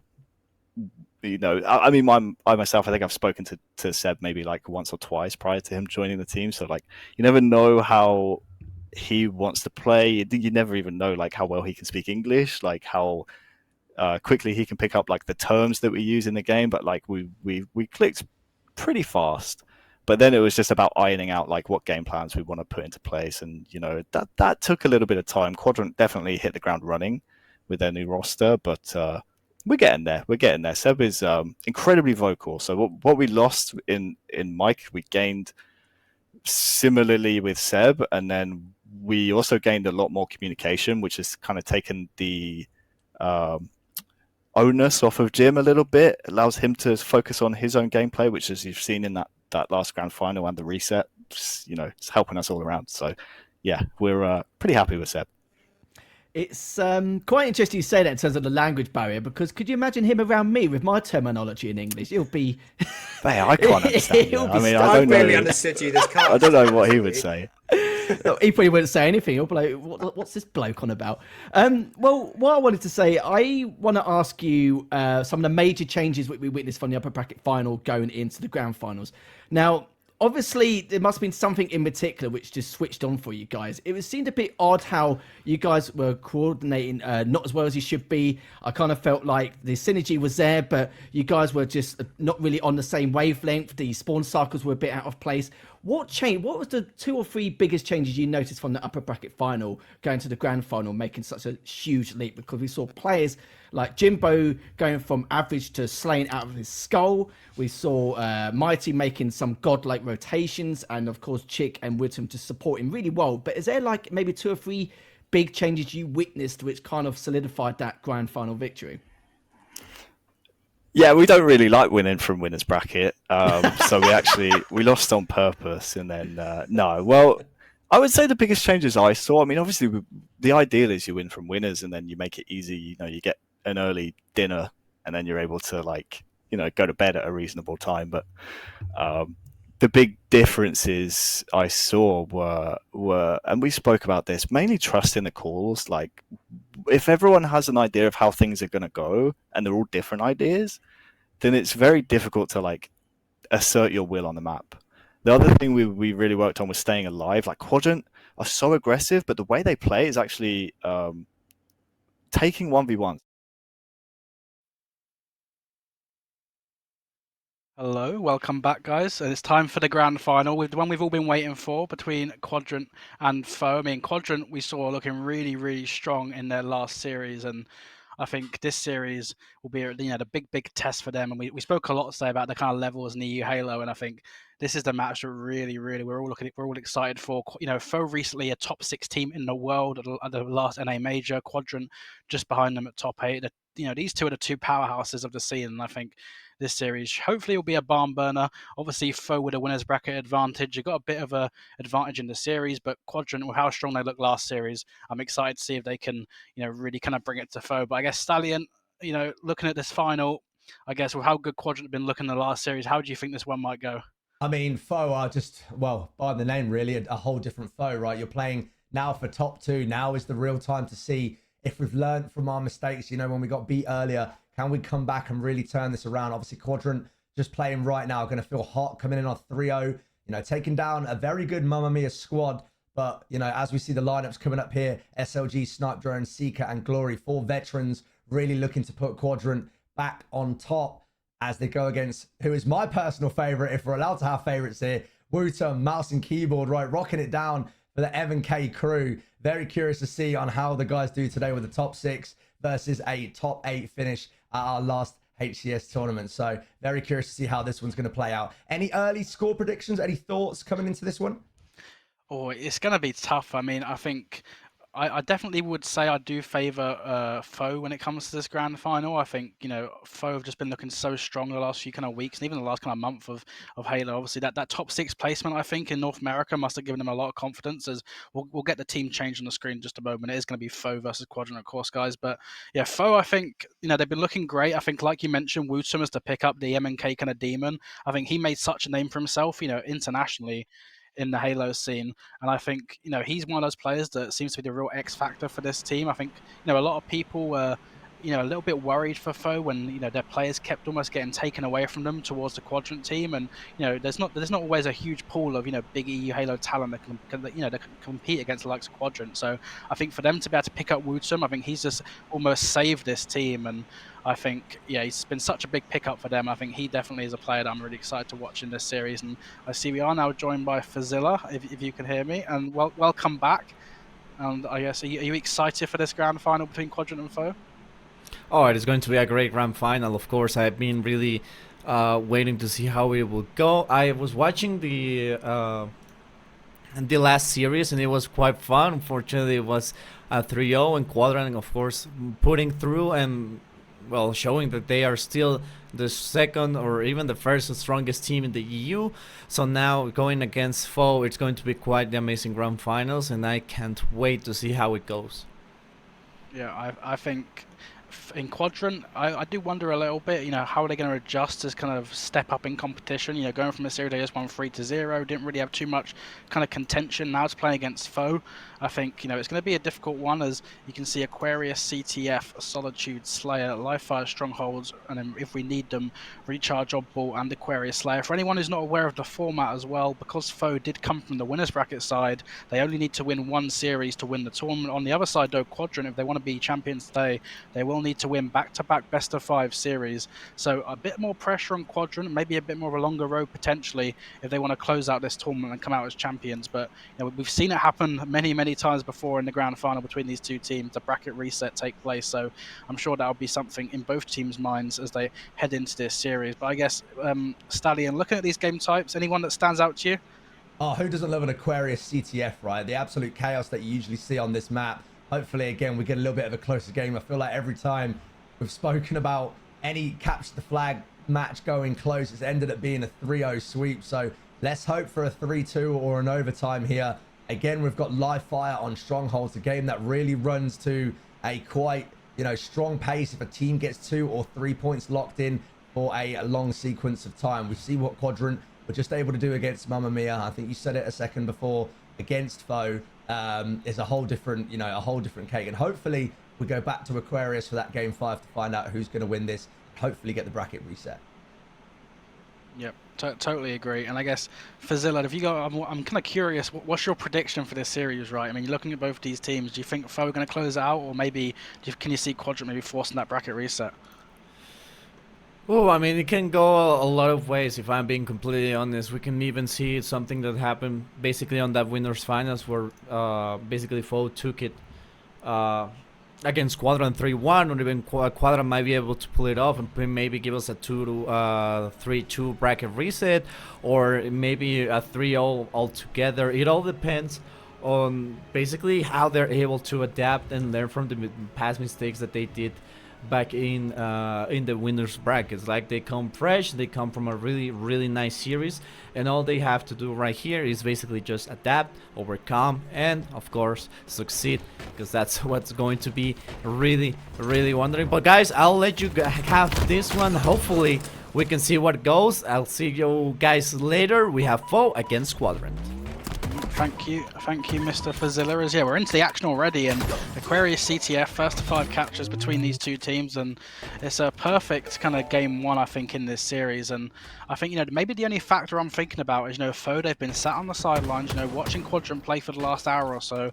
So we'll have to see. Maybe there's a little bit of rustiness going to come in, but as I say that, Jimbo is like, nope, never mind. The flag's all the way across the map, and already it's going to be FOE opening up to a 1-0 lead in this game. Really hot start from them.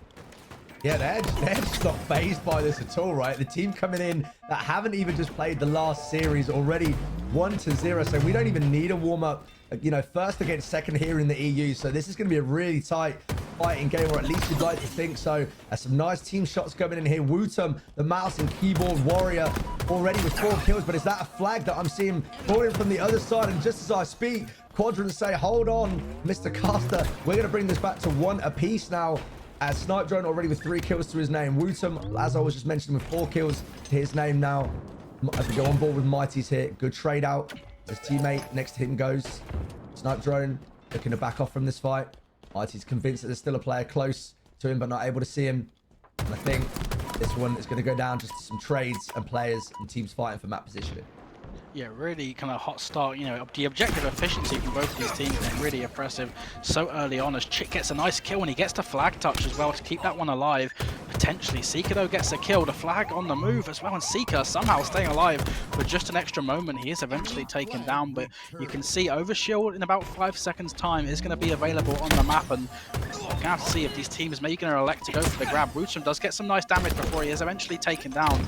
The Overshield has come up, but has anyone been able to get the grab? We're going to have to see if any of these players are able to stay alive with the Overshield. And yes, Z Mighty has got the Overshield and he gets the kill as well onto Seeker. The flag is going to return as well on the side of the foe base. So now it's foe's turn. Jimbo and Mighty's here in tandem, looking to make a push onto the base. As Z Mighty's just going straight for the flag grab. Love this play from him, and already that flag's on the move on the car side of the map. You can see on the other side though, Quadrant overextending on the P side, looking to maybe cut this flag off, but Chick there just playing anchor, just holding down the P side. This is perfect Halo from foe. Such a good flag run from them, and that flag surely is going to be going in, and yes it is. Foe taking a 2-1 lead in this game. I believe every flag pull has been a conversion for both teams at the moment. Obviously 2-1 right now to foe, as Wootum and Mighty's right there. You can see with the shoulder peeking, getting the job done, keeping himself alive. Nice trade there. Wootum staying alive in the back. Glory having a little bit of a slower start. Same with SLG here. 2 players that we did see do really well in the last game against Mamma Mia. You know, 2 players that we hope to see warming up here, because this is the one that really matters. This is one where you find out who is the real powerhouse. We had some nice shots. As I just mentioned, Glory's now. We're hitting Cast the Curse all night tonight. You love to see it. Snipe Drone going for them trades. Players dashing everywhere. It gets real scrappy towards the bottom middle of the map. 2-1 in favor of foe, and this one is looking like it's going to be a belter. Yeah, really hot start for the OBJ. Things slowing down just a moment in terms of the slays. I mean, Snipe Drone 10 and 8, but maybe the rest of Quadrant just lagging behind a little bit in the kill department. SLG though 8 assists. Definitely can't overlook that one. But you know, the OBJ efficiency, like you said, I think every flag pull basically been a flag cap, and we'll have to see if that's going to continue here. As Jimbo and Mighty is just playing a little bit defense in the moment, but the Overshield coming up in 10 seconds. We saw the last time the Overshield came up, Mighty's got the grab and Foe got a cap as a result. So that Overshield really could play a big factor here in these next 5 seconds. A Seeker makes a move to get a kill onto Wootum. Overshield about to pop. Mighty's in position again, but Glory gets to kill Seeker, scrambling to get an angle on this Overshield. He is going to spot Jimbo, but it's not going to be fast enough as Jimbo gets the Overshield grab. And while that's happening, the flag's on the move as well from Chick. This is such good efficiency we're seeing, but doesn't matter when you're hitting shots like that. The heatwave shots come in from Seeker, hitting like a truck, and he is just melting the shields down of those foe players. But the flag's still on the move, despite the play from the heatwave player. Somehow that flag's been picked up, and the flag's going to be put in by the look of it. I'm so impressed with what I'm seeing from this foe team. Despite things looking against them there for a moment, they end up scrambling that flag home, and it's a 3-1 lead now in this game. Yeah, I was about to sing Seeker's praises there. He did absolute work bottom middle. Unfortunately, it equates to nothing as foe continue to show their vigor. And as once again I say that, it's been Cast the Curse all night, as Quadrant now running their own flag. I don't believe we've seen a single flag cap not gone in yet. Wootum does get taken out. Snipe Drone trying to play anchor. Good trade out for the player, as we're going to watch Quadrant look to tap it in, and the 100% flag cap rate continues. 3-2 to foe now. We hope it goes to a 4-4 so we can see which team has really got the eyes to hold this one out. Snipe Drone already 13 kills. Another flag getting pulled. Chick staying alive here. Popping some nice shots. Really anchoring down for his team. A Seeker goes for the nice chow here and also tries to keep the flag booming, but I think this one is dead in the water. Yep, good attempt there from Quadrant to get that flag on the move, but like you say, really good job from foe to shut that one down. Snipe Drone maybe considering to go for this grab, but is actually going to elect to play for Slays instead, as trying to isolate Mighty's in this 1v1, but Mighty's wisely backing down, waiting for a little bit of help, and Chick's going to be there. Snipe Drone though, good job to secure the trade, but you can see the flags on the move on the other side. Wootum attempting the flagpole, but once again, it's deja vu. The overshield 10 seconds away from being up. We've seen just how much damage they can do already in this game, and it looks like Foe in prime position here to potentially go for this grab, but Chick gets a kill, but the collapse now coming in from Quadrant. Snipe Drone gets a kill as well, and it is going to be overshield in the hands of Snipe Drone, but despite that, Jimbo actually keeping that flag alive towards bottom mid, so going to put Snipe Drone in a little bit of a dilemma here. Does he go forward and try push the flag, or does he go for the return? Looks like he is going to choose to go for this flag return, so just Jimbo keeping that flag alive maybe has negated some of the impact of this overshield here on the side of Quadrant. Snipe Drone now is looking to push, gets put down to one shot from Chick. Jimbo though continuing to be so aggressive. SLG though does sniff him out. Glory there with a cleanup. Maybe the game is slowed down for just a moment. The flagpole is not quite coming in here. As you can see, Quadrant trying to get a few more slays on the board. As Glory though actually ignores the players, goes straight for the pull, gets the kill as well. As Seeker trying to clean up that last player towards the back of the base, but Chick finds that kill. The teamwork coming in from Foe to clean these players up, and it is going to be 3 down yet again on the side of Quadrant. Make that 4 as Chick gets the kill, and they can now break out the base. Oh, absolute chaos going on in this game right now. I don't think we can underestimate how big that last overshield pickup from Snipe Drone was, though, just to have the area control to get that flag cap return, and also to get a little bit aggressive there, because if not, it might be a different game right now. As we see a perfect coming in, we're back over on board now. Tomatis is looking to play aggressive. Unfortunately, does run into a wild Glory trying to get into Quadrant's base. Quadrant now just kind of scoping these areas out, making sure they haven't got anybody playing this flank route. As you can see, Snipe Drone constantly checking courtyard, knows it's a player, moving at the back, moving together with their teammates. Look at the synergy coming in from the Quadrant players. As you can see, some team shots coming in, but it matched perfectly by Foe. Perfect's going on here. Mighty's now 14 kills locked into his name, having a really good game here. And I think the slaying difference is probably the only difference we've really got, and the reason that it's 3-2 in favor of Foe right now. Yeah, I'm just looking at the kill column there as well, as you were talking about. I mean, Mighty, oh, sorry, not Mighty's, Wootum has 16 assists as well as having 17 kills. And I mean, that's something I think we speak about a lot with these MK talents, and just how quickly they can switch targets and just put down so much damage. And I think on a small arena-based map like Aquarius, where there's so many angles, the map's so close quarters, he's just able to put down so much damage. As Jimbo, with the hands on the overshield, we've seen just how effective Foe have been at converting these overshields into flag caps. And already with 2 kills going down, Jimbo electing to chase this player towards his util. The Plaza pistol though isn't going to connect from Snipe Drone. Jimbo might get a double here, and yes, he does. Big play from Jimbo. And on the other side of the map, the flag on the move there for just a moment, but it looks like Quadrant slowed it down, but no, 4 dead for Quadrant. Snipe Drone, first person to spawn, but is he going to have to stop this flag? It looks like he is. A nice play from Snipe Drone, but the relay is going to be there from one of the members of Foe, and this looks like it could be about to be a 4-2 lead. Wooten gets taken down, but the distraction is going to be enough. Snipe Drone gets a double, but the flag goes in on the other side of the map as Chick, the player that was dropped from Quadrant, looking to get some revenge here yet again for the God knows how many times since he's been dropped as he beat his old team. Chick, 21 kills in this game. Glory though, looking to go for the counter cap. He's already got it past halfway, so despite that cap from Foe, I mean, you're asking for a 4-4 game. It looks like the players are trying to match that, as they are looking to get this third flag in on the side of Quadrant. It's 4-3 now, it's not over yet.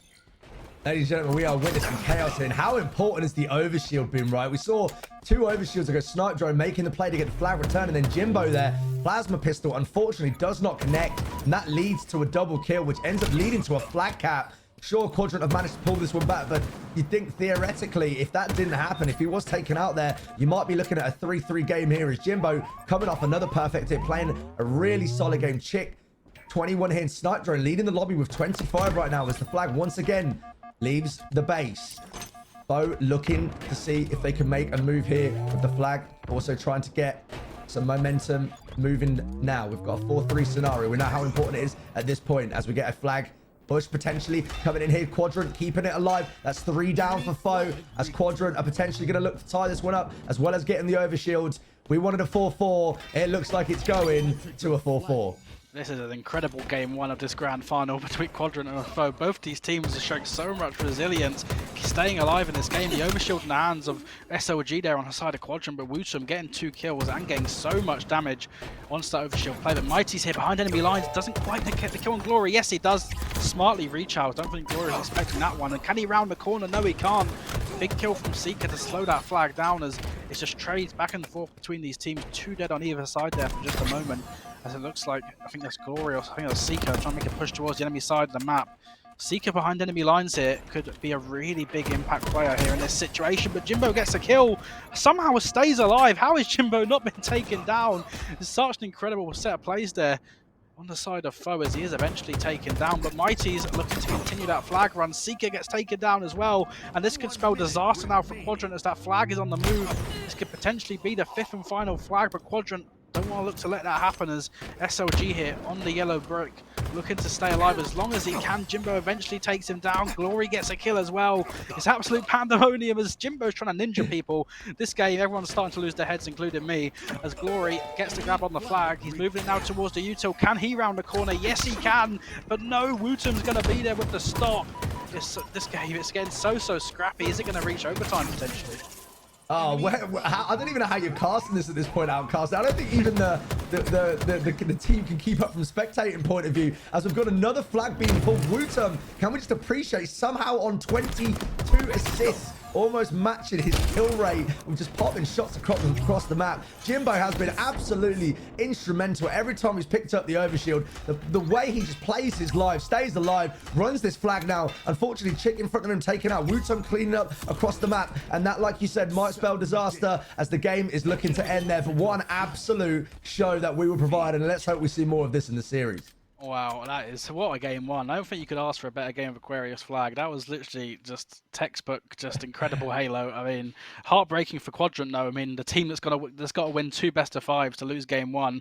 Maybe that long road might have just got a little bit longer for them. But foe, I mean, we can see while they're in this position, right? I mean, they clutch up when it matters the most. They won the winners bracket final. Now they're already 1-0 up in the grand final. Foe looking as strong as ever. And for Zilla, what a game 1 that was. Indeed, it was a really chaotic game 1. I just saw everyone just flying, flags being captured everywhere, everything happening at the same time, and it was just incredible. I mean, I was able to get a glimpse of the first couple of moments, and it seems that foe had the upper hand. Foe was just taken away and starting to gain momentum, and then somehow Quadrant just came back to life and started just fighting against everything that foe put in its way. And that's where we're left with a 4-4 capture, and of course the last possible moment to be able to get a single capture. And honestly, that was just insane. That was just pure action, pure chaos, and I really enjoyed how all play out, and it was just great Halo overall. Yeah, that was such a good game 1, but you know, one of the things I'm worried about, right, is, you know, on paper it's only 1-0 in this series, but as we all know, I think when you lose such a close game like that, such a closely contested game, that must just be such a demoralizing thing for Quadrant, knowing they've got to win so many games in this series. And I guess, Stallion, are you a little bit concerned now, maybe for Quadrant, kind of coming off the back of a heartbreaking loss like that?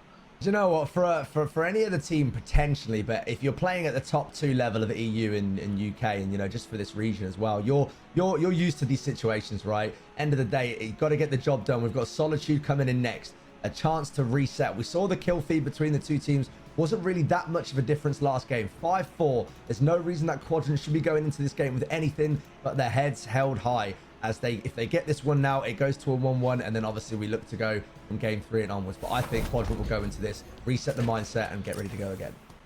Yep, Solitude Slayer is going to be our game 2, and it's now or never really for Quadrant if they want to try, you know, bring this grand final in their favour. Only down 1-0, so big game here, big potential for them to swing this series back in their way, but Wootum doesn't want to let that happen as he finds 1 kill. Can he find the second onto Sniper? No, stays alive as Glory is going to be there with the support. Camo in the hands of Glory, and he's able to get away with it as well. So really good start here for Glory, 2-0 already. Camo and now Shock Rifle in hand for him, and he could single-handedly really open this game up for Quadrant if he can start connecting with some of these shots. But it looks like at the moment Mighty's continuing to put the pressure on, gets a kill. May be able to get another one here, but no, Glory clutches up, hits the headshot. And Seeker is going to be there with the support as well. It was 3 down there for foe for just a moment, as it is only a narrow 2-kill lead opening up here at the start on the side of Quadrant. That Camo has now expired, but Glory hasn't expired, as he is yet to die in this game, as he's looking to maybe get another kill. Good job from Mighty's though to force that trade and shut down that Shock Rifle player, as SOG continuing just to anchor this top snipe position, such an important power position on this map, as he's just got so many angles that he can take and put down these pop shots. But Jimbo now with Shock Rifle in hand, only a 2-kill lead for Quadrant, looking to maybe tie things up here. I don't think we can underestimate just how important it is that when you've got that shot rifle and camo, that you really need to play your life and make sure that you make that useful. And Glory almost gets taken out at the start, does get taken out there, but does manage to keep himself alive and play well because of that. And because of that now, Quadrant now holding a 3-kill lead. As we watch to see how the players look to set up. Game that's looking a little bit scrappy right now. Most players just running in 2s. Quadrant doing really well just to kind of trade out kills and remain around 3 to 4 kills ahead, as Mighty's looking to stay alive here, getting a little bit of help from his teammates. Tries to go for the chow on Seeker. Players just dropping those shots. Great shots, great movement there from Mighty, staying alive now. He can try and pressure this left side of the map. Unfortunately getting chased. Does some great movement to get through there. Glory does take him out. And as you see, Camo coming back up now, and I think we're really going to find out whoever gets this might just look to get the advantage coming up from this game. Yeah, this could be a big moment in the game already for FOE. I mean, only a 3-kill lead for Quadrant, but Solitude Slayer, one of those game types that can get out of hand very quickly, and I think the camo can be the real catalyst for that to happen. As you can see though, Chick does find a double, and this might now be the signal for his teammates to go for that camo, but unfortunately his team are falling around him, as Chick, despite those 2 kills, having to try to stay alive here for just a moment. As you can see, Seeker playing Chase does eventually get the cleanup. I'm not quite sure what happens to that camo in the end, if anyone was able to get the grab. It looks like maybe Z Mighties might have got the camo grab. We'll have to see if I'm wrong about that one. But I think he might have got alive there. And yes, there he is on the dip, and he's trying to isolate SLG here. But SLG doing such a good job staying alive, not letting Mighties get the kill. And now Mighties is back again for attempt number 2 with this camo to isolate SLG and get that kill in hopes of trying to tie this game up here around the 20 kill mark. The camo though has now run out. But you can see the game has really slowed down for a moment. Only a 2-kill lead now for Quadrant, despite the really hot start. And Chick now looking to push up the driveway. Seeker though misses the back smack. No, that's heartbreaking. But despite that, able to get the kill. Nice recovery there as Wooten 180 turns them in K. Nearly gave me whiplash, I was. As it is now 3 down there for a moment for FOE. So Quadrant, this game's staying scrappy like you said, but it seems despite that, Quadrant seeming to narrowly be able to stay on top.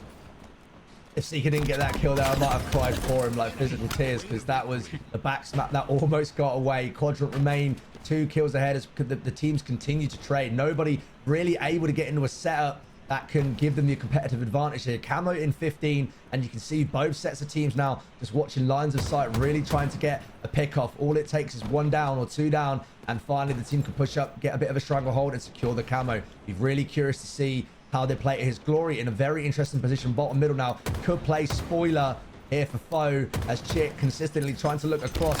Movement coming in now from Glory to try and isolate. Chick in the bottom corner is going to get hit by the nade, looking to move out there. Glory with a snipe almost gets taken out. Great shot there. Quadrant now extending to a 5-kill lead. SLG's got the camo, and Quadrant looking to extend this lead into the game. Yeah, this is a big part of the game, I think. Quadrant getting this camo and SLG thankfully winning that gunfight against Wootum. It's a 6-kill lead now for Quadrant with camo in hand. This is a really, really strong position for them to be in, and I think if they can just execute correctly here, they can make the lead almost insurmountable for FOE. If FOE aren't careful, the collapse comes in. It looks like they are doing exactly that. A perfect collapse there from Quadrant. Now extends this lead to 8 as Wootum does find a kill onto Glory, but you can see SLG continuing to put the pressure on, playing Chase here.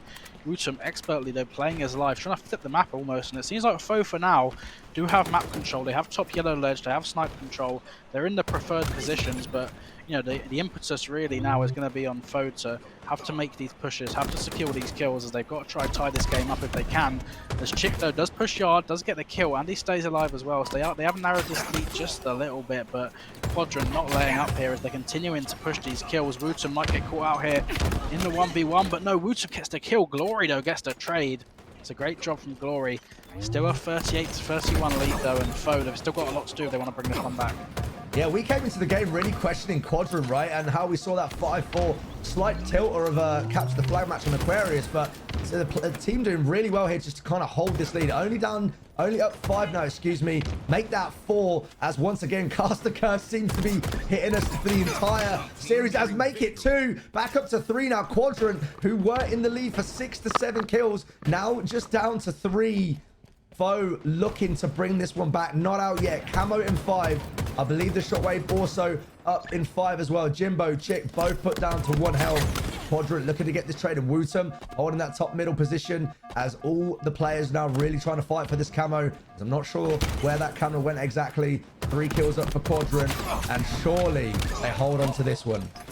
Yeah, the camo here could be absolutely massive if we can see maybe Foe get their hands on it. It seems like no one yet has gone for the grab as all 8 players trying to establish a map control first. And it seems like Quadrant have come out on top of that one as it is now a 4-kill lead, and Seeker with camo shock rifle in hand here has located Mighty's. Mighty's going to be aware here that the collapse is going to be on. Can he secure a trade, or is he going to get taken out uncontested? Mighty's somehow staying alive there for quite a long time, but does eventually get taken down. SLG gets a kill as well onto Jimbo off screen as it's 47-42 now, as Seeker looking to close this game out single-handedly with a shock rifle, though. Glory 18 kills.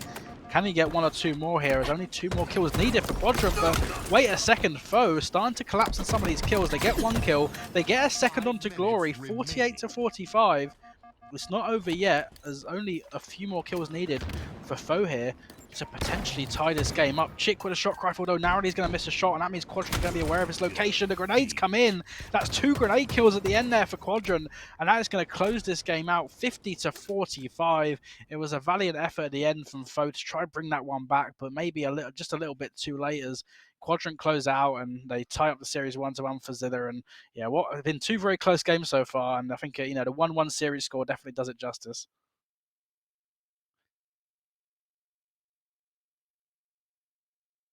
I'd be on road to I said basically way too many times to just deny what Foe could do. So what does this mean? Is that there's 2 options here. Either Foe picks up the momentum and wins these next 2 games, or Quadrant is able to reset the bracket completely. It all depends on how it unfolds, of course, but it will be nice to see a little bit of a bracket reset to see if Quadrant is able to push through and maybe win the entire thing. But now it all depends on how. So I don't know. It's going to be a quite difficult situation, and especially knowing that it is basically almost the same scenario that was over at winners finals. So I'm really eager to see how would this develop, if basically we'll see yet another comeback from Foe, or maybe Quadrant might be able to just take it all together and take us to a game number 4. Yeah, I think, this game 3 here, they call it the swing game in a series, in the best of 5, you're tied to 1-1. Who can really kind of take the series by the scruff of the neck and pull momentum back in their favour? I mean, we saw last series, right, this exact same game type. Quadrant looking so strong against Mamma Mia, but, with Foe, they're a different beast, and I think we're going to see if Quadrant can translate that stronghold dominance against a team like Foe. As Glory here early on does get a double kill as well. Quantum Translocator in the back pocket, and this is the start they want. As you can see, flying towards the big door, the grenade is going to meet a little bit of resistance, but no, he flies straight through it. They're going straight for the trip cap off the start here, and this could be exactly the start the Quadrant need. Oh my lord, look at the way Quadrant are playing this with all confidence, right? Basically looks like how they were playing against Mamma Mia earlier on. The way they just shifted between all 3 points, now going for the camo. Glory in a very prominent position here, not going to give himself away. Great shot discipline, knowing that he doesn't need to reveal his position yet. Right behind Jimbo and cleaning up, and that's exactly why he doesn't shoot early, doesn't need to give it away. 2 points locked in now. A and now converting B, or B gets stopped apparently, and now A going over to the side of... Oh, it looks like it's going to be a trip cap now. Let's hold that back for just a second as Quadrant once again hold control of this game. Snipe drone top tower with a sniper. You said it earlier. What can this guy do with a sniper? And we're about to find out as he connects with a snipe there on Jimbo. Yeah, and usually, when you see Quadrant get a trip cap, that's when things can get really dangerous and get really out of hand. But, a team like Foe, a top caliber team in Halo, I think they're going to be a team that's experienced and knowing how to break out of these difficult situations. And I think, for them, the cap stay at the moment, they've stemmed that bleeding just a little bit. So Quadrant won't be amounting just too many points at the moment. But you can see now a push coming in as it's 2 down for Quadrant, and Foe looking to convert this B stronghold. Snipe drone does take down Jimbo towards C, but it looks like there might have just been a bit of a distraction to buy some time for Chick. As Chick is able to convert B. A already in the hands of Foe. A snipe drone gets yet another headshot, and he's yet to die in this game, by the way. 6-0 to start this game from snipe drone. Can he make it 7?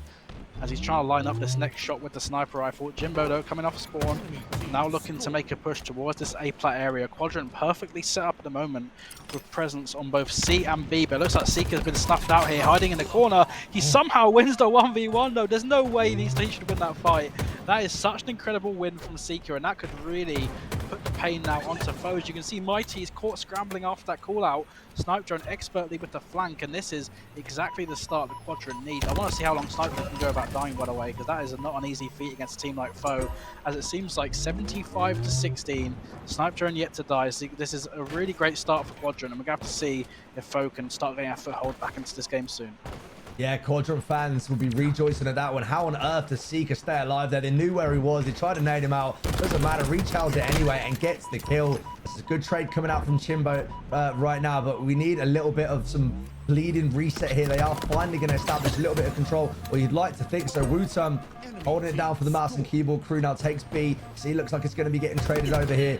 Game that is going forwards and backwards, but it looks like Foe finally able to establish a little bit of dominance here. 2 down for Quadrant.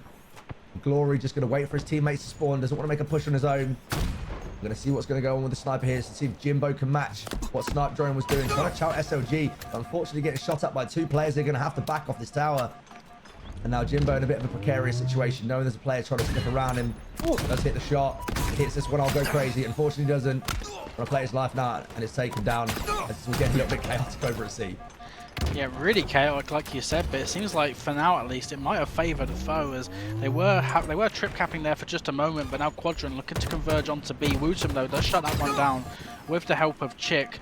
Snipe Drone doing such a good job staying alive, and that's what Snipe Drone is known for. He's just known as a guy that never dies. He always seems to have lowest deaths for the most part. He's just such a difficult player to take down, and Seeker was saying that's what they want from him.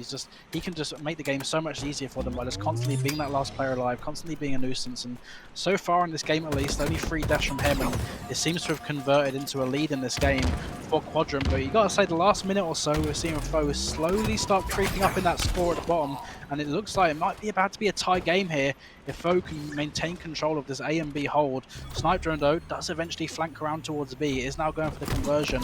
Seeker going to be in the 1v2 towards A, but he's brought those players back. Glory taking the 1v1 with Jimbo. Gets the kill, stays alive as well. Wutum is going to get taken down. What a set of plays from Glory, as that should now result in a trip cap here for a moment. This is where things could get really dangerous for Foe. Yeah, I mean, just as we've seen Foe start clawing their way back into it, Quadrant stamp their foot down on authority and go back to the trip cap, as we are seeing B exchange hands. Mighty's desperately trying to stay alive. Back tower does unfortunately get taken down by Seeker, who does claim that double kill. Active camo coming up now. 3 dead for Foe. Quadrant's chance to now establish trip cap control. They have camo in hand. Surely now they're going to look to get control, as Jimbo desperately trying to find out where this player is. It's going to chow him. Seeker going to get called out. But unfortunately, while that is happening across the map, Foe players all going down. 4 dead now as Quadrant going away with the camo. Triple caps. Surely, Outcasted, this is going to set us up for a Quadrant win this game. How on earth do they win? Lose this one? Yeah, this is the position that Quadrant are so good at being in. They've got a reputation as one of the best strongholds teams in the world, and this makes it so difficult for Foe to break out of it. But if there's any team that could break out of this situation, it is going to be Foe. But you can say the damage has already been done, as it's about to be 200-95, and Foe, they need to find a way to stem this bleeding, as Chick now trying to convert C, but Glory isn't going to let it happen, as he gets the kill and he stays alive as well. A does eventually get converted on the other side of the map, but B and C still in control here of Quadrant, as Glory with the sniper rifle could play spoiler and really put a statement down at the end of this game. We know the damage he can do, and by the way, look at the stat line of Glory. 17-5 looks like a matchmaking stat. Looks like me playing big team battle, but Glory is playing against Foe in a grand final of a tournament. I mean, this is a different level of Halo. For Glory to be getting stats like this is absolutely incredible, as it's only about 10 points needed now. Looks like Quadrant are playing lights out Halo at the end of this game. 5 more points needed. Can Foe get anywhere near these strongholds? The answer's gonna be no, as that is absolutely incredible showing from Quadrant, and that is just lights out Halo from start to finish, as Fazilla's chair has joined us. As I mean, wow, what an end to that game, Stallion. Oh, Quadrant, if there was ever a doubt on stamping some authority down, that is going to be it. And I know a lot of people want to see the bracket reset, and like you said, game 3, the swinger game, right? It started close. Foe winning the first game, Quadrant holding it back for the last one. And let's be honest, that ranked strongholds game was an absolute, well, I mean, let's be honest, that wasn't even close, right? Look at the stat line coming in. As you said, Glory, 18-5. Snipe Drone, 16-4. Seeker also going positive there. Unfortunately, nobody over on Foe going positive, as they were literally, strangleholded out of that game. Yeah, I mean, that is just such an incredible showing. Obviously, as a team, to have the kind of cohesion to pull that off, but individually, Glory and Snipe Drone to get those kind of stat lines, I'm sure they'll be going, guys, can we just play like that every game? It'd be so much easier if we could just do that every game. Like, we'll just go triple positive, Like, look how much easier that made it. But I mean, yeah, that is just. You don't see something like that at this kind of level. You don't see two players just really kind of pop off so much individually as a team. That was just, that's the Quadrant we expect to see, right? I mean, I think when this team was first formed, a lot of us kind of thought this could be like the new EU super team. This is going to be the #1 European Halo team. But FOE have really challenged that narrative in these last few months and shown that there is a clear, defined kind of battle for first seed in European Halo. But Quadrant now taking this 2-1 lead in this series. For anyone who's not aware, Quadrant, if they win this next game, they'll win the first best of 5. But as they've come from the losers bracket, they would have to win one more series if they wanted to be crowned champions. FOE, on the other hand, if they can win this match, they'll get to that game 5. And if they win that Slayer, they'll be crowned champions. So this is a big game in this series as Wootum hits a 180 headshot there onto the player on the back ledge. Oddball recharge, game 4. This is going to be an interesting one, and already off the start here, seems like FOE racking up some nice early time.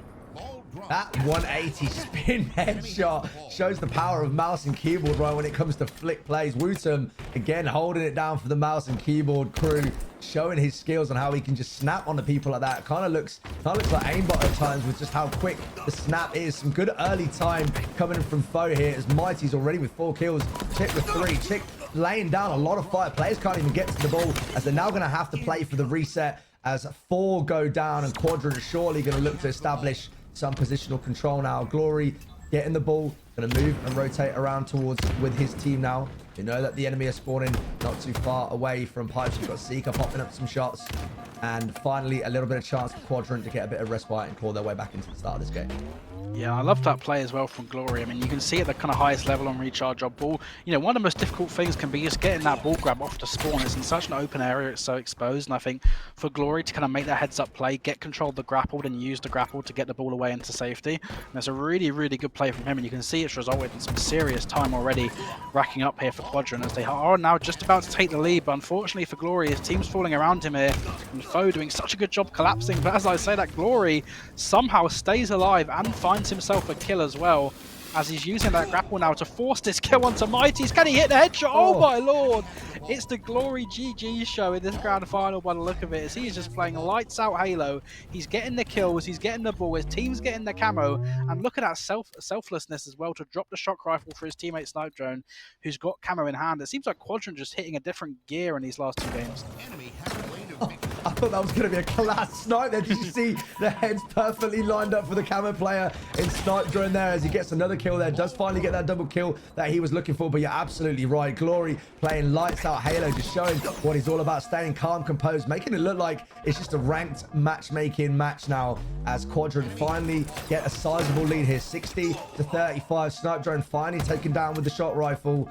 And FOE going to look to try and establish a little bit of control here. Fights going across everywhere in the map at the moment. We've got 3 down, unfortunately, for Quadrant as Jimpo starts to rotate the ball around with Wootum spawning down to his left side. Yeah, but you got to say, despite all the incredible individual plays we've seen on the point of view of Quadrant, the actual score of the game fairly close, and FOE have done such a good job getting this ball away towards back C, and arguably the strongest setup you can get in this game side. You've got the option here for Jimbo to just throw the ball off the map as he does rightfully, and despite that really strong push from Quadrant, the ball is going to get reset towards the batteries. It's a narrow 1-point lead now for FOE, but Quadrant are in position to get the grab, and you can see Glory at the bottom right of the screen. He's got the grapple again, so he's used that grapple yet again to grapple the ball off the spawn. That's back-to-back great plays from Glory to get that hands on the ball, and he's now going to drop it off for his teammate as well as Wootum in a difficult position. Bit of a slower start to this game at 2-7 as he is going to get taken down from SLG. Glory just still being such a nuisance staying alive towards that top glass area, but Snipe Drone here hiding back towards the silo. Are they going to know he's here? He chooses to engage Jimbo, but no, the reversal's coming in. Mighty's going to be there with the help. But Mighty's, he's got this ball away towards the silo. Camo's up in 5 seconds. It's all getting a little bit scrappy here at the end of this round. Yeah, I think the camo is going to be the difference maker here. Never mind, the ball does get reset. So we've got a ball reset and camo coming up. This is going to be a really vital couple of seconds here as we do see Wootum finally getting a couple of kills and actually does get away there with the ball. So that could be huge now for FOE's round as they look to almost tie this up for us. SLG desperately trying to stay alive. The The most wiggles you'll ever see right behind the battery. Finally does get taken down. Is Jimbo now in the prime position. Camo, shot rifle. Unfortunately, a grenade to the face. That's not going to mean much now. Foe about 15 to 16 seconds away from bringing in the map 1. Can Quadrant claw this one back? Yep, Foe so close to taking this first round of Oddball as Quadrant now looking to make the collapse onto Aid, but Foe finds some kills. Mighties gets a kill, he stays alive. Chick gets a kill as well, and Foe so close to closing out this round as Glory trying to put the wiggles on, does get taken down as well. It's a good sequence of kills there from Foe as they now only about 10 seconds away from closing this one out. It's now or never for Quadrant if they want to try stop this round from being over. Sniper finds a kill, but it's 2 down for Quadrant. Only 4 more seconds to go. Jimbo wisely is going to hide behind the box, and Foe are going to take the first round of Oddball, and to be honest, that's a little bit surprising from my point of view, because Quadrant just looks so strong at so many different moments in that game. It seemed like Glory especially making so many plays, but we have got round 2 to go. We'll just cut back to the action. We were just checking our hair quickly as we are now back into the action, and it is going to be Chick straight away going towards bottom mid, fighting for the camo. It does get taken down. Wooten finds a double though. It's 3 dead though for Foe, and that should be camo in the hands, you'd assume, of Quadrant. Yeah, Oddball these days plays very differently to how it used to in Halo back in the day. You have got the 2-round swing now, so even if you do lose the first round, you have got a chance to get your momentum back. Look to try and pick the ball back up and try and get the 2-round sweep to get yourselves back in this game. Snipe Drone now in a very momentous position here. Camo tries to get the headshot lineup, unfortunately not able to get it here. He's trying to back his teammates up now. Ball still in its original position. You see that great lineup coming in. That makes it 2. If he made it 3, I would have gone crazy on that one. As it looks like there's a final fight here behind the ball. Not able to actually get the kill. Seeker somehow staying alive. And the ball is just absolute utter chaos here as both teams scramble. Finally, a little bit of control coming in from Quadrant as they take it to goal pipes. Yep, good start here. Glory got his hands on that ball towards the battle edge. We've not really seen the ball held there too often so far, at least in the first round of this game, as Woodsum now looking to secure some of these kills. It is 2 down for Quadrant, and will Foe be able to convert that into some ball time here as Mighty's trying to scramble away towards this grapple, doesn't make it around the corner as Sniper gets taken down as well. It's a few back and forth trades at the moment, but you can see Foe, they've secured that top goal control. The ball player all the way towards top goal, racking up some good time here is Wootum.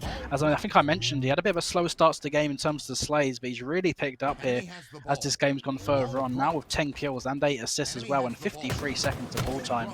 As Wootum looking to bring his team here towards a game victory. Jimbo in the 1v1 here with Snipe Drone, unfortunately, is going to have to reload. The Plaza Pistol in the back pocket does eventually do a great job to stay alive here, but you can see the ball has been brought all the way to C, and Jimbo with a grapple trying to get towards his teammates, but Quadrant do such a good job securing that kill, shutting it down, and Foe are doing a great job racking up this time again towards the back C silo as Quadrant are caught scrambling away. The ball play does come in, heads up play from Mighties. It's going to be a reset again, but Foe, strong start again to round 2. I think that really was a heads up play bringing it over to C. I mean, that's a long rotation around as Jimbo repeats, gets the kill. Now back with the ball as Foe look to get a little bit of momentum swing here. Woodsman knows the player under him. Unfortunately, Snipe Drone caught in a tough position here. And like you just mentioned, he's really brought it back in this game. 14 kills, 8 assists. Now even was 2 and 7 at one point with 53 on the OBJ. It's looking quite clean for Foe now as they almost get to the 50-point mark. Quadrant going to have to put some pressure on to keep this game competitive and not let Foe walk away with this one. Yeah, that's a big 1v1 window there from Chick, and that is really going to slow things down again for Quadrant as they just can't seem to get a foothold here in round 2, as it was 3 dead there for Quadrant, and Foe again with the opportunity to rotate this ball all the way to back C. They've got the perfect setup, but how long can they hold it as SLG gets taken down, and that's going to really stagger the push again for Quadrant. Chick though does choose to play the ball in a 4v3 scenario. Wise play though, as I think the pressure really was coming in strong there. Jimbo did stay alive for just a moment towards back C, and Mighty's already on this new ball. It just seems like Foe are thinking 2 or 3 steps ahead here in all these oddball situations, as they seem to be ready for the reset, ready for the grab, as Mighty's last player left alive here. But the damage has been done in terms of the scoring in this round so far. 64-10 has left Quadrant so much to do if they want to bring this one back. Yeah, really interesting, especially versus the first round that we saw. We did see Quadrant go to a command and lead in the first round. A little bit slow coming off the second one here. Not really, catching up from the defeat they got in the first round, but they do have the ball now, trying to establish a little bit of control. Good trade out there from Wootum, allowing Mighty's now to push up, try and get this flank on. At backseat behind the ball play. He knows it's there, throws it off wisely. Snipe Drone now going for the chow as Mighty's looks to back up and play his life. He knows he can play a little bit more aggressively. Sure, he's getting some call outs from his teammate now. And that's just right there important to show why you should be playing your life. Because of all of that now, it looks like Quadrant, Foe might have a bit of a stranglehold onto the camo as the ball is still in Quadrant's hand. Quadrant looking to bring this one back. It was 3 dead there for a moment as Mighty's was last player left alive. Still able to secure some kills here as Mighty's. This has been such a good run from him.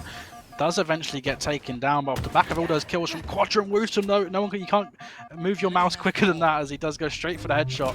Onto Glory. Chick here continuing though to rack up this time towards top glass, and this is where things are going to be getting dangerous now for Quadrant. Only less than 30 seconds needed for Foe to close out this game 4 and force a game 5 in this series as Jimbo hits a nice 5-shot. Mighty gets a 360 as well onto the player on the batteries. It's 82 points and rising here for Foe as Woosum finds a kill off screen. Mighty's going to catch Snipe Drone unaware. Is he able to find this kill? Yes, he is. The beatdown comes in. 10 points for Foe to close out this game. It looks like we could be going to a game 5 here. This is what everybody wants to see. Game 5 looks like it's going to get cleaned up here. Woosum collecting the last couple of points, and it is done, especially from how that round 1 was. Round 2 done absolutely convincingly there by Foe, showing their prowess once they get the momentum rolling, and should I say the ball rolling, particularly in that situation, really showing that they can close out games. And now we are moving on to a game 5 2 apiece. Yeah, this is what we all wanted, and this game 5 is going to be so interesting. But let's talk about the last game a little bit. I mean, we saw Quadrant right in that Strongholds game look so dominant, and then for Foe to kind of show that resilience to bounce back so strongly in that oddball game, winning both rounds 2-0, closing out. I mean, you look at the stats there, all 4 players except for Woosum going positive, and even Woosum though, 13 assists. We saw the oddball time as well. He was able to rack up just a really good all-around performance as a team there from Foe to show that resilience, force that game 5. And this is where things get really interesting, right? Just to reiterate it again, if Foe win this game of Slayer, they win the tournament. They are your champions of this first week of European Halo competition again. But if Quadra were to win this Slayer, we will be going all the way to a second best-of-5 series to decide the tournament. So it's all to play for here on Slayer, on Aquarius, Overshield P1, Thruster Pack top mid, the Heat Wave bottom mid. Not too much to play with in terms of power weapons and power-ups, but no rocket launchers, no snipers. But this is a really important game, and I'm really curious to see how this game is going to play out. Is it going to play at a snail's pace given what's on the line, or are we going to see one team really try push the pace here early on and establish a substantial lead? The fight for the Overshield is going to be step 1 as we are now into game 5. Could we get a more perfect map for game 5? We saw the chaos in map 1. Yeah, I'm sure it was capture the flag, but Aquarius never fails to disappoint as the Overshield already swapping hands. Seeker also not able to get that as we've now got Mighty's popping the Overshield. Nice early control coming in from Foe, establishing that top middle, looking to pick off right where they left off. They do not want that bracket reset. They do not want Quadrant to go in with the momentum on a bracket reset here. Foe looking to get it done in 5 as they get an early 5-2 kill lead. Yeah, it's a great start here for Foe, as like you say, already up 5-2. Looking to collapse onto these players in blue as well. Mighty's, though, might get caught out here, but Glory caught unaware. I don't think he expected that reach out. There's maybe a miscommunication there from the side of Quadrant. It's going to be capitalized on, as it's an 8-3 lead now already at the start of this game 5. Snipe Drone as well looks like he might get caught out. Just perfect pinch here from Foe, just collapsing on these Quadrant players one at a time. Mighty's, is he going to catch out? I think that's SLG there. Yes, he does. The cleanup, though, the trade comes in from Glory, as a few back and forth trades here from Quadrant have maybe narrowed this lead just a little bit. But I think Quadrant, they're going to be aware just how quickly these Slayer games get out of hand, and maybe wisely trying to slow it down. But it looks like Woosum doesn't want to let him slow it down. As 2 do go down on Quadrant yet again. Chick here staying alive just barely. The helps to come in from Mighty's to bait and switch, but no. Seeker's going to be there to cover the angle. Glory gets the kill as well to bring this one now only to a 12-10 lead in favor of Foe. Make that 12-11. You can see the Overshield 25 seconds away from coming up. So that's going to be the next real big point of attention for both these teams. But who can get the kills before that to secure some map control? We were wondering how this one was going to play out, right, with it being a game 5. Neither of these teams looking to slow it down. Both of them absolutely butting heads here as Quadrant look to claw this one back. Only a 3-kill difference, as the Overshield looks to come up in a few seconds now. 2 players on each team looking to contest this. It does look like Foe are going to get control of that 4-kill lead now. Woosum top in the leaderboard with 7 kills, 4 deaths. Teams playing really, really well. This is some solid Halo coming in from both teams right now as they continue to butt heads, trade out. And yeah, it's just all chaos ensuing in here. We are definitely not experiencing a slow game right now. Yeah, and I love what I'm seeing from FOE as well, right? Because obviously step 1 is get the overshield, but just because you've got the overshield doesn't necessarily mean you're going to always get the kills on top of that. So, you know, great job to get the overshield, but also great job to execute as well and secure those kills. And off the back of that overshield grab, they've now opened up about a 4-kill lead or so in this game, but Mighty's maybe overcharged just a little bit, does get caught out. Wootum, though, is going to be there with the cleanup. Wootum already 9 kills in this game 5, as Chick with a heat wave as well. It's a free dead for a moment there on the side of Quadrant, and can FOE locate these spawns and really start to open up this lead? It's 25-18 now. This could be where things get really dangerous as Wootum finds his 10th kill of the game. The last 2 Quadrant players are going to be stuck in the base, but Chick looking to back up, looking to slow things down for a moment. But Stallion 26-19. This is such a good position to be in for FOE. Yeah, I mean, this is where it gets really scary for Quadrant now, right? Tournament lives on the line, desperate for a bracket reset. FOE continuing to apply pressure and not letting up, and Quadrant, you could say, are really feeling it now with Mighty's picking up another kill. Jimbo popping shots across the map. Chick now also trying to keep himself alive, doesn't want to give away any kills unless he can get at least a trade in it. Popping some shots with the heat wave, looking to back up now. 10 kills again. Wootum leading the leaderboard. A mouse and keyboard player here, even assists across the board from FOE, showing the teamwork. Overshield coming up in 20. Quadrant desperately need this to pull this game back. Yeah, this could be the team fight that decides the tournament right here. It's a 5-kill lead for FOE, but the overshield in 10 seconds. If Quadrant can get it, maybe a chance to close this lead and tie up the game. But if FOE get the overshield, this could be the lead extended even further. But it looks like Quadrant coming out on top here. 2 kills for Seeker should put him in prime position as Mighty's goes for the overshield. He gets taken down as well, as it's only 29-27 now. Overshield in the hands of Seeker, and you can see FOE spawning all the way on the other side of the map towards blue. Wootum gets caught out as well. And this game basically tied up now at 29-28, and it's a full overshield still for Seeker to work with. But great job from Mighty's and Co to relocate towards the yellow util, isolate that kill, and bring back their lead just a little bit here. Trying to slow this game down and render this overshield player useless. The kill though comes in from Seeker, the beatdown. Jimbo looking to play chase. Wootum is going to be there with a cleanup. 32-30 now. The pace of the game maybe now finally just starting to slow down just a little bit. Quadrant done such a good job nearly tying this game up. It's a 2-2 split across the map here for FOE. 2 on P, 2 on Car. Is this going to work out? SOG gets caught out in the connector. Doesn't get taken down though. Chick with a double kill with a grenade as Jimbo looking to push the advantage now potentially towards the blue util. SOG gets a kill though. 35-32, and this is getting down to the business end now of this game. Yeah, I mean, business end is definitely right. Quadrant, you got to give it to their resilience, but unfortunately that resilience looking like it's starting to fade away as FOE continue to pick up kill after kill. Now back to a 5-kill lead. The closest start we've had it is Quadrant down by 2, but it looks like FOE continue the stranglehold. Nice bait and switch there between the 2 players as Mighty's and Seeker trade out. And honestly, FOE are going to be happy just to trade all the way to the end here. No need to make any unnecessary pushes. No need to trade any lives without trading anything back. We do that all the way to the end. It is done as yellow util now. Look at the crossfire coming in from Jimbo. You can see the team just completely in tandem with how they're playing here as finally FOE crossed the 40 mark. And you can, well, you just got to feel for Quadrant here as they're stuck in a stranglehold. Yeah, 42-33. The new overshield as well, 15 seconds away. If Quadrant can just keep in this game until the overshield get another grab, we've seen what they can do with it, but I don't think FOE want to let them even get in that position. As you can see, Jimbo continuing to push the pace as it's 3 dead now for Quadrant. Only 4 more kills needed for FOE to be crowned champions as Wootum has found himself the overshield. 13 kills, make it 14, 9 assists as well. He is looking to end this game off with a bang here as he finds another kill onto Seeker, make it 48. Wootum just flying at these players. 3 shots on the sniper drone. Can he get the kill? Yes, he can! Wootum, he's teabagging as well. Wootum with a perfect Game 5 performance. 50-34, and FOE are going to be our champions today. Oh my lord. That is a statement made at the end there. Not only was it a bit of a close start and a bit of a clawback from Quadrant, but the pull away and the stranglehold that came in right there, and you just see Wootum playing with such confidence. Zilla, what was your opinions on that game and how FOE ended up running away with it at the end?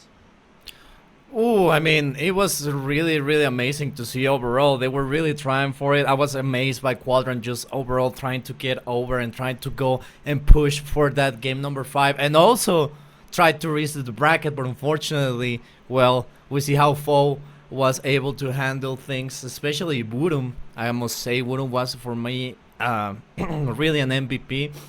And really honestly, I think Quadrant played really well. They fought down to the last possible effort possible. And now that we are looking at the scoreboard, it wasn't that much of a difference. I mean, yeah, 16 kills, but at the same time, they come from a lower bracket run, really amazing stuff, and taking FOE to a game number 5, which they couldn't do when they were in the in the upper bracket. So now in the grand finals, trying to do it, it was just so difficult. But still, they were really amazing. There was some nail biting situation that really put me at the edge of my seat. But at the end of the day, basically, what else can be said about FOE that hasn't been said already? Yeah, I mean, as well, Woodsum, 5,100 damage, I think it was, in that game 5. Those are stats you don't see very often at this kind of level. And I mean, the fact that game could have gone even longer if Quadrant would have got more kills, and he still got that much damage. So, I mean, I love what I saw from FOE. I mean, after that Strongholds game when they were down 2-1, the kind of dominant way in which Quadrant won it, to then go back-to-back and win both those games, the Oddball and the Slayer, in the fashion they did, I think it shows that not only has this team got bundles of talent, I think as well, just the resilience they've shown to bounce back and close that out in the first best of 5, which isn't something we always see very often in EU Halo. So yeah, great showing from FOE. Good to see they're still strong after top 6 backing Arlington, and I'm sure we'll get a look at maybe the replays here in just a moment. But yeah, Stallion, what a finals that was, and it definitely lived up to the billing. Yeah, I think resilience is probably the best word for it. Both teams showing that they can come back from a loss on a previous game. Obviously FOE showing the ice in that final game there, but just goes to show the professionality of these top 2 EU Halo teams. Both of them able to bring themselves back from setbacks. But once again, FOE just looking so strong in that game 5, showing why they are the #1 right now.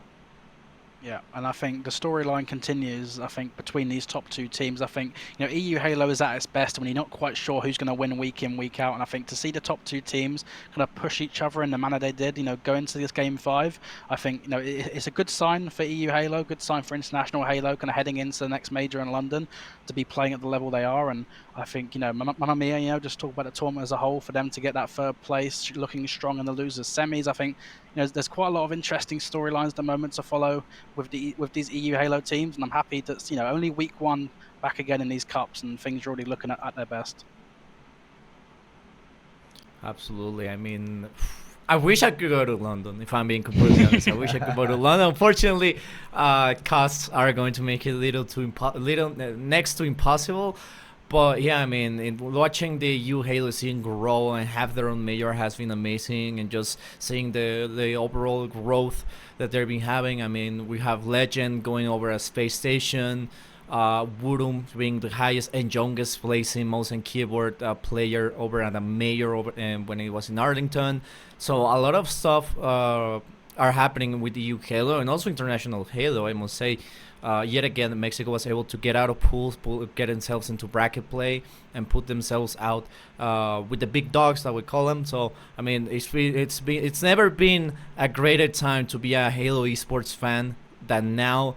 And it really shows how much the scene has been improving. New faces, new players, new teams, new orgs are joining. Maybe some old orgs are leaving, but we also have more joining in. More players want to invest their time in Halo. Some even returning back to playing Halo or even competing in Halo. So I mean, it has been an incredible run so far, and Halo is here to stay. Yeah, totally agreed. I mean, we'll just have a quick look at the highlights of this grand final. It really was one for the ages, I think, in European Halo. I think this first game, I don't think you could have scripted an Aquarius flag game to be any more entertaining than this one. This is the one that we wanted. Why we called 4-4 at the start, and they provided, both teams just showing off why they are the top 2 teams in EU right now. Capture the flag on Aquarius very rarely disappoints. It's either going to be chaos or it's going to be a stomping, and chaos is what we saw as they traded blow for blow, overshield after overshield. A couple of players going really clutch here. I would like to point out Jimbo's positioning and what he did with one of the overshields that actually emitted one of the flag caps, which if you look at the whole course of the actual, I guess the whole series, that if that flag did go in and they ended up winning that game, we would have been going to a bracket reset. Yeah, also, guys, big news has just come in my ear on my screen. Apparently, it is Wootum's birthday in 20 minutes' time, and he's going to be 18 years old. So, from all of us here, happy birthday in 20 minutes to Wootum. You know, congratulations. I don't think you could ask for a better birthday present than winning a tournament. I mean, not a bad way to start it off, and yeah, happy birthday to Wootum. Happy birthday, Wootum. Happy birthday, Wootum. He's pretty good at Halo, isn't he? I guess, you know, not too bad. But yeah, but this recharge up ball game as well, from Foe's point of view, I think the way that round one, I feel like I was just watching the Glory GG's highlight reel, and then suddenly for Foe to somehow still win that round one, and then to come out in round two and look as strong as they did. And I think Wootum as well, you know, just talking about him, he had a bit of a slower start to this game. I think it was like 2-9, but then suddenly you look now and he's 14-14. So I think he really individually turned it around in this game. So yeah, loved what I saw from Foe as a whole. It seems to be such a well-rounded roster at the moment. You know, you got Jimbo, the veteran, Wootum, the young up-and-comer, Mighties as well. I might even still put in that category. Just so talented when it comes to individual skill on this team. There's a perfect balance of players, it seems like, almost, and it's just good to see them still playing at the level they are week in, week out. And yeah, this game 5 Aqua Slayer, it looked a little bit kind of close in the mid game. I think especially when Quadrant got the overshield, but I think in the end they definitely Foe iced up and really kind of showed what they're made of. Yeah, what a snowbally game and what a snowbally team that Foe are, right? When they get their foot down, they do not let go. And now what I'm curious about is how do they fend up against the NA talent that's out there? Top 6 in the last HCS, you know, it's coming to London this time. As they say, it's coming home, right? You know what the UK crowd is like. You know they're going to want to see Quadrant do well. They're going to want to see Foe do well. So I'm very curious to see if that momentum is going to help during the next HCS London. Yeah, I think we've got the home field advantage now, which isn't something we can say very often when it comes to these international Halo tournaments. So if there was ever a time for Foe and Quadrant to break a few records, I think London would be the place to do it. And yeah, I mean, what a great day of EU Halo it's been. Just want to thank everyone for joining us today. I know it's been a bit of a long stream, but it's been some great action. Thank you to Stallion for joining us for his first cast. Really appreciate you being here. For Zilla as well. Big shout out, and everyone that's featured today on the broadcast. Thank you everyone behind the scenes. And yeah, well, that's us signing out for the day, guys. We'll catch you again next week for some more action. And yeah, stay tuned.